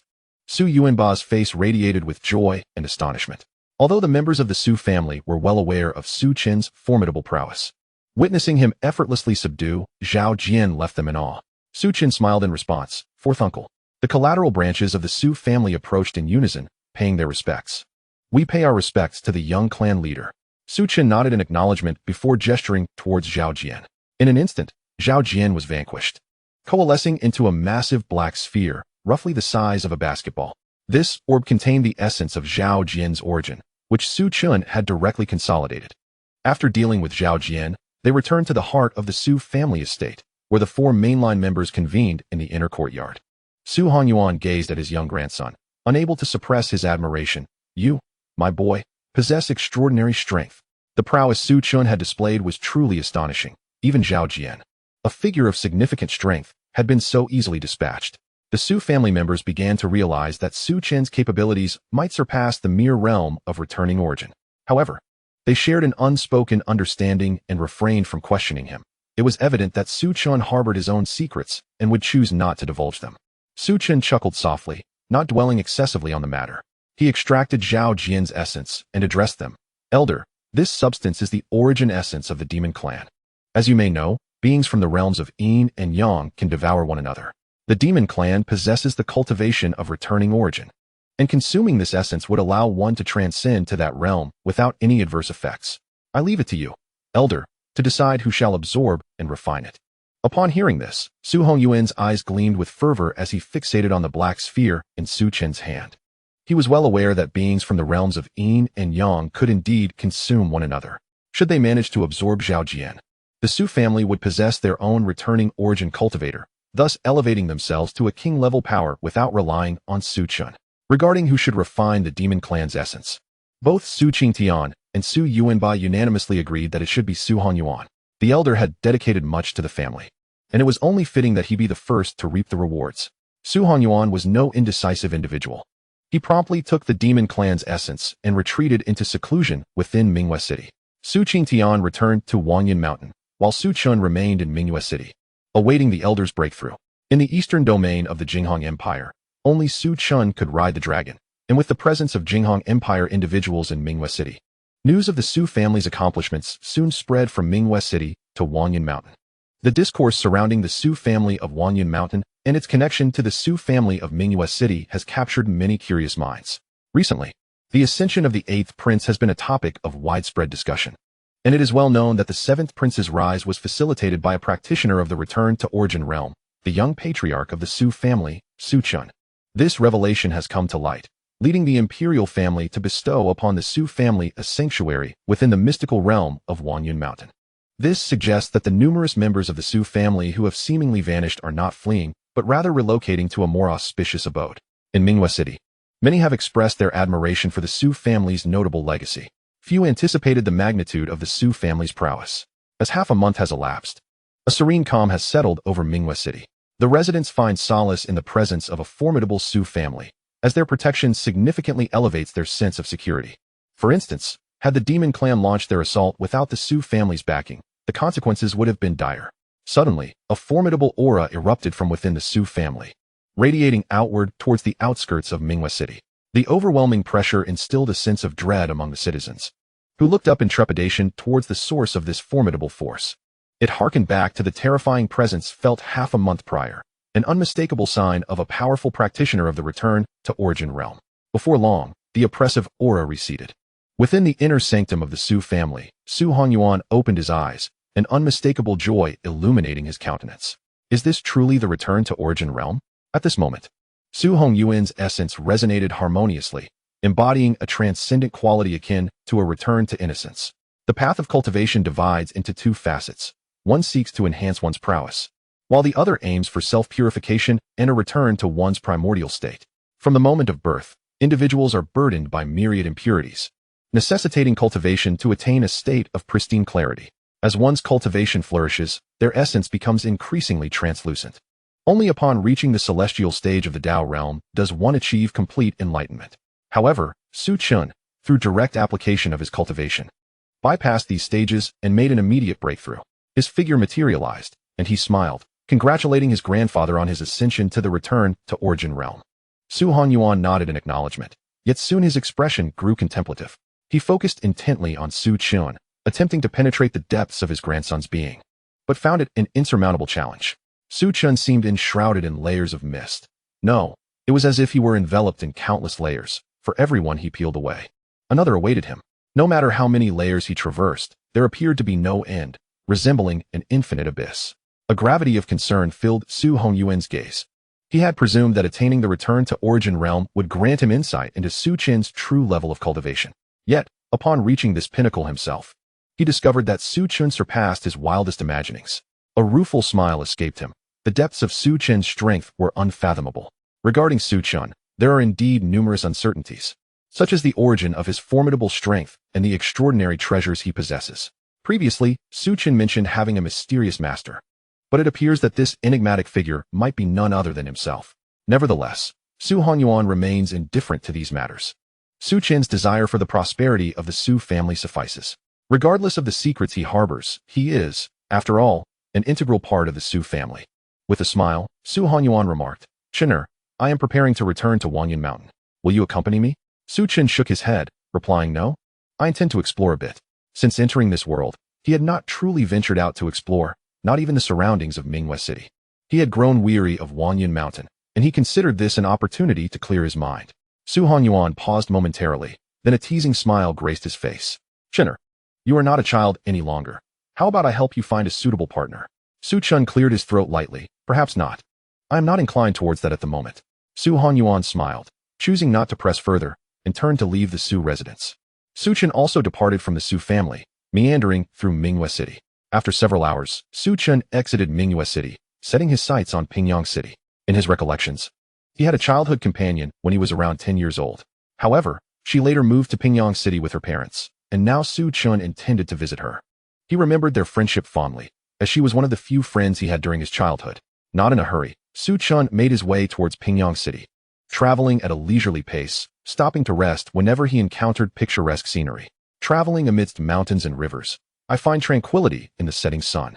Su Chen relished this serene and comfortable lifestyle, quietly observing the sun rise and set, and experiencing the essence of nature. The distance from Minghua City to Pingyang City was considerable, and without haste, he took nearly 2 months to cover half the journey. One day, as he rested on a stone by a small stream, 2 figures emerged from the adjacent woods. Both were attired as Taoist priests. One was a man in his 60s, whose expression appeared somewhat dazed, with a flicker of wisdom dimming in his eyes. Beside him stood a young Taoist, roughly the same age as Su Chen. Despite his youth, there was an air of profound weariness etched on his face. Upon catching sight of Su Chen, the young Taoist expression shifted to one of seriousness. Within his consciousness, he had not sensed another presence by the stream. A formidable figure. In an instant, the young Taoist realized that the person before him was indeed extraordinary. In the entire eastern region, few could elude his scrutiny. Just as he prepared to depart, Su Chen sat up and smiled, inquiring, "May I ask how you are addressed?" Esteemed Taoist? Chapter 63. Severing the three corpses. The difficulty of cultivation. The young Taoist paused his steps, cupping his hands in greeting as he replied, "I am Ziyang Jinren from Jiyun Taoist Temple, and this beside me is my humble disciple." Su Chen nodded, his eyes reflecting a hint of surprise. The only individuals worthy of such a title were undoubtedly those of saintly caliber. It was unexpected to encounter a saint in such a place. With a courteous gesture, he introduced himself, "I am Su Chen." Su Chen. The expression of Master Ziyang shifted to one of astonishment. Hailing from the Empire of Jinghong, he was exceedingly familiar with this name. Su Chen was a prominent figure in the empire, renowned far and wide. Rumor had it that Su Chen was merely at the return to origin realm. However, from his observations, he seemed to possess strength far beyond that level. As a mid-stage Saint King himself, he found it perplexing to gauge Su Chen's true capabilities. Such an individual was undoubtedly formidable. With genuine curiosity, Su Chen inquired, "What brings you here, Taoist?" Master Ziyang, unreserved, glanced at the elderly figure beside him and replied with a hint of resignation, "My disciple has severed his middle corpse and lost his wits, wandering in this direction. Reluctantly, I must follow." Middle corpse. Su Chen's eyes narrowed slightly, realizing that the elder was on the verge of breaking through to saintly status. The three corpses are divided into upper, middle, and lower. The lower corpse represents desire. The middle corpse embodies wisdom, and the upper corpse pertains to life and death. To sever the middle corpse indicates that this elder possesses considerable prowess. If he can transcend this trial, he would have successfully overcome a significant portion of the three corpses. The essence of severing the three corpses lies in relinquishing one's attachments. A process that is akin to a journey of death leading to rebirth, much like a caterpillar transforming into a butterfly. If one's middle corpse is severed, it results in the complete obliteration of wisdom, rendering one foolish. Without enlightenment to restore that wisdom, one risks becoming truly simple-minded. Each of the three corpses is intricately linked to life and death. The lower and middle corpses do not lead to true death, but failure in transcending the upper corpse results in genuine demise. Master Zhang cast a glance at his disciple, noticing a reluctance to continue onward. He chose a stone to sit upon, gazing at the gently flowing stream before him, his expression tinged with melancholy. The Tao is merciless. The path of cultivation is fraught with peril. To break through to the Tao from the return to origin realm requires enduring the heavenly tribulation. Failure leads only to a dead end. The journey to transcend to saintly status from the Tao realm, by severing the three corpses, is unimaginably daunting. Throughout history, this trial has thwarted countless cultivators. As if reminiscing about his own experience with severing the three corpses, he became engulfed in sentimentality. Su Chen smiled and remarked, "Is this not a trial in itself? Without enduring hardships, how can one attain formidable cultivation?"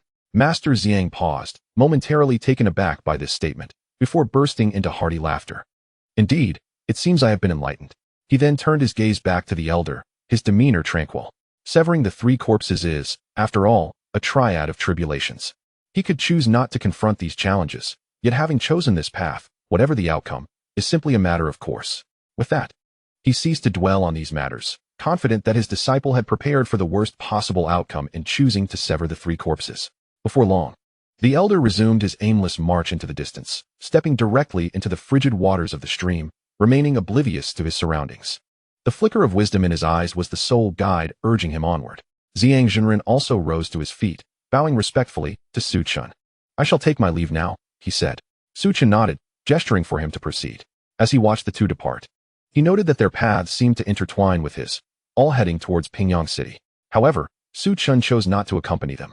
Each individual has their own journey to undertake. Thus, he continued on his way for another 3 months, ultimately arriving at Pingyang City. Among the 5 great cities, Pingyang was slightly less grand than Minghua City. Guided by his memory, he arrived at the Ning family estate.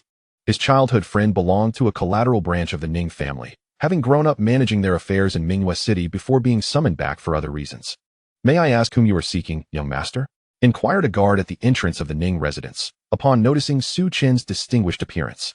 "Please inform Ning Yan that an old acquaintance is here to see her," Su Chen replied. "Ning Yan."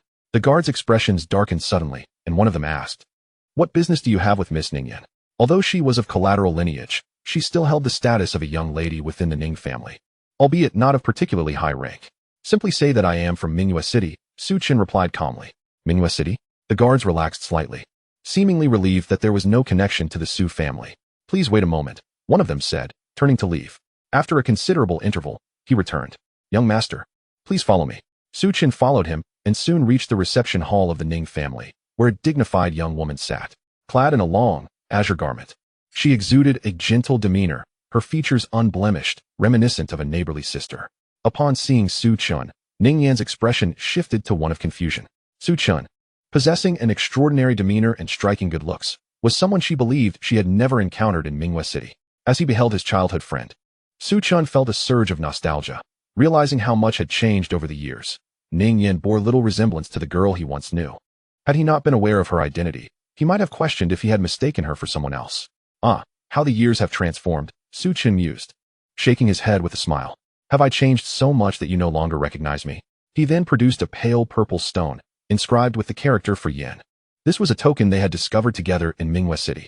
Finding it beautiful, they had split it in two, one half engraved with Chun and the other with Yan, exchanging them as tokens of affection. Su Chen's visit served a dual purpose, to reconnect with an old friend and to revisit the feelings he had harbored for Ning Yan in his youth. Feelings he had been too naive to express at the time. As he matured and faced constant threats from rival families in Mingyue City, he had set those emotions aside in pursuit of strength.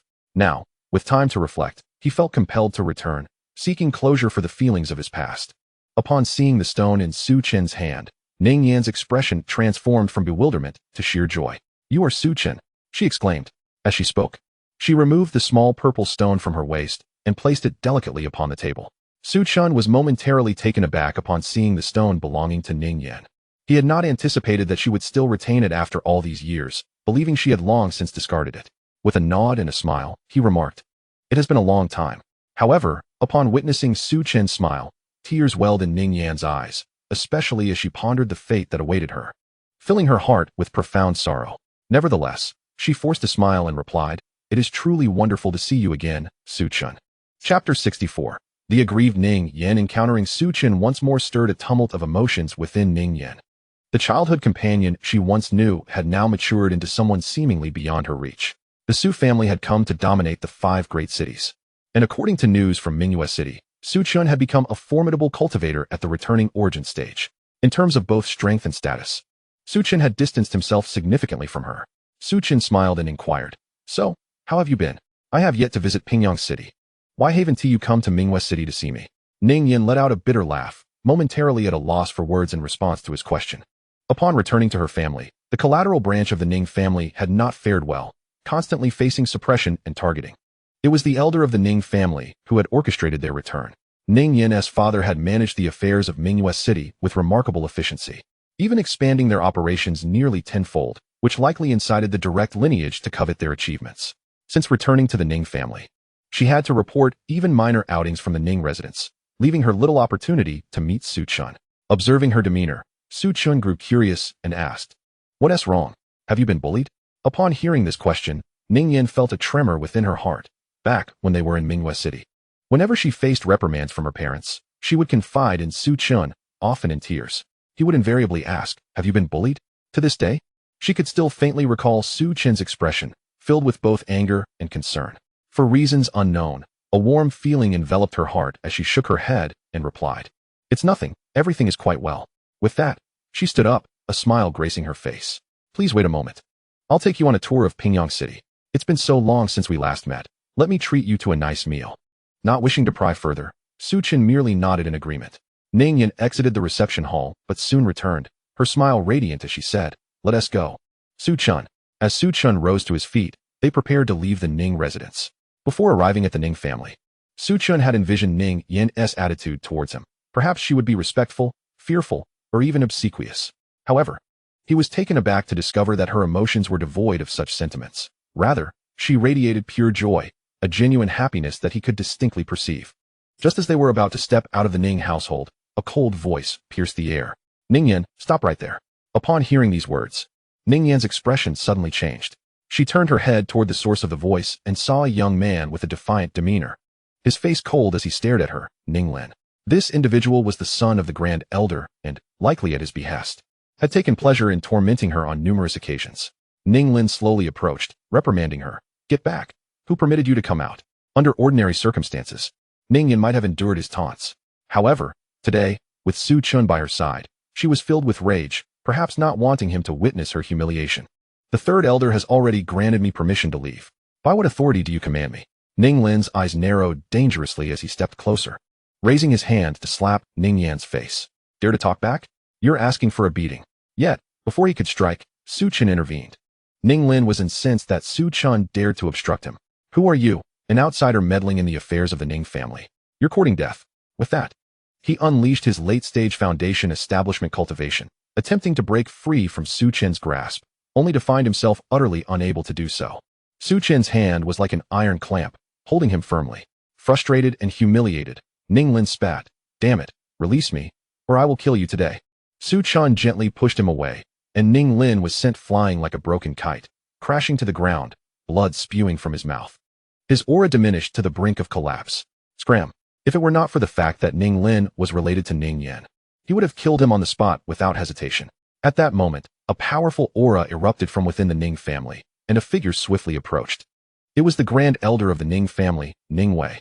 Seeing him, Ning Lin shouted in excitement. Father, he dared to harm me. You must kill him. Ning Wei glanced at Ning Lin and instructed his subordinates to take him for treatment, then turned his cold gaze towards Su Chen. You have injured a direct descendant of the Ning family. Your audacity is truly remarkable. He then looked at Ning Yan. Ning Yan, did you bring this person into the Ning family? A flicker of fear crossed Ning Yan's eyes as she stammered. Grand Elder, he is my friend. And it was young Master Ning Lin who first attacked me, preventing me from leaving the Ning family. Presumptuous. Ning Wei barked angrily, his fury surging, especially upon seeing his son grievously injured. Were it not for the need to maintain the dignity of the entire collateral line, he would have wished to strike Ning Yan dead on the spot. Ning Lin is a direct descendant. You, a collateral branch, must heed his commands. What if the third elder has consented? If Ning Lin says you cannot leave the Ning family, then you cannot. Moreover, you are to marry into the Su family. Yet you are mingling with other men. What sort of behavior is that? Ning Feng has already been imprisoned because of you. Do you wish for your mother to join him as well? Return to your quarters and prepare to obediently marry into the Su family in half a month. Hearing the grand elder's indifferent words, Ning Yan lowered her head, her eyes reddening.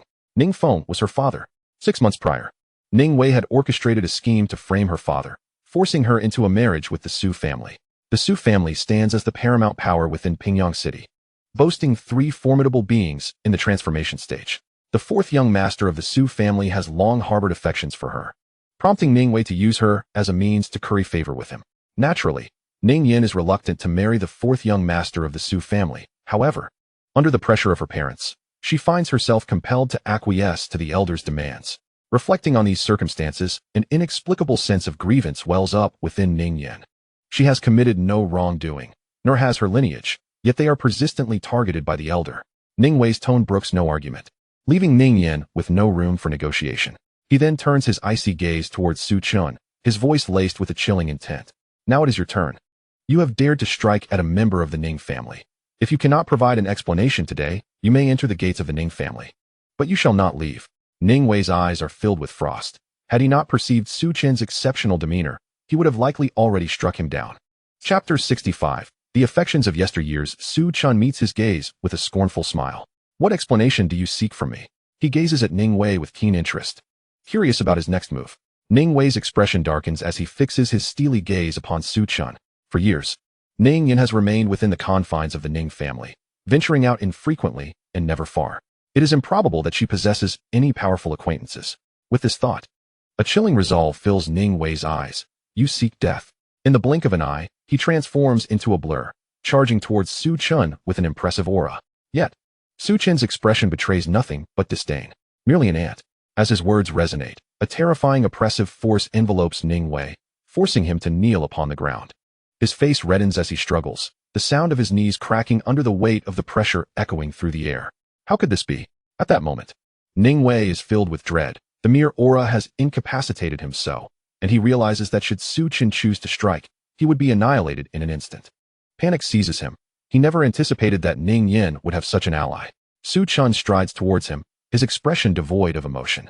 Do you truly think yourself worthy of seeking an explanation from me? As Su Chen approaches, the oppressive force intensifies, causing Ning Wei to scream in agony. Please, spare me. I was momentarily blind. I beseech your forgiveness. Ning Wei cries out, his voice steeped in humility and desperation. Before Su Chen, he feels no different from an insect. Should Su Chen desire his demise, a mere flick of his finger would suffice. This overwhelming sense of oppression is unparalleled. Even in the presence of those at the transformation stage within Pingyang City, could he be a powerhouse beyond that realm? At this moment, Ning Wei's fear reaches its zenith. Just then, a figure appears nearby, hastening forward to interject. I implore you, Master Su, to show mercy. The newcomer is none other than Ning Huayu, the head of the Ning family. He had visited Mingyue City numerous times and had naturally encountered Su Chen. However, he never anticipated that Ning Yin would be associated with Su Chen. This was Su Chen, the esteemed practitioner rumored to have reached the Gu Yuan realm. Ning Huayu could not help but let out a bitter smile. Had he known earlier, he would not have allowed Ning Wei to suppress Ning Yan's family. If the Ning family could align themselves with the Su family, it would be 1,000 times better than clinging to the Su family. Su Chen glanced at Ning Huayu before averting his gaze once more. With a graceful motion of his hand, Ning Wei was forced to expel a mouthful of crimson blood. His aura diminished to the brink of collapse, as if he might perish at any moment. This strike not only inflicted grave injuries upon Ning Wei, but also severed his meridians, crippling his potential for further advancement in the path of cultivation. Were it not for Ning Wei's ties to the Ning family, he might have been killed outright. The decision to spare him was primarily for Ning Yan's sake. After accomplishing this, Su Chen turned toward Ning Yan, a smile gracing his features. If anyone dares to bully you in the future, feel free to seek me at the Su family. Upon hearing this, Ning Huayu's expression drastically changed. This proclamation was undoubtedly Su Chen offering Ning Yan his protection. Observing the departing figures of the two, he hurriedly instructed his servants to release Ning Feng from the dungeon and to treat Ning Yan's mother with kindness. Ning Huayu bore no personal animosity toward Ning Yan and her family, nor had he ever actively targeted them. However, he had refrained from extending assistance. He was aware of Ning Wei's actions against Ning Feng, but deemed it unwise to jeopardize his relationship with the Grand Elder over the Ning family, thus allowing the Grand Elder to act freely. Yet now, the circumstances appeared markedly altered. The Su family had become the dominant power among the 5 great cities, a formidable entity in the eyes of the Ning family. With Ning Yan establishing a connection to the Su family, it was certain that no one would dare to provoke them within the 5 great cities. Despite the excruciating pain coursing through him, Ning Wei struggled to inquire. Head of the family, who is that person? Ning Huayu cast a fleeting glance in his direction and replied, his tone calm and indifferent. The Grand Elder must have heard of him. He is the young master of the Su family, Su Chen. What? Ning Wei's eyes widened in shock, his spirit deflating like a punctured balloon as he lay helplessly on the ground. He could sense the head's cold indifference toward him and imagined that his standing within the Ning family would undoubtedly suffer a devastating blow. In contrast to him, Ning Yan clearly possessed greater investment value. Her close relationship with Su Chen meant that in the future, who would dare to lay a hand on the Ning family? Yet, Ning Wei could not fathom how Ning Yan had forged such a strong bond with Su Chen. Regret consumed him, as he lamented. Had he known this would be the outcome, he would have acted differently. Ning Huayu's voice turned frigid as he addressed the Grand Elder. Since the matter concerning Ning Yan and the Su family's engagement originated with you, it is your responsibility to dissolve it personally. Given the evident connection between Ning Yan and Su Chen, should he become aware of this situation, your life may be in jeopardy. Upon hearing these words, Ning Wei felt a chill run down his spine. If he were to ask him to dissolve the engagement with the Su family under normal circumstances, he would undoubtedly hesitate. However, now that Ning Yan is involved with Su Chen, merely mentioning Su Chen would compel the Su family to reconsider the engagement. Ning Wei couldn't help but let out a bitter laugh at this thought. What a loss for a small gain. Had he not oppressed the Ning Feng lineage, perhaps he could have leveraged Ning Yan to ascend the ranks of the Su family. Outside the Ning family, Ning Yan wiped away the tears from the corners of her eyes, her face blossoming once more with a smile. Su Chen, thank you. Su Chen shook his head, responding. It was but a trifling effort. In the ensuing hours, Ning Yan and Su Chen roamed through Pingyang City, indulging in delightful food and drink. Initially, Ning Yan intended to pay, but alas, the Ning family had exploited her to such an extent that she scarcely had any spirit stones left. Ultimately, it was Su Chen who settled the bill, though he was unconcerned about the expense. As they strolled, engaging in light-hearted conversation, it felt as if they had reverted to their childhood, when their companionship was equally effortless. Su Chen felt a sense of ease and comfort by Ning Yan's side, devoid of any pressure. Their shared moments never turned awkward due to a lack of conversation. Even a simple walk together brought them solace. Suddenly, an idea struck Ning Yan, prompting her to inquire, Su Chen, I recall that when we parted ways in Mingyue City, you mentioned you would say something upon our next meeting. Do you still remember? A single phrase? Su Chen pondered, realizing there was indeed such a promise. At that time, he harbored fond feelings for Ning Yan and had intended to confess his love and bring her home. Regrettably, circumstances had changed irreparably. He turned to face Ning Yan, her delicate, fair visage before him, her eyes glimmering with a hint of expectation. It's been so long, I can scarcely recall. Upon hearing Su Chen's words, Ning Yan let out a soft "oh," lowering her head, disappointment evident in her gaze. She sighed inwardly, feeling the disparity between their statuses all the more acutely now. Realizing she was indeed unworthy of Su Chen, just as she was about to speak, they were suddenly obstructed by several figures. As she recognized the individuals before her, her expression shifted dramatically.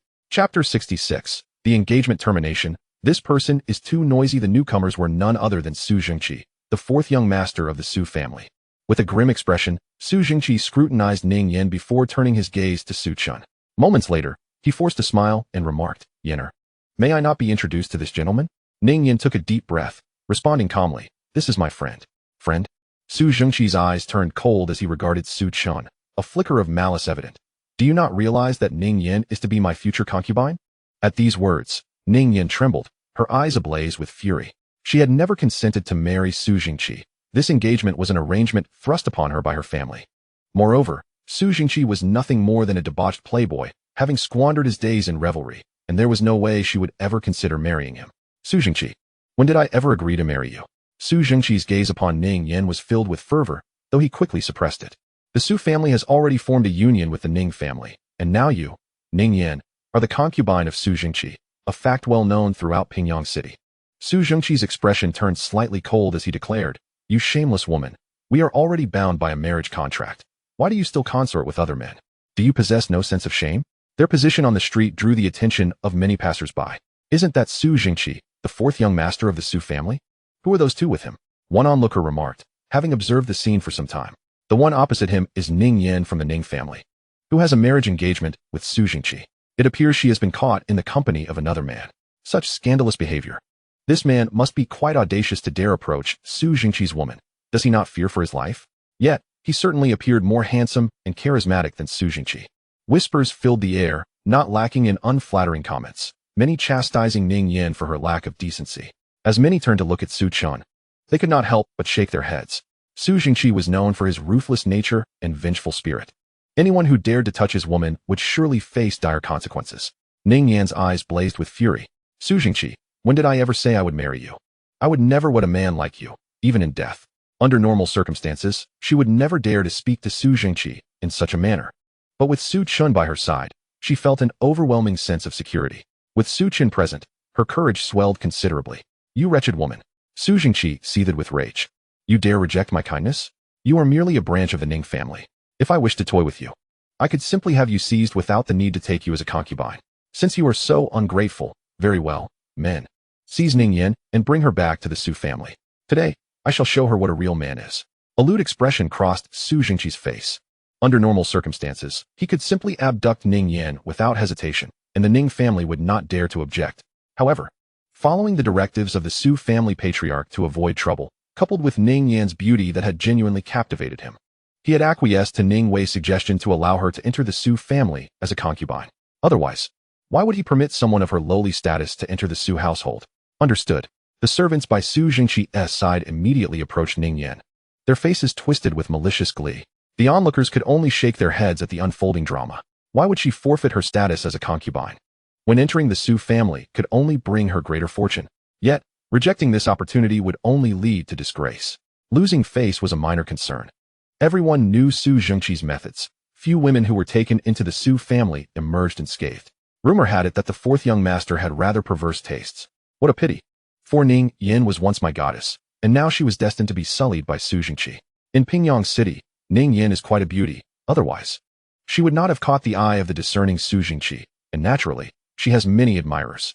Nowadays, many men around her, witnessing the impending misfortune that awaits Ning Yan, cannot help but shake their heads and sigh. Yet, not a single soul steps forward to lend assistance. For the Su family's influence is far too formidable, reigning as a tyrant in Pingyang City. Who would dare to provoke them? Su Chen, observing from the sidelines, felt quite speechless. He merely wished to enjoy a leisurely stroll, yet trouble seemed to seek him out. With a mere flick of his wrist, a sword aura surged forth. instantly slaying those who approached Ning Yan, blood gushing forth profusely. This sudden turn of events left the onlookers in a state of shock. After a moment, they began to process what had transpired. He actually dared to kill a member of the Su family. Did he not fear for his life? My heavens. He is surely doomed. To lay hands on someone from the Su family is an entirely different matter. Under the fearful gazes of the crowd, Su Chen turned to Ning Yan, a warm smile gracing his face. Why did you not inform me of such matters? The Su family is but a trifling concern. I could have resolved it for you. Remember when you faced insurmountable problems as a child and would come to me for help? Have we become estranged with age? Looking at Su Chen's expression, a flustered Ning Yan felt an inexplicable sense of calm wash over her. Her cheeks flushed slightly, leaving her uncertain of how to respond. Su Chen chuckled softly and then turned his gaze towards Su Jingqi. At that moment, Su Jingqi's face bore a mix of confusion and terror.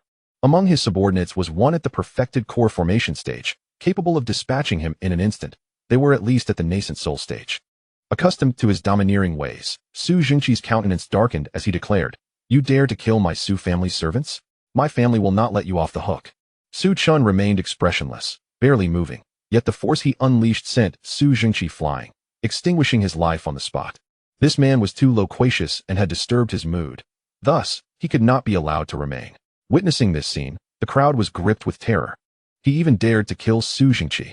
Did he not realize this was the Su family's fourth young master? Many began to discreetly retreat, fearing they might be implicated by Su Chen's actions. To them, it seemed Su Chen had only one path ahead, death. Su Chen remarked, "Since I have nothing else to do, let me accompany you to the Su family to annul the marriage." What audacity! Suddenly, a roar erupted, accompanied by a terrifying pressure from afar. The onlookers, who had been watching the spectacle, retreated hastily, their faces etched with fear. Soon, a towering figure appeared before Su Chen, his countenance shrouded in gloom, his chest rising and falling tumultuously, reminiscent of a volcano on the verge of eruption. The newcomer, radiating a murderous intent, glared at Su Chen. "You have killed a member of my Su family and dare to come to annul a marriage? Your audacity knows no bounds." Chapter 67. Very well, I await you. The grand elder of the Su family, Su Hua, a formidable presence at the late transformation stage. Ning Yan instinctively felt a twinge of concern. But upon realizing that she was in the company of Su Chen, her worries began to dissipate. Although the Su family held a dominant position in Pingyang City, they were nothing in the presence of the Su family. Even a mere elder from the Su lineage would be an insurmountable challenge for the Su family, let alone Su Chen himself. With Su Hua now involved, the situation seemed dire for that young man. It was perplexing to consider his choices. He appeared to possess the strength of the nascent soul stage. Why not simply flee? Su Jingqi would likely not be able to kill him. Why provoke the Su family unnecessarily? Alas, his life seemed to hang in the balance, perhaps due to his feelings for Ning Yan. The age-old adage that beauty brings disaster certainly held some truth. The Su family had long maintained their reputation, and with the absence of formidable opponents in the five great cities, Su Chen appeared unfamiliar to many. Thus, few believed he possessed the means to challenge the Su family effectively. At that moment, Su Hua's gaze was filled with murderous intent. Su Chen's act of killing members of the Su lineage was tantamount to a direct affront to their clan. If he was not eliminated today, the Su family's prestige would suffer a catastrophic blow. Su Hua coldly declared, "Young man, today you shall learn the consequences of offending the Su family." With that, he raised his hand and unleashed a powerful strike towards Su Chen, exuding an overwhelming force. He resembled a formidable warrior, his eyes brimming with disdain and indifference. Though Su Chen's aura was not particularly strong, even if he could slay Su Jingqi and the others, he would only possess the capabilities of the nascent soul stage and could not withstand Su Hua's assault. Su Chen cast a glance at Su Hua, revealing a flicker of impatience in his eyes. If they were intent on courting death, he would oblige. Suddenly, a massive rift tore open in the sky, engulfing Su Hua in an instant. With a cry of despair, Su Hua was obliterated within the void. Only those at the refinement void stage could endure such a realm, and Su Hua, being merely at the transformation stage, stood no chance of survival. Su Chen, accompanied by Ning Yan, tore through the void and ascended above the Su family estate. Without hesitation, he raised his hand and brought it down with force, unleashing a formidable aura that laid waste to the entire Su family compound. As he beheld the ruins of the Su estate, his expression remained impassive. He was aware that many innocents resided within, but that was inconsequential. The principle of eradicating threats at their root was one he understood well.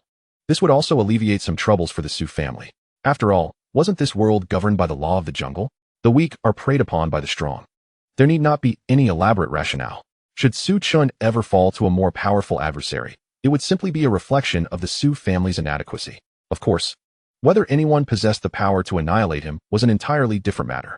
A tremendous explosion reverberated throughout Pingyang City, causing countless individuals to turn in alarm towards the source of the blast, their expressions filled with terror.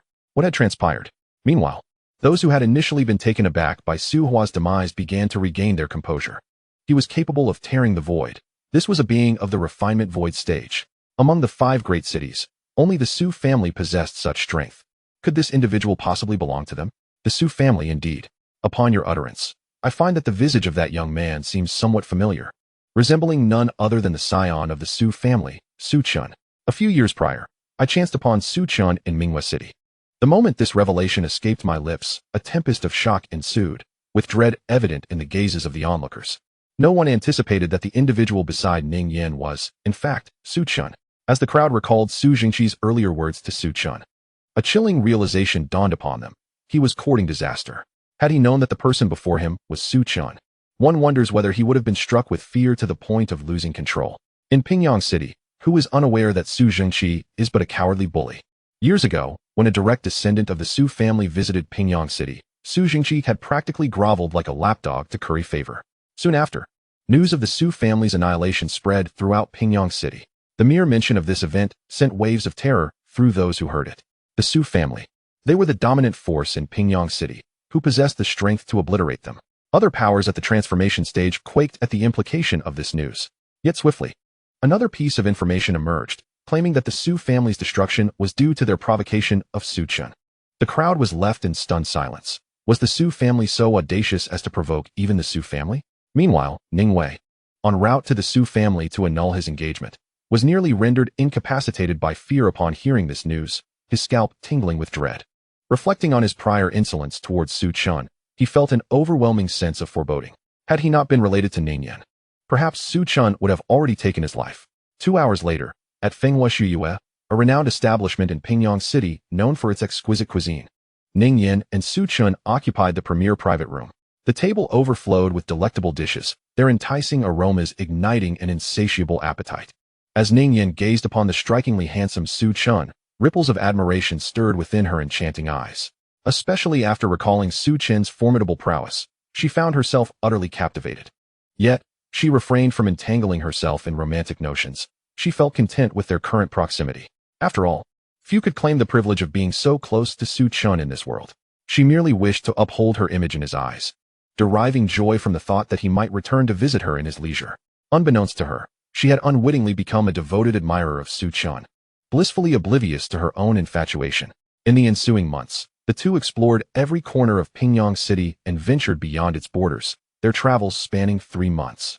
This period marked the most relaxed time Su Chen had experienced since arriving in this world. Upon their return to Pingyang City, Su Chen bestowed upon Ning Yan some resources, aiding her in ascending to the celestial route. He had come to regard her as a confidant, and whatever the future may hold, he was content to let it unfold naturally. On a narrow path not far from the Ning family estate, Ning Yan turned to Su Chen, tears glistening in her eyes. Su Chen, will you come to find me again? Su Chen smiled gently. I will. Ning Yan inhaled deeply, an inexplicable urge to weep overtaking her, perhaps stemming from the fear that this separation might render them unable to meet again in the future. Very well, I shall await you, she declared, her face adorned with a radiant smile, for she wished to leave no impression of a tearful Ning Yan in Su Chen's memory. Little did she realize the profound cost her words today would extract in the future. Chapter 68. Meeting is fate. Let us bestow upon you a stroke of fortune. Ultimately, the two parted ways. On that day, the twilight was particularly enchanting. The crimson clouds painted the sky, casting a sanguine hue upon the earth. Su Chen prepared to depart from Pingyang City, a place that had transformed in significance within his heart. He would forever cherish the memories of the city and of Ning Yan. While Ning Yan's beauty may not have been of the extraordinary kind, especially when compared to Lin Yiming, she remained the most unforgettable woman in Su Chen's mind. He firmly believed that their paths would cross again in the future. As Su Chen was on the verge of leaving Pingyang City, a sudden cacophony of wailing caught his attention, drawing a crowd around the source of the commotion. He turned to investigate, raising an eyebrow in surprise. At the center of the gathering were the 2 Taoist priests he had encountered previously, and the one who was weeping uncontrollably was the disciple of Xiang Zhenren. The disciple resembled a petulant child, throwing a fit on the ground. Zhang Jinren's face was etched with gravity as he sensed the flow of Taoist essence emanating from his disciple, indicating that they had reached a pivotal moment in the process of severing the corpse. Such an emotional upheaval was unfathomable otherwise. Onlookers were taken aback by the sight of an elderly priest in such distress, but the novelty of the situation soon wore off, and the crowd gradually dispersed. Su Chen approached slowly, and Zhang Jinren immediately recognized him, offering a slight bow in greeting. Their paths had crossed once more, taking a seat on a nearby step. A few meters away from the elder, Su Chen regarded him with calm composure before speaking. To sever the corpse, one must identify the deepest obsession within their heart. It appears that your disciple's opportunity lies within Pingyang City. Upon hearing this, Zhang Jinren sighed helplessly, casting a glance at his disciple, his expression burdened with sorrow. Alas, it is a difficult situation. Before this disciple came under my tutelage, he was merely an ordinary person in Pingyang City. He once fell in love with a woman, but she belonged to an esteemed family. Despite their deep affection, fate did not unite them, and ultimately, the woman was coerced into marrying another man by her family. Su Chen furrowed his brow, curiosity piqued. And what became of this woman? She has passed away, Zhang Jinren replied, shaking his head with a heavy heart. Both she and the family she belonged to have long since vanished. This transpired over 10,000 years ago. 10,000 years. Su Chen's brow knitted in disbelief.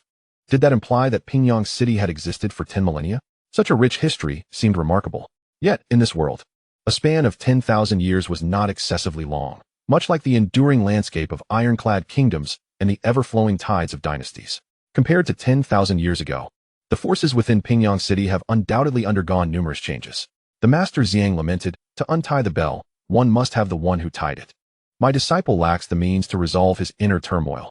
Thus, he cannot transcend this barrier. To sever the spirit from the corpse is perilous. Upon hearing this, Su Chen fell into silence, recognizing the formidable obstacles ahead. He gazed at the old Taoist, who was now experiencing tumultuous fluctuations in his Tao essence. It was evident that if this continued, he would surely fail. Master Zhang, overwhelmed, sat helplessly on the ground. He had invested immense effort into this disciple, regarding him as his only kin. Witnessing the impending demise of his pupil weighed heavily on his heart, although severing the spirit would merely lead to the loss of intellect.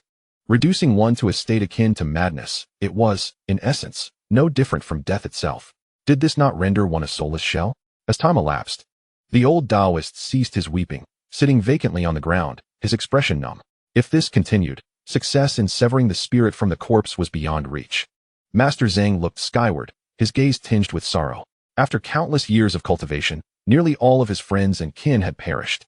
This disciple was his sole remaining family in this world, and now he was to witness yet another beloved figure fade away. A tide of profound grief surged within him. Despite his youthful appearance, he resembled an aged, powerless elder. With a bitter smile, Master Zhang posed a soul-searching question to himself. What is the true purpose of cultivation? Su Chen, too, fell into contemplation. Cultivation can stem from various motives. Some pursue it purely for the joy of practice, seeking to attain greater strength. However, most are not so untainted. They cultivate primarily for the sake of their loved ones, to safeguard those around them, or to ensure their happiness and well-being. Both motivations are valid, yet it is evident that the former often travels further along the path of cultivation due to their purer intentions. Of course, exceptions abound. Sometimes, the power of love is boundless, capable of unleashing astonishing strength, leading Su Chen to believe that both motivations are ultimately equivalent. The confusion on Master Zhang's face revealed that he was not simply someone who cherished the art of cultivation. His inclinations leaned towards the latter. A person cultivates for their family, and when those loved ones are on the brink of passing, it is only natural for confusion to ensue. Slowly rising to his feet, Su Chen spoke softly. Every encounter is a destined connection. If so, allow me to grant you a stroke of fortune. As his words faded, the previously chaotic Tao essence surrounding the old Taoist solidified once more, his aura significantly strengthened. Gradually, clarity returned to the old man's eyes, dispelling the previous vacancy. He surveyed his surroundings, bewildered. What has transpired? Have I successfully severed the spirit from the corpse? At this moment, Master Zhang, too, reacted, springing to his feet with an expression of astonishment. How is this possible? Su Chen astonishingly managed to forcibly intervene in the severing of the three corpses.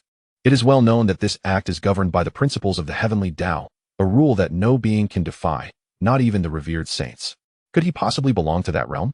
Beyond the saints lies the ancient saints. Only such a tier could manipulate the workings of the heavenly Tao. making it effortless to interfere in another's severing of the three corpses. However, to attain such a level, one must be a formidable power in their own right.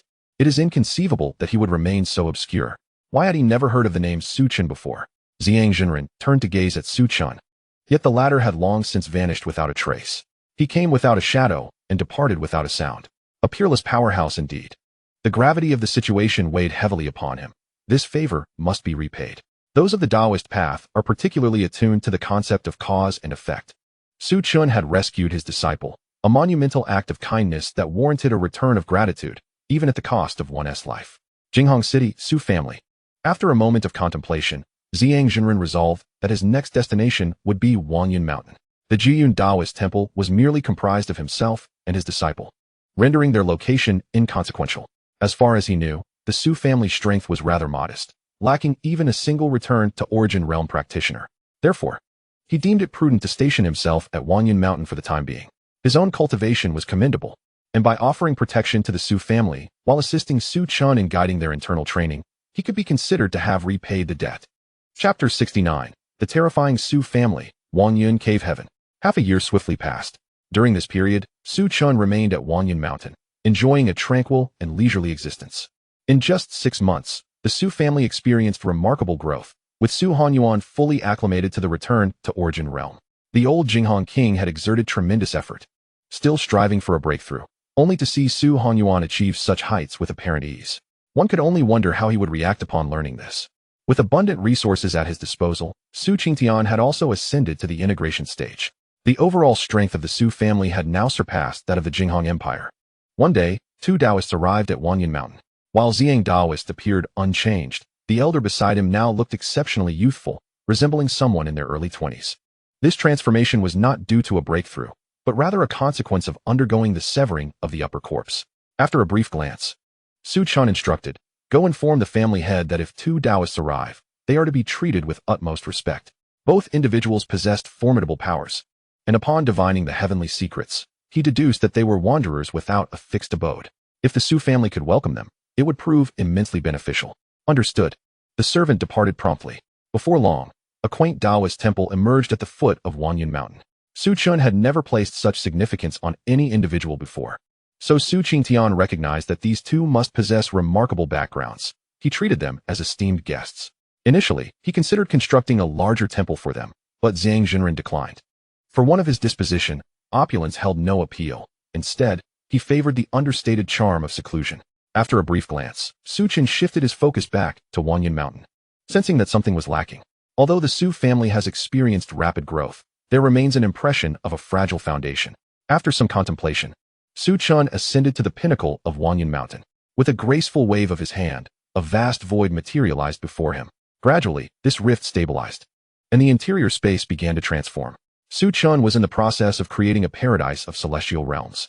In the Xiantian realm, virtually all major powers possess such celestial abodes, an asset that the Su family currently lacks. After approximately half an hour, a celestial realm was successfully constructed by Su Chen. Upon entering, he was enveloped by an abundance of spiritual energy, nearly 3 times that of the outside world, specifically referring to Wanyan Mountain. However, the space was rather limited, measuring only around 100 square meters. Insufficient. With a determined gaze, Su Chen unleashed his internal power, a continuous flow surging into the celestial realm. Soon, the space began to expand, and the concentration of spiritual energy intensified. Several hours later, feeling somewhat fatigued, and with a significant portion of his sacred power depleted, Su Chen observed a dramatic transformation within the celestial realm. Initially confined to around 100 square meters, it had now expanded to 10,000 square meters, with the richness of spiritual energy approximately 15 times that of Wanyan Mountain. Yet, a lingering issue remained. Despite the heightened concentration of spiritual energy, its generation rate only doubled that of the outside world. The rules governing this celestial realm were not sufficiently refined, resulting in a slower production of spiritual energy. Quickly devising a solution, Su Chen retrieved a colorful spirit stone from his system backpack. This 3rd-tier celestial item, the Daoyuan crystal, was a consumable specifically designed to enhance the rules of the celestial realm. As the Daoyuan crystal gradually dissipated, the entire space began to tremble, for its celestial nature vastly exceeded that of imperial-grade items, guaranteeing remarkable efficacy. Su Chen could distinctly sense that the rate of spiritual energy generation within the celestial realm had increased to at least 30 times that of Wanyan Mountain. The transformation was astonishing. Most importantly, the Daoyuan crystal had reformed this celestial realm, rendering it akin to a miniature world, capable of ceaselessly producing spiritual energy. Unlike other celestial realms that rely on consumables for energy, which require sacrifices of other treasures, Su Chen's realm faced no such challenges, all thanks to the Daoyuan crystal. Glancing at his system backpack, he noted, Daoyuan crystals, 315. With over 300 remaining, there were no concerns. The spiritual energy within this celestial realm was ample for the Su family's needs, allowing for a pause in further enhancement. He decided to relocate the direct descendants of the Su family to this new abode, while pondering the fate of the collateral branches. After a moment's reflection, he opted to leave those decisions to Su Chen. However, every celestial realm requires a name. Thus, he settled on Wanyan Celestial Realm. Ultimately, a name is merely a label, and Su Chen was rather nonchalant about it. With the establishment of the Wanyan Celestial Realm, the future development of the Su family is bound to accelerate even further. Suddenly, Su Chen began to anticipate the day when the Su family would rise to prominence, akin to indulging in a captivating simulation game. Before long, Su Chen took the lead in entering the Wanyan cave heaven for observation, his mouth agape in astonishment. What a miraculous technique! Was this not equivalent to the creation of a miniature world? My goodness! Subsequently, upon hearing the news, the direct lineage of the Su family rushed over. Their expressions nearly uniform, etched with shock. They hastily moved in, for the Wanyan cave heaven was, without a doubt, the finest blessed land in the entire Shantian realm. Even the cave heavens within the imperial clans of Ur paled in comparison to Wanyan. In the time that followed, the Jinghong Empire fell into a tranquil state, with no significant upheavals among the major factions. Thus, 3 years passed. On this day, the old Jinghong king emerged from seclusion, his formidable aura resonating throughout the empire. Many within the Jinghong Empire exhaled in relief. The old Jinghong king was not merely their ruler, but their guardian deity.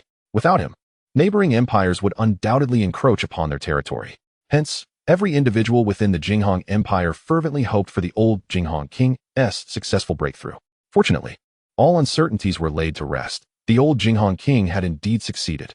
During these 3 years, the Su family underwent the most remarkable transformation. Among the direct lineage, Su Chen and several elders, with the exception of the 5th elder Su Yunpeng, had all broken through to the integration stage. Among the younger generation, the most formidable, Su Yuza, also ascended to the late stage of spirit transformation. The collateral branches of the Su family advanced swiftly as well, with numerous stewards achieving breakthroughs to the void refinement stage. The current strength of the Su family could be described as unprecedentedly robust. Particularly, the Ziyang Daoist frequently offered guidance to the Su family in their cultivation. Even Su Honyuan and Su Qingtian greatly benefited, enhancing their realms and prowess significantly.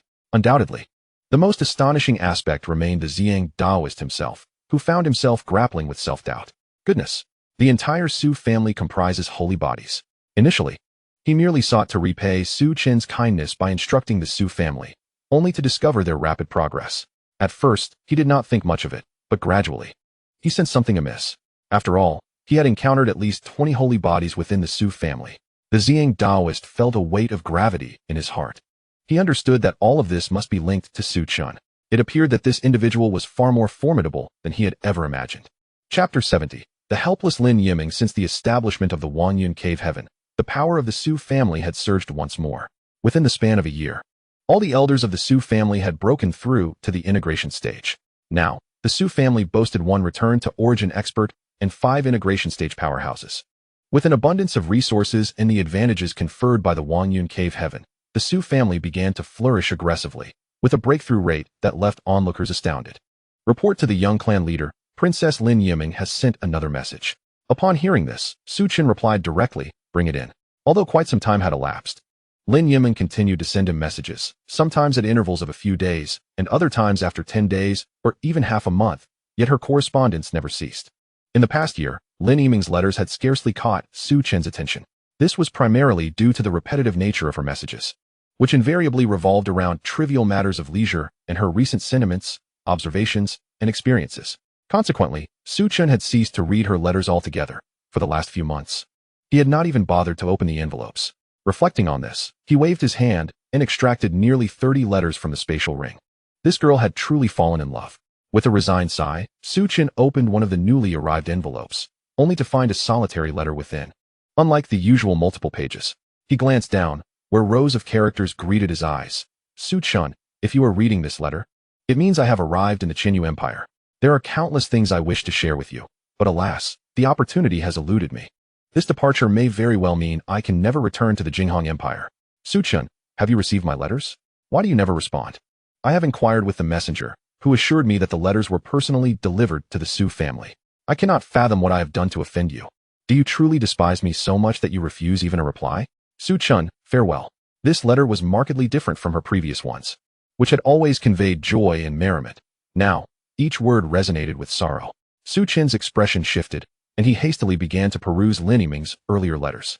Young Master Su, this morning I learned a new dish that the palace staff have named 7 Stars Turn. It is utterly delightful. When you next visit Jinghong City, I must prepare it for you. You will surely enjoy it. Young Master Su, when will you come to Jinghong City? I am dreadfully bored. My father insists I practice relentlessly, and I feel as though I am growing moldy. As he continued to open several envelopes, the content remained largely unchanged. However, upon opening another letter, the tone began to shift. Young Master Su, the Qinyu Empire has been exerting tremendous pressure on my father. He is at his wit's end, likely due to my grandfather's recent breakthrough into the return to origin realm. The Qinyu Empire seeks to win him over, employing both coercion and temptation, and has relentlessly pressured the Jinghong Empire. After discussions with my father has resolved to compromise, offering the 3 prefectures to the east of Jinghong Empire. Today, the Qinyu Empire sent envoys again, proposing a union between our empires, specifically insisting that I marry their eldest prince. What should I do, Su Chen? I do not wish to wed that prince from the Qinyu Empire.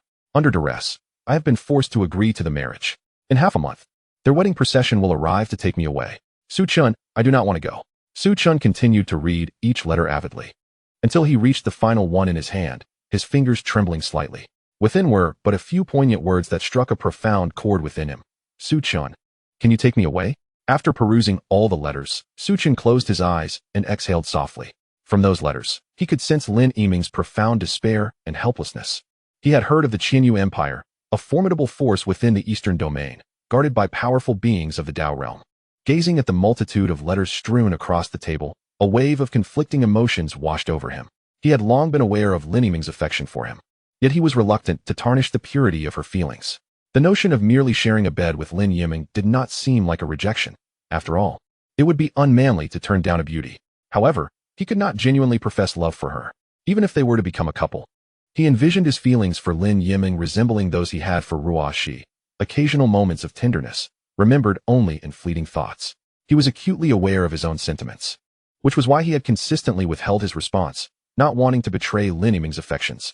Yet now, as he examined the envelopes, each word seemed imbued with boundless love, complicating his heart in an instant. He turned his gaze towards the direction of the Qinyu Empire, and in the next moment, vanished into the misty peaks of Wanyun Mountain. Qinyu Empire. Qitian City. This was the imperial city of the Qinyu Empire, its grandeur far surpassing that of Jinghong City, resembling a small world in itself. Today, Qitian City was adorned in festive decorations, as the eldest prince was to be wed. Much like the previous arrangement in Jinghong Empire, this eldest prince was also the most powerful among the royal lineage of the Qinyu Empire. Yet, one distinction remained, due to his unparalleled strength.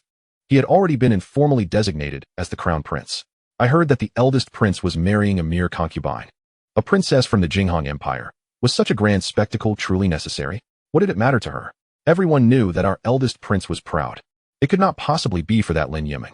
However, I learned that the Jinghong Empire had rejected becoming a vassal of our Qinyu Empire. Truly, they were unaware of their own insignificance, becoming so audacious with just one Guanyuan realm cultivator to defend them. Many in the city were discussing the matter. Yet it was evident that hardly anyone regarded this wedding with any importance. Although both the Jinghong Empire and the Qinyu Empire were classified as royal forces, the disparity between them was vast. Before the Qinyu Empire, the Jinghong Empire was no different from a tiny nation. Previously, the absence of Guanyuan realm practitioners in the Jinghong Empire meant there was little reason for the Qinyu Empire to take notice. However, with the old king of Jinghong breaking through to the Guanyuan realm, attention was inevitably drawn towards them, hoping for allegiance, only to be met with rejection. The cost had been dire. Not only did they lose 3 prefectures, but Lin Mu also sacrificed his daughter to preserve the Jinghong Empire. Otherwise, the Qinyu Empire would have likely annihilated them. Such is the law of survival in this world. Even if one is reluctant to become a vassal of the strong, one must still demonstrate a willingness to submit. Chapter 71, Qinyu Empire. Within the palace of the Qinyu Empire, Lin Yiming's eyes were clouded with sorrow. The room she occupied was awash in vibrant red, an ostentatious display of festivity. Yet the sorrowful expression upon her face transformed this celebration into something melancholic and desolate. Soon, as the appointed hour approached, she would be wed to the crown prince of the Qinyu Empire. The thought filled Lin Yiming's gaze with despair and helplessness. She bore no resentment toward her father, for he too was powerless in this situation.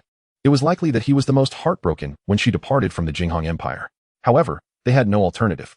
The Jinghong Empire was unable to contend with the might of the Qinyu Empire, leaving them with no choice but to comply. Should they submit to the Qinyu Empire, the fate of the Jinghong Empire would be sealed, complete assimilation, becoming but a mere extension of the Qinyu Empire. Thus, Lin Yiming chose to acquiesce to their demands. The mere thought of marrying a man she did not cherish inflicted profound anguish upon her heart. She longed for death. Yet such an act would surely incite the wrath of the Qinyu Empire upon her homeland. In a sudden flash, Lin Yiming's thoughts drifted to the one who haunted her dreams, Su Chen. Ever since their parting in Jinghong City, she had been utterly captivated by him, yearning to see him once more, though fate had denied her that wish.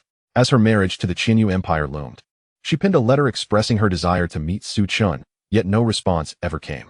The mere recollection of this left her heart heavy with sorrow. Did he truly harbor no affection for her? Lin Yiming had long sensed his disinterest, yet she could not suppress her yearning to reach out to him. Ultimately, she let out a deep sigh, choosing not to dwell any further on the matter. Her affections were indeed one-sided.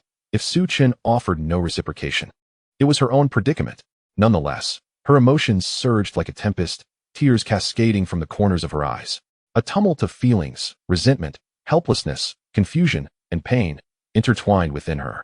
After what felt like an eternity, a maid entered the chamber, her tone icy as she announced, "Princess, His Highness has summoned you. Please, follow me." Lin Yiming remained rooted in place, prompting the maid to furrow her brow slightly before approaching and guiding her toward the exit. While she was addressed as princess, in truth, it was merely a facade, a token of esteem the crown prince extended to the Jinghong Empire. The Guiyuan realm was among the most formidable in the eastern domain, and the crown prince sought to cultivate an alliance, unwilling to offend them, hence the pretense of a wedding. Soon, they entered a lavish hall filled to capacity with guests, each a notable figure from the Qinyu Empire, including 4 from the Guiyuan realm, all there to honor Crown Prince Zhou Mingyang. Within the hall, there were neither the customary wedding rites nor any semblance of matrimonial arrangements.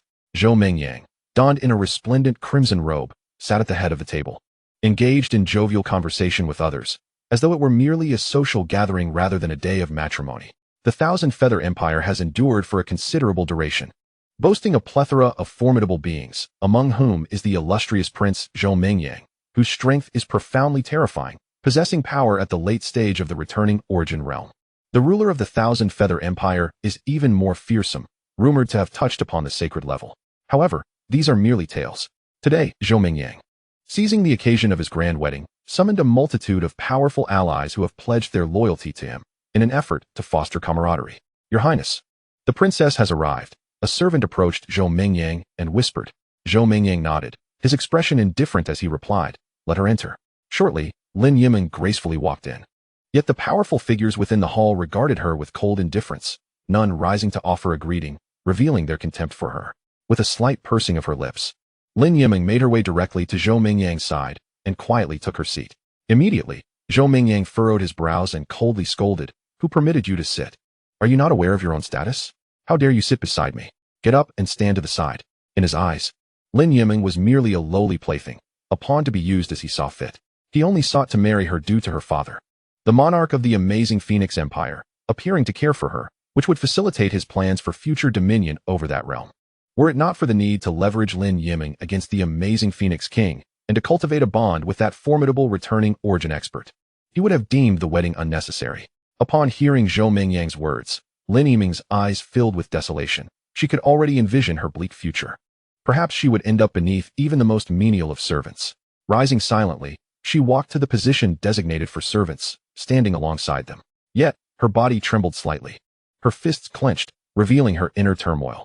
In the amazing Phoenix Empire, she was a princess of noble status. Now, reduced to a position as humble as that of a servant, she found it unbearable. A profound sorrow enveloped Lin Yiming at that moment. She could no longer face her fate with composure. She contemplated death. Crystal tears streamed from the corners of her eyes. "Forgive me, father. Your daughter cannot accept such a future." Initially, Lin Yiming believed she could sacrifice herself for the amazing Phoenix Empire, but upon arriving at the Thousand Feather Empire, she realized she was incapable of such a feat. This outcome was intolerable. Even if Zhou Mingyang had not humiliated her, thoughts of ending her life had long since emerged, stifled only by her concern for the repercussions on the amazing Phoenix Empire. However, this incident unleashed those thoughts in full. Suddenly, Zhou Mingyang turned and, upon seeing Lin Yiming quietly sobbing, rose and approached with a darkened expression. With a sharp slap, the sound echoed through the hall, and Lin Yiming was sent to the ground, a vivid red mark blooming on her delicate face. Zhou Mingyang coldly stated, "On this day of great joy, why do you weep? Being able to marry the future heir of the Thousand Feather Empire is an immense fortune for you. Do you still feel wronged?" He felt an overwhelming dissatisfaction with Lin Yiming's demeanor. Had she been an ordinary woman, Zhou Mingyang might not have been particularly concerned. However, her exceptional beauty, which was rarely seen even within the Qinyu Empire, marked her as a woman of quality. Yet, her tearful demeanor clearly indicated her unwillingness to marry him. This display seemed to reflect a certain disdain for herself. Zhou Mingyang, who was notoriously prideful, found his self-esteem provoked by the multitude present. In a more typical scenario, had Lin Yiming been willing to humble herself and serve him properly, he might have granted her some status and dignity. Alas, he harbored no such thoughts now, merely viewing her as a frivolous plaything. Within the grand hall, the gazes of the other formidable figures directed at Lin Yiming were laced with disdain. To them, Zhou Mingyang's esteemed position made marrying him a stroke of fortune. Yet here she was, feigning grievance, truly beneath her dignity. Lin Yiming lay on the ground, feeling dizzy and suffering a splitting headache. The force of Zhou Mingyang's slap had been considerable. A mere commoner would have likely suffered severe injury. Yet, she found an unexpected reservoir of courage and, regaining her composure, coldly retorted, "Grievance? I do not feel aggrieved. I merely believe that you fall woefully short of the ideal partner I envision. You are unworthy of being my man." Her words struck with fierce intensity, causing many faces in the hall to shift in expression. To dare speak thus to the crown prince was tantamount to courting death. Lin Yiming had already contemplated her demise. Should Zhou Mingyang decide to kill her, it would fulfill her wish perfectly. Upon hearing her declaration, Zhou Mingyang's countenance darkened ominously, his expression resembling a tempest, his eyes flashing with a chilling, murderous intent. Chapter 72, Lin Yiming. Filled with determination, Zhou Mingyang observed her suicidal gaze and let out a cold laugh. "You wish to die?" As he spoke, he raised his hand and cast a binding spell upon Lin Yiming, rendering her unable to take her own life. "Having come to my Qinyu Empire, do you truly believe you can depart from here? You wretched girl, dare to insult me, and I shall make you yearn for life, yet find no solace in death." His tone was frigid, the scornful words of Lin Yiming igniting a fury within him. He certainly would not easily end her life. "You do not wish to marry me, do you? Then I shall humiliate you, allowing you to experience the depths of despair." He cast a cold glance her way, sneering before turning his attention elsewhere. At that moment, the air within the hall began to stir, and a figure slowly emerged from the void. An overwhelming aura surged forth, permeating the entirety of Qitian City, causing countless individuals to gaze upward in terror. What a formidable being!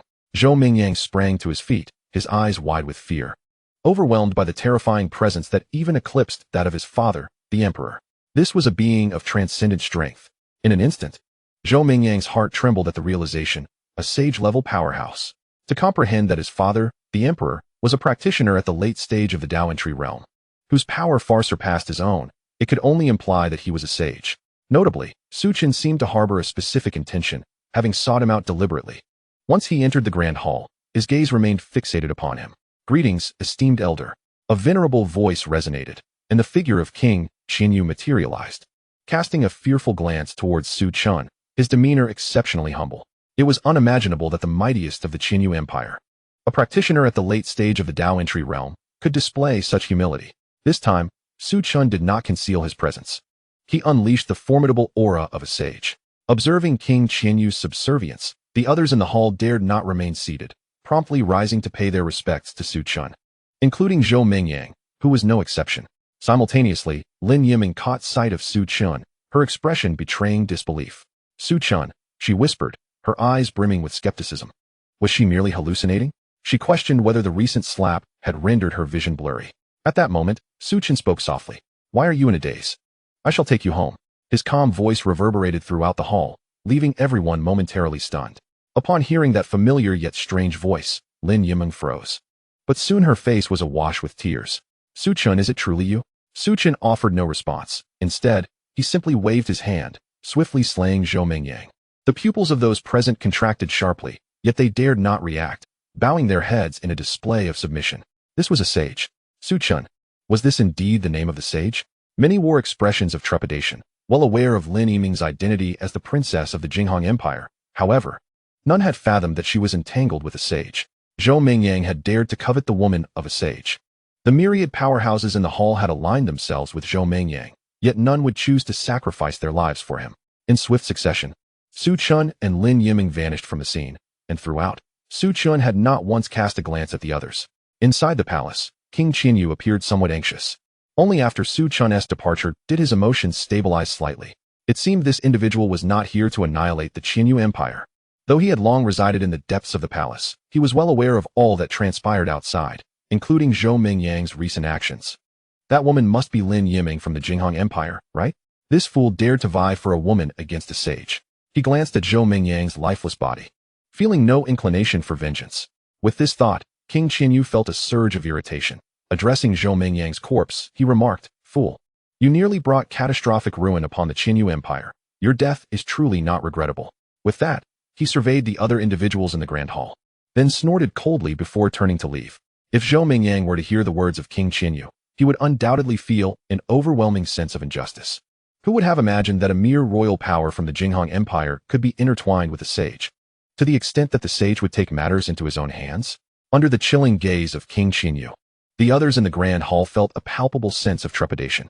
Atop Wangyun Mountain, only Su Chen's Wangyun Academy remained, as everyone else had relocated to Wangyun Cave. The atmosphere was somewhat tranquil, with wild grass beginning to sprout on the mountain peak. Su Chen and Lin Yimeng ambled along a narrow path, enjoying the gentle breeze that wafted in from the horizon. Silence enveloped them, as Lin Yimeng contemplated speaking but found herself at a loss for words. After a considerable pause, Su Chen presented her with a jade pendant, his voice gentle as he said, "This item contains a trace of my essence. Should anything happen to you, I will be aware." Lin Yimeng nodded softly, a slight escaping her lips. She lifted her gaze to Su Chen's profile, her thoughts drifting to the letter she had penned for him not long ago, her cheeks flushing a delicate hue. Surely he must have seen it? Or perhaps he had not. For reasons unknown, she now found herself wishing he had not, as the thought was overwhelmingly embarrassing, akin to a confession of love. Su Chen, not elaborating further, exchanged a few casual remarks with her before they parted ways again, Lin Yimeng being assigned to a guest room at the waist of the Su family. However, she did not linger long. After 2 days in the Su residence, she prepared to depart. As she stood at the foot of Wangyun Mountain, she turned to gaze at the summit, her eyes brimming with determination. "Su Chen, one day I shall match your pace," she vowed silently. At present, she felt unworthy of him, thus she resolved to train diligently. She would wait until she was strong enough to stand on equal footing with him before boldly expressing her affections. At this moment, her confidence wavered. Yet, could she truly catch up? Lin Yimeng questioned her own spirit. From the moment Su Chen had rescued her from the Qinyu Empire, it was evident that his strength was formidable, likely at the legendary sage level. Meanwhile, she was merely at the late stage of the transformation god realm. No, Lin Yimeng. You must not be disheartened. Dreams are meant to be pursued. Who knows when they might come to fruition? Regaining her confidence, she set off towards Jinghong City. Meanwhile, Su Chen perched on the edge of a cliff at Wangyun Mountain, the breathtaking scenery below laid out before him, the blazing sun illuminating the world with a sense of beauty. As a cultivator, he felt no fear of the frigid cold. The scorching sun had no bearing on him. Beside him stood a table adorned with a blanket, where Ruoshi knelt, continuously pouring wine for him. The wine of this world transcended traditional boundaries. It bore no resemblance to ordinary liquor. Its taste was rich and fragrant, akin to celestial nectar, captivating even Su Chen, who had never been one for alcoholic beverages. As he observed Lin Yimeng's retreating figure in the distance, a soft chuckle escaped him, and he shook his head. The girl swiftly diverted her gaze once more, closing her eyes with a look of contentment gracing her features. Perched atop the mountain, she savored the gentle breeze that caressed her, relishing the sheer comfort of the moment. For someone like Su Chen, who cherished tranquility, this place was nothing short of a paradise. In Chapter 73, I take great pleasure in dismantling talents such as yours. Su Chen's primary desire at present is to witness his own gradual growth. matters of love and affection are not on his mind for the time being.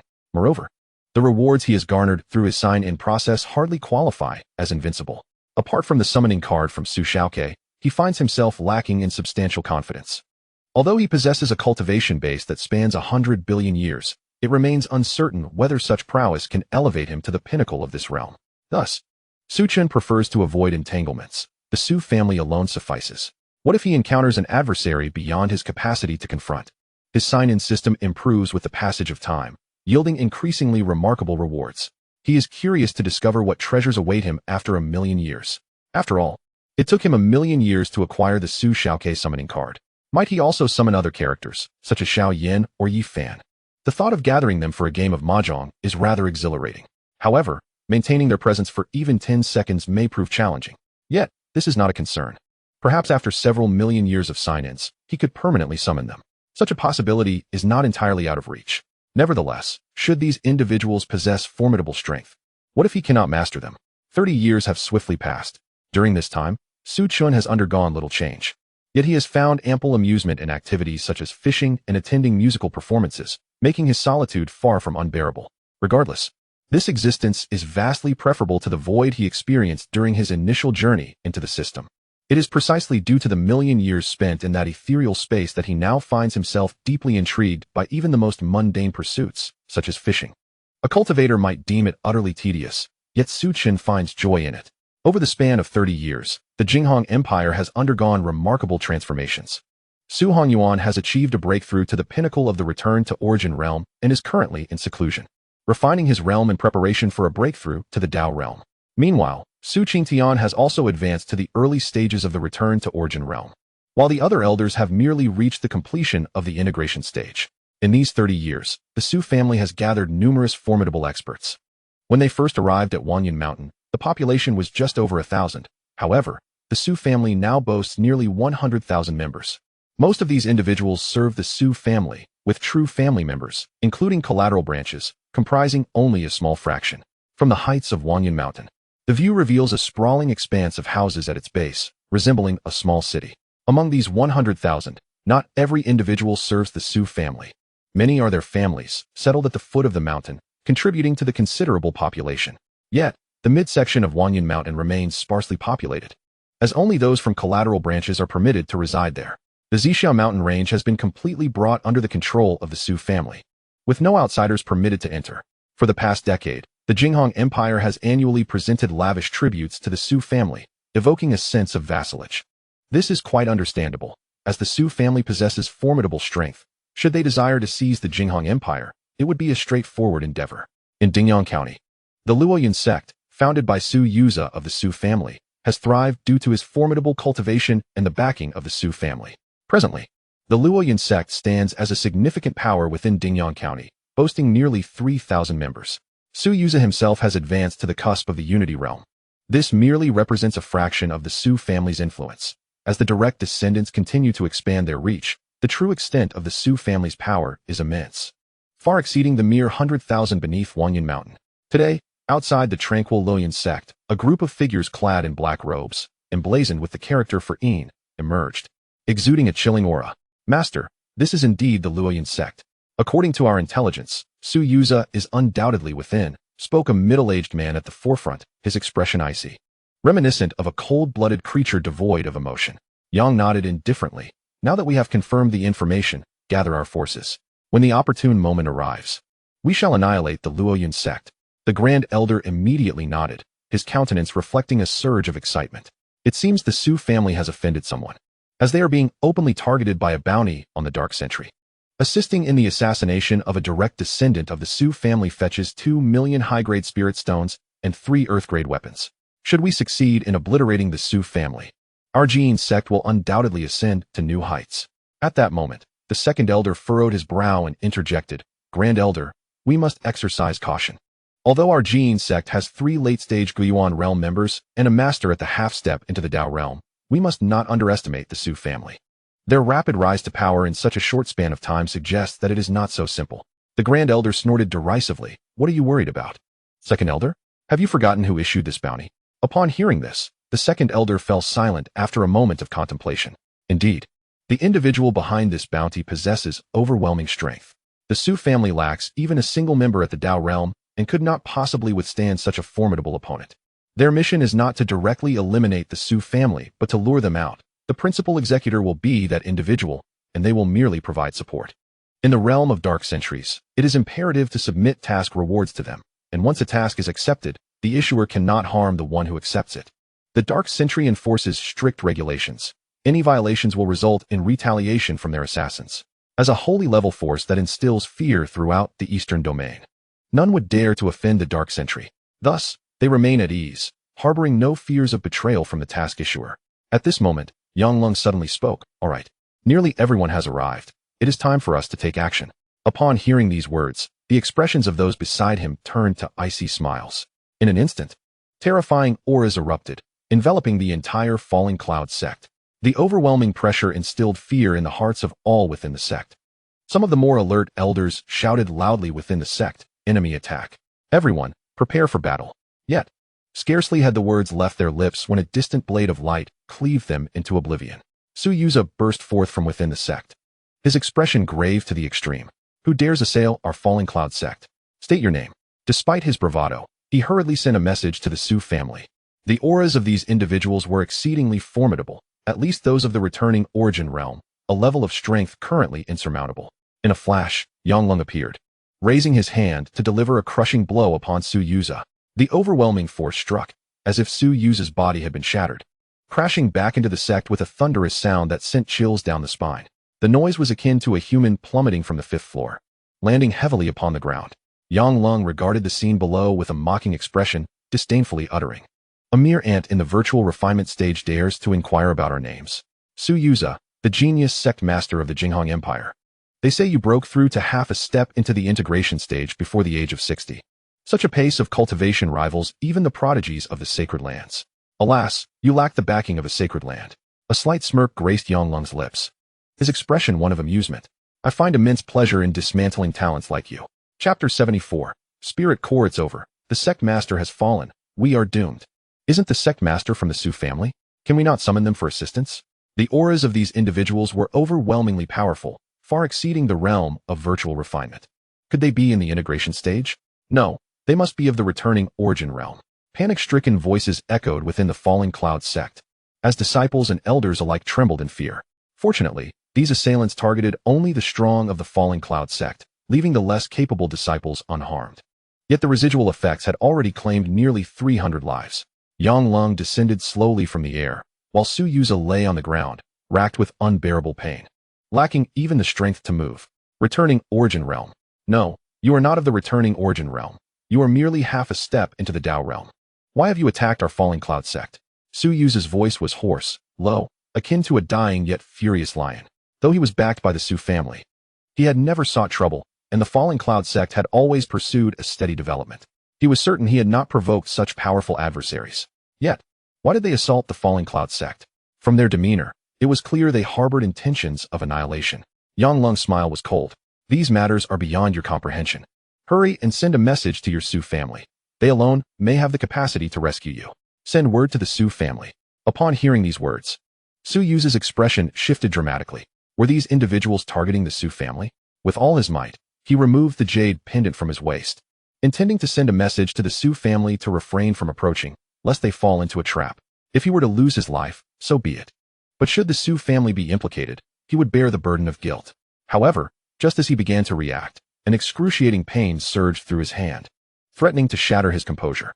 A low cry of anguish escaped his lips as he beheld his crimson eyes and contorted visage, realizing that his entire arm had been severed. Though for a cultivator at the void refinement stage, losing an arm was not necessarily fatal. An arm could regenerate. The pain remained unbearable. Yang Lung swiftly drew the token to himself, a smirk playing upon his lips. "It seems you have already made contact, so there is no need for such complications," he remarked, gradually advancing forward, a sinister grin illuminating his face. And thus, the moment of revelry had arrived. "My greatest delight lies in dismantling you talented individuals, relishing the terror and chaos reflected in your expressions. Ha ha ha. Talent? What a farce. In my grasp, you are nothing but swine." No sooner had he finished speaking than Su Yuza erupted with fury, launching himself like a cannonball toward Yang Lung. Stripes of pale purple manifested upon his face, This was his sacred body, the triadic illusory spirit. Taken by surprise, Yang Long was sent hurtling over 100 meters. Su Yuza did not pursue. Instead, he tore through the void, only to discover it had been sealed. Reluctantly, he fled into the distance. Yet, he had scarcely moved when a colossal hand suddenly reached for him. "Aunt, your power is indeed unexpected," Yang Long remarked. Su Yuza's countenance altered as the purple patterns on his face darkened to an inky black. Simultaneously, his body swelled by nearly 30%. Bang! Yang Long's slap sent Su Yuza flying once more, yet this time he did not suffer grave injuries. Rather, he harnessed the force to propel himself farther away. The patterns on his body reverted to purple. This was the ability of the triadic illusory spirit, which comprised 3 forms. The purple patterns denoted a surge in speed and strength, the black represented defense and recovery, while the final hue, yellow, enhanced spiritual power and soul strength. With Su Yuza's current mastery over the triadic illusory spirit, these augmentations offered at least a 7-fold increase. He could activate 2 forms simultaneously, or even all 3, though this would diminish the amplification of each individual ability. What?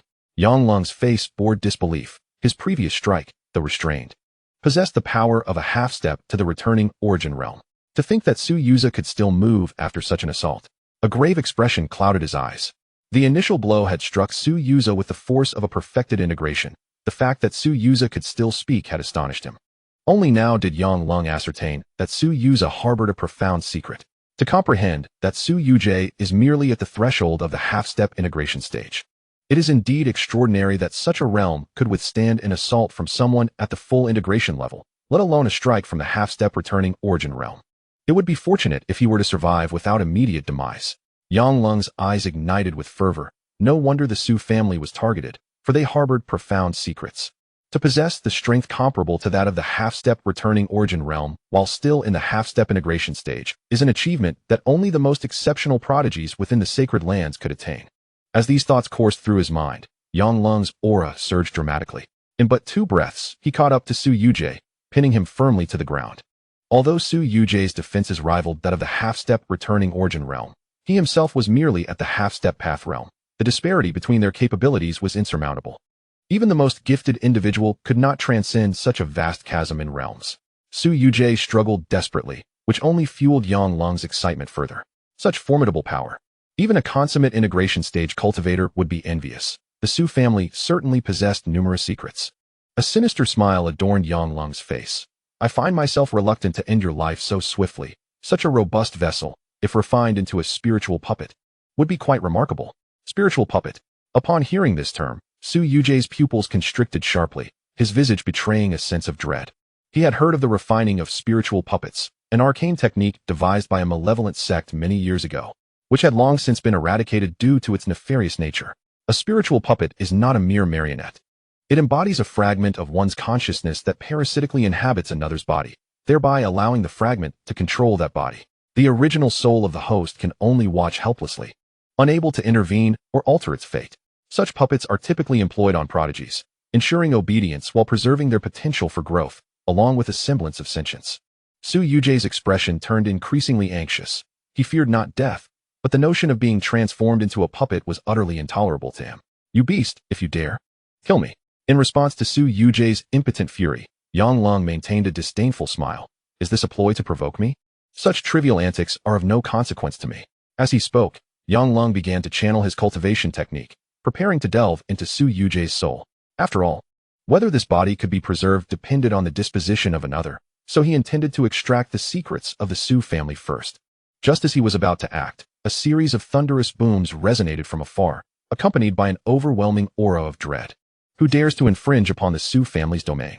Chapter 75. Elder, please take action. The hidden powers. The formidable forces of the Su family surged forth in unison, their presence shaking the heavens and the earth. Observers from surrounding factions gazed with immense curiosity towards the direction of the Falling Cloud sect. It appeared to be the people of the Su family who had provoked them. The Falling Cloud sect. Did someone truly have the audacity to confront them? Indeed. Who could forget that this was a force established by the direct lineage of the Su family? To offend the Falling Cloud sect was tantamount to incurring the wrath of the Su family. However, the Su family was undeniably powerful. The auras of those recent arrivals seemed to be comprised entirely of cultivators at the integration stage or above. At this moment, within the Falling Cloud sect, The figures of Su Hongyuan and his companions stood suspended in the void, each emanating a formidable aura that reverberated throughout the atmosphere. Before any confrontation commenced, the surrounding space began to destabilize, unable to withstand the overwhelming pressure. The members of the extreme Yin sect, sensing the disturbance, ceased their assault on the disciples of the Setting Sun sect, their expressions heavy with apprehension as they regarded the Su family. In a fleeting moment, apart from Su Yuza, the senior ranks of the Setting Sun sect were nearly annihilated, and only a mere 30% of the disciples remained. Yang Long, with narrowed eyes, cast a glance at Su Yuza and raised his hand, immobilizing him firmly to the ground. Soul-searching required a tranquil environment, and with an impending battle about to erupt, it was not an opportune time. He would need to eliminate the Su family before proceeding with the soul extraction. He gradually rose, directing his gaze toward the 6 silhouettes in the sky, his expression laden with gravity.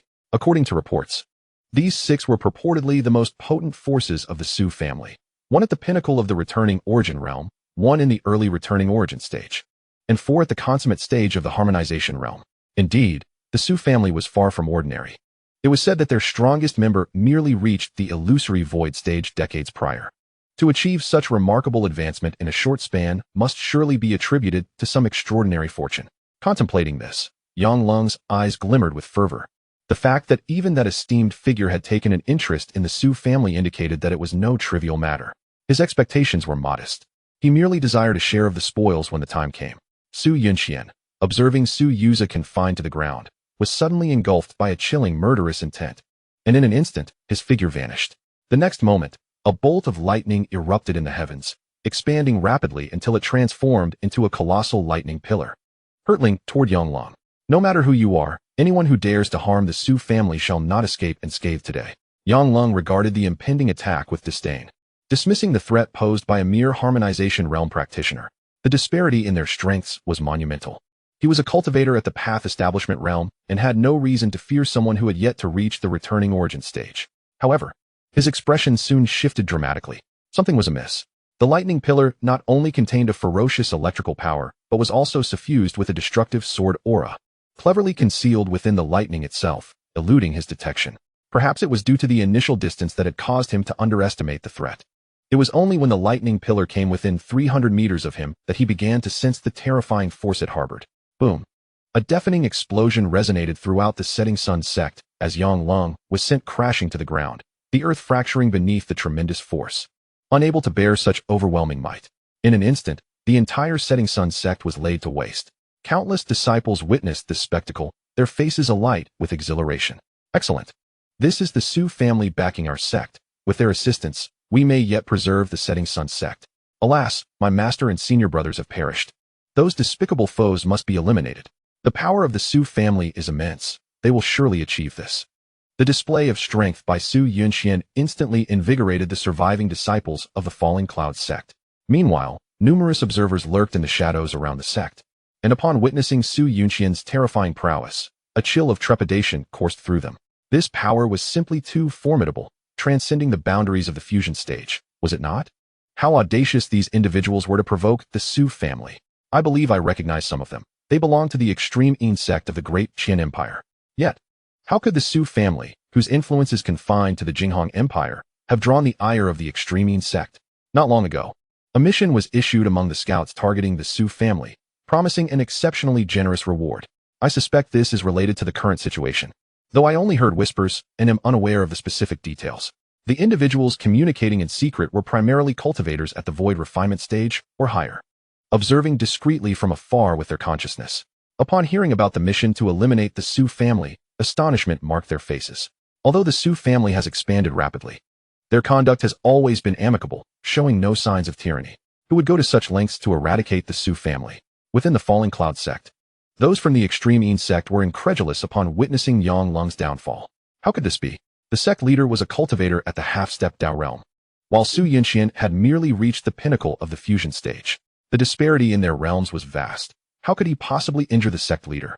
Su Hongyuan did not merely observe. He advanced with the weight of a mountain, striking down upon Yang Long with overwhelming might, evoking sheer terror in onlookers. Possessing the complete mastery of the returning origin realm, coupled with his status as a sacred body, he had no qualms about battling those in the mid-Dao realm and below.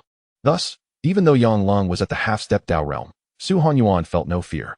He unleashed the technique known as Heaven's Collapse, channeling his entire strength into his foot, a fundamental maneuver taught to him by the Ziyang Taoist.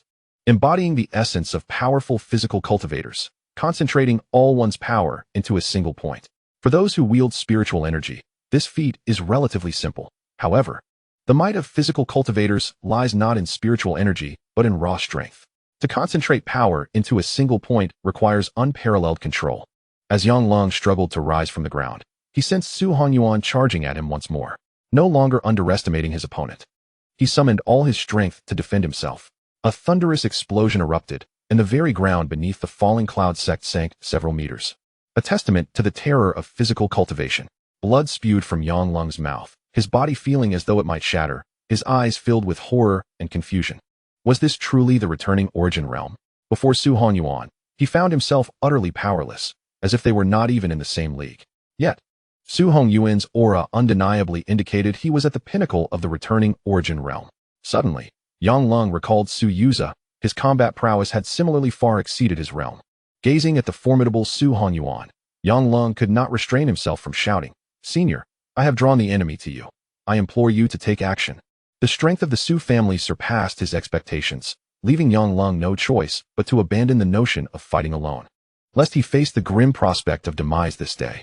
Upon hearing these words, Su Hanyuan immediately tensed, glancing around with a demeanor that suggested he was prepared for battle. He was not alone. The other members of the Su family shared his apprehension. If this individual possessed such formidable strength, then those he referred to as predecessors must surely be at least at the threshold of the Tao realm. Chapter 76. The Destruction of the Extreme Yin Sect. Terrifying power unleashed. After a considerable time passed without any response, Yang Long grew increasingly anxious. "Predecessor, all core members of the Su family have gathered here. We kindly request your presence." He called out once more, yet still met with silence. In that moment, even Yang Long, despite his naivete, realized the grim reality he faced. They had been ensnared. Not only him, but the expressions of the other elders from the Extreme Yin sect were equally grim. They had initially intended to use Su Yuza as bait, only to discover that Su Yuza was merely the lure, and they too were caught in the trap. Although their mission was ostensibly accomplished, should they perish, the rewards would revert to the one who had issued the task, with the informant claiming a 20% commission. It seemed that someone intended to sell them out directly. Yang Lung's countenance darkened to an extreme degree. With great effort, he rose to his feet, his aura suddenly surging to its zenith, devoid of any emotional fluctuation. In such dire straits, he had no choice but to confront the harsh truth. Although the Su family boasted formidable power, the Extreme Yin sect was not without its strengths. Carving out a path to survival was still within their grasp.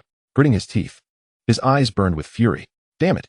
Being outmaneuvered was never a pleasant experience, but the circumstances had shifted. He needed to remain composed and not allow his wrath to cloud his judgment.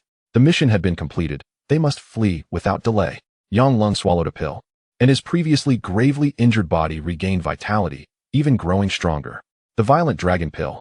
This was a concoction that could temporarily enhance one's strength, but bore severe side effects, compromising one's foundation. He would not have resorted to it unless absolutely necessary. Su Hanyuan also grasped the situation. They had no allies and needed to eliminate these foes swiftly. They must not allow anyone to escape. The Extreme Yin sect was notorious, and allowing even one of them to live would spell significant trouble for the Su family in the future.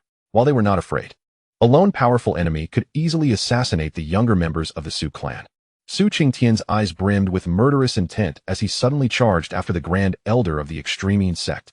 There were only 7 individuals from the Extreme Yin sect, 3 at the return to origin stage, 1 at the half-step Tao realm, and 3 at the perfected integration stage. These represented the pinnacle of their combat prowess. Under normal circumstances, the strength of the Su family members would have rendered them incapable of contending with such adversaries. However, the reality was that the Extreme Yin sect was being relentlessly pursued and was utterly defenseless. Although Su Qingtian was merely at the initial stage of the return to origin realm, in truth, none below the half-step Tao could possibly stand against him. While Su Yunxian and the others were merely at the perfected integration stage, they could contend with those at the mid-level of return to origin. Yet, this was only applicable against ordinary cultivators. Moreover, the leader of the Extreme Yin sect was directly subdued. And even if the remaining members could withstand the assault of Su Qingtian and his 5 companions, once Yang Lung fell, who could withstand Su Hanyuan? Observing the ferocity of the Su family, the disciples of the Falling Cloud sect were overwhelmed with excitement.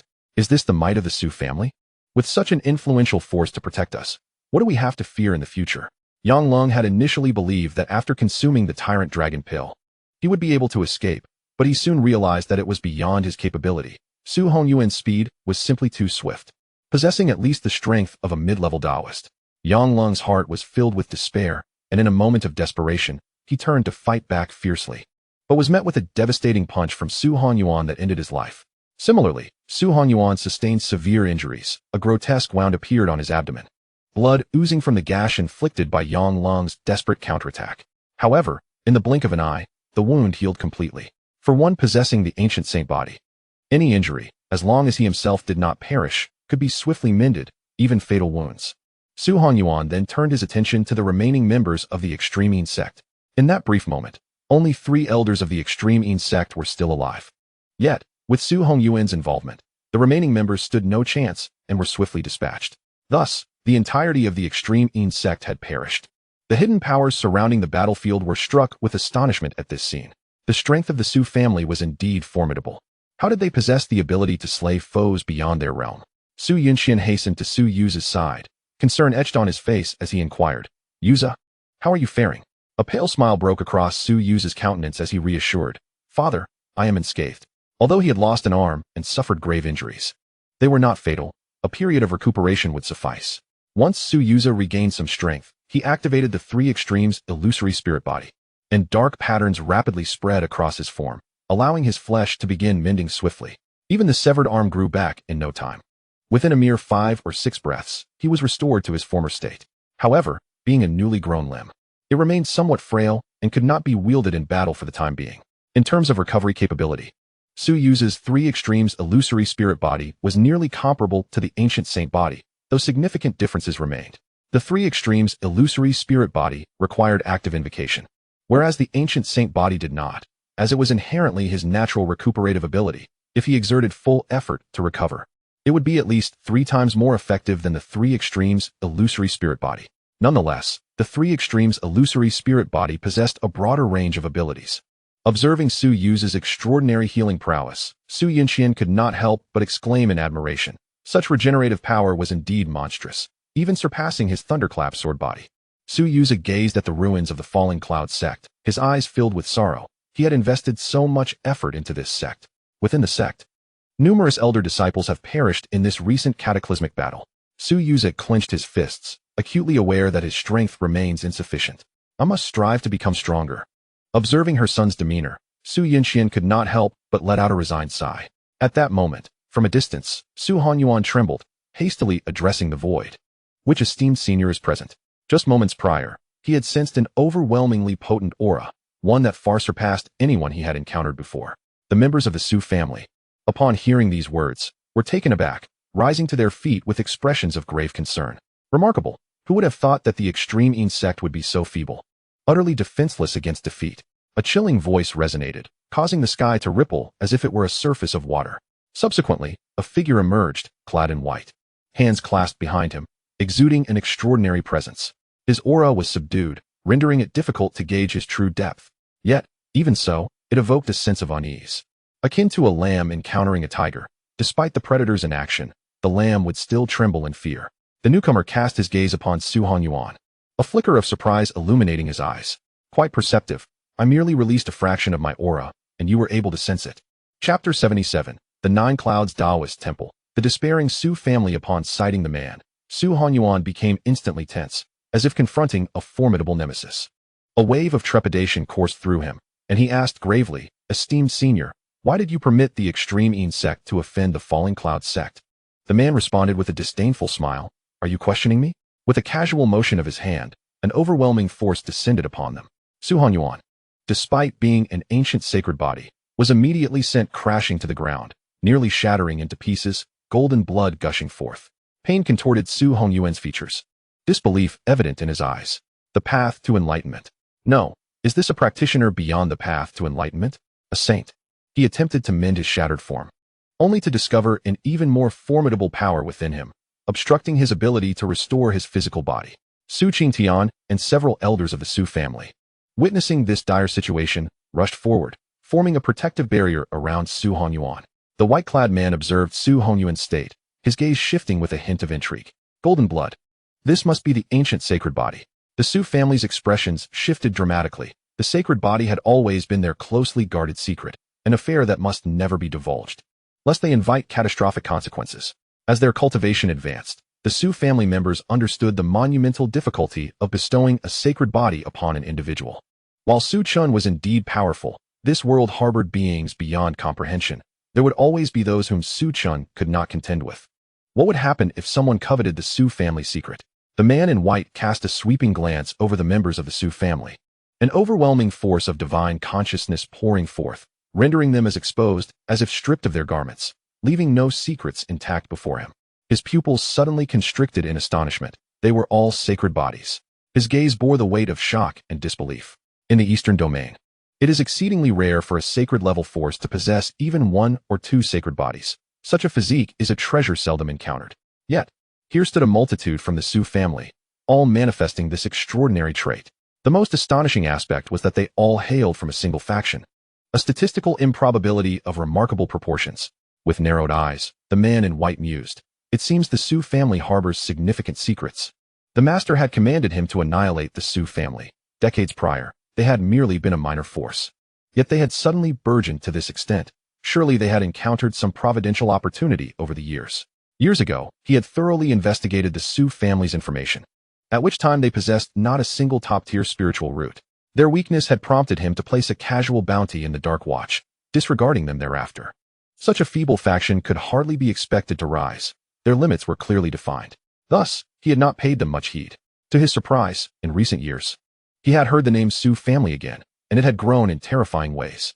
He procured some intelligence on the Su family through the Dark Watch, which astonishingly suggested the possible existence of a sage among them. This revelation spurred him to issue a bounty, seeking to probe the depths of the Su family's capabilities. However, he had not anticipated the utter incompetence of the extreme sect. Taking a deep breath, the man in white gradually regained his composure and looked once more at the members of the Su family, his gaze ablaze with fervor. Sacred bodies. So many sacred bodies. If he could refine them all, it was conceivable that even his own sacred body might ascend to the level of an emperor body. The act of devouring one another among sacred bodies was not uncommon. In this era, due to the scarcity of sacred bodies, they were treasures coveted by various factions, making such occurrences infrequent. Yet, in the time of the great emperors, such events had transpired with regularity. Upon hearing this, the faces of the Su family members shifted dramatically. The expression of the man in white grew increasingly ferocious, a manifestation of his excitement. He laughed heartily, exclaiming, "I never imagined that the Su family would present me with such a grand gift. And the secret behind your ability to produce sacred bodies, these treasures shall all belong to me." Suddenly, he felt that his earlier decision to inform his master that the Su family had been exterminated was perhaps the wisest choice of his life. Otherwise, the secrets of the Su family might not have been destined for him. A sudden eruption of divine might surged within the man, unleashing a terrifying pressure that bore down upon the Su family members, causing them to collapse to the ground, rendered immobile. This was the essence of a sage. Merely through his imposing presence, he incapacitated them. Though the difference between a sage and an entry-level cultivator was but one realm, the chasm between them was insurmountable. Even the most extraordinary prodigies could not bridge this divide. Only those endowed with the qualifications of an emperor could hope to defeat a sage in the entry-level realm. Although the members of the Su family are all of the sacred body, they still fall short of the qualifications needed to become an emperor. Sacred bodies are not uncommon in the Shintian realm, yet those capable of ascending to the rank of emperor are indeed few and far between. However, the potential for becoming an emperor is not solely measured by one's physique. Throughout history, many emperors have emerged from humble beginnings, rising to become the mightiest of beings through sheer determination and fortuitous opportunities. The man clad in white once again cast his gaze upon the Su family, raising his hand to grasp at them. This colossal hand was imbued with sacred might, possessing terrifying refining power, if ensnared. The members of the Su family could be completely refined in mere moments.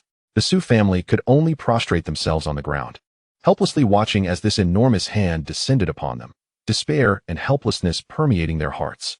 They faced the most formidable opponent they had ever encountered. No, it was not the first time. Yi Qingling's kin had once exhibited similar strength. Su Qingtian's face was etched with unwillingness. He had far too many aspirations yet to fulfill, longing to reunite with Qingling and his family. Should he perish here, he would find no peace in the afterlife. Simultaneously, He came to realize the true caliber of Yi Qingling's relatives. They were undoubtedly of the sacred level. Moreover, they were exceptionally powerful sacred beings. Had it been the former Su Chen, he would have succumbed to despair, but now, with his rapid advancement in cultivation, a breakthrough to the sacred level was within reach. Given time. Yet now, it seemed all was destined to end. He could not resign himself to such a fate. In a desperate attempt to escape the oppressive force, Su Chen exerted every ounce of his strength, only to find it utterly futile. Just as the colossal hand was about to grasp them, a gentle breeze wafted through the air, dissolving the giant hand entirely. In that moment, a refreshing gust swept across the realm. Before the remnants of the hand stood a middle-aged Taoist priest, his countenance solemn, yet his eyes radiating warmth. With a smile, he spoke, "My friend, might I request you to spare the Su family and grant them a chance at life?" Simultaneously, the overwhelming pressure that had enveloped the Su family dissipated. Upon glancing at the middle-aged priest, they were suddenly filled with astonishment. "You are Master Yuhua." The members of the Su family could hardly believe their eyes. While they were aware of the extraordinary backgrounds of the two priests from the Jiyun Taoist temple, they had never fathomed that they were indeed sacred beings. Master Yuhua nodded with a smile, embodying a refreshing presence that uplifted the spirits of those around him. The man in white looked down upon Master Yuhua. His gaze icy. "You must be the sacred one of the Su family, am I correct? A mere newly ascended sacred being dares to obstruct me. How utterly presumptuous." He mused, "It has been long since I last engaged in combat. Today, I shall slay a sacred being and ensure that the eastern region remembers my name." The Sacred One of Goetiu. Chapter 78. The formidable Sacred One of Goetiu, Jiyun Taoist Temple, comes to aid upon finishing his words. The Sacred One of Goetiu unleashed an immensely powerful aura. This presence shook the heavens and the earth, sensed by the entire Jinghong Empire and even neighboring realms. "Sacred might. This is sacred might," someone shouted in terror. For many years, the eastern domain has been devoid of the presence of a sage. Who has provoked such a being? In which direction shall we hasten to observe? To witness a sage in action, even at the cost of one's life, is worth the endeavor. Numerous fearless souls immediately surged towards the source of the aura, their eyes ablaze with fervor. In their perception, the sage transcended mere myth. Among the onlookers were several formidable practitioners of the Tao, eager to witness the sage's prowess and glean insights into the path of sanctity. Although the assistance gained may be minimal, any deeper understanding of the sage is deemed invaluable. At this moment, within the confines of the Falling Cloud sect, the celestial figure of Yu Hua gazed upward with a serene countenance, yet his gentle eyes betrayed a gravity and a chilling intent. A decade prior, he had successfully eliminated the upper corpse. For him, the middle corpse was the most formidable to overcome, while the upper corpse proved somewhat simpler. As a Taoist, he had cultivated a calm disposition towards the matters of life and death from a young age. With Su Chen's aid in vanquishing the middle corpse, he felt an immense debt of karmic consequence toward the Su family, and he deemed it only right to risk his life to protect them.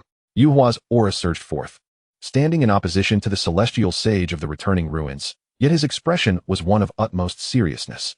The Sage of the Returning Ruins, a title he had heard before, was the esteemed ancestor of the returning ruins' sacred land and a formidable practitioner at the late stages of the Sage King realm, surpassing even his own master. He harbored no illusions of victory against such an opponent. Surrounding the Falling Cloud sect, many had gathered, primarily practitioners at the initial stages of the returning origin realm, including the venerable old king of the Surging Phoenix. The commotion was so significant that, being in his own territory, he felt compelled to be present. This is the Su family. The old king's eyes were filled with concern. How had they attracted the ire of a sage? A gasp escaped him. He had never witnessed a battle between two sages in his lifetime, and felt privileged to witness it now. In the shadows, a newly ascended practitioner glimmered with excitement. That figure is none other than the old sage of the returning ruins. My Murong family is a vassal of the returning ruins' sacred land. I had the fortune to encounter him once. What? I have heard that he had long since transcended to the Sage King realm. And observe the other sage. The aura he exudes is evidently diminished, likely only at the sage realm, and perhaps recently ascended. It appears this confrontation is devoid of suspense. The newly ascended sage is destined for defeat. Yet, how could he have provoked the sage of the returning ruins? Many exchanged whispers, their expressions laden with confusion. In a mere moment, nearly 10 practitioners of the Tao had gathered, with more en route, including many who had been deep in secluded cultivation.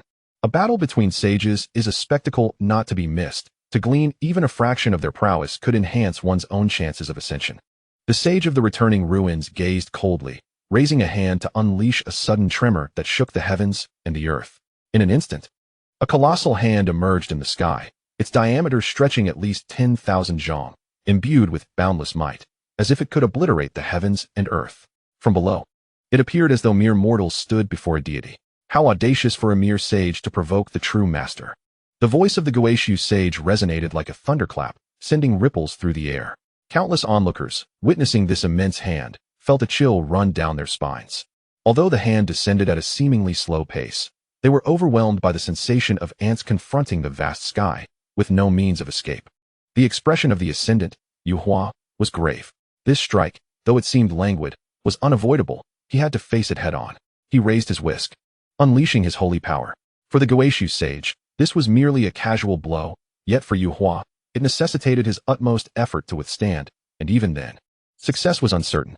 The chasm between sages and sage kings may seem but a single realm apart, yet at this stage, every minor level represents a vast divide, compounded by the fact that they were separated by a major realm and several minor ones. In the next moment, a sword coalesced before Yu Hua. This sword was unlike any other. It resembled a gentle breeze, devoid of any sharpness, instilling a sense of invulnerability. As the long sword clashed against the giant hand, torrents of holy power erupted forth. The already dilapidated falling cloud sect became even more ruinous, nearly bereft of its former glory. Fortunately, Yu Hua shielded those behind him, ensuring the residual force did not harm the members of the Su family, while the disciples of the falling cloud sect, being further away, suffered injuries but no fatalities. However, Yu Hua's sword could not withstand the enormous palm, beginning to shatter inch by inch. Observers in the shadows could not help but shake their heads at this sight. It appeared that this newly ascended sage was destined for defeat. What a pity it was for him to fall so soon after his breakthrough. The audacity of a freshly minted sage to challenge a sage king seemed to display a profound ignorance of the vastness of the world. What was anticipated to be a grand battle had devolved into a mere display of dominance, tedious and uninspiring. Many from Su had come specifically to witness a sage's clash, only to find the Gaoxiu sage ending the skirmish with a single gesture. This left numerous spectators disheartened. Yu Hua gazed at the colossal hand above, his expression taut with anxiety. The previous strike had been his utmost effort. Even a mid-tier sage would have struggled to withstand it, yet it had been so easily countered. The disparity between sage and sage king was indeed staggering. A bitter smile crossed Yu Hua's face as he murmured, "Master, I beg your pardon." As his voice faded, a figure materialized beside him. An individual who appeared youthful, yet exuded an ancient, formidable aura. Ziyang, the true man, lifted his gaze to the immense hand above, his entire presence radiating power as he raised his hand to meet it, effortlessly dispersing the giant palm. The simplicity and ease of his action stood in stark contrast to Yu Hua's previous struggle. At this sight, all present could not help but narrow their eyes in astonishment. There was yet another sage. No, it was a sage king. The gaze of the saint of Gaoxiu sharpened, his demeanor growing serious, shedding the previous lightheartedness.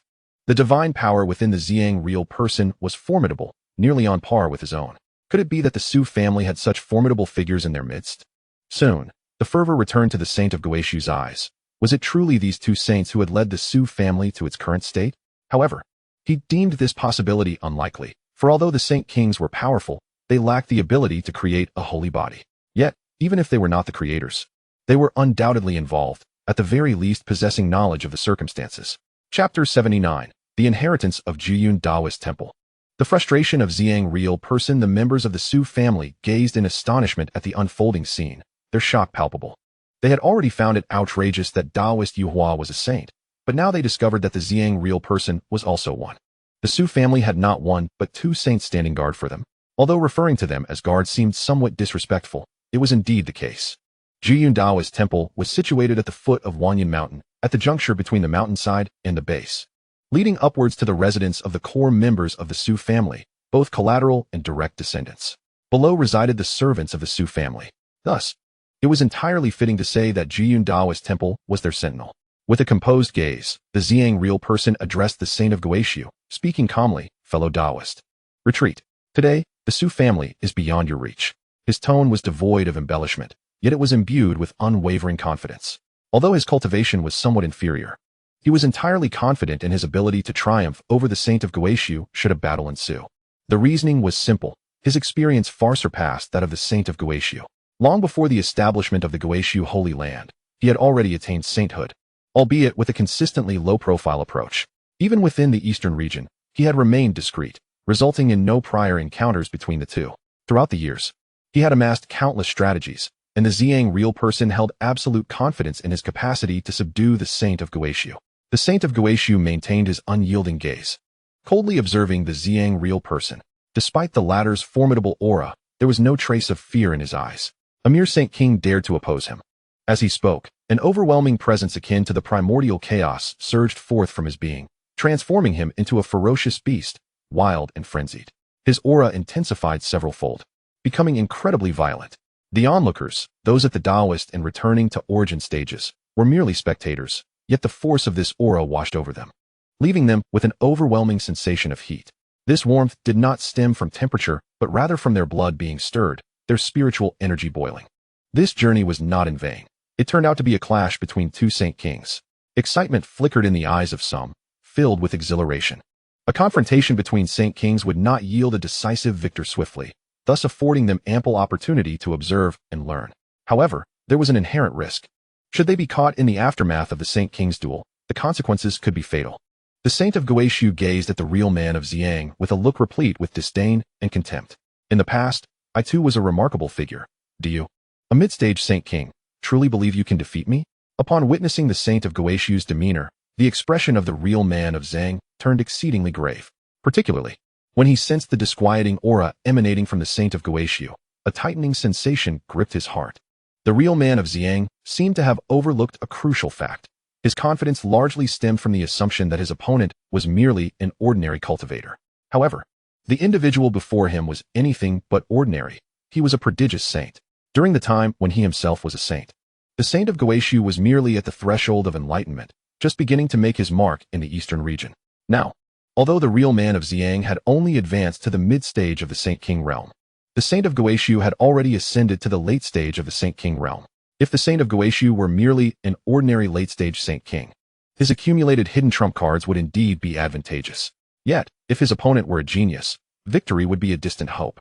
Geniuses often come hand in hand with extraordinary fortunes. Their hidden cards are plentiful. The real man of Ziyang spoke solemnly.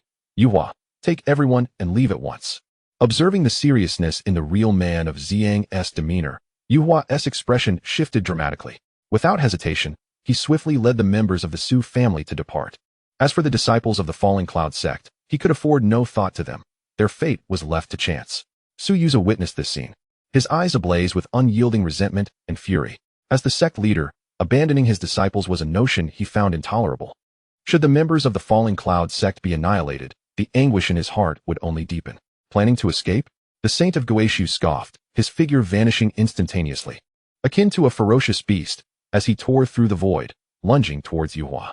This attack was delivered with unrelenting ferocity, leaving Yuhua with no hope of defense. The real man of Ziyang's expression shifted. He flickered into action, positioning himself in front, as an overwhelming surge of holy power emanated from his being. Behind him, an ethereal figure materialized, seated upon a Tao lotus, eyes firmly shut, exuding an aura of immense stature reminiscent of a youthful deity.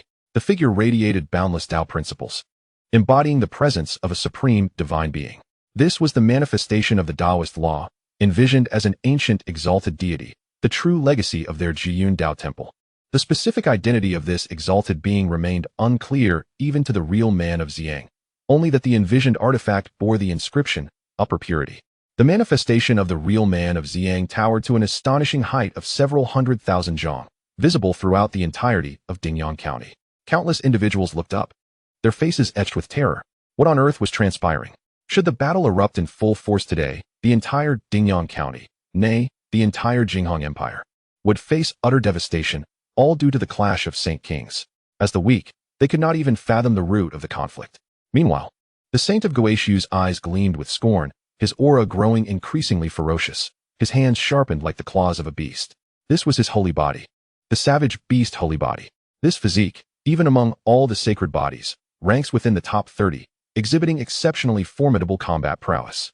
A resounding crash reverberated through the air, as fierce winds swept forth, enveloping the surroundings in a shroud of silence spanning 10,000 meters, all rendered desolate by this terrifying force of destruction. Just as the members of the Falling Cloud sect were on the brink of perishing amidst the aftermath, their figures abruptly vanished from the realm, as if they had never existed, disappearing into thin air.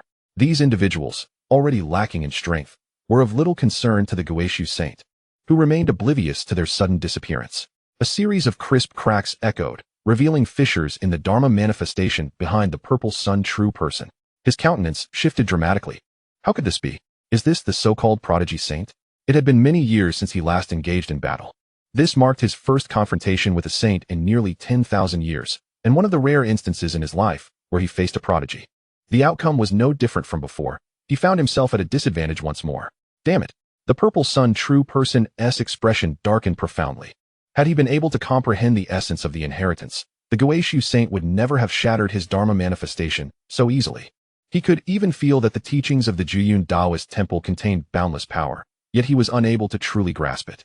Once more, the Guishu saint raised his hand, unleashing a devastating force that surged towards the purple sun true person.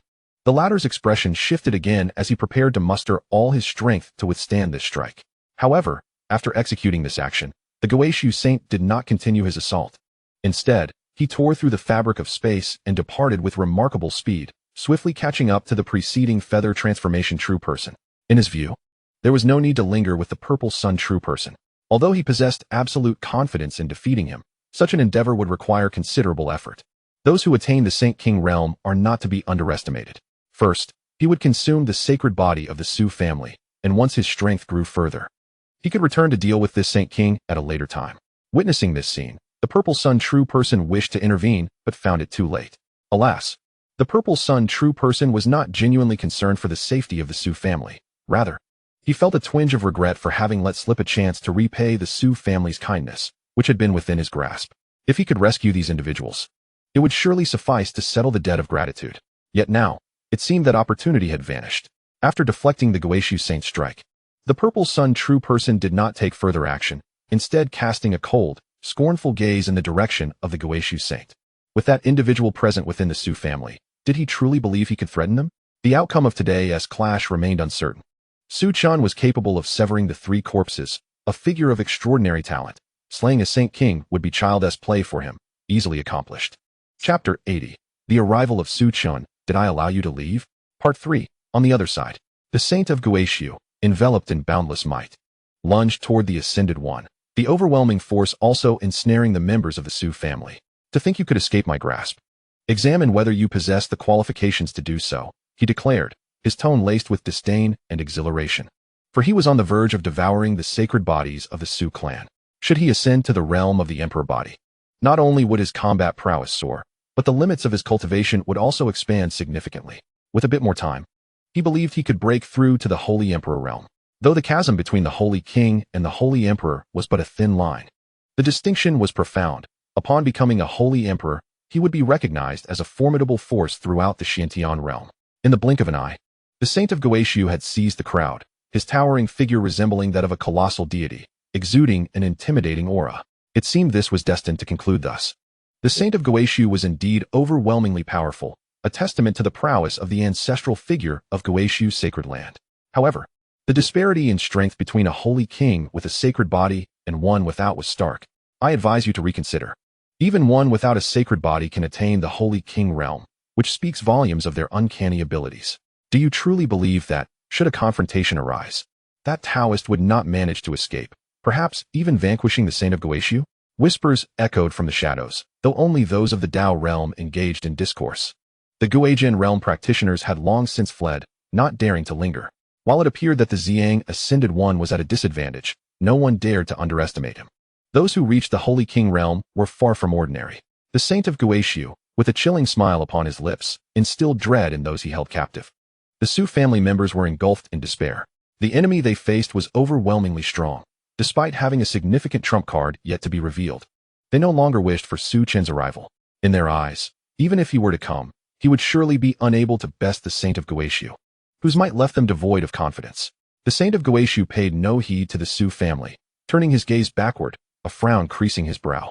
Why had that Holy King not pursued? Did he recognize his inferiority and choose to flee? A cold smirk escaped the saint's lips. It seemed he possessed a modicum of self-awareness. He then surveyed the surroundings, spotting numerous practitioners of the Tao realm, and in the distance, several from the Guizhen realm, cautiously probing. Narrowing his eyes, the Saint of Guishu contemplated that, under normal circumstances, he would have desired to eliminate those who had dared to approach. Yet, practitioners of the Tao realm often had affiliations, perhaps as vassals of certain sacred lands. His primary objective was to consume the sacred bodies of the Su family and uncover their secrets. Provoking conflict with other sacred forces was unnecessary and would only invite unforeseen complications. After much contemplation, the Saint of Guishu ultimately abandoned his intention to annihilate them. He glanced towards the members of the Su family, a sinister smile gracing his lips as he remarked, "So many sacred bodies, truly fascinating. The secrets of your Su family now belong to me." Gripped by an enormous hand, despair etched across the faces of the Su family members, for they found themselves utterly immobilized, unable to even harness their spiritual power. The chasm in strength was insurmountable. Worry clouded Su Chengtian's eyes. Should this man uncover the secrets of the Su family, Su Chen would undoubtedly fall victim to his nefarious intentions. The Saint of Guishu wasted little time, preparing to turn and depart, but just as he was about to move, an inexplicable chill coursed through him, causing his scalp to prickle. Tension gripped his entire being as he solemnly called out to the heavens, "Who goes there?" The onlookers, still lingering in the vicinity, exchanged bewildered glances. Could there be a hidden powerhouse lurking in the shadows? At that moment, high above in the boundless sky, Su Chen sat cross-legged in the void, slightly opening his eyes to gaze downward. In truth, he had arrived long ago but had refrained from intervening. Thanks to his assistance, the Su family's journey had been remarkably smooth, encountering little adversity. It was beneficial for them to realize that there were greater powers beyond their own. Thus, Su Chen chose to remain in the shadows, quietly observing while also providing protection to a number of disciples from the Falling Cloud sect. Now it seemed, the time had come. After a brief moment, Su Chen gracefully descended from the heavens, his demeanor relaxed, his expression exuding an unparalleled tranquility. Within him, hardly any aura was emanated, rendering him akin to an ordinary mortal. Su Chen. The members of the Su family gasped in astonishment, yet their hearts were heavy with unease. Why had he come? They believed that as long as Su Chen remained, the Su family had not yet met its demise, and there would always be a chance for resurgence. However, if Su Chen was present, should he also encounter misfortune, the Su family would indeed face utter ruin. Words failed them, leaving only the exchange of glances, silently urging Su Chen to depart swiftly. Yet, he paid them no heed. Meanwhile, the expression of the Saint of Guishu had turned exceedingly grave, for he found himself unable to discern the depth of the individual before him. There were only two possibilities. Either Su Chen was merely an ordinary mortal, devoid of any cultivation, or he was a practitioner far beyond his own prowess. Yet, given Su Chen's ability to fly, how could he possibly be merely a mortal? It was evident that his strength far surpassed that of the Saint of Guishu. Contemplating this, a weighty concern filled the saint's gaze as he clasped his hands together and inquired, "Esteemed friend, might you have business here?" Having never encountered Su Chen before, the saint assumed that the latter had discerned the plight of the Su family and had come to partake in their fortune. This was the only rationale he could conceive. The Saint of Guishu began to deliberate in his mind how he would divvy up the sacred bodies of the Su family. With a practitioner more powerful than himself entangled in the matter, the prospect of consuming the Su family's sacred bodies entirely seemed increasingly daunting.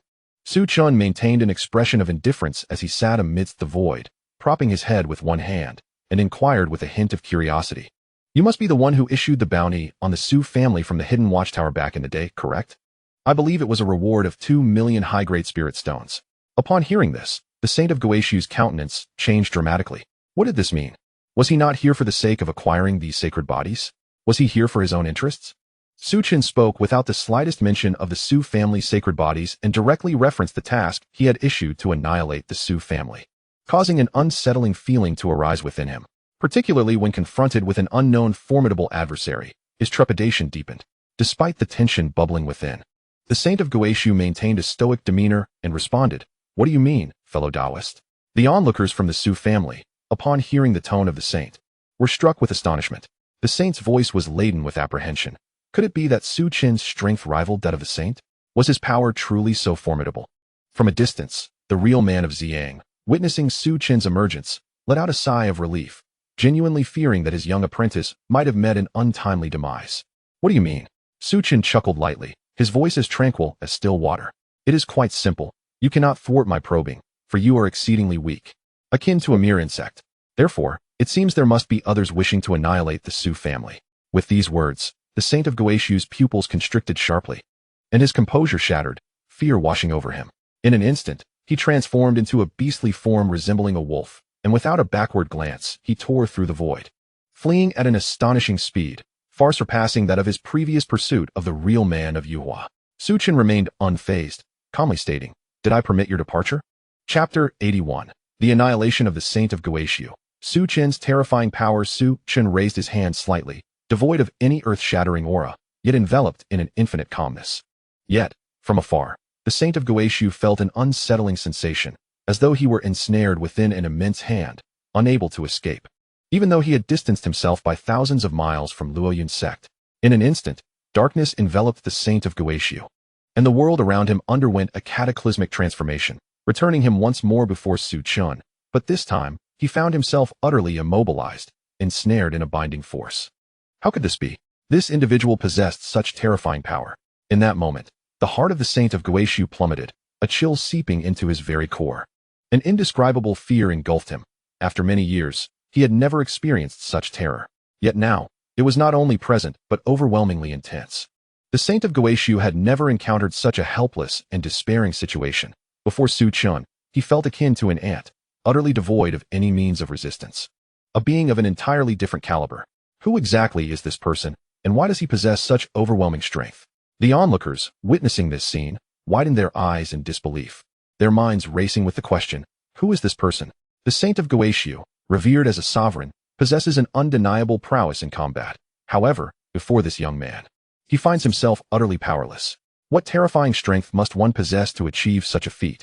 The most astonishing reaction comes from the members of the Su family. Once the Saint of Guishu decided to flee, the shackles binding them were lifted, granting them the freedom to move. At this moment, the members of the Su family gaped in disbelief, their mouths agape, as they beheld Su Chen. What kind of power is this? Witnessing Su Chen restraining the Saint of Guishu as if he were but an insect, they could hardly believe that this individual was their family's young master. It was simply unfathomable. Su Chen maintained an expression of calmness as he inquired, "Speak. Tell me who it is that stands behind you. If you reveal this, I shall grant you a swift death today." Although Su Chen's tone was serene, it sent shivers down the spines of all who heard it.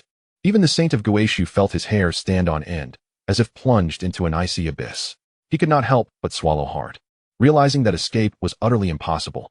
The individual before him, capable of creating so many holy bodies for the Su family, must possess an extraordinarily formidable strength, one that eclipses even that of a holy emperor, surely a transcendent cultivator of the holy sovereign or beyond. Yet, the Saint of Guishu could not comprehend why such a powerful being would aid the Su family. Suddenly, a multitude of thoughts flooded his mind. Could it be that his master intended to annihilate the Su family with the involvement of this formidable individual? Was this a game of wits between his master and this powerhouse? Or were there other motives at play? In that moment, the Saint of Guishu was engulfed in despair. He understood that cooperating with Su Chen was his only sliver of hope, and thus he spoke with great difficulty. "My lord, I do not know who seeks to destroy the Su family. These are the arrangements of my master. I am not particularly clear on his identity, only that he hails from the southern region." Suddenly, the Saint of Guishu's eyes widened, his internal aura becoming chaotic, blood vessels rapidly appearing in his gaze. It seemed he had realized something. His expression was filled with despair and entreaty. "Save me." Su Chen's gaze remained tranquil. He had gleaned the information he sought. The southern region, was it? It appeared to align with what he had previously uncovered. He had also investigated his mother's situation, although he had not discovered intricate details. He inferred that Yi Qingling resided within the Xiantian realm, likely oriented towards the southern and western regions. Since the western region was predominantly under Buddhist influence, it was highly improbable that she was there, thus making the southern region the most likely candidate. However, Su Chen did not rush to seek her out in the southern region. He remained remarkably composed. The fact that his mother had not encountered any misfortune over the years indicated that her current environment was exceedingly safe. Furthermore, he was uncertain of the strength of that faction. What if it were immensely powerful? After considerable contemplation, Su Chen opted for caution. The southern region was certainly a destination he would pursue, but not at this moment. Moreover, circumstances had shifted. Previously, Su Qingtian's aptitude was deemed insufficient, leading him to hope that Su Chen would retrieve Yi Qingling on his behalf. However, with the growth of Su Qingtian's cultivation, his thoughts began to evolve.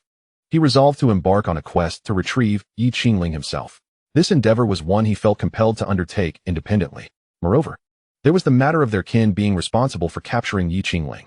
The rationale behind their desire to extinguish the Su family stemmed from their belief that Su Qingtian was a waste, unworthy of associating with their lineage. Or perhaps they felt that he had sullied their bloodline. They could not simply annihilate him upon arrival, could they? Su Chen, being a man, harbored his own convictions regarding such matters. He aspired to grow stronger and, one day, stand proudly before those individuals, using his own prowess to render any opposing forces behind Yi Qingling defenseless. Thus, Su Chen refrained from actively seeking her, had he chosen to. He could have conducted a thorough search long ago, deducing her whereabouts and bringing her back. The Xiantian realm was vast, yet there were few capable of obstructing his inquiries. Once he established a general direction, locating her would have been exceedingly simple. Su Chen remained passive, observing as the saint of Guishu gradually dissipated before his eyes. A profound silence enveloped the heavens and earth, with all present merely gazing in astonishment. They were unaware of the specifics and mistakenly believed that Su Chen had slain the saint of Guishu, their faces etched with terror and reverence. Su Chen turned to the members of the Su family, offering a faint smile and a nod, before raising his hand to cast aside the disciples of Luoyun's sect he had protected, vanishing from the scene. With the matter resolved, there was no reason for him to linger any longer. Zhang Jinren watched Su Chen's departing figure, unable to suppress a sigh of admiration. The prowess of this individual was truly formidable. Suddenly, a wry smile crossed his face as he shook his head. What was initially intended as a simple repayment of a favor now appeared increasingly daunting. Not only had he failed to repay the favor, but Su Chen had also saved Yuhua Jinren, which meant he owed even more. Zhang Jinren chuckled softly, not overly troubled by the situation. The Taoist philosophy emphasizes clarity of thought. Becoming overly entangled in a single matter could prove detrimental. Once everyone had departed, Su Yuza began to lead the disciples of Luoyun's sect towards new territories. Previously, a spiritual vein had existed beneath Luoyun's sect, but following the cataclysmic battle, the entire landscape had shifted, leaving the spiritual vein utterly obliterated. Looking down from above revealed gaping chasms, the result of the conflict. With the spiritual vein vanished, Su Yuza knew he could not continue establishing Luoyun's sect in this location. He needed to seek out a new source of spiritual energy. Chapter 82. A scroll composed of causal power. The onlookers surrounding Luoyun's sect, witnessing the conclusion of the events, stood frozen in place, unable to comprehend the unfolding drama. From this day forth, they would remember that a formidable force had emerged in the eastern region, the Su family, a power capable of vanquishing even a saint king. Upon the emergence of this news, the entire eastern domain was set ablaze with astonishment, particularly among the populace of the Jinghong Empire, who were most profoundly affected. The revelation that the Su family possessed a formidable being capable of slaying a saint king was utterly unexpected. The Su family's ascent to prominence began during the battle for the Nine Dragons throne, where Su Chen showcased his formidable prowess, aiding Lin Jin in seizing the throne. Subsequently, the Su family grew increasingly powerful and astonishing. In merely a few decades, the transformations within the Su family were nothing short of revolutionary. Just when everyone assumed this was the zenith, the Su family delivered another staggering blow. They had a saint among them? This was beyond belief. It was not only the outsiders who were taken aback. Even the Su family members themselves found it hard to comprehend. The notion that Su Chen could annihilate a saint king was unfathomable to them. In an instant, Su Chen became a hero in the eyes of the Su family. 3 months later, in the heart of the Wangyun cave heaven, Su Chen stood aloft, surveying his surroundings. Although the spiritual energy within the Wangyun cave heaven was abundant, it was becoming somewhat insufficient. The rapid breakthroughs of the Su family members, coupled with their extraordinarily robust physiques, resulted in an immense demand for spiritual energy, making it challenging to satisfy so many. The supply was clearly insufficient. If this continued, the increasing strength of the Su family would outpace the generation of spiritual energy within the Wangyun cave heaven. Su Chen raised his hand to retrieve 2 pieces of Dao Yuan crystals, infusing them into the Wangyun cave heaven. In an instant, the entire cave trembled violently, startling the members of the Su family, who awoke from their meditative states, their expressions filled with astonishment as they glanced around. However, upon seeing Su Chen in the air, they felt reassured. With Su Chen present, all was well. As the Wangyun cave heaven shook vigorously, an overwhelming surge of spiritual energy began to gush forth, transforming the entire cave dramatically. Not only did its dimensions double, but the rules governing it also became more refined. Most significantly, the infusion of the 2 Dao Yuan crystals caused the rate of spiritual energy generation within the Wangyun cave heaven to soar nearly tenfold. It is worth noting that the previous rate of spiritual energy generation was already astonishing, surpassing that of the Wangyun Mountain's dragon vein by many multiples. The dense spiritual energy enveloped the entire cave, resembling a veil of mist.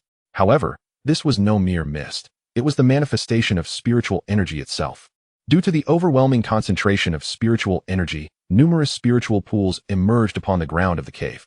With the explosive increase in spiritual energy, several powerful auras erupted within the cave, as Su Chen and other perfected cultivators began to break through to the return to origin realm.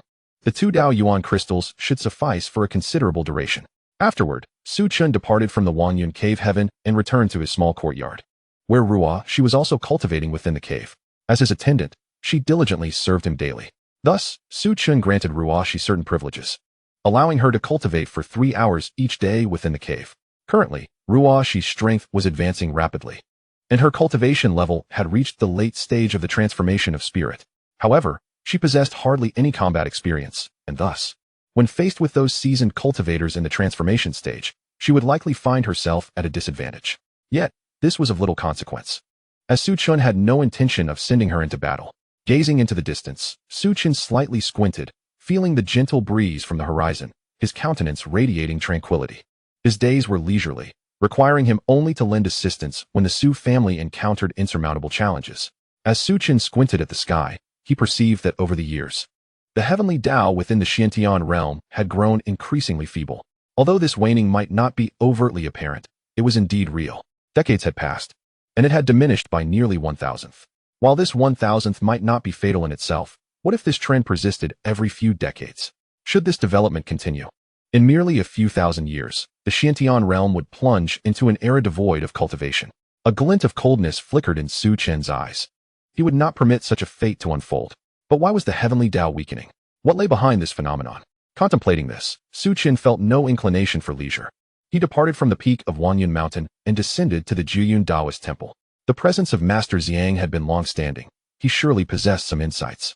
At this moment, Master Xiang and Master Yuhua were seated on the ground, engrossed in their meditation. Su Chen made no effort to conceal his arrival. His footsteps were deliberate and resonant. Upon noticing Su Chen, Master Xiang instantly turned, rising to bow respectfully. "Ah, it is young Master Su." Su Chen offered a faint smile, casting a glance at the temple's ancient and simplistic furnishings, and curiously inquired, "Is it customary for Taoist masters to cultivate in such a distinctive manner? Is there no need to seek out blessed lands?" He had already observed that these 2 Taoists had made progress in their cultivation over the years. Logically, given their formidable strength, the location of Wangyun Mountain, while pleasant, should have offered little in terms of assistance. Nonetheless, their evident advancement was quite remarkable. Master Zhang pondered for a moment, but refrained from answering. Observing this, Su Chen waved his hand dismissively. "No matter. If it is difficult to articulate, then let it be." Master Zhang chuckled softly. "It is not so much a secret of great significance. Other Taoist sects are not quite like our Juyun Taoist temple. However, our temple possesses a unique approach. We do not solely rely on cultivation to enhance our abilities." Su Chen's interest was piqued, and he eagerly asked, "Could you elaborate further?" Master Xiang did not hesitate, pointing to the painting at the center of the hall. "This is the essence of Juyun Taoist temple. Our cultivation increases primarily through visualizing this image, complemented by the power of incense offerings. However, as few people honor our temple, the cultivation derived from incense is minimal. It is mainly the visualization of this image that contributes to our progress." Given Su Chen's immense strength, Master Zhang harbored no concerns regarding his interest in the image or fears of any potential misappropriation. Moreover, the portrait in the Juyun Taoist temple cannot be taken away by others. The esteemed Zhang Jinren entered this temple at a tender age of 5 or 6, merely a mortal at that time. Since then, he has devoted himself to the teachings of his master, continuing his cultivation to this day. Throughout this period, the portrait has indeed been stolen numerous times. However, without fail, it returns to the hands of the temple's inheritor within 3 days. Those who dared to seize the portrait have invariably met their demise. While many practitioners possess the method of visualization, only the disciples of Juyun Taoist temple can truly perceive the essence of this portrait. For others, it appears as mere chaos. In earlier days, Zhang Taoist was oblivious to the reasons behind this, but as his cultivation deepened, he came to understand the principle of causation. The immense force of causation behind this portrait determines its rightful ownership by Juyun Taoist temple, rendering it unattainable for anyone else. To attempt to take it would invite misfortune due to the inability to bear the weight of its causation. It would be more accurate to say that the portrait itself embodies the force of causation. Chapter 83, one of the 3 pure ones. The supreme pure Lingbao Tianzuan. Upon hearing this, Su Chen, filled with curiosity, turned his gaze towards the portrait.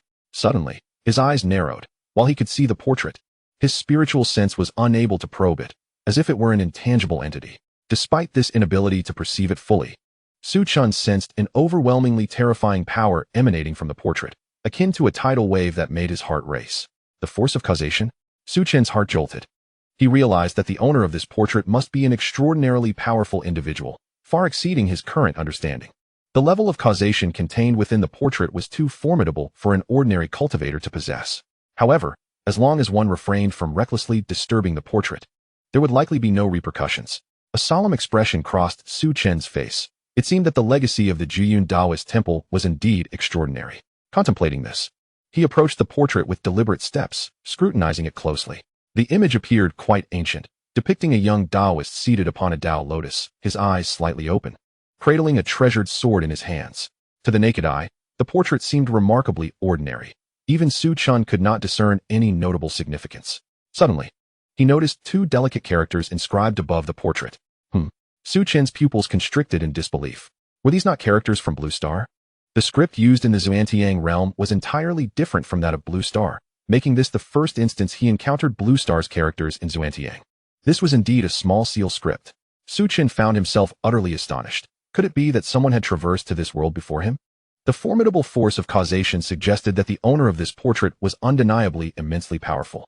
Taking a deep breath, Su Chen steadied his racing heart, focusing intently on the two characters, uncertainly murmuring, "Supreme Pure?" His limited familiarity with small seal script left him unable to ascertain the meaning of these two characters at that moment. Upon hearing Su Chen's words, both Ziyang Taoist and Yuhua Taoist were taken aback. "Young Master Su, how do you recognize these two characters?" The Jiyun Taoist temple possesses its own unique heritage, with only a single set of scriptures, the characters of which are written in small seal script. This script is entirely distinct from the written language of the Xiantian realm, having been orally transmitted within the Jiyun Taoist temple and never divulged to outsiders. Thus, when Su Chen pronounced these two characters, the astonishment on Ziyang Taoist's face was palpable. However, it was evident that Su Chen was even more astonished. On one hand, he was shocked to see the characters from Blue Star within the Xiantian realm. On the other, these two characters held profound significance. Shanxing. Su Chen recalled a fearsome figure from the mythological tales of Blue Star, one of the three purities. The Shanxing Lingbao Tianzuan, also known as the Tongtian teacher. The Jiyun Taoist temple is rooted in Taoism, and the Tongtian teacher is likewise a figure of the Taoist tradition. Could there truly be a connection between the two? Having spent many years in the Xiantian realm, Su Chen harbored no lingering attachments to Blue Star and had never contemplated returning. Yet at this moment, his understanding of Blue Star underwent a radical transformation. Were those mythical legends perhaps based in truth? Of course, this was merely a conjecture. Su Chen turned to Ziyang Taoist and inquired, "Do you know the origins of this image?" At this question, Ziyang Taoist appeared somewhat awkward. To be frank, he had no knowledge of the image's provenance. Neither did his master know. The Jiyun Taoist temple had endured several plunders, and its line of succession had been disrupted multiple times, resulting in a nearly complete loss of historical records. Ziyang Taoist shook his head. "I do not know. Although I am the master of the Jiyun Taoist temple, I am not well versed in the origins of this image, only that our lineage dates back at least 500,000 years. After speaking, he queried, "Could it be that young Master Su knows?" Su Chen did not respond. The matters concerning Blue Star were his own secret, not something he could divulge easily. He shook his head, indicating his ignorance. Ziyang Taoist's eyes flickered with disappointment. Having observed Su Chen's earlier demeanor, he had assumed the young man might possess some insights. Alas, Ziyang Taoist chose not to dwell on this and invited Su Chen to sit down, then curiously asked, "Young Master Su, you are usually elusive like a dragon. Yet today you have time to visit my humble Taoist temple." Su Chen took his time, first producing an exquisite and translucent tea set, and then leisurely preparing and pouring the tea. Initially, Ziyang Taoist paid little attention. However, as the rich aroma of the tea began to permeate the air, he was taken aback. This tea was extraordinary. The mere fragrance evoked a sense of enlightenment within him, and considering he was a sage at the king level, the fact that a single cup of tea could invoke such a feeling underscored its remarkable quality. Su Chen poured a cup for Ziyang Taoist before serving himself. "Please," Su Chen said with a smile. This gesture was a small token of gratitude for Ziyang Taoist's assistance on behalf of the Su family, and it was only fitting to express thanks. Ziyang Jinren did not decline. He was not one to indulge in pleasantries. As the tea flowed into his stomach, Ziyang Jinren's pupils suddenly constricted. This essence of enlightenment. Could it be that this tea was brewed from the leaves of the legendary enlightenment tree? Ziyang Jinren had tasted tea made from the leaves of the enlightenment tree before. Although the power contained within was somewhat similar, its richness paled in comparison to this brew, and the flavor was vastly different.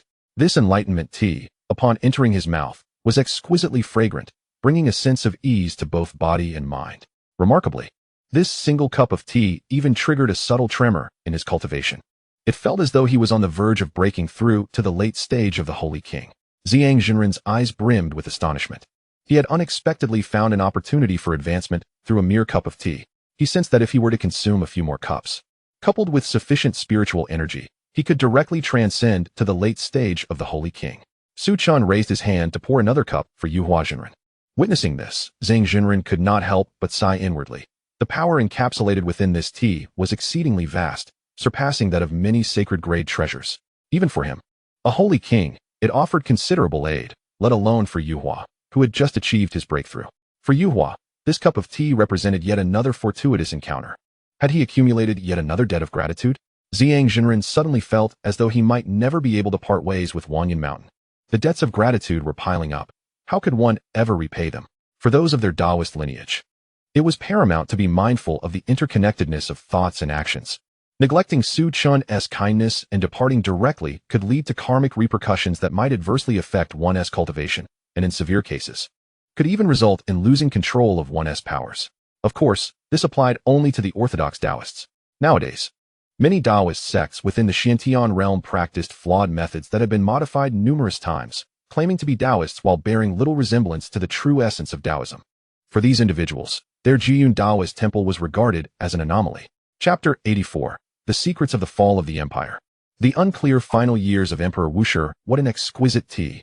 Ziyang Jinren could not help but exclaim. Meanwhile, Yuhua Jinren, upon sipping his cup, immediately displayed a change in countenance. He promptly bowed to Su Chen and Ziyang Jinren before turning to exit the hall, retreating to a side chamber to assimilate the overwhelming power. Thus, only Su Chen and Ziyang Jinren remained in the hall. At that moment, Ziyang Jinren finally spoke. Young Master Su, your visit today must surely pertain to some matter of significance? Su Chen nodded, not denying it. There is indeed something I wish to inquire about. Taoist, are you familiar with the era of the fall of the empire? Upon hearing this question, Ziyang Jinren's expression shifted dramatically. He gazed at Su Chen with utmost seriousness. To pose such a question, could it be that this young Master Su was not from that era? Yet how could he possess such formidable strength? Ziyang Jinren lowered his head, revealing a contemplative demeanor, while Su Chen patiently sipped his tea, quietly awaiting his response. After a prolonged silence, Ziyang Jinren finally spoke. I have not personally experienced the era of imperial decline, but my master did. At that time, he was also a sage-level cultivator and witnessed both the inception and the conclusion of the entire era. However, Ziyang Jinren's expression turned grave as he continued. This matter involves many complexities, and given my master's limited strength at the time, his understanding was not particularly profound. Su Chen, with a serene smile, patiently awaited the continuation. Ziyang Jinren, maintaining a serious demeanor, stated, the catalyst for the era of imperial decline was a singular individual, whose true name I do not know, yet you must have heard of his title, the Primordial Emperor. He was one of the 3 emperors who vanished during this epoch. I am not well versed in the intricacies, but my master mentioned that it all began when the Primordial Emperor slayed another emperor, the Azure Cloud Emperor. Following this, the Primordial Emperor commenced a frenzied slaughter of several top-tier sage forces, leading some to claim he had succumbed to madness. Hence, the entirety of the Xiantian realm united in a campaign against him. Another emperor also joined this effort. The ultimate outcome was the simultaneous disappearance of the Primordial Emperor and another emperor. Some say they perished, while others assert that the Primordial Emperor was defeated. Opinions abound. Along with their disappearance, many top sage forces also vanished. Of course, several powerful figures who participated in the campaign against the Primordial Emperor survived and still exist today. Upon hearing this, Su Chen furrowed his brow, realizing that Ziyang Jinren's account diverged significantly from what he had read in historical texts. This indicated that the historical records were largely speculative, whereas Ziyang Jinren offered genuine insight. Ziyang Jinren continued, at that time, my master was merely a sage, and he had only barely achieved that status, thus he did not become entangled in this vortex. For this reason, his knowledge on the matter is limited. If you are interested, Su Shaozhu, you might consider visiting the southern domain or the western continent. The Little Thunder Sound Temple and several forces in the southern domain were among those that once besieged the Primordial Emperor. The mention of the southern domain and western continent caught Su Chen's attention. He had no immediate plans to visit the western continent, but he certainly intended to explore the southern domain. He began to grasp the underlying reason for the emperor's disappearance. It stemmed from the primordial emperor's descent into madness and indiscriminate slaughter, prompting everyone in the Xintian realm to unite against him. However, he still sensed something amiss. Could a powerful emperor truly succumb to madness?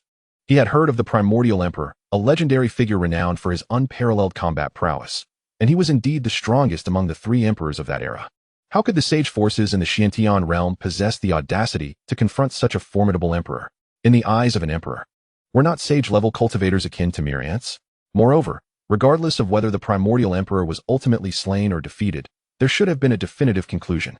Yet the majority of individuals simply vanished. This was exceedingly peculiar. Most unsettling to Su Chen was the notion of madness. How could the primordial emperor have succumbed to such a fate? Was his later life shrouded in mystery? The information provided by the Ziyang master is not particularly precise, leaving Su Chen in the dark regarding the events of that year. However, he is aware of only two possible outcomes. Either the primordial emperor has truly succumbed to madness, or he has not. Yet, if one were to consider the latter, it becomes rather unsettling. If the primordial emperor has not lost his sanity, then why were the inhabitants of the Xintian realm intent on hunting him down, and why did they all vanish without a trace following the assault? The crux of the matter lies in the fact that if the primordial emperor is indeed sane, then there exists another terrifying possibility. If he is not mad, then who is? Or perhaps, no one has succumbed to madness at all. Yet, if that were the case, what could have ignited such a catastrophic conflict? An array of questions burgeoned in Su Chen's mind as he inhaled deeply. He had anticipated a straightforward situation, only to find it growing increasingly complex. He still lacked clarity on the answer he sought. Why has the heavenly Tao of the Xintian realm weakened so markedly? Nevertheless, he is certain it is intrinsically linked to the age of the fallen emperor. Suddenly, Su Chen recalled his first exploration regarding his mother. The mournful cries conveyed by the heavenly Tao that day. What on earth transpired? Taking a deep breath, Su Chen reassured himself that the truth would eventually unveil itself. Having scarcely ventured beyond the eastern domain, it was only natural for him to possess limited knowledge of the Xintian realm. However, he was determined to traverse the entirety of the Xintian realm in due course, perhaps even delving into the demon realm. By then, he would uncover every secret. A shiver ran down his spine as he sensed an immense conspiracy lurking within the Xintian realm. He hastily checked his system backpack, and upon seeing his cultivation spanning over 100 billion years, he exhaled slowly, relieved. If necessary, he would utilize all of it. However, such an act would undoubtedly render the Xintian realm incapable of sustaining his power, potentially causing the very fabric of this world to shatter. When an individual's strength reaches a certain pinnacle, their inherent power becomes overwhelmingly formidable, rendering even concealed cultivation ineffective. Yet, should such a situation arise, the ruin of the Xintian realm would bear little consequence to him. He could simply flee with the Su family. While Su Chen may not be a malevolent tyrant, he is no great sage either, lacking the altruistic sentiments for the masses. Once he attains invincibility, he might consider the well-being of others. But such a notion is far from feasible at present. Achieve great success to benefit the world. In times of hardship, safeguard oneself. After inhaling deeply, Su Chen gradually rose to his feet and approached the portrait before him. He reached for 3 incense sticks and solemnly bowed thrice. If all goes as anticipated, the figure in the portrait should represent one of the 3 purities, specifically the upper pure Lingbao Tianzuan. At the very least, there is a high probability that he is witnessing a mythological figure from the blue star existing in this world, stirring a gentle excitement within Su Chen. Would he ever have the fortune to meet the master of this portrait? That supreme deity of the primordial era. With that thought, a smile graced Su Chen's face. Indeed, this world is rather intriguing. Chapter 85. The sad little girl observing Su Chen's earnest demeanor, the Ziyang master narrowed his eyes. It seems he truly possesses knowledge of certain matters. However, Su Chen did not take the initiative to speak, so he refrained from further inquiries. After completing his reverence, he bid farewell to the Ziyang Taoist and departed. Unbeknownst to him, shortly after leaving the temple, the young Taoist depicted in the painting, whose eyes had been cast downward, subtly lifted them, as if scrutinizing Su Chen's retreating figure. Yet, in an instant, he returned to his previous state, and this peculiar occurrence went unnoticed by nearly everyone. After vanquishing the Saint of Goetiu, the Su family's power surged to unprecedented heights, compelling the Jinghong Empire to align itself with them. The old Jinghong king understood well that the Su family's strength was such that they could not remain confined to a single corner of the world. Territorial expansion was inevitable. Sooner or later, the Jinghong Empire would fall under the Su family's dominion. It was more prudent to proactively submit to the Su family now than to wait for them to impose their will later, thus securing a favorable impression. Of course, the primary reason was Su Chen's formidable prowess, which left the old Jinghong king no room for resistance. Not to mention, even Su Honyuan was no match for him. If others could slay Su Honyuan, who had barely stepped into the Tao, how could the old king, a newly ascended Yuanjing cultivator, hope to stand against him? Aside from the Jinghong Empire, the neighboring Qinyu Empire also approached the Su family, expressing their willingness to submit. In comparison to the Jinghong Empire, they were even more anxious. Previously, Su Chen had personally ventured into the Qinyu Empire to recruit talents and had effortlessly slain the crown prince. Fearing a negative impression, the Qinyu king opted to proactively seek allegiance. As Su Chen aimed to further his ambitions in the eastern domain, he would undoubtedly require his own territory and vassals. And many forces surrounding the Jinghong Empire had yet to pledge fealty to anyone. This indicated that the Su family would inevitably subjugate them all. However, none harbored any reluctance. Becoming a vassal merely entailed providing sufficient resources to the Su family annually. They were only sacrificing a portion of their own benefits in exchange for the protection and deterrence of a powerful ally. This arrangement would enhance the stability and prosperity of the empire, making it a highly advantageous trade. Not only the Qinyu and Jinghong empires, but numerous Yuanjing forces in the vicinity also expressed their desire to submit, with even those without the protection of powerful cultivators choosing to align themselves. The Su family accepted nearly all of them, viewing them merely as vassals. They had never anticipated that these individuals would be obedient. As long as the resources provided to the Su family each year were adequate, no further oversight was deemed necessary. Within the royal family of Jinghong City, Lin Yiming stood stunned upon hearing of the Jinghong Empire's submission to the Su family, compounded by the revelation of Su Chen's status as a saint. Her eyes brimmed with sorrow. A saint? How could I ever hope to catch up with him? Lin Yiming bit her lip, her eyes slightly reddened. For reasons unknown, she felt an overwhelming wave of melancholy, a strong urge to weep. She had once believed that with diligent cultivation, one day she would be able to stand alongside Su Chen on equal footing. Even if that were not possible, as long as the gap was not insurmountably vast, it would suffice. However, it is only now that she realizes the gap has not merely remained unchanged. Instead, it has widened to an extent that fills her with a profound sense of despair. Perhaps it is the awareness of her growing distance from Su Chen that brings tears to her eyes, for this signifies the impossibility of any future between them. Soon, soft sobs fill the air, and tears cascade down her cheeks. In truth, their interactions have been limited, yet she finds it impossible to erase him from her mind.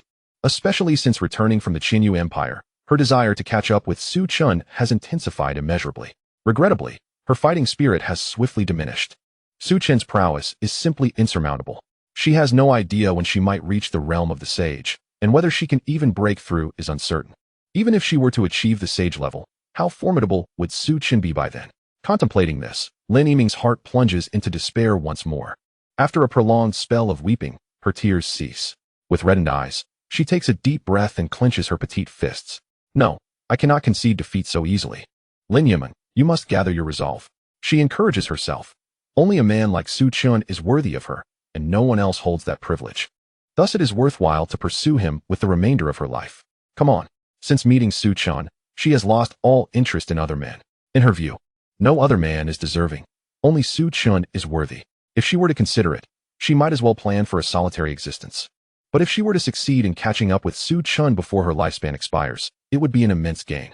If she fails, it would be of little consequence, for she has no intentions of being with anyone else. Yes, that's it.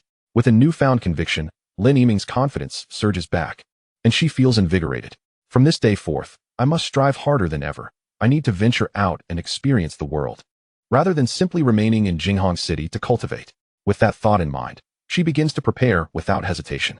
Just 2 hours later, she departs from Jinghong City. Within the royal family, upon hearing this news, Lin Jin cannot help but chuckle ruefully. This foolish girl. Yet, he does not intervene. Lin Yiming has grown up, possessing her own thoughts and life, and he prefers not to interfere excessively. However, is Su Chen truly someone she can hope to catch up with? Thus, another 13 years pass. During this time, the Su family experiences a remarkable surge in strength. Following the incident involving the last returning sage, the members of the Su family became acutely aware of the importance of power and embarked on rigorous cultivation. Additionally, the upgrades to the Wangyun Cave Heaven have significantly enhanced their abilities. Su Honyuan has even advanced to the mid-stage of the path of entry. Although the Su family lacks sage-level experts aside from Su Chen, possessing practitioners at the path of entry still positions them as formidable forces within the Eastern Domain. Su Tian and the others have reached the late stage of the return to origin realm and are on the verge of a breakthrough. Once they all attain the entry-level realm, the power of the Su family will become truly formidable. Naturally, reaching the sage realm would render them even more extraordinary. However, Su Chen could distinctly sense that once one reaches the entry-level realm, the pace of advancement begins to decelerate. After attaining the sage realm, breakthroughs occur at an even more languid rate. Yet, these are merely minor concerns, as long as there are sufficient celestial materials and earthly treasures. Facilitating a sage's breakthrough is not an insurmountable task. For a sage to ascend, what is chiefly required is the understanding of the Tao. Many celestial materials and earthly treasures are imbued with immense Taoist power, which can significantly aid a sage's ascent.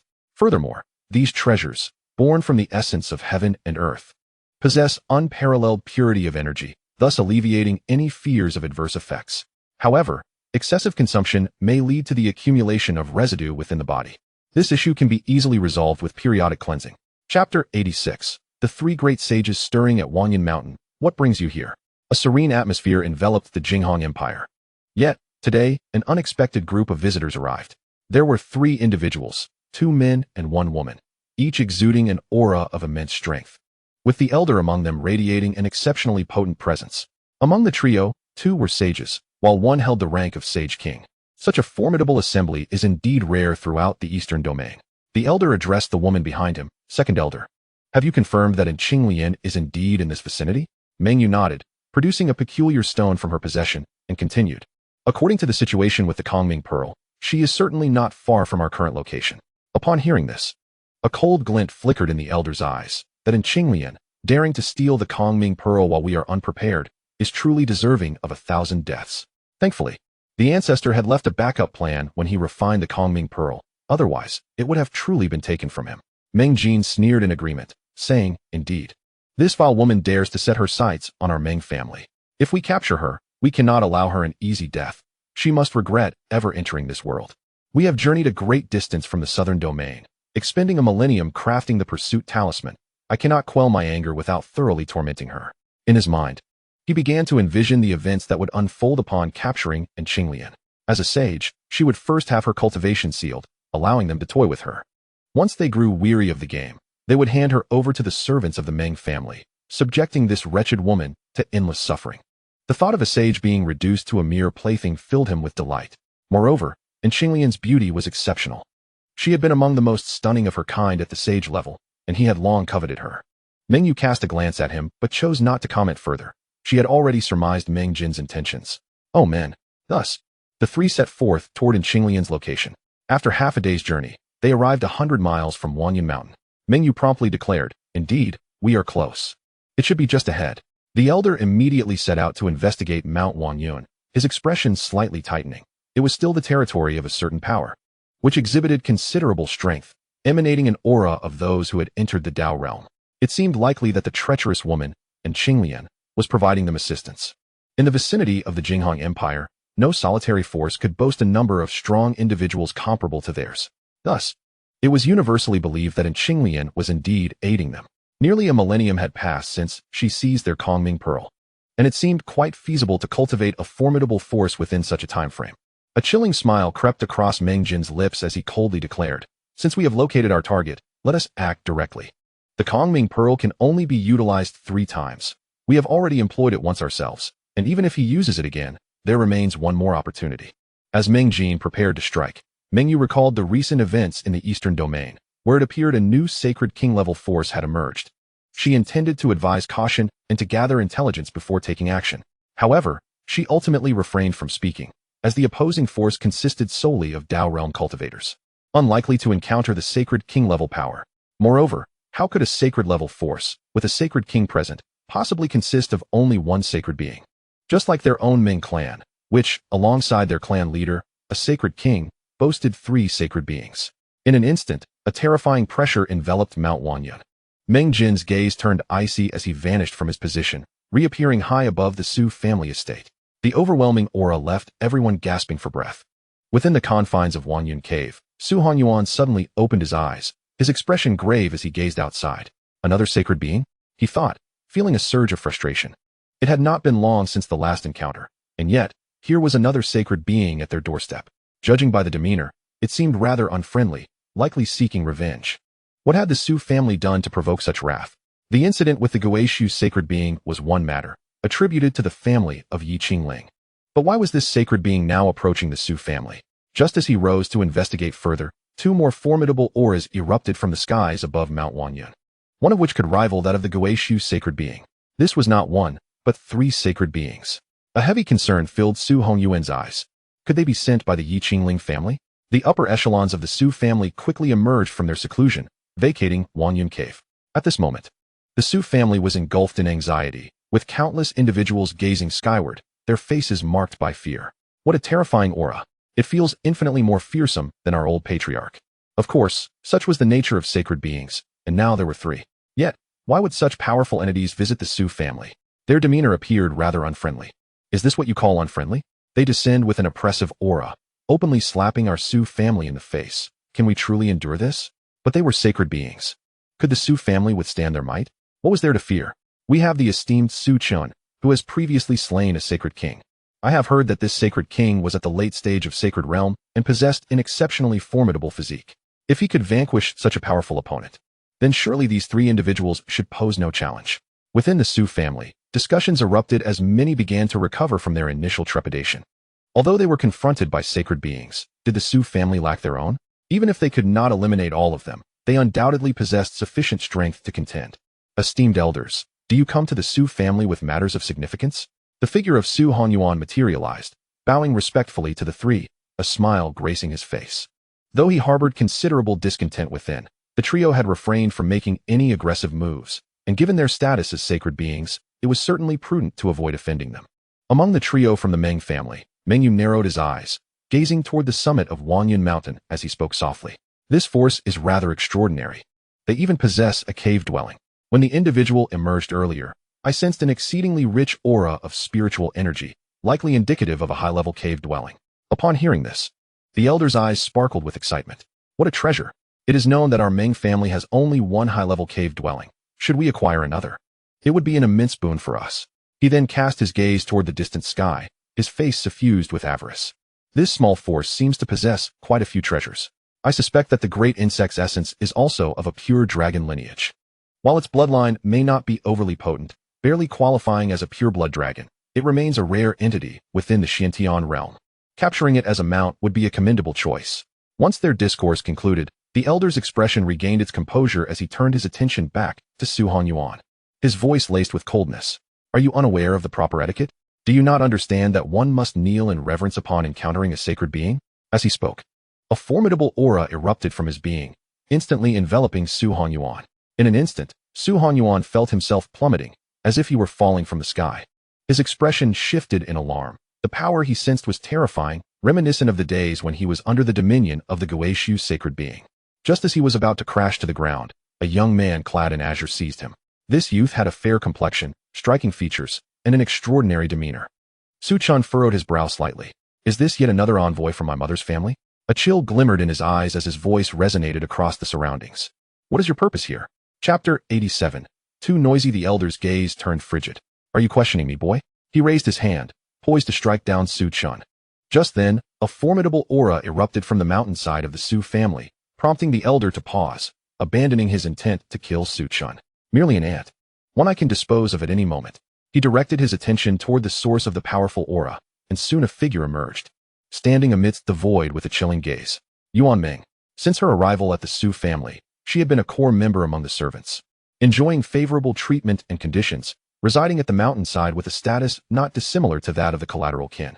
Her own strength had also grown rapidly. She had once been merely a half-step into the transformation realm, yet now she had attained the late stage of the refinement void realm. Compared to the talented scions of the Su family, she is by no means inferior. The crux lies in the fact that the direct descendants enjoy a wealth of resources that far surpasses hers. However, Yuan Ming possesses her own advantages. She is under the direct guidance of a sage, a privilege not afforded to the Su family's elite. The formidable aura emanating from Yuan Ming does not originate from her own being, but rather from the ring she holds. Meng Jin, sensing this familiar presence, coldly remarked. And Qinglian, you have made it quite difficult for us to find you. As his words fell, a figure emerged from the ring in Yuan Meng's possession. Clad in a flowing red gown, with a graceful waist and breathtaking beauty, she appeared like a celestial being, exuding an ethereal charm. And Xinglian's powerful aura hinted at her nearing the threshold of a sage, and with just a bit of time, she could truly reclaim the sage realm. Her physical form had fully restored since she was originally a sage, thus she need not undergo the severing of the three corpses. A natural breakthrough to sagehood awaited her. The elder's gaze shifted towards Xinglian and Yuan Meng, his expression shifting dramatically as a chilling murderous intent radiated from his eyes. It was as though the entire Wanyan Mountain had succumbed to a frigid winter, leaving everyone feeling a profound chill. The elder, with a voice as cold as ice, inquired, "Both of you bear the essence of the Kongming sacred body. Have you used the last 2 chances of the Kongming pearl?" The ancestor of the Meng family is a Kongming sacred body, and in his final moments, he condensed his bloodline power within the Kongming pearl, an artifact capable of bestowing the Kongming sacred body upon 3 individuals, albeit requiring immense resources for activation. Now, both in Xinglian and the woman beside her emanated the aura of the Kongming sacred body, and it was evident that it had long been fully activated. Infuriating. Meng Jin and Meng Yu's expressions shifted as well. Having expended a millennium and journeyed from the southern domain, their pursuit of the Kongming pearl was clear. Meng Jin's face was ablaze with fury, and Xinglian, "You are doomed. The Kongming pearl belongs to my Meng family. By what right do you lay claim to it? You wretched being? Today, I shall humiliate you to death." Had the Kongming pearl not been used, he would have been the first eligible to wield it. Now that it had been activated, his anger knew no bounds. And Xinglian scoffed, "Your Meng family annihilated mine family. Is it wrong for me to claim the Kongming pearl as recompense? This Kongming pearl is mine, and I will eventually bring ruin to the Meng family." At her words, Meng Jin erupted with rage, arrogant. In an instant, a terrifying pressure enveloped the area, and the ground beneath Wanyun Mountain trembled ominously, akin to the earth quaking. Some recently constructed houses at the mountain's base, lacking stability, collapsed under the force. The might of the sage reverberated through the heavens and earth. The members of the Su family were engulfed in panic, particularly the collateral branches and servants. The direct descendants, however, remained relatively composed, their expressions solemn. They had witnessed the world's grandeur before. Although Meng Jin's aura was formidable, it paled in comparison to that of the Gui Su sage. Besides, the Su family had Su Chen to rely upon. What was there to fear? As Xinglian witnessed Meng Jin prepare to strike, she could not help but admonish, "Cease this at once. If you must fight, do so elsewhere." It was a jest, for Wanyan Mountain was the territory of the Su family. Should their battle ravage this place, Su Chen would undoubtedly exact a deadly retribution upon her. Meng Jin, however, was indifferent to her concerns, sensing that Xinglian was protective of the faction she had nurtured. Yet, the more she cared, the more her murderous intent surged within her. Today, not only did she intend to eliminate Xinglian, but she also sought to obliterate this faction entirely. An overwhelming aura spread, causing unease among the populace of the Haotian Empire. Such a terrifying presence.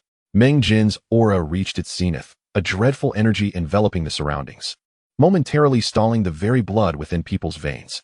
Just as he was poised for his next move, a frigid voice resonated through the air. "I implore you to refrain from this incessant clamor." In an instant, the oppressive atmosphere that had enveloped Wanyun Mountain dissipated. Su Chen, unbeknownst to them, had appeared beside Meng Jin, raising his hand slightly to grip Meng Jin's neck, as one might handle a mere chick. How is this possible? Meng Jin's face flushed crimson. Disbelief etched upon his features. He had been utterly unaware of Su Chen's approach, finding himself devoid of any capacity for resistance. What terrifying strength was this? A Saint King? Or perhaps a Saint Emperor? A chill pervaded Meng Jin's heart, fear manifesting across his countenance. In that moment, he realized that this faction was not truly in Xinglian's domain. The elder and Meng Yu exchanged glances, their expressions shifting. Rather than rushing to aid, they regarded Su Chen with solemnity. "Who are you?" Su Chen stood in the void, impatience flickering in his eyes. "You bothersome fleas are truly tiresome. Since you have no ties to that faction, I bid you farewell." With his words, the 3 were instantaneously eradicated. They did not even emit a cry before vanishing, as if erased by some formidable force. Had they been kin to his mother, Su Chen would have preferred dialogue. A display of courtesy before force, indeed. However, if they refused to listen to reason, strength would be the only recourse. Yet these individuals had no connection to his mother and approached with such arrogance, rendering Su Chen somewhat speechless. From their earlier conversation, it was evident that these 3 hailed from the southern region and had come for Xinglian. The Su family had only recently risen in prominence within the eastern region, so their ignorance was to be expected. They were foolish for not conducting due diligence before seeking trouble. A simple inquiry would have revealed that Wanyan Mountain was under the protection of powerful saints. Within the Su family, as they witnessed Su Chen demonstrate his formidable prowess, countless individuals rejoiced, raising their arms in exultation. The young master is the strongest. Young master. Young master. Ultimately, the resounding cheers of young master echoed throughout Wanyan Mountain. Chapter 88. In Qinglian, while many within the Su family were aware of Su Chen's formidable strength, they had never witnessed his prowess in action, leaving them with an undercurrent of uncertainty. However, upon witnessing Su Chen effortlessly eliminate the three great saints today, the reverence that the Su family holds for this young master has ascended to unimaginable heights. In the eyes of the Su clan, Su Chen's stature has long surpassed that of Su Hongyuan. At present, Su Chen is regarded as their guardian deity, their king. This world venerates the strong. Even though Su Chen merely holds the title of young master, his formidable prowess is quite sufficient. Su Qingtian gazed at Su Chen's displayed strength, unable to suppress a wry smile. Is he truly this powerful? Su Chen cast a glance at Qinglian and calmly remarked, "Come to the Wanyan courtyard later." Soon, the turmoil subsided. At the pinnacle of Wanyan Mountain, within the Wanyan courtyard, Qinglian stood in a state of mild agitation, facing Su Chen. At this moment, Su Chen reclined in a rocking chair, his expression one of utter enjoyment. Qinglian had been present for quite some time, and upon realizing that Su Chen had no intention of acknowledging her, she remained standing in the courtyard, her heart racing with anxiety. She was acutely aware that Su Chen had certainly noticed her presence, yet entering the Su family without permission felt inherently improper, compounded by the trouble she had inadvertently brought upon them. The sheer might of Su Chen instilled in her a profound sense of pressure, and she found beads of cold sweat forming on her forehead. After a considerable while, Su Chen gradually opened his eyes, assessing the breathtaking woman before him. By mere standards of beauty, Qinglian ranked as the most exquisite woman he had ever encountered. Her visage bore a delicate charm, yet her aura exuded maturity. Clad in a striking red garment, she appeared both refreshingly unique and alluring. This paradoxical contrast rendered Qinglian even more captivating. Su Chen observed Qinglian with keen interest, his gaze filled with admiration. Such a beautiful woman was indeed a rarity. Qinglian sensed Su Chen's scrutiny, but dared not raise her head, feeling a wave of nervousness wash over her. Why is he staring at me? Does he harbor thoughts about me? As this notion took root in her mind, anxiety began to swell within her, accompanied by a flurry of peculiar emotions. A man of such strength would surely not overlook her presence. No, Qinglian. How can you think this way? Have you no sense of shame? Perhaps influenced by her swirling thoughts, a faint blush crept onto her cheeks, rendering her even more enchanting. Unbeknownst to Su Chen, after a moment of contemplation, he finally spoke. With your current abilities, you cannot contend with those three. Now that I have dealt with them for you, how do you intend to repay me? Repay? Qinglian's heart suddenly constricted, her body stiffening slightly as her heartbeat quickened. Could it be? A wave of intense nervousness washed over her. All women are drawn to strength, aside from a select few strong-willed women. Most females yearn to find a powerful man to rely upon. Even as a saint, Qinglian is not exempt. In the eyes of outsiders, she stands as a revered figure, yet before those who surpass her in strength, she is no different from an ordinary person. Su Chen possesses a commendable character. He is a charming gentleman, and his reputation within the Su family has always been impeccable. Yuan Ming often extols Su Chen in front of her with a face full of admiration. Thus Qinglian does not harbor any aversion towards him. Should Su Chen genuinely desire to establish a closer relationship, Qinglian would likely acquiesce, albeit with some reluctance. With her gaze evasive and her voice somewhat hesitant, Qinglian inquired, "What do you mean, young Master Su?" Observing her bashful demeanor, Su Chen raised an eyebrow and smiled. "Are you truly unaware of my intentions?" Such candor. Qinglian's heart raced, and she felt as if her mind had momentarily blanked, utterly rooted in place, unsure of how to respond. Could she simply consent? That would be utterly impossible. Being a woman, she could not so readily agree. Yet, would refusing not displease Su Chen? Of course. Qinglian might also be reluctant to let go of such an exceptional man. Even if she could not proceed now, a mere acquaintance would suffice. Her heart trembled, leaving her momentarily at a loss for words in front of Su Chen. The mindset of a saint, long dormant, stirred ever so slightly. Despite her formidable cultivation and numerous suitors, the tragic demise of the Yin family at the hands of the Meng family had left her emotionally withdrawn, rejecting all men who sought her company. However, after all these years, her burdensome emotions had eased considerably thanks to her disciple, Yuan Ming. With her spirits somewhat restored, she found it challenging to resist such a direct expression from a man like Su Chen. Finding amusement in Qinglian's flustered state, Su Chen was intrigued. A dignified saint, behaving with the shyness of a young woman, was a sight to behold. He calmly offered her two choices. You may either remain with the Su family and serve us for 1,000 years, or, he paused, then continued. Since the core of the Su family has relocated to the Wanyan cave, the summit has become overgrown and neglected. You could choose to stay here and assist me in its upkeep, also for 1,000 years. The choice is yours. The second option was a notion he had only just conceived, and Qinglian, being a beauty, would surely add a delightful charm to the peak of Wanyan Mountain, uplifting his spirits. After all, a woman of such striking beauty could overshadow any landscape. What scenery could rival her allure? Upon hearing his proposal, and Qinglian's expression stiffened. Her gaze fixed on Su Chen's teasing visage, her heart swelling with indignation. Was she being trifled with? She had genuinely believed Su Chen intended to claim her. How infuriating! A wave of discontent and disappointment surged within her. However, being a sage, she swiftly adjusted her emotions and spoke again. Then I choose to remain here. Staying by the side of such a formidable individual, should she be fortunate enough to receive even a small token of appreciation, would undoubtedly be a significant opportunity for her. In truth, after years of following Yuan Meng into the Su family, she had gradually developed an affection for them, regardless of whether they were direct descendants or collateral relatives. They were sincere towards their kin, devoid of ulterior motives. Having lost her family many years ago, she found a sense of belonging within the Su family. Even if Su Chen had not made this request, she would have undoubtedly chosen to stay with the Su family.